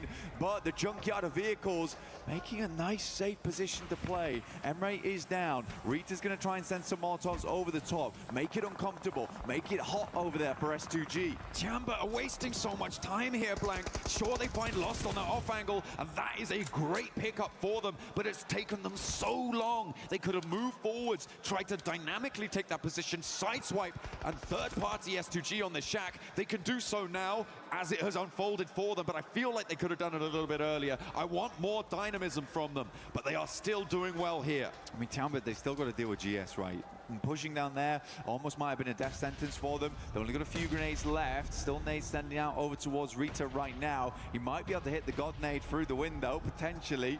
He will send it. Lands on top. But yeah, GS is a big problem. I don't think Tiamba had a lot of nades, though. They didn't even have a lot of ammo either. They've been playing this game quiet. But the amount of sidesteps they've done on these nades has been quite miraculous. We've seen some acrobatics coming through from Tiamba so far. Rita moves up. Nade should do the trick, though. Takes him down. Another team scratched off the card. S2G with a chance to jump up into top 5 off of this game as well. Blank with a chicken dinner. QZ spotted, and 721 GS are making themselves such a nuisance on the flank. Eagle finally able to do one, find the other as well. Potential for the res, but there's not a lot of time. The zone is already closing. I don't think you can commit to this one. It may just be a raw 2v2, and you know where both of them are. They're both inside. How do you navigate this? Eagle sending in. Moving towards the tree side here. S2G getting ready for the double peek off the back of it. Nade over the top now, coming through from A-King. He moves up. That might do the trick. Bounces into the window. It's a lovely burst on it. Hamzy G last left alive. This nade has to be immaculate coming through from S2G. A chance. A-King on the back of the tree. Gets pushed out wide. And there's the pick. Hamzy now in a 1 versus 1 for S2G to jump up to the top 5. A direct qualification spot is up for grabs. Tiamba looking to solidify themselves into the survival stage. It is a high-stakes 1v1, Blank.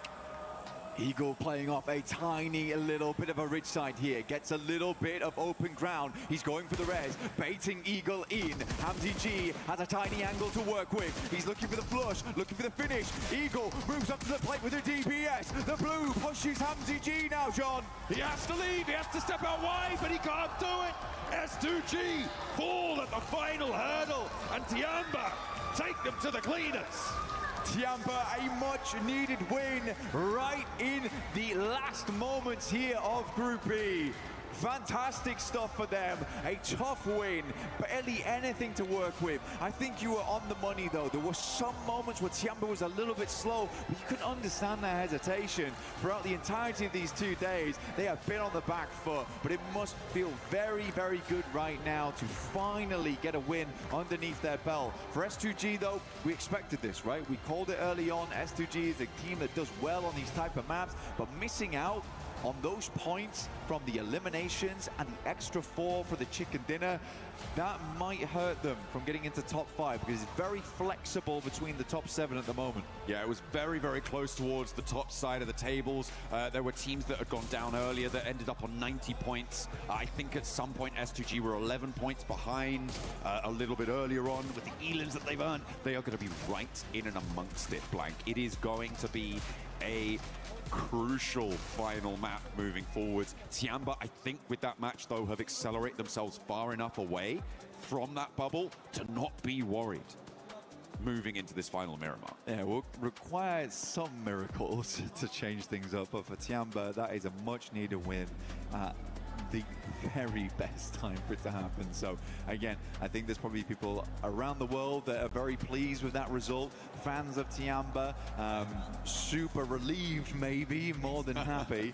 But yeah, for S2G, missing out on the chicken dinner there is tough. It's definitely tough. I think that was a good opportunity. But they played that game well. I think they played that game very, very well. There was a lot to manage there.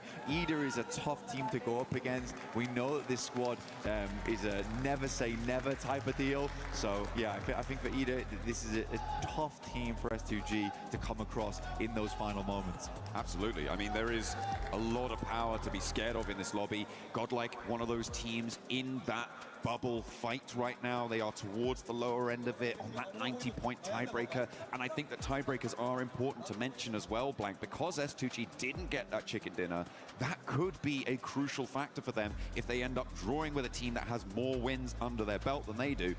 They don't win it on that tiebreaker. That first tiebreaker being the chicken dinner count could really be important for them. Well, they've got one more Miramar, so again, they could maybe get it done there. I think for S2G, they've proven that they are a good team on the desert. They got their desert boots on most of the time as well. So we'll see what S2G can get done. I think a lot of people will be quite happy to see S2G in the top side, but it's so nice to see it really, really open up. Flexibility in the top 7, so cool, even coming in to the final match today. But we'll be back very shortly for the big conclusion here of Group B.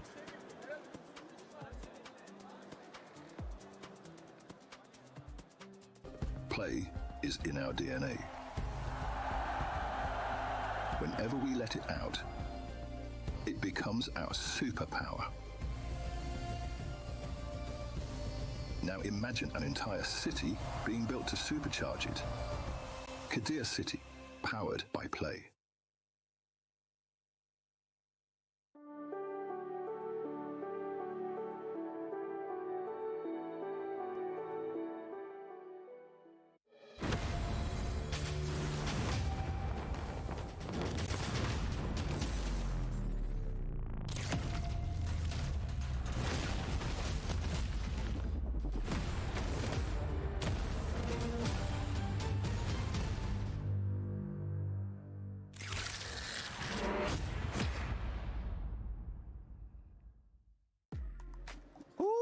What a performance. Tiamba coming out on top in the last game. It's going to be helping them stay out of those bottom 3. But for everybody currently watching at home, don't forget that the fan experience is now open from August 11th through the 16th. You can join it. There's some giveaways, there's some challenges, and you can check out also the awesome collabs that we've been seeing around. Naruto, Spider-Man, like the brain rot. Still a brain rot?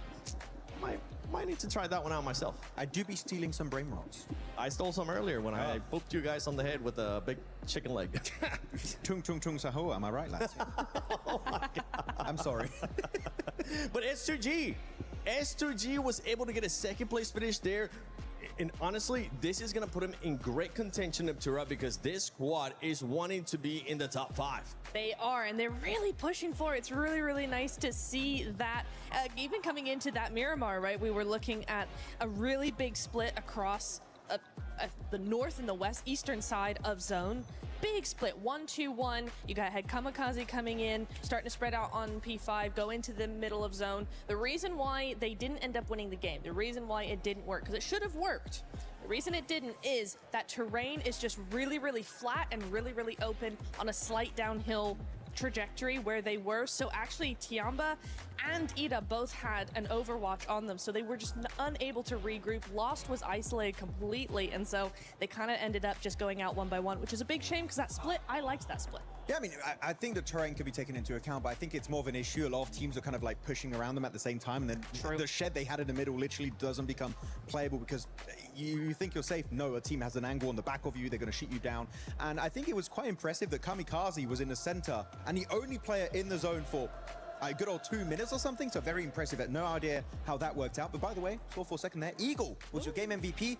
Good on Tiamba to get a win, which they needed, but I'm gonna say here, Hodrux, it's still not an impressive win that I was hoping for, but it would be enough to escape the bottom 3. I don't care, dude. I mean, a win's a win. Thank goodness. Oh, I was sweating bullets. I was getting a lot of flashbacks of Alpha 7 not making it to the finals. I was like, there's no way Tiamba doesn't. Yeah, 17 points, that's going to be good enough, right? For sure, to at least put them in the survival stage. And at the last second, I mean, we only got one game left to go, and this last game is always so chaotic because so many teams are desperate, right? So for Tiamba to get it done in the second to last game, clutch. I mean, really, as you said, teams are getting very desperate. ETSH got a lot of eliminations early games. Yeah. On the side of TT Project, they're all farming it, and I was like, Tiamba, it's your time to really step up and get something done, which they did. Again, I think gameplay-wise is not the most impressive, but a win is a win, Hodrix. I cannot argue with that logic. But here you can look at the terrain. SGG was struggling, losing a lot of their forces in the process, down to just HamCG, and he almost got it, right? That jump shot trying to escape from the blue zone, but unfortunately, Eagle went caw and got it done. I was waiting for that. There we go. But going back to Tiamba, I mean, yeah, a win's a win. The points, it's something that they definitely needed to stay off those bottom 3. And I can't wait to see what those bottom 3 are going to be looking like. If for some reason you have been missing out when we talked about the format, let me give you a quick little format reminder as we are going to be heading into the final game of Group B for PMWC at EWC 26. Top 5 will go directly to the finals. Bottom 3, Krish, Keith, Crush. and in between, everybody gets a chance to go to Survival, which it's not going to be tomorrow. It's going to be the day after that. So make sure you guys put that on your calendar. And for some of those squads, what are we expecting to see, Hot Jukes, out of this squads? You're saying we're pretty much expecting no pressure on them because they have to go take it. Yeah, I mean, this is the last game, right? One game left to put yourself in the finals. You really have to do so because there are some serious squads going to that survival stage. I mean, yeah, Tianba, rough day, or rough 2 days, right? But we know what they can do. Come survival stage, they could look like an entire new monster. So S2G, it's so good to see them right there. I think there's a lot of weight on their shoulders, but you got to be able to get the clutch done. That's what it's all about. You got to adapt. Yeah, for S2G, we need to see them possibly end up coming out with a win. I would love to take a look at the overall just to see how close everything is, because today we have seen everything between these teams. I mean, it's been crazy how much the leaderboard has been changing. This bunch of points has been going all over the place, and there you go. Now we actually get a chance to see the overall, and you can tell from 7th place all the way to 2nd place, it's just 10 points that separate the squads. Oh my goodness, 1 point difference between Godlike Esports and just below them S2G that's been having the comeback of the year so far, without a single chicken dinner, pulling kind of a 4th rise at this point. But they got so many strong finishes, right? Rondo, 2nd place, going into a wrangle. They got a 2nd place, they got a podium. And right here in this game, they get themselves another 2nd place. But I do agree. I feel like we need to see a win if they want to comfortably make it in, because do keep in mind, they got no chicken dinners. If it ends in a tie, Godlike or Horror Esports would end up overtaking S2G's spot. No, it's true. And we have seen multiple ties like this all day long. I think we had one between Arena and Horror. We had it between now Godlike and Horror as well. There's been so many ties in the top 5. You absolutely need to get that win under your belt. And S2G, luckily for them, they are a Miramar squad typically. So this last game being a Miramar is exactly what they need. And here on the bottom 3, you can tell TT Project, ETSH only being separated by just 1 point. Dopeness, Hustler Crew. I mean, Hustler Crew, I'm sorry that I'm going to be saying this, but we just haven't seen a single damn thing about you today.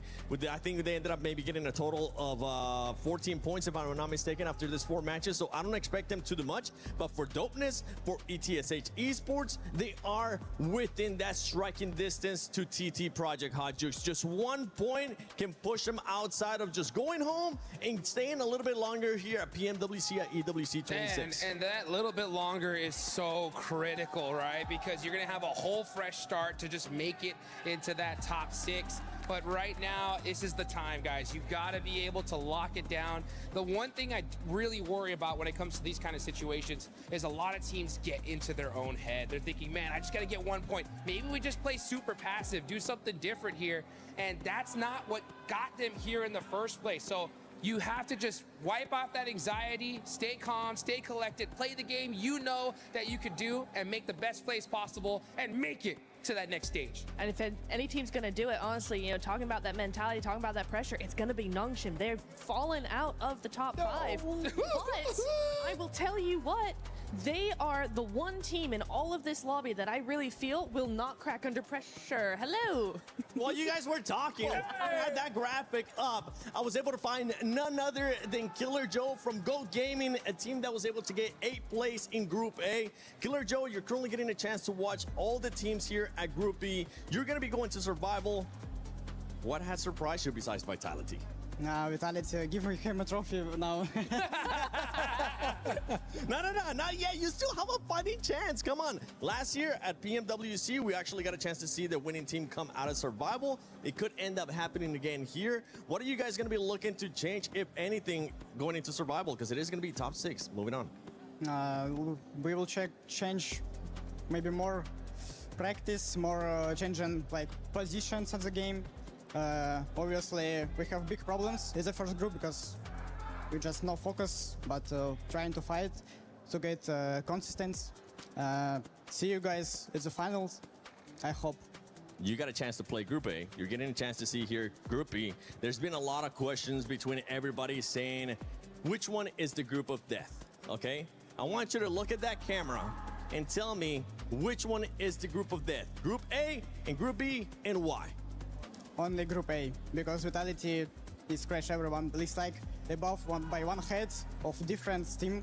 I don't know, maybe it's I don't know how to explain this, like this game.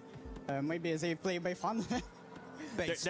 They're just playing on a completely different level. That's what's currently going on with Vitality. Even when they're slowing down here in the second day, they're still out fragging everybody else. Thank you, Killer Joe from GOAT Team. I can't wait to see what you guys are going to be doing in survival. Hopefully there's going to be a lot of changes. Top 6, I think it's doable. But let's see what Barney and Luti are currently up to. So. This is the thing, right? For those of you at home who are watching this incredible event, you may not be feeling the atmosphere here at PMWC, but we do have quite a bit of crowd presence. And before we go into our final match of Group B, let's test it out, shall we? Alpha 7, Fasan Barulho!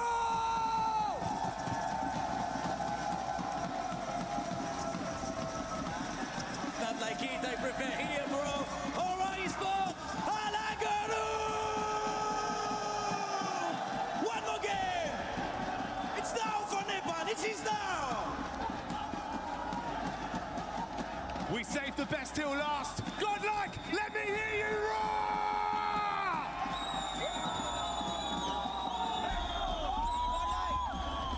Absolutely electric here to close out this group, to close the group stages. Group B now with their last opportunity to put points on the board and to make history, to jump forwards into the finals or to get through to the survival stage. I think the most incredible thing is just the fans that we have here with us during both Group A and Group B.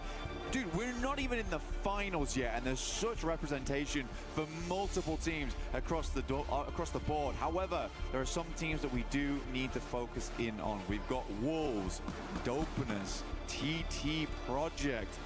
We've got a lot of squads that are on the cusp of getting through and into the survival stage right now, or losing it all and going home right here in Group B. TT Project filled with some fantastic players, some fantastic veterans as well of the game. But still have a little bit further to go now. If they close it down now, they would be in, but it's just so... I got that right? TT Project, they're in, I think, I believe. I'll have to double check on the tables when they pop up. But yeah, it's very, very close around that bubble. A lot of teams could change things around. For Etch, it feels like they have been sort of in and out, but not really showing us anything. And I think it's the same for TT Project, right? It's been these sort of always a team that's like, well, they could do quite well, but they're just not. They're just not quite there yet. So they've got one more chance to get there and give themselves that opportunity in the survival stage.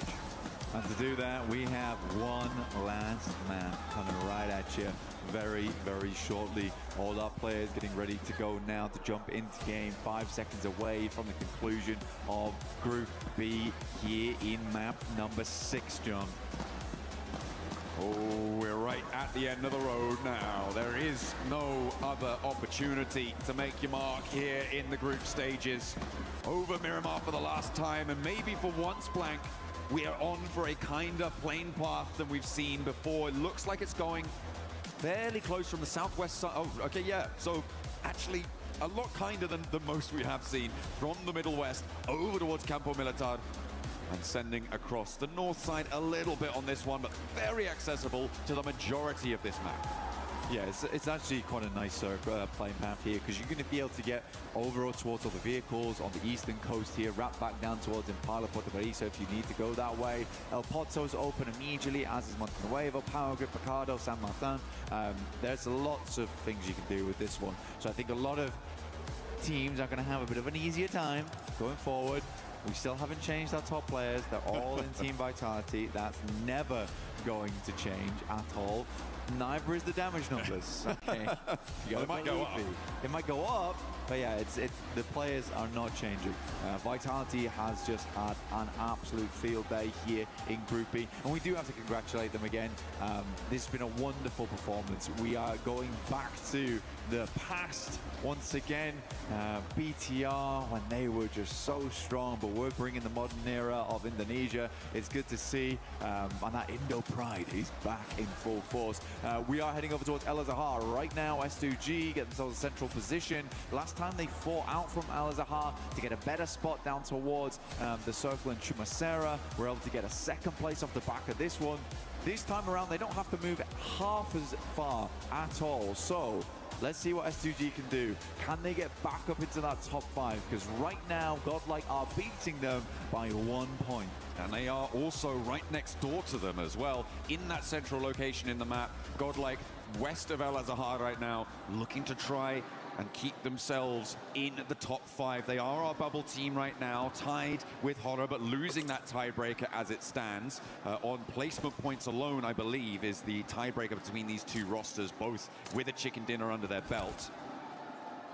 And Horror have to move from La Cobreria. It's a fairly accessible rotate, but still pretty fraught with danger, especially given that there's actually 2 teams up on the northeast side near Torre Hamada, near Campo Militar. So maybe they're going to need to try and find a lucky spin over towards the circle, just like you guys can find a lucky spin in game right now. Make sure you're heading into the game to draw for an exclusive set for the PMWC, making sure you're looking fine, fresh, and ready for battle, as many of our players are today and for the rest of this tournament. Back on board with TT Project Split Nichumasera. They are again in the hot seat when it comes to elimination. It's a very, very fun final map. Here we have 1 point sits between 6th and 5th, and 1 point sits between 13th and 14th. One of those is a little bit more consequential than the others, because one means you go to the finals or survival stage. One means you go to survival stage or you go home.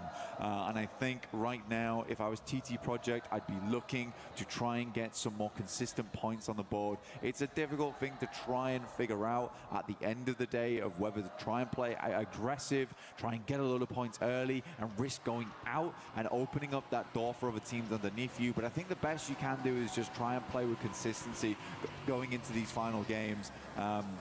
Very, very difficult to do. And honestly, with some of the strong teams that are going to be in your path over towards that northeast side for TT Project, I think playing a slow game is maybe the better decision. A couple of points can be make or break, but there is always that flip side of like, well, what if Dopeness just pull out a 20 Elim chicken dinner out of nowhere, right? Maybe we should have done a little bit more to try and stop them, but I don't think you can trade on that. When you have so many teams in the mix, I think you're definitely right. That's a nice little pickup for Godlike, though. Not so nice for Hustler Crew, but like the Des said, we really haven't seen anything from them during these group stages.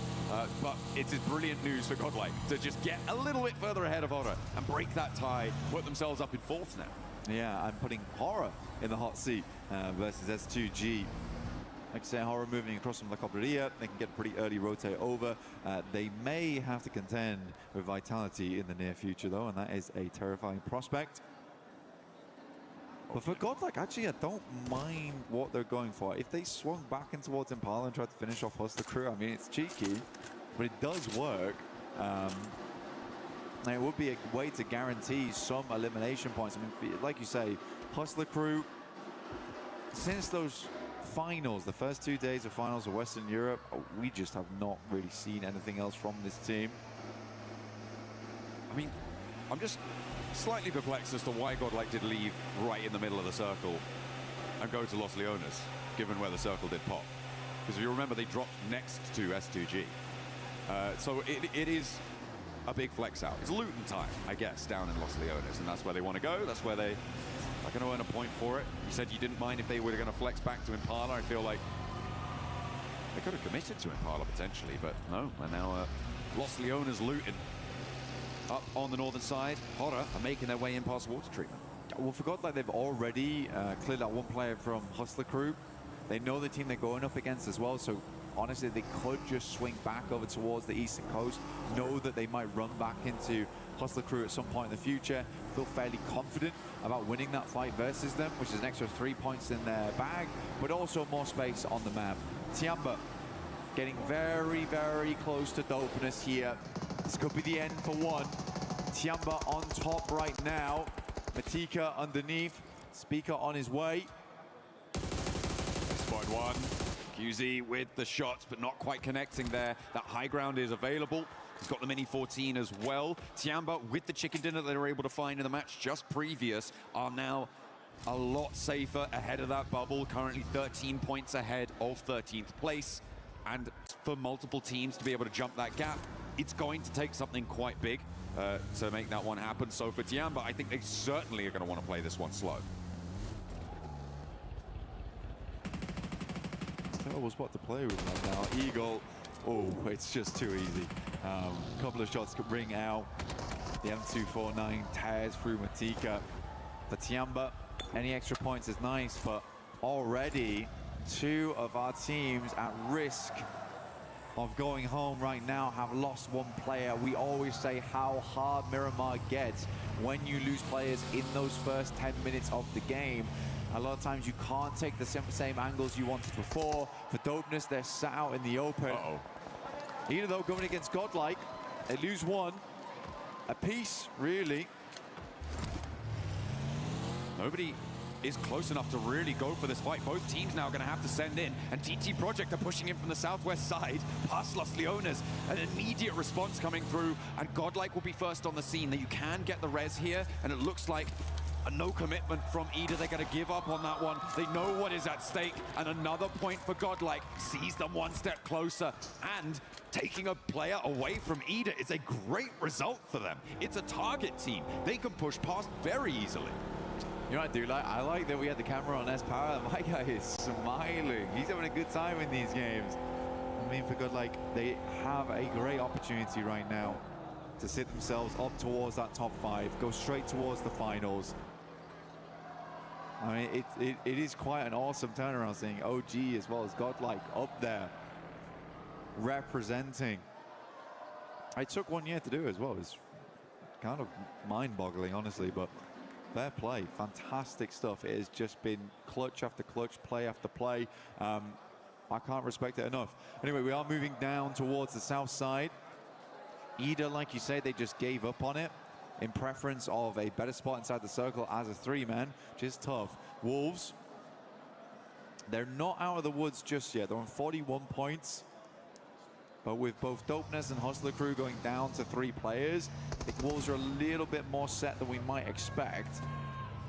Etch, the most flexible team in terms of trying to get through. Unfortunately for Etch, they have all 4 of their players up on the north side behind Vitality, who, as we know, are really good at this video game and will make it very, very hard for them to push past on the northern edge. Past El Azahar as well, which is a difficult area to navigate around. They might have to send through the town if they don't want to go straight past Vitality on that northern side. So a difficult approach for Etch to try and survive in this tournament blank, to get out of that zone where you get your key crushed at the end of the day. 7-2-1 trying to play center, and S2G can't quite keep them at bay. With more than a knock, not just yet. They haven't managed to get rid of them. S2G, suit and boot here. They've got a lot of supplies to work with, already opening up over towards GS now. Some good damage in. Malik will go down the back lines. Lost adds a point to the tally here. 7-2-1. GS is crumbling. Not really providing too much resistance here. Kamikaze stepping forwards, and S2G now drawing level. And remember, they lose that tiebreaker due to lack of chicken dinner, but they bring the firepower instead. They'll get another point to add to the tally, and they are now in the top 5 for the time being. Horror needing to try and catch up in the meantime.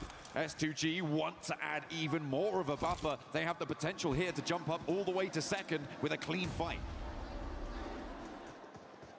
More utils sent out. Solke spots the jump out, takes a little bit of damage, but there's 2 players now to contend against, but the smoke is making it difficult. Solke opts to pull the pin. Molotov over the top. He might just cook this one. Go for the airburst around the side. It's good. Great damage. Can't quite get his shoulder around the corner, though. Third party descends on the fight. Dopeness out of nowhere to backstop this, and they want to get really stuck in. They want to try and extract value from these fights. They've already got an elimination on side, and they are on 3 players. It's a bit of a do or die play, but I feel like if you're going to make one, now is the time to do it. Right in the middle, right in the truck stop. Try and survive as long as you can. And 3 players across the way makes S2G a little bit more timorous here. I think rightly so. I think for S2G, though, the points are coming to them. These are teams that are not playing up to scratch right now. For GS, they fell fairly quickly up against S2G, who have been showing a very different style of gunpowder than they have in the past. Like I said before, it feels like finally S2G have found their footing now. Looked decent at points yesterday. Were able to swing back into the driving seat. Goes down to the smoke, quick loop. Get some more of that utility online. They're not taking any chances either, John. Absolutely not. Can't afford to.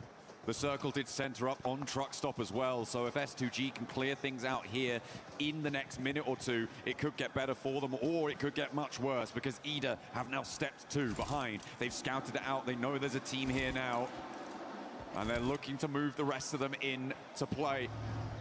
And S2G just can't catch a break, trying to clear this one out, clear the last player from 721 GS.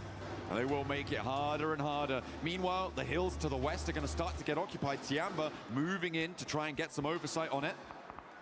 Try and make an impact. This is a bit more of a spread than we used to from Tiamba as well. They're looking for more and more value on the map. They must feel a lot more comfortable coming into this game with 48 points. Will be hard to overlap that.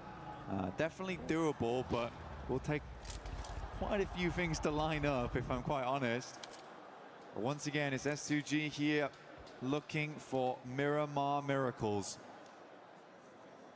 Right in the middle of the map. Alpha 7 and Horror towards El Azahar. At the moment, Horror just have such brutal oversight onto Alpha 7's position.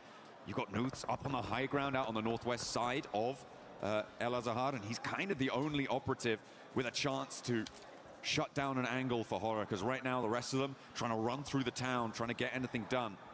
Meanwhile, over on the east side, TT Project going to try and crash in towards Vitality, and they have opened an opportunity there, taking down one of the players. And remember, 13th place is not comfortable. TT want to jump up higher. They could push the Wolves into that hot seat too. There is so much at stake here. I mean, for TT Project, to qualify by taking down the #1 squad would be quite an amusing feat. See if they can pull it off. Right now, Vitality do go down to 3 here. They have been playing all cylinders firing this entire time. At some point, they do have to start feeling that lactic acid. But again, it has just been marvelous. But TT Project, that initial pick-off does give them a little bit more space to work with on that northeast side. They can even pick up some of the high ground, start to swing their way through on that ridge. But it does open up to sightlines from Alpha 7, who do now need to move. There's so many teams who have been circling this circle for quite a while. Nongshim Red Force have been playing out all the way from the northwest side. They've been in the blue zone for ages, and they're just crashing into a fight potentially with Yangon Galacticos. Godlike as well, disengaged from the Wolves, and they've moved in behind Hustler Crew, who you said they know are diminished in power, and they could try and punch a hole through. With Vinny already down, there is a weakness. There's blood in the water for Godlike to try and strike.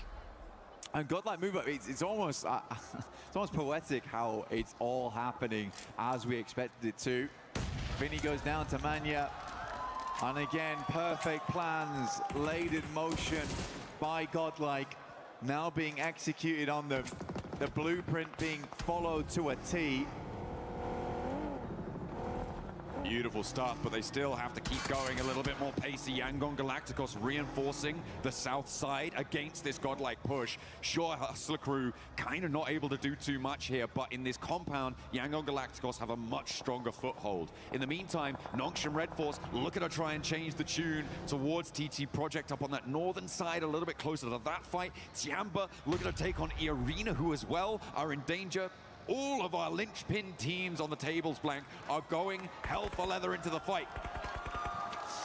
S-Power finding another over towards Hustler Crew, leaving them with just 1 player left alive. Jameson will have to try and make this one work, but he is stuck between most of the players from Godlike, and they are not going to give him an inch. E-Arena over towards Tiamba, very, very important fight for them. E-Arena also, despite what was an insane start to their day on day 1, they have dropped down to 4th, and Hustler Crew will be the first team to leave us from Group B. No longer will they be here in Paris. They have been rebuffed. The rest of the lobby did not allow them access. Godlike the ones to deal the final blow to them, and they want to try and earn those points even further, get higher and away from that bubble position. In Group A, we saw the bubble being 88 points, but now it is going to go even further beyond. Etch making a mad dash in, and this could be another team joining. Hustler Crew on the northeast side. They crash, and they crash into Horror. Ida taking a chunk out of them, and it is just one player left now for Edge to try and cross the boundary. For Edge, I don't know what the move was. I don't know what the play was either. We've been out in the blue for the longest time, still trying to find a way in. They played this game a little bit too slow, in my opinion, leaving them only with speed remaining. For TT Project, they honestly do not need to do a lot here to stay ahead. It will require one hell of a game here for speed to get through in towards survival stage, leaving Dopeness as the last chance.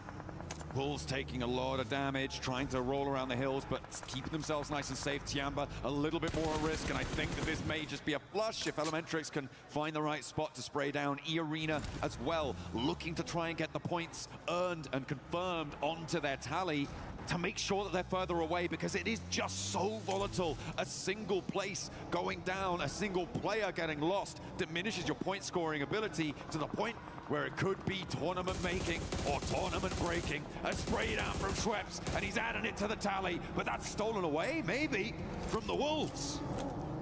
Wolves would love any more points they can get here, keep them in the running. Now S2G, they moved away from Truck Stop. This is a really fantastic spot on the map to play, honestly, for S2G. Gives them a lot of control. They look down towards some of the low ground on that eastern side and can give them points off the back of it, which they're already looking for now. Getting knocked over towards Vitality. Wolves continue to pump those points there, move further and further away from the bottom three. They keep increasing that buffer, but E-Arena not so lucky. They're taking damage. They tried to jump into the fight, but it's not going well. They try to move forwards, and they're playing as two. TT Project taking damage as well. Vitality eliminated. Tiamba are out of the running as well, but they may have done enough. Elementrix moving forwards. E-Arena going down here is a massive change in the tables. S2G, Horror, and Nongshim Red Force all with a bigger opportunity to take one of those top 5 spots. A Joker stands tall. The belt buckle on the floor. They need to hold on here. Joker moves up. Elementrix moving off the back of the position, but more and more players coming through. This is going to be an incredible clutch if he can make it work, but Joker does go down. A trade, a Norman turning away, the vehicle going up in smoke. E-Arena in danger. E-Arena right down to the wire. They do manage to pick up a point or two, but on 95 they are far from safe. A sliver of HP, and he swaps the vehicles out. Where can he go though? Where can he call home?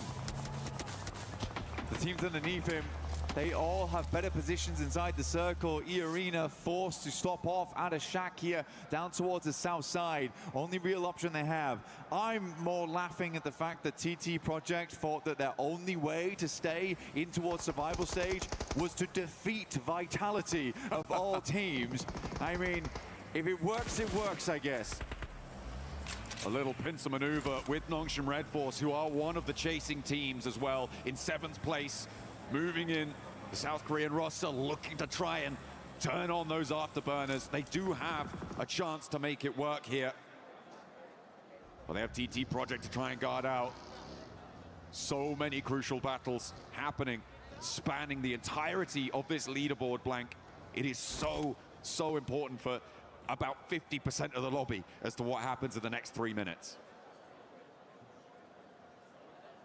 Godlike still keeping it chill down towards the south side. Difficult push for them though. Yangon Galacticos watching over their every move. So how would they want to play this one out? Still rich sides to work with. Denying those sight lines, but as we head over towards that northern edge, goodness me, you got the eyes of many teams looking your way.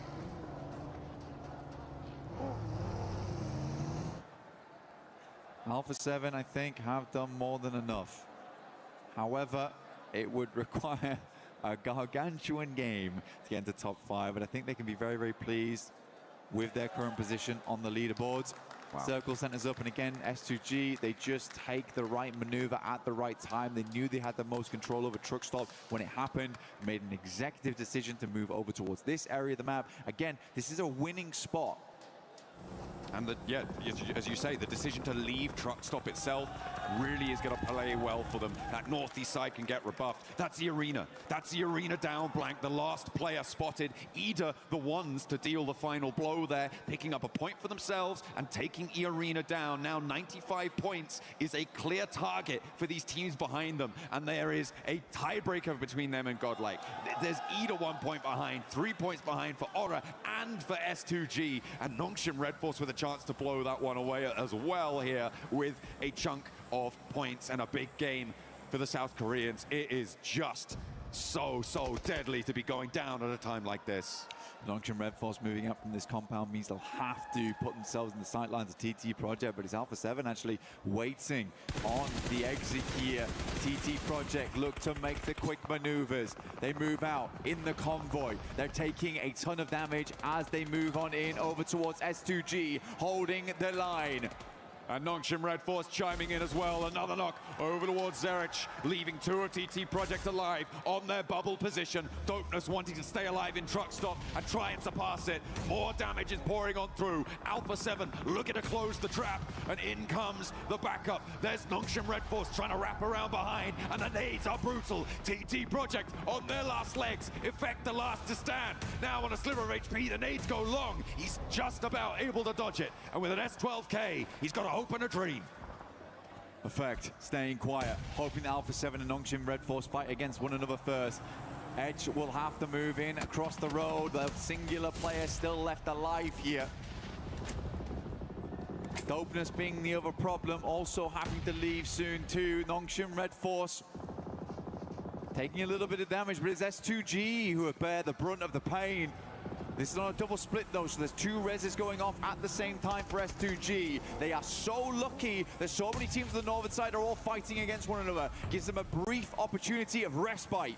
And it means that the sightlines for S2G were distracted, not in operation, and that's going to allow a little bit more maneuverability. Those reses have come through, and S2G are back into the fight. Alpha 7 crashing in, trying to take down Nongshim Red Force. There goes Effect. TT Project losing out on the more point scoring opportunities here, and 36 points is the target for Dopeness, for maybe even Etch. So easy cruising around the sidelines, but Carrillo spots him underneath the vehicle, looks for the spray to confirm, but doesn't quite get enough damage. The nade over the top finds what they're looking for. Alpha 7 looking to finish out strong here on the final day of Brood, but Hyunbin goes absolutely mental, puts Alpha 7 in the Hyunbin, taking out the trash here at the end of the day. Nongshim Red Force, good to speak. Hyunbin's finally down, but Cleo, he is still up, still kicking. Alpha 7 still have life, but finally will leave.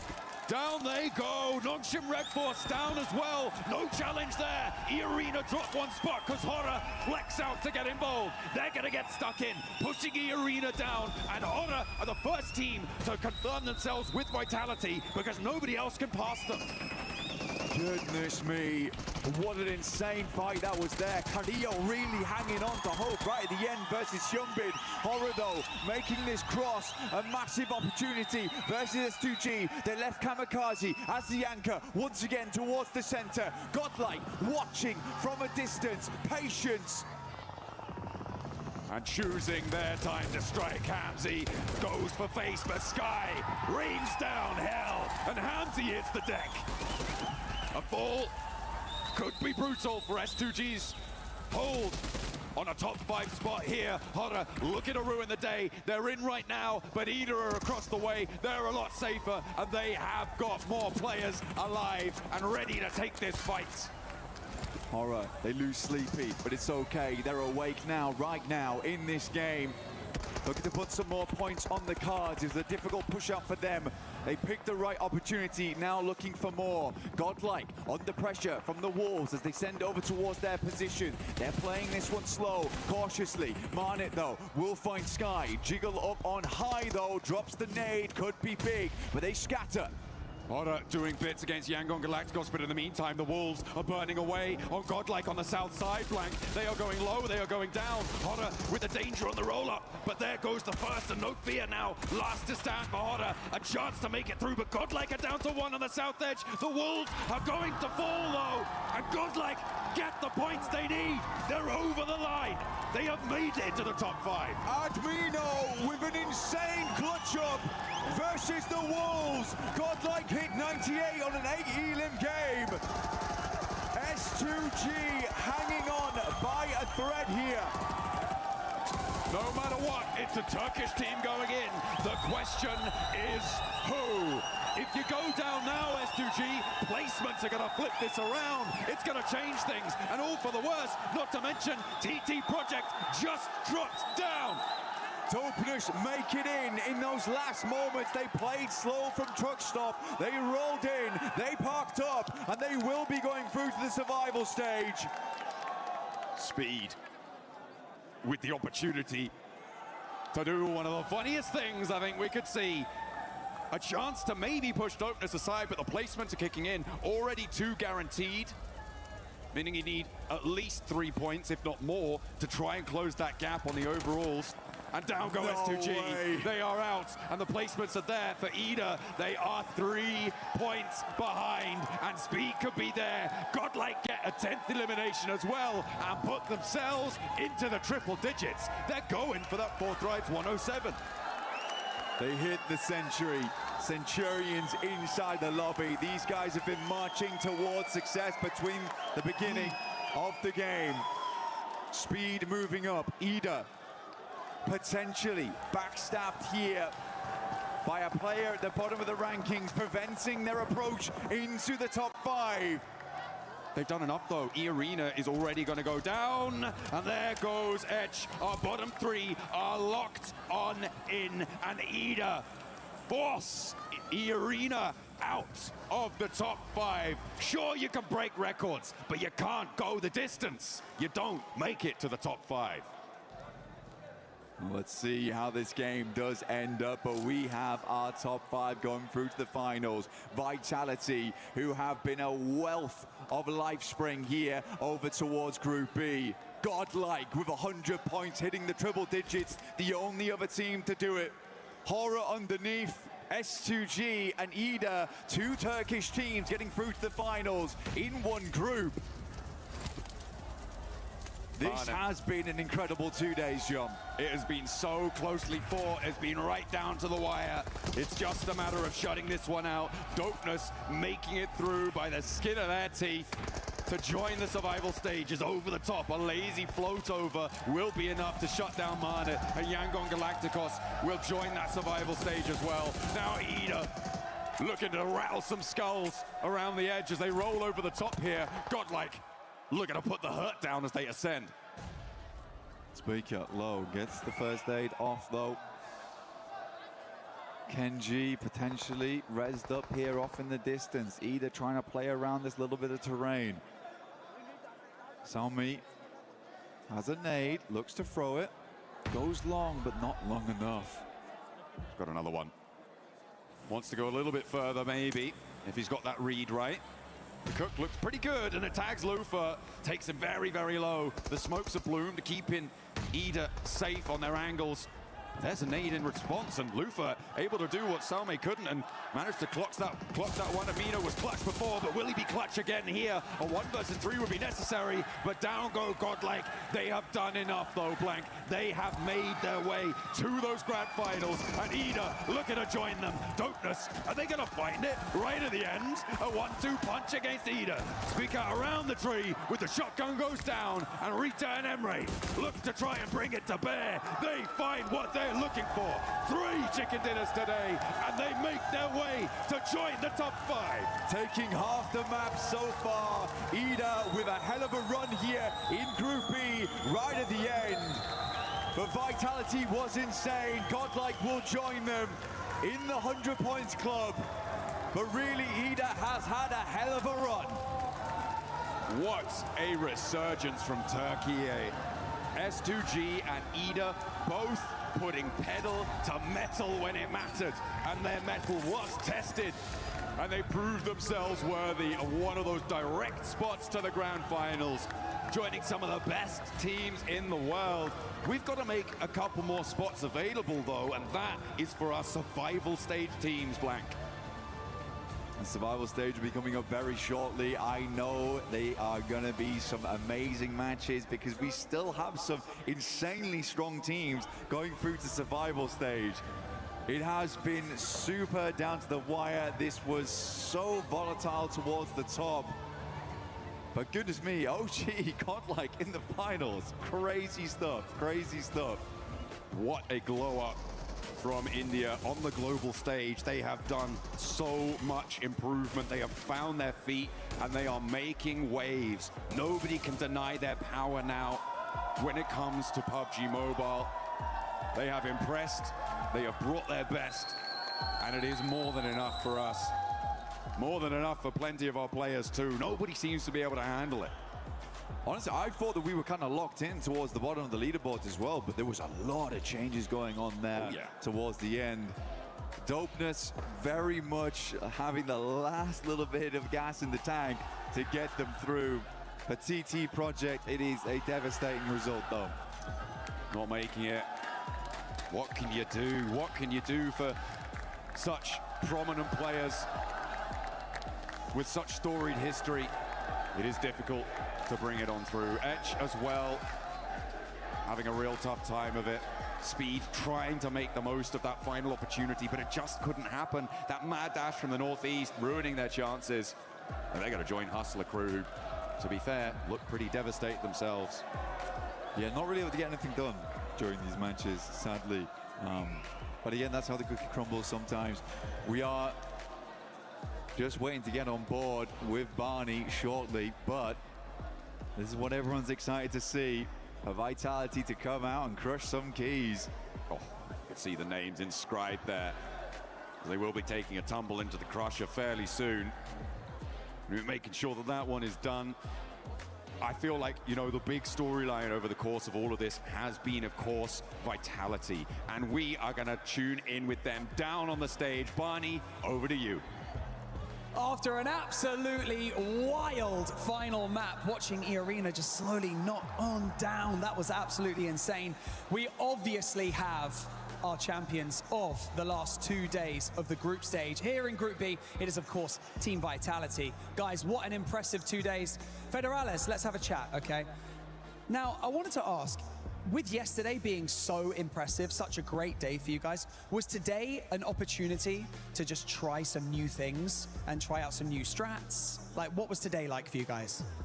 Yeah, that's definitely what we do right now today. We try new rotation, we try new gameplay, the way we try to fight more. Yeah, that's it. That was it. Now, waiting for you guys in the finals next week, we obviously have some pretty heavy hitters, the likes of Four Thrives, Orangutan, Aurora Gaming. What are your thoughts going into next week? Who do you think is going to give you the toughest time? I think that question is for Axel Zargel. So, oh, okay. Untuk tim yang ada di final tentunya kan ada Orangutan, ada juga Four Tribes dan juga tim-tim yang lain sudah lolos dari grup A dan juga grup B. Menurut kamu tim paling susah untuk dilawan di final kira-kira siapa sih? Apakah ada? Ngomong Indonesia. Ya. Sekarang kita masih belum kebayang sih kayak lobby yang ada di final nanti. Cuma pasti bakal lebih keras daripada grup stage ini karena tim-tim yang masuk kan tim-tim yang terbaik kan. For now, I have no idea because the final stage is not set yet. There's still like another teams that are gonna join them, but it's definitely gonna be harder for us to win because it's definitely gonna be the best of the best. Yeah. We'll be the best of the best in that lobby. Federales, good dodging for that question. That was good. Right, okay, gentlemen, it's time to do the fun bit, the bit that everyone loves. Let's walk to the crusher. And we've got a little bit of a ways to walk, so while we walk, let's have a quick chat. Federales, I'll continue to chat with you. Dude, earlier on today, while the desk were having a chat, some of the other pro players stopped by, namely Killer Joe from GOAT Team. He said, if they're going to play like this, Vitality may as well just be given the trophy at this point. How does it feel to hear something like that?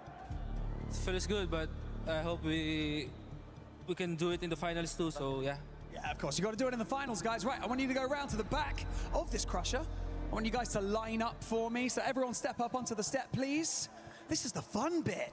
Right, now we got to do a little bit of explaining. Let's set the scene here. 3 teams are being eliminated from the entire of PMWC right here, right now, by you guys, okay? We've got Hustler Crew, we've got TT Project, and we've got ETSH Esports. Look, this is the nature of the competition, but, you know, is there anything that you would like to say to those eliminated teams before we have to send their keys down? Me? Yes, you. Nice try and better luck next time, I think. Nice try, better luck next time. Okay. Would you like to press the button and open up the iris of the Crusher? 3, 2, 1. Nice and smooth, I like it. Okay, gentlemen, this is how the cookie crumbles. We're gonna pull on this lever and it's gonna crush the remaining keys. Would you like to give it a go? Who would like to do it? In 3, 2, 1, pull it! And there they go. Was that satisfying? Was that good? That was good. Satisfying? Yeah. Yeah, kind of. Okay, you gotta stop doing it, man. Come on. It's all fun and games until someone gets hurt. Now we're gonna have to do that obviously again next week. And of course, in the survival stage, plenty of PMWC action to come your way. Congratulations one more time to Team Vitality. What an incredible performance over the last 2 days. But we've got to break down everything we saw today on day 2 of Group B. Let's head back to the studio to do that. A dominating performance out of Vitality in this past 2 days for Group B. PMWC at EWC 26. This squad was just looking different. You heard it there from Federalis as well today. They were just trying different stuff because they didn't really have to try that hard with how they were able to perform in that first day. No, they weren't. They had nothing to worry about, nothing whatsoever. I mean, even after 6 matches of all these teams really giving it their all and getting all those points and making some upsets on the leaderboard, which we'll get to later, but there was nothing that anybody could do. They were just far and above beyond. So really nice to see them kind of work on a few other things and try and figure out what they want to do for those finals. Well, day 2 was just scrims, really. Exactly. That's exactly what it was. But something that we do need to note, as we were able to note it in the past, for India, step up, baby, because it's time for you to shine. You have 2 teams now in the grand finals and getting a chance to maybe, honestly, with the way they've been performing, to end up finishing in the top 5. They have Orangutan, they have Godlike, and boy, have these teams have performed well for India. There were so many haters, so many doubters, and you know what? Doubters, I was one of them just a few days ago, but we were proven wrong. Orangutan, Godlike, stepping up and making it right into your grand finals. What a step up for the entire country here. And you know what? After their dominating performance, getting 2nd place in their respective groups, they can do it again. Who knows? Maybe a podium is on the line for India. And there we have the teams that are already in the finals, gonna be waiting from group stages. 4 Thrives, OG, Aurora Gaming, Team Flash, Enigma Galaxy, Vitality, IDA Esports, Godlike Esports, Aura Esports, and S2G as well, Ace. I mean, look, speaking of step-ups, IDA Esports, S2G, I mean, IDA getting 3 chicken dinners. Ooh. And I mean, this is absolute insanity. The way that they were able to go from, I think it was literally about like 15th, not 15th, I'm gonna say they 13th. Were pretty low. They were pretty low. They were incredibly low on the leaderboard going in today. And now to have 3 chicken dinners, incredible stuff, especially moving into the finals. They finally found their footing and 108 points from them. This was so unexpected from this team, especially going from yesterday, where they just could not even get themselves any eliminations. And now you see them scouting teams, you see them obliterating teams, you see the way that they were able, especially in a spot, able to take on the likes of S2G and their positioning that they had in one of these zones. Incredible stuff from them. Absolute Turkish domination today. 3 chicken dinners for Ida, consistent podium finishes from S2G, but we have to say there's one massive upset here on our screen. Yep. E-Arena. What happened after that initial record-breaking rondo? 39 points on a stadium finish, and after that, they just disappeared and fell out of the top 5. It's not like you have to be number 1, top 5, and they still couldn't make it. What happened to this team? Neptura more than 1/3 of their points in one match, but they ended up crumbling. I'm so mad. I'm so mad because E-Arena was one of the teams I was really looking forward to seeing, and we just didn't see anything. Yes, we had a massive record-breaking rondo to start off everything, and you're right, they got a third of the points.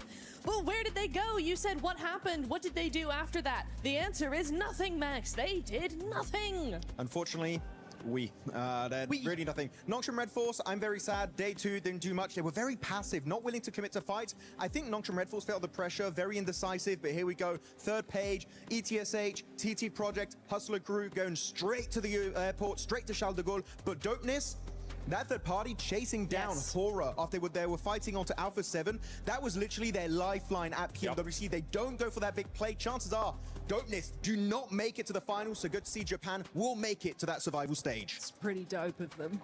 Sorry. You did not just say that. Pretty dope of them. No, but look, this is going to sound crazy, but TT Project, I really think people deserve it, right? Everyone deserves it. They deserve to be here, but I feel like TT Project was showing up in so many ways across the games, and I feel like they sort of deserve to go to that survival round with the way that they were playing. But I mean, sometimes it just takes, you know, we see from E-Arena, sometimes it just takes this one game to absolutely pop off, get that ball rolling and move their way up on that leaderboard. But I mean, Team Dopeness, if they can bring this same, there we go, energy and that exact same composition, they might have a fun time in survival stage.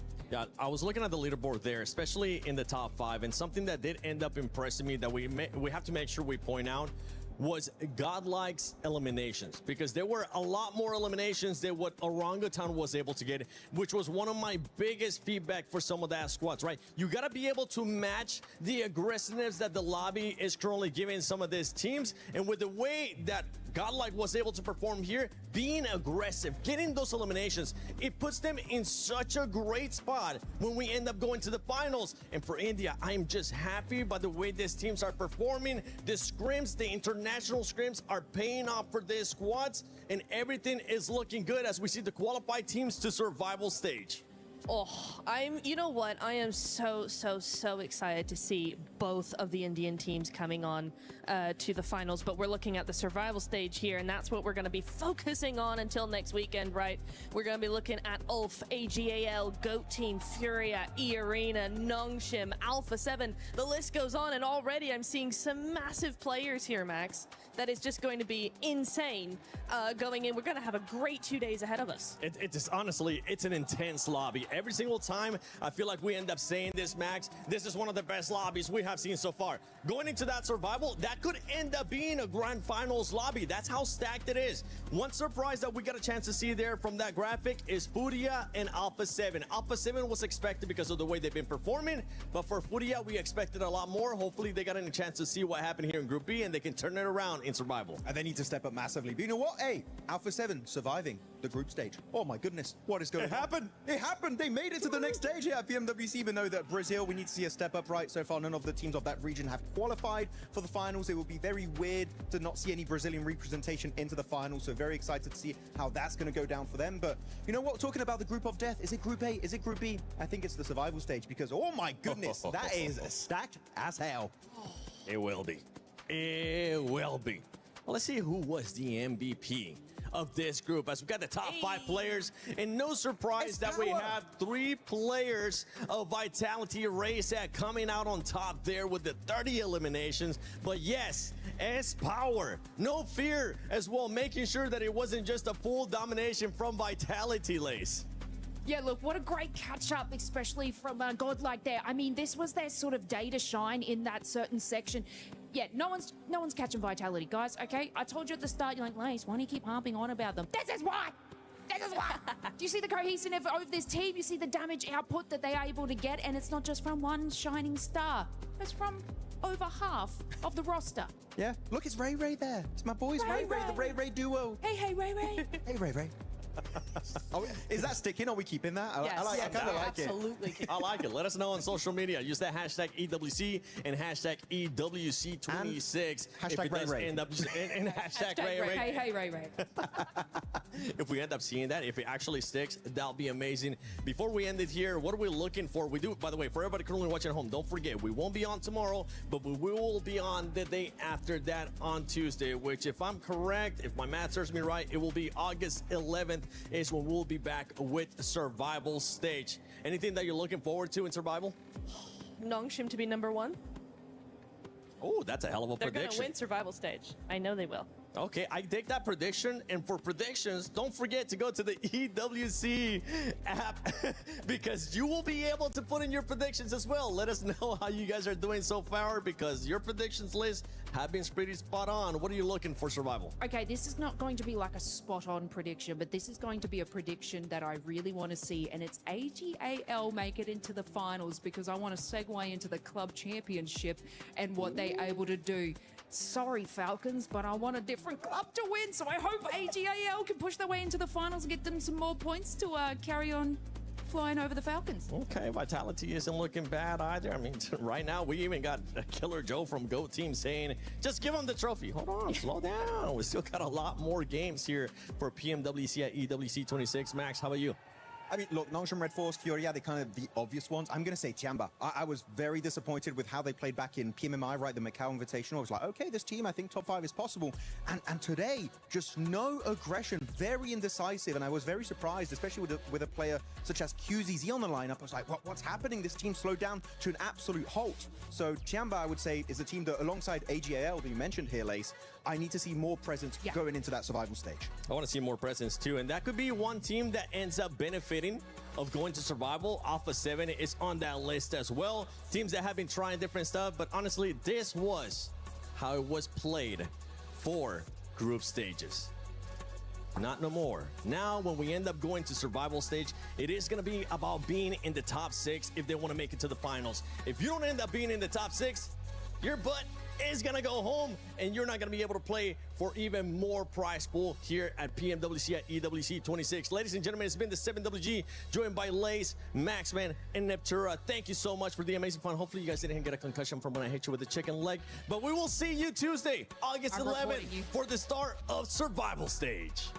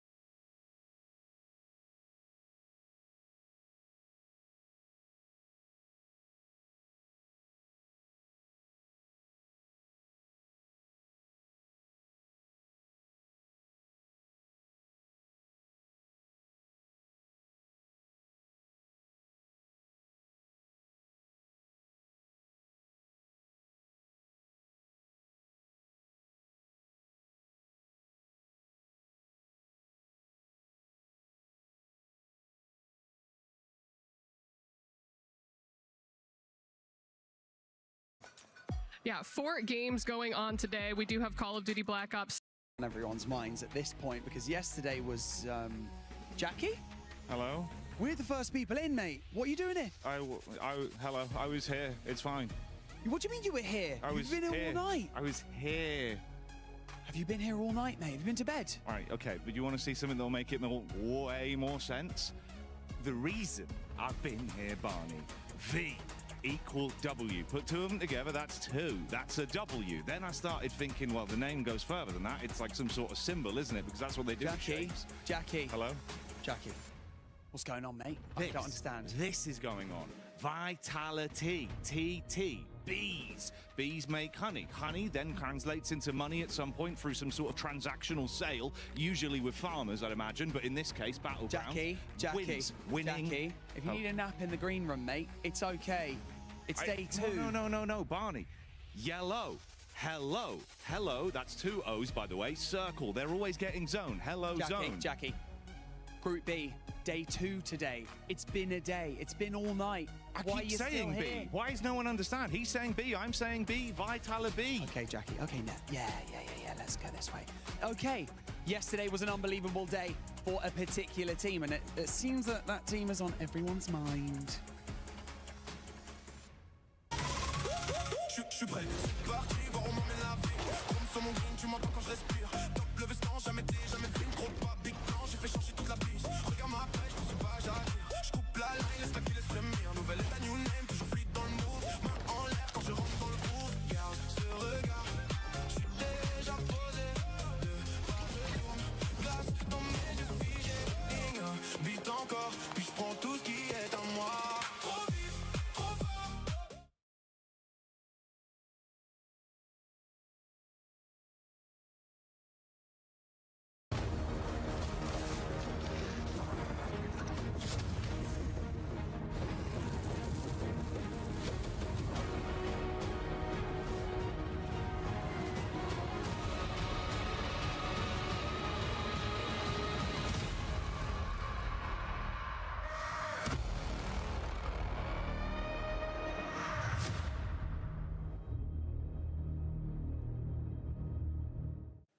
Claris here for the STC Rewind, and we've got to talk about all of the games from yesterday, of course. Games 2 and 1 looked amazing. Horror, of course, getting themselves a win, but you also had E-Arena getting themselves a record-breaking game on day number 1. It's just Vitality. Erangel was totally dominated by Nongshim Red Force down in the military island, not only on the west side of the military island, but also on the east side as well. They looked fantastic, not only from compounds, but the splits that they were able to utilize to all the way to the late game. Vitality! All right, well, 2 more games remaining, and it's going to be Miramar here to finish off the... Someone say Vitality on Miramar? The bestest team, the most aggressive team, the greediest team of always split on Crater Field. I cannot believe it. But more than that, they won the next Miramar as well, Kalaris. Yeah, they did. Let's help you out here a little bit. All right, it doesn't matter anyway. We've got the bubble teams as well. You've got Godlike, you've got S2G, Yangon Galacticos. They're really going to need to put up a big performance today to try and catch up to the top 5. That's it for the STC Rewind. Vitality. Vitality indeed, because this squad has been absolutely destroying yesterday. Welcome back, ladies and gentlemen, to PMWC at EWC 26. It's just the group stages, and we are already breaking records. Not only did we get a 29 elimination game out of E-Arena yesterday, we also got Vitality getting more points in 1 day than Forthrice was able to do in 2 days with 108 points.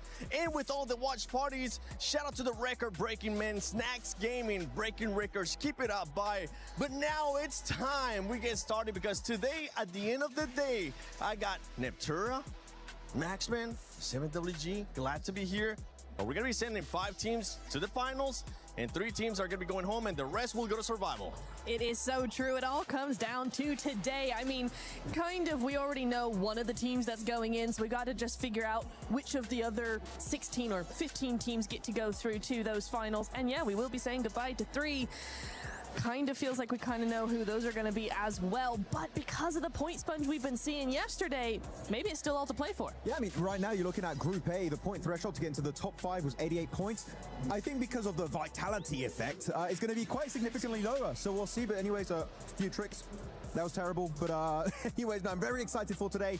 But actually, looking at the top 5, there aren't that many slots There aren't that many slots available right now, so it's going to be a true race for the few slots that now remain here in this event.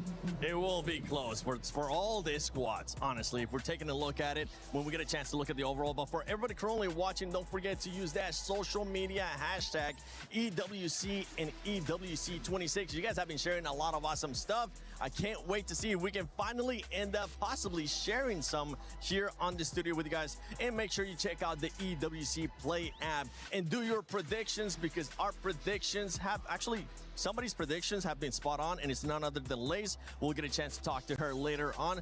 But if we got to start talking about vitality. This squad has just been on an absolute tear, Neptura. They have. It was so fun to watch. I know everybody at home had a great time watching it, as well as us on desk. I mean, 5 out of 6 games they were on the podium, on the top 3.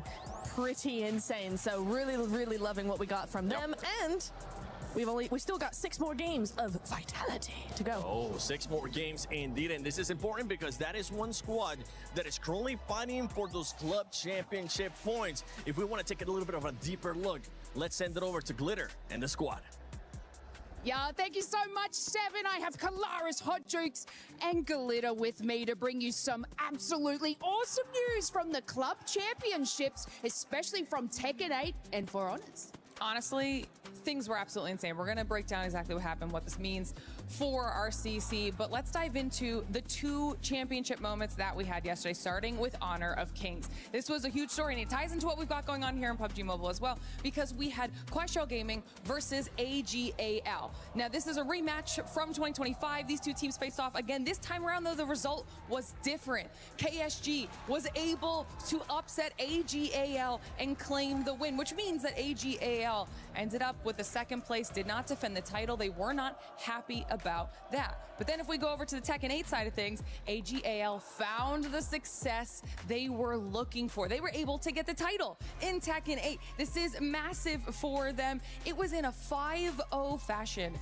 out of Zubair as well. So, I mean, this was a dominant performance, Lace. And what does this mean point-wise? So, championship club point-wise, specifically for AGAL? Now, okay, 2nd place in Honor of Kings means 750 points. That was already accounted for when we were last looking at the CC leaderboard. However, the win out of Zubair gives them 1,000 additional points. That means they're now at 3,350. They have jumped above Falcons, which we've been waiting for somebody to do. Was it possible? We didn't know. And now they have done it, but maintaining it is going to be difficult. And I mean, that isn't a tremendous jump, especially if we tie into like what happened with the Falcons last year and how they dominated all performances. But what does that mean for our club championship eligible teams today? Well, we already have 2 of our 4 games this week done. However, Call of Duty is also going to be having their finals today, and Falcons are still in that discussion. So if they're able to get the win that they're looking for here, I mean, that would really change the leaderboard back in their favor, and they still have a lot of titles left to go. Yes, and of course we have AGAL, who are our Group A here for PUBG Mobile. Now, Jukes, they were in 7th place coming out of our group stages, which means that they go to the survival stage. Do you reckon they can bury their way out and head to the finals and add some more club championship points? 100%. I mean, when it comes to the AGAL PUBG Mobile team, this team qualified by being the #1 PEL seed coming into this tournament. So they are used to being able to handle the pressure, right? But at the same time, it wasn't able to translate in their group stage. 7th place is still not a bad one, considering that we got 6 teams that can qualify through that survival stage. The problem, though, is that yesterday we've had some insane performances, so much so that there are some monster squads that could also be in that survival stage. So AGAL, I know they're doing their homework. They're watching these games closely. Hopefully come survival stage, they make it happen. Of course, and one of those monstrous squads is, of course, Team Vitality. I know we've been harping on about Vitality. I thought I could scare him again. No. But of course, for our final day of group stages here for Group B, we want to be looking at the bubble. We've got our top 5 teams, but of course, we have our bottom 3 teams. And I want to do something a little special, Kalaris. Okay. I would like you to give me the best motivational speech you have, specifically for Hustlers. For Hustler Crew? Yes. From Great Britain? Those are your people. Those are my people. Those are your people. All right. I need those guys to lock in, all right? Because we need them to be able to step up to the plate. I see in their eyes the same potential as a butterfly in a cocoon, even though a cocoon doesn't have eyes. I understand that Hustler Crew here has to be able to step up to the Hustler plate. I need you to sell fish and chips for £3.30 on the Blackpool Pier at 7 p.m. at night. I need you to be able to move on forward because today could be our Hustler Day. Yes. Chills. This is a new national holiday. Absolute chills. And you know, are you all right? But look, thank you so much. Now, Jukes, we obviously have our bottom 3. ETSH Esports is a part of that. I want you to stare down the barrel of the camera, and I want you to give your best motivational speech to them. All right, I got it. Let's do this. Listen, ETSH, you got 15 points. Some people see 15 points, and they see disaster. You know what I see? That's 15 points, more than 0, baby, right? You gotta make it happen right here, right now. Speedo, I need more speed. Fajita, it's time to turn up the heat and get sizzling, baby. And you other 2 players, just get some damn eliminations. Please, all you gotta do is not get top 3, and you're gonna make it, all right? Wait, you're not listening? You know what? That's it, dude. Get over here. Get over here. Okay. Sorry. I kind of reverted to how I learned growing up. I'm sorry, guys. You know what? Just make it happen. Please. Now, if you guys aren't feeling motivational after that, 7, how are you feeling? Are you feeling motivated, or you think you might get hit by a shoe by hot tubes? Yo, those flashbacks. It used to be a chancla, though, but I'm so motivated that if I make this shot for those bottom 3 teams, it's gonna get a lot better. So let's see if I can actually make this shot real quick. You know what? We'll do it backwards. Watch this. Okay, for those bottom 3 teams, it's going to be a lot harder today. ETSH, I'm looking at you, 721GS, and as well as Hustler Crew. Those squads are going to be having a lot of trouble, but let's take a look at the overall. That way we can get an idea of where all the teams are currently sitting at, and you have an idea as well in case you ended up missing it. No surprise, Vitality at the top, but the big storyline here, Max, has to be between 5th place and 12th place, because the difference between all those spots is just 14 points, and Godlike is currently in that 5th spot. Yeah, I mean, it's going to be really tight. Really, I mean, if you get a E-Arena-esque rondo, right, you're going to be able to jump up so many extra ranks. I'm actually talking about the point gap between those teams here, 7, in the middle of the leaderboards. I'm looking especially at the point gap between E-Arena in 4th position and 5th position of Godlike. That's a 21-point difference, meaning if those teams in the top 4 Nitro today get a decent day, we're talking like 30 points, something like that, there aren't going to be many spots remaining for the grand final. So right now, Godlike, you got to be careful. You got a massive target on your back. They did fix the hot drops, which is good, and we'll talk about that later on. But Godlike, everyone is going to be chasing you down today. Oh, they absolutely are, and that is why we need to have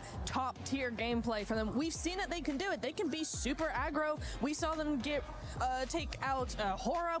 They took out a 7, like all in one map, right? E-Arena as well. So they are able to fend against the top players here, but we just need to see that on a consistent level here, 7. I'm not sure about these other ones. I mean, Wolves had an okay day. Alpha 7, we saw some glimmers of hope from them, but coming on through. Who? A7? Alpha 7. Oh, you said Alpha 7, the reigning champions of PMGC that I'm expecting a lot of, that they're currently just playing so disappointing.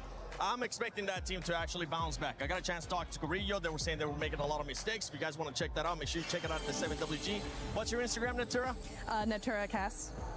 Max? Max Mancast, A check lot it of out. awesome content for PUBG Mobile Esports. Make sure you check that out. But yeah, for Alpha 7, a disappointing performance so far. They're not happy with it. They're looking to improve. But we got to talk about the Sony story of the day, which is just pure domination from Vitality. And we want to just paint a picture for this Sony story of the day, because Vitality, as I've been saying, they ended up getting more points than 4 Thrives, and you can see the stats right there. What's crazy though is I want you to look at 4 Thrives eliminations, Neptura, because 4 Thrives were such a heavy fragging team that they still ended up getting more elims than Vitality. That's in 2 days though. In 2 days. In 2 days. So yeah, 4 Thrives got 80 elims in 2 days. Vitality have 71 in 6 matches in 1 day, right? We're gonna add over to that being 108 points. So 4 Thrives got 107 points in 2 days, and Vitality have 108 in 1 day, in 1 day. That gap is astronomical. I don't think we've really seen anything like that before. It's pretty insane. I know 4 Thrives were wanting to get some wins in their group stage, and they didn't, whereas Vitality were really, really able to capitalize on that with 2 wins, and that makes me a little bit more hopeful for them going into those finals, right? Because we do see very similar plays from them, but when it comes down to that smash rule, when it comes down to that pressure being put on them, it seems like Vitality still can win. Max, and if we break it down a little bit more, it was the way that Vitality was just playing yesterday. A completely different playing style than everybody currently in this Group B lobby. The way that they were doing their splits, the way that they were just taking control of an area was so impressive. I think mainly they learned from PMGO Season 1 and PMI earlier this year. They're like, we were just too passive, not being involved in any of these fights in the discussion in some of these games. But man, they switched it up to 11-12 almost going into this one. And it's good to see not just Razy, Razak, and Federales doing good, which we would really expect on the global stage, those guys to put up massive numbers. Axel came out swinging. They're chickened in on Erangel up against Tora. Oh my goodness, Axel, the IGL, was looking like a fragger. He was a frag GL in that game. So I'm just super stoked about this team.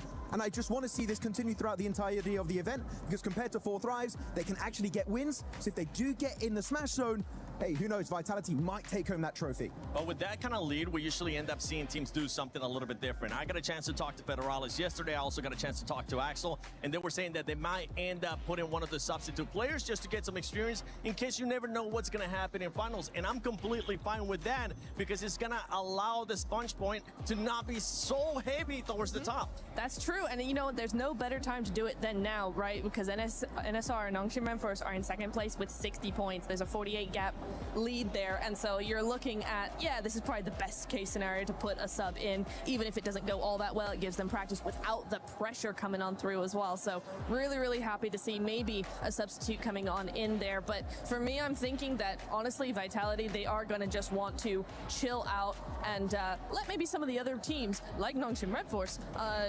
step up a little bit. Look, I like saying Vitality. It's a very satisfying word to say. But I love saying Hyunbin in particular, because right now, I mean... Say it again? Hyunbin! Sorry, I'm very excited. I have to scream that word every time I say it. But like, no, the entirety of Nongshim Red Force were looking so good. And in particular, we know their drop location is farm. They go for these quick rotates on the island finishes, and they get back-to-back wins on the military island finish. If it goes down south every time, it's just win, win, win, and win for the South Korean team. So I'm absolutely loving it. And in particular, it's not just XEY and also Hyunbin doing well.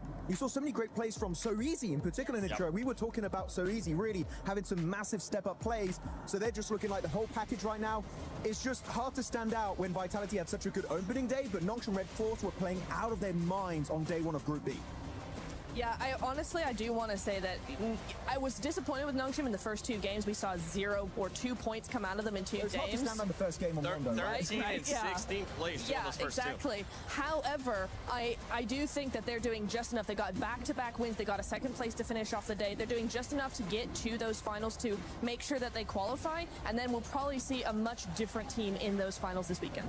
Hopefully we'll end up seeing a different team, and hopefully that consistency that we saw towards the second half of the day for Nongshim Red Force will be there as well. One team that ended up surprising us a lot in the way that they were able to change again was an Indian team. For Group A, we saw it with OG. For Group B, we saw it with Godlike. I know Kalari's got a chance to talk with one of the players from Godlike, so let's send it over to them. Hi, Kalaris here at PMWC for EWC 26. We're in day number 2 of Group B here, live from Paris, and I've got Admino here from Godlight to talk about some of the results from yesterday, as well as how things have been going overall. So thank you for joining me here, Admino. To start things off, looking at the results from yesterday, bit of a rougher start, but then you guys gained some traction towards the end of the day. Can you talk to me about the day as a whole and what you thought about it? Actually, in the beginning, we tried to do some experiments, like we tried to take drop clashes and a little bit more kind of stuff that we already planned, but that didn't work in our favor, so we tried to stick on our basics and try to like go to a random drop and gather loot and everything and play a decent game, and that worked in our favor, and we performed well after the first 3 matches. So, also, it's basically your first international tournament, right? As Godlike, and being able to play here on the stage in Paris. How have you been enjoying the experience so far? And hey, what's Paris been like? Paris kind of good, but we haven't gone out yet because we have a tournament and we have to practice that. We didn't get the device earlier, so we need to set our hands in the device. And after that, if we qualify from here, we will try to explore Paris a little bit because we will be having some off days for sure. And my team is fully pumped because it doesn't matter for us like who is playing against us and like that. We all have in our mind that we are best and we will perform good. A big fight back for Godlike today? For sure. Thank you very much, Amina, for joining me here. Thank you. Important stuff there. Thank you, Kalaris and Admino from Godlike. But important stuff from that team, considering they are currently in 5th place. An insane performance for a first day at an international event. And something that we heard right there is they're not looking to do those hot drops anymore, which I'm happy about. Yeah, I mean, that was great. There was 2 issues for the Indian teams, Orangutan being too passive and Godlike going for the hot drops. They changed it. They don't go for it anymore. This is a great change for all of India. All right, well, Godlike, let's see how you're going to be doing. Once again, just to redeem myself, before we send it over to the stage, here we go. Ah, so close. But let's send it over to Barney and Luti.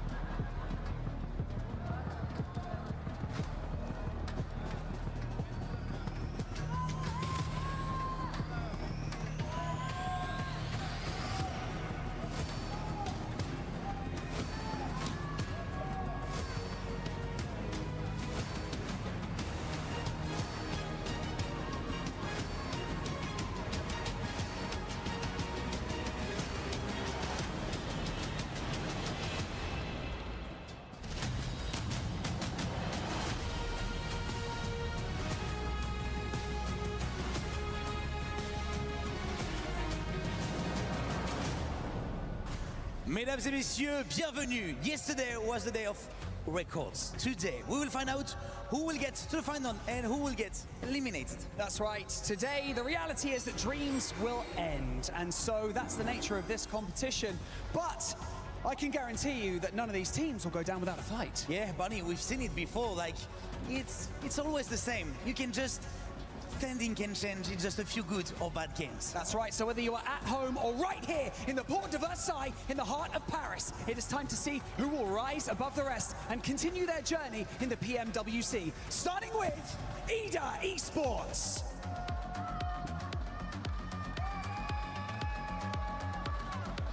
TT Project.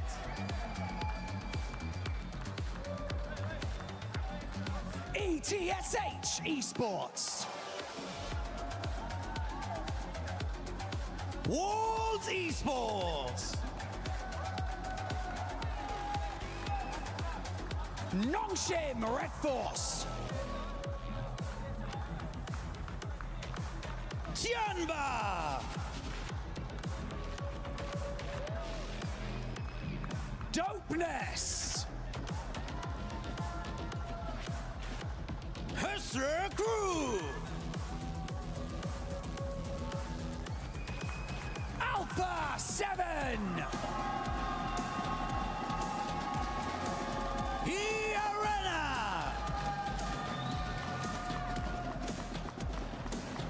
Godlike Esports.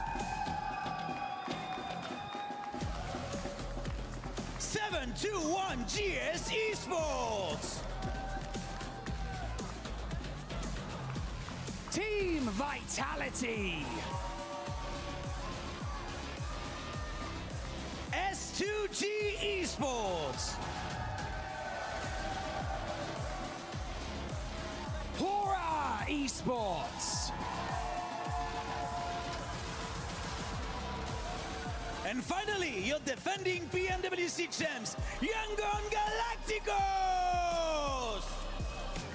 Nous y voici. After just 6 games, the top 5 will make it into the finals. Some will survive, and the bottom 3 will see the key sent to the Crusher. The level of competition on this stage is staggering. This isn't luck, it's instinct, it's preparation, and it's synergy. It's time for Group B to come to a close. Let's find out who has what it takes.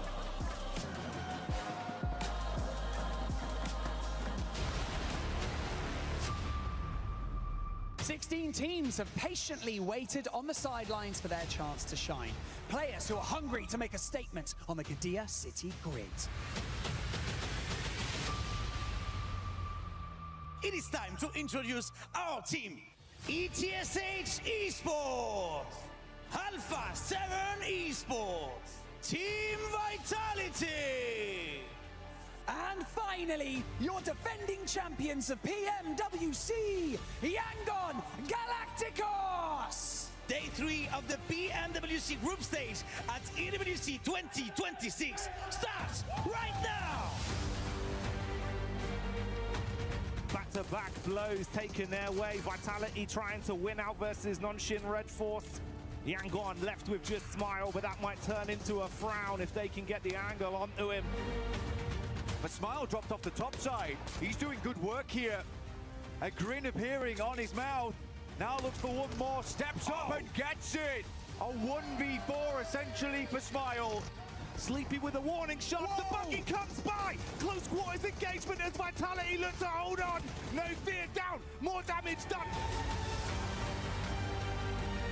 Last left alive here, an incredible player on 9 elims this game. It's a hard fight though, a 1 versus 2. Molotov goes long, he runs straight into it though, keeps backing off into the nade. It might be lights out for Axel soon. Oh, that's the nade to do it as Hora. They lay claim to the second chicken dinner. And we got the Alpha 7 fans in the house! But let's see if Alpha 7 can bring the thunder on the close quarters engagement. Goodbye, Milu, as Tiamba get hit by the front of the vehicle. Quick flicks coming out from A7.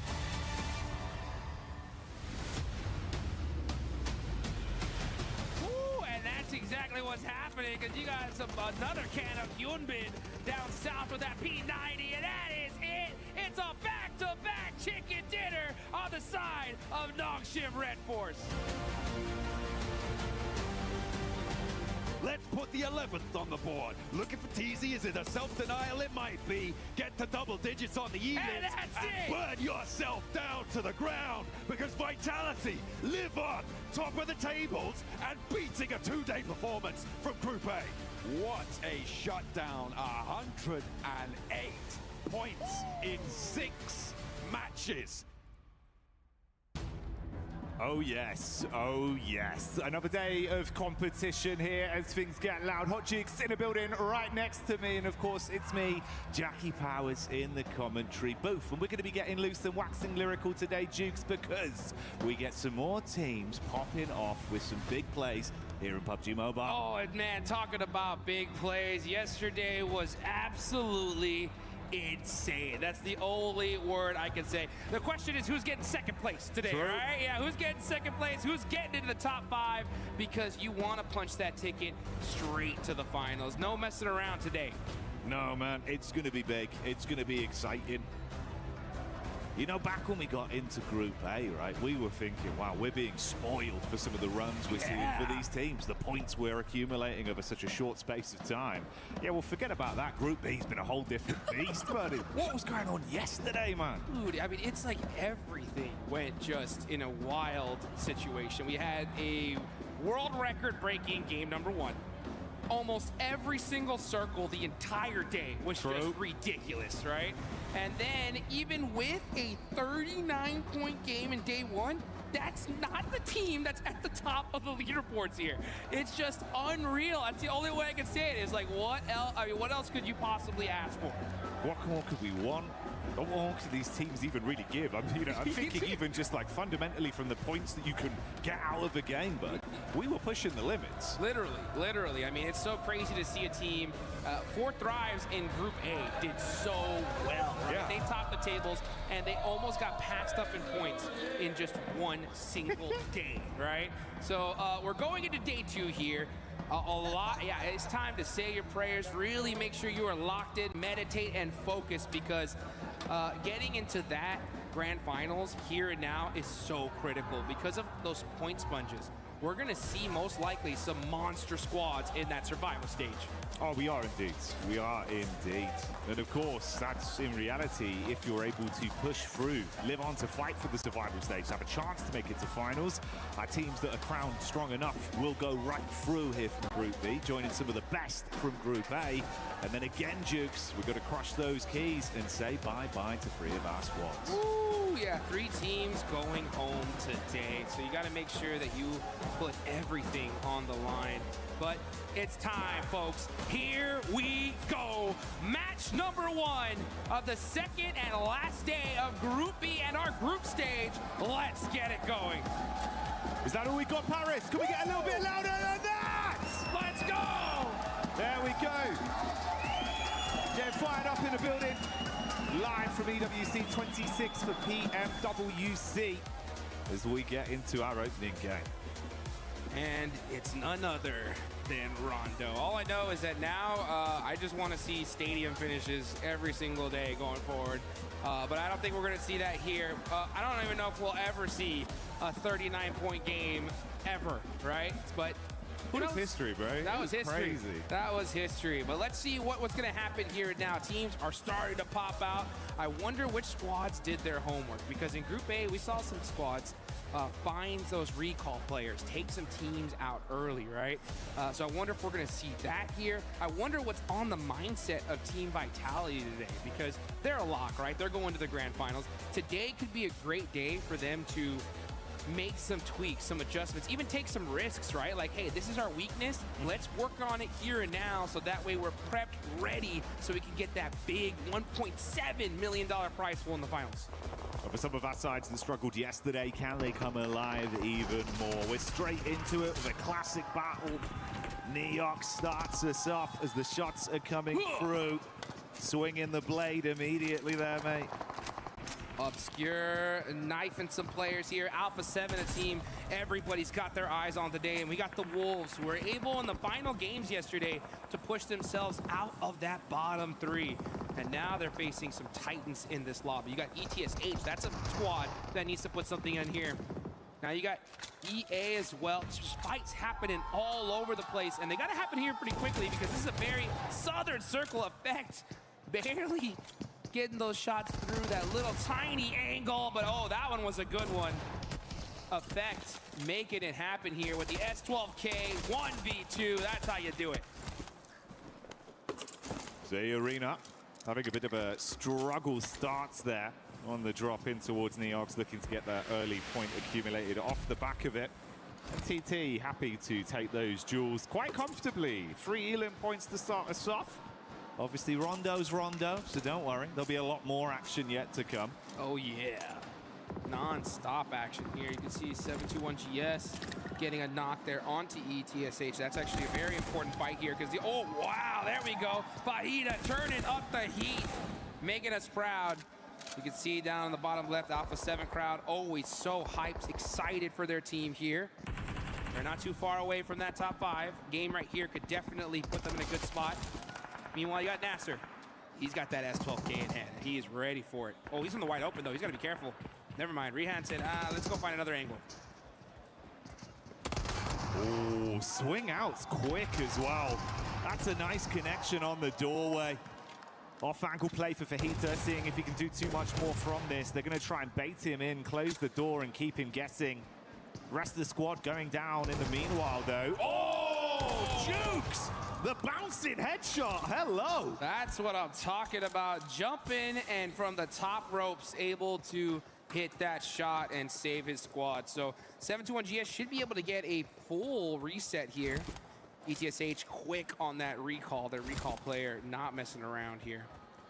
But we're going to see these teams really get set up and good to go. Yangon Galacticos only have that single player up, taking a little bit of time here to get that recall in. Yeah, the Yangon crew quite far out, all the way over towards Horror. Oh, Can't really get to the recall either, bro. Yeah, that's why I was wondering. I was like, where is he? And it looks like that's actually something we should actually take a look at, because Romeo is going to be heading towards TT Project Niaz to try and get his recall in for his team. And that would be a devastating loss for Yangon Galacticos to go out right here, considering that they're right there on that cutoff in 6th place. Yeah, didn't have the best run of things yesterday in some of the matches, so if this is the way they start things off, it could be very uncomfortable. We'll give you the context of that one if it happens. In the meantime, it's still a rotation for Romeo. Like Duke said, though, Neo's in position to try to defend against that recall. Could be awkward. We'll stick with the fight we got here, though. Vitality. The Kings yesterday. But can they keep it up right now? Clash versus Dopeness. Back and forth blows. Axel going down as well. He was a key piece of the puzzle. Already removed. Oh, this is not what you want, Dukes. Ken G running wide out in the open there, getting that shot. Very, very nice on the side of Dopeness. And that is how you get it done. Now, it does look that, like, Yangon Galacticos Romeo was avoiding that fight. He saw TT Project there. He ends up going, most likely, all the way down to Long Ho. And he should be able to get that res for his squad in just a couple of minutes. But this circle is on the south side here. We got Nongshim Red Force all the way in the north. Things are finally starting to settle down a little bit. Actually, never mind. It's the Wolves versus Alpha 7. And Elementrix getting caught out with that nade. Obscure holding this angle, waiting for someone to cross. Oh, but here comes Godlike. Oh, Godlike got that nice nade off the top side from Adamino. Up close and personal, they're taking the fight to Alpha 7 as well. Battling both of these squads simultaneously. It'll be a great start for Godlike. Dukes. Get some early energy into today's games. Oh, boy! Wow, throwing that nade up the stairs, catching him off. Necessary's holding those angles. He's doing those tight peaks in a 1v2 situation. It's Godlike, too strong to defeat, and they are looking to be the kings of Neox Factory. Oh, S-Power's fired up as well, dude. From one fight to the next. He's like, what's that over there? Sight, dude. What's over there behind that tree, huh? Throwing them nades. Has he had the arm to get him? That looks good. Ah, it's a little short. Runs out in the open, man. Godlike Esports not playing today. The flick on that, bro. S-Power's fired up today. Yes, he is. Already getting some good solid points. That's 6 on the side of Godlike. That puts them in a good solid position in 5th place. And this is the thing, if Godlike win this game, what is that gonna look like for these leaderboards? That's gonna be a massive, massive gap between 5th and 6th place. That's the thing, the artificial barrier right now. It's very fine margin, so many point vacuums on towards the top spots. If Godlike can start out and really give themselves the best case scenario to bolster their points, could change the flow of things. That's Romeo from Yangon Galacticos. Obviously went down very early, had to go for the rotate around and get his team back. There we go. That's what I'm talking about. You got to make sure you hit that recall tower real quick. S2G got to hit them plays, though. Rihan getting that thirst. Yes, indeed. And you can see Masco got that heal off and shuts him down. That is how you do it there. So 7-2-1 making it happen. But you know what else? You guys can make it happen in game with the lucky spin that's coming out, guys. Make sure you guys get in there, hit that draw, and you can get some of those insane PMWC tournament sets. Meanwhile, 7-2-1 GS gets a nice knock there on to S-Power. Godlike really looking to shut this fight down. It's a 1v2 situation. He gets one. Here we go. Gets the thirst. Can he get the second? Beautiful scene so far. Damage back done onto S-Power, but can the squad still save it? Ooh, quick shot, Jukes. Got to throw the clip in. Down over the toe. He thought he was slick enough to mantle, but he gets the shot off. That had to be an accident right there. I mean, I'm sure he had his jump and climb split buttons. Sometimes we have some people combine it, but if you get just a little too close, you get that animation jumping up, and you know he was just like, oh, it's over. And Just so exposed, no chance to fight, bro. Oh, it's so tough. So tough. But you know what? That is great on the side of Godlike. So they take full advantage of it. Now we're seeing the zone pop dead center here as TT Project gonna go ahead and get this ready. He's carrying his teammate there. There you go. He's moving off the hill. Effect. Knocking down Aura here.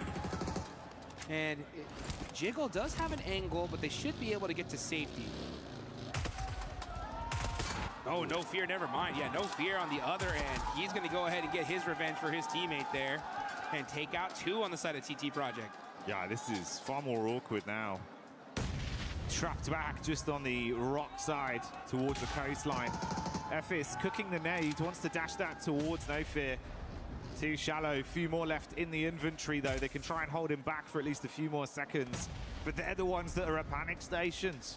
Hora waiting for the opportunity to strike. Uh-oh. Efis so low off the engage. Effect though, reels them in. He's looking for the flush on it as well. Oh no, but he jumps down into the water. That actually could be a workout for him. Let's see if he's going to climb that hill. And it looks like he's trying to find the angle. He does. Here we go. Now they have 2 different angles they can actually fight this from. Evius just says, now I'm jumping down with my teammate. 2v1 situation, but can't hit the shots. And now No Fear is at the advantage. Never mind. What is happening? Shots back and forth, but No Fear finally shuts him down. Woo. A nail-biting fight on that one. They can at least recover, still have 3 of their players alive for Hora as well and build off the back of this. And that's 8 Elim points they've racked up, leading the lobby right now. That's the worst case scenario for this lobby because that's really like the only slot that's available there for the finals considering how well these other teams did. And Godlike are looking to close the door here nice and early, saying, you know what, if you want to try to get into the finals, you're going to need to win at least a couple games because we got such a point lead. And that is how you start it there. 8 eliminations, full squad up. It's looking good for the side of Godlike. Oh, Romeo. Sky, run for your life. Drive away. And it looks like he is going to barely escape that one. Romeo, where for art thou, Romeo? On the bridge, getting Elim's, but that's where he is. He was looking right at the Sky there, and that is Aura. Now we're gonna look at No Fear, Get Thirsted. Young Galacticos gonna actually get into this next game as the circle shifts up to the north side now. They are in the blue. This is still stage 3. They can eat a little bit of this circle for now, but it's time to finally find out where that next spot's gonna be.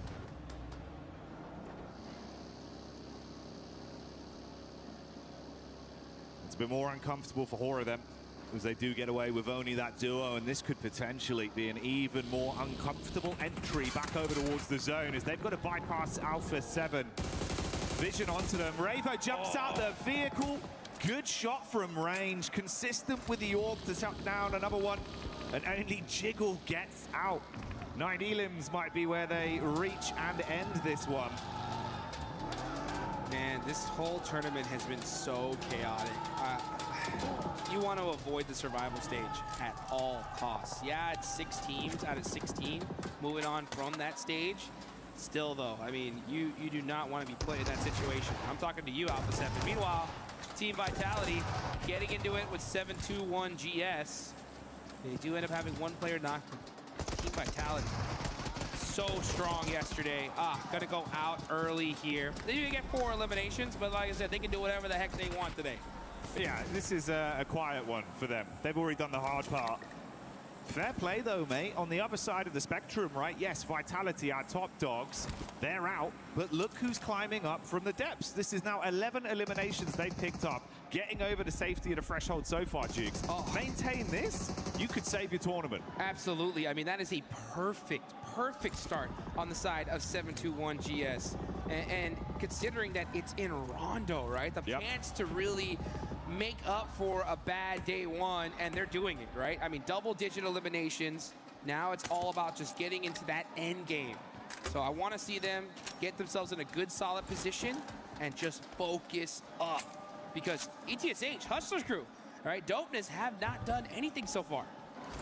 No, they really haven't, and Dopeness as well. You know, you're down to just the solo. Couple elims, sure, but it's been quiet outside of that.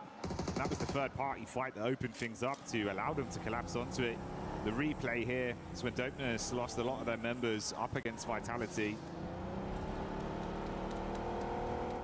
I'm curious, Dukes, as well. I think mechanically yesterday we saw Alpha 7 look very good in terms of how they were approaching the game, but they never had any luck on their side. Yeah, I mean, this is what I was saying. You know, I was looking at their numbers for the past 2 international tournaments. They were getting tons of eliminations and like 0 placement points. Very, very low on that end. And so I want to see them get into finally some late games and show what they can do. Yeah. It's just been so difficult lately, especially when you have a few teams just do something so insane, right? It's wild to see what happened yesterday.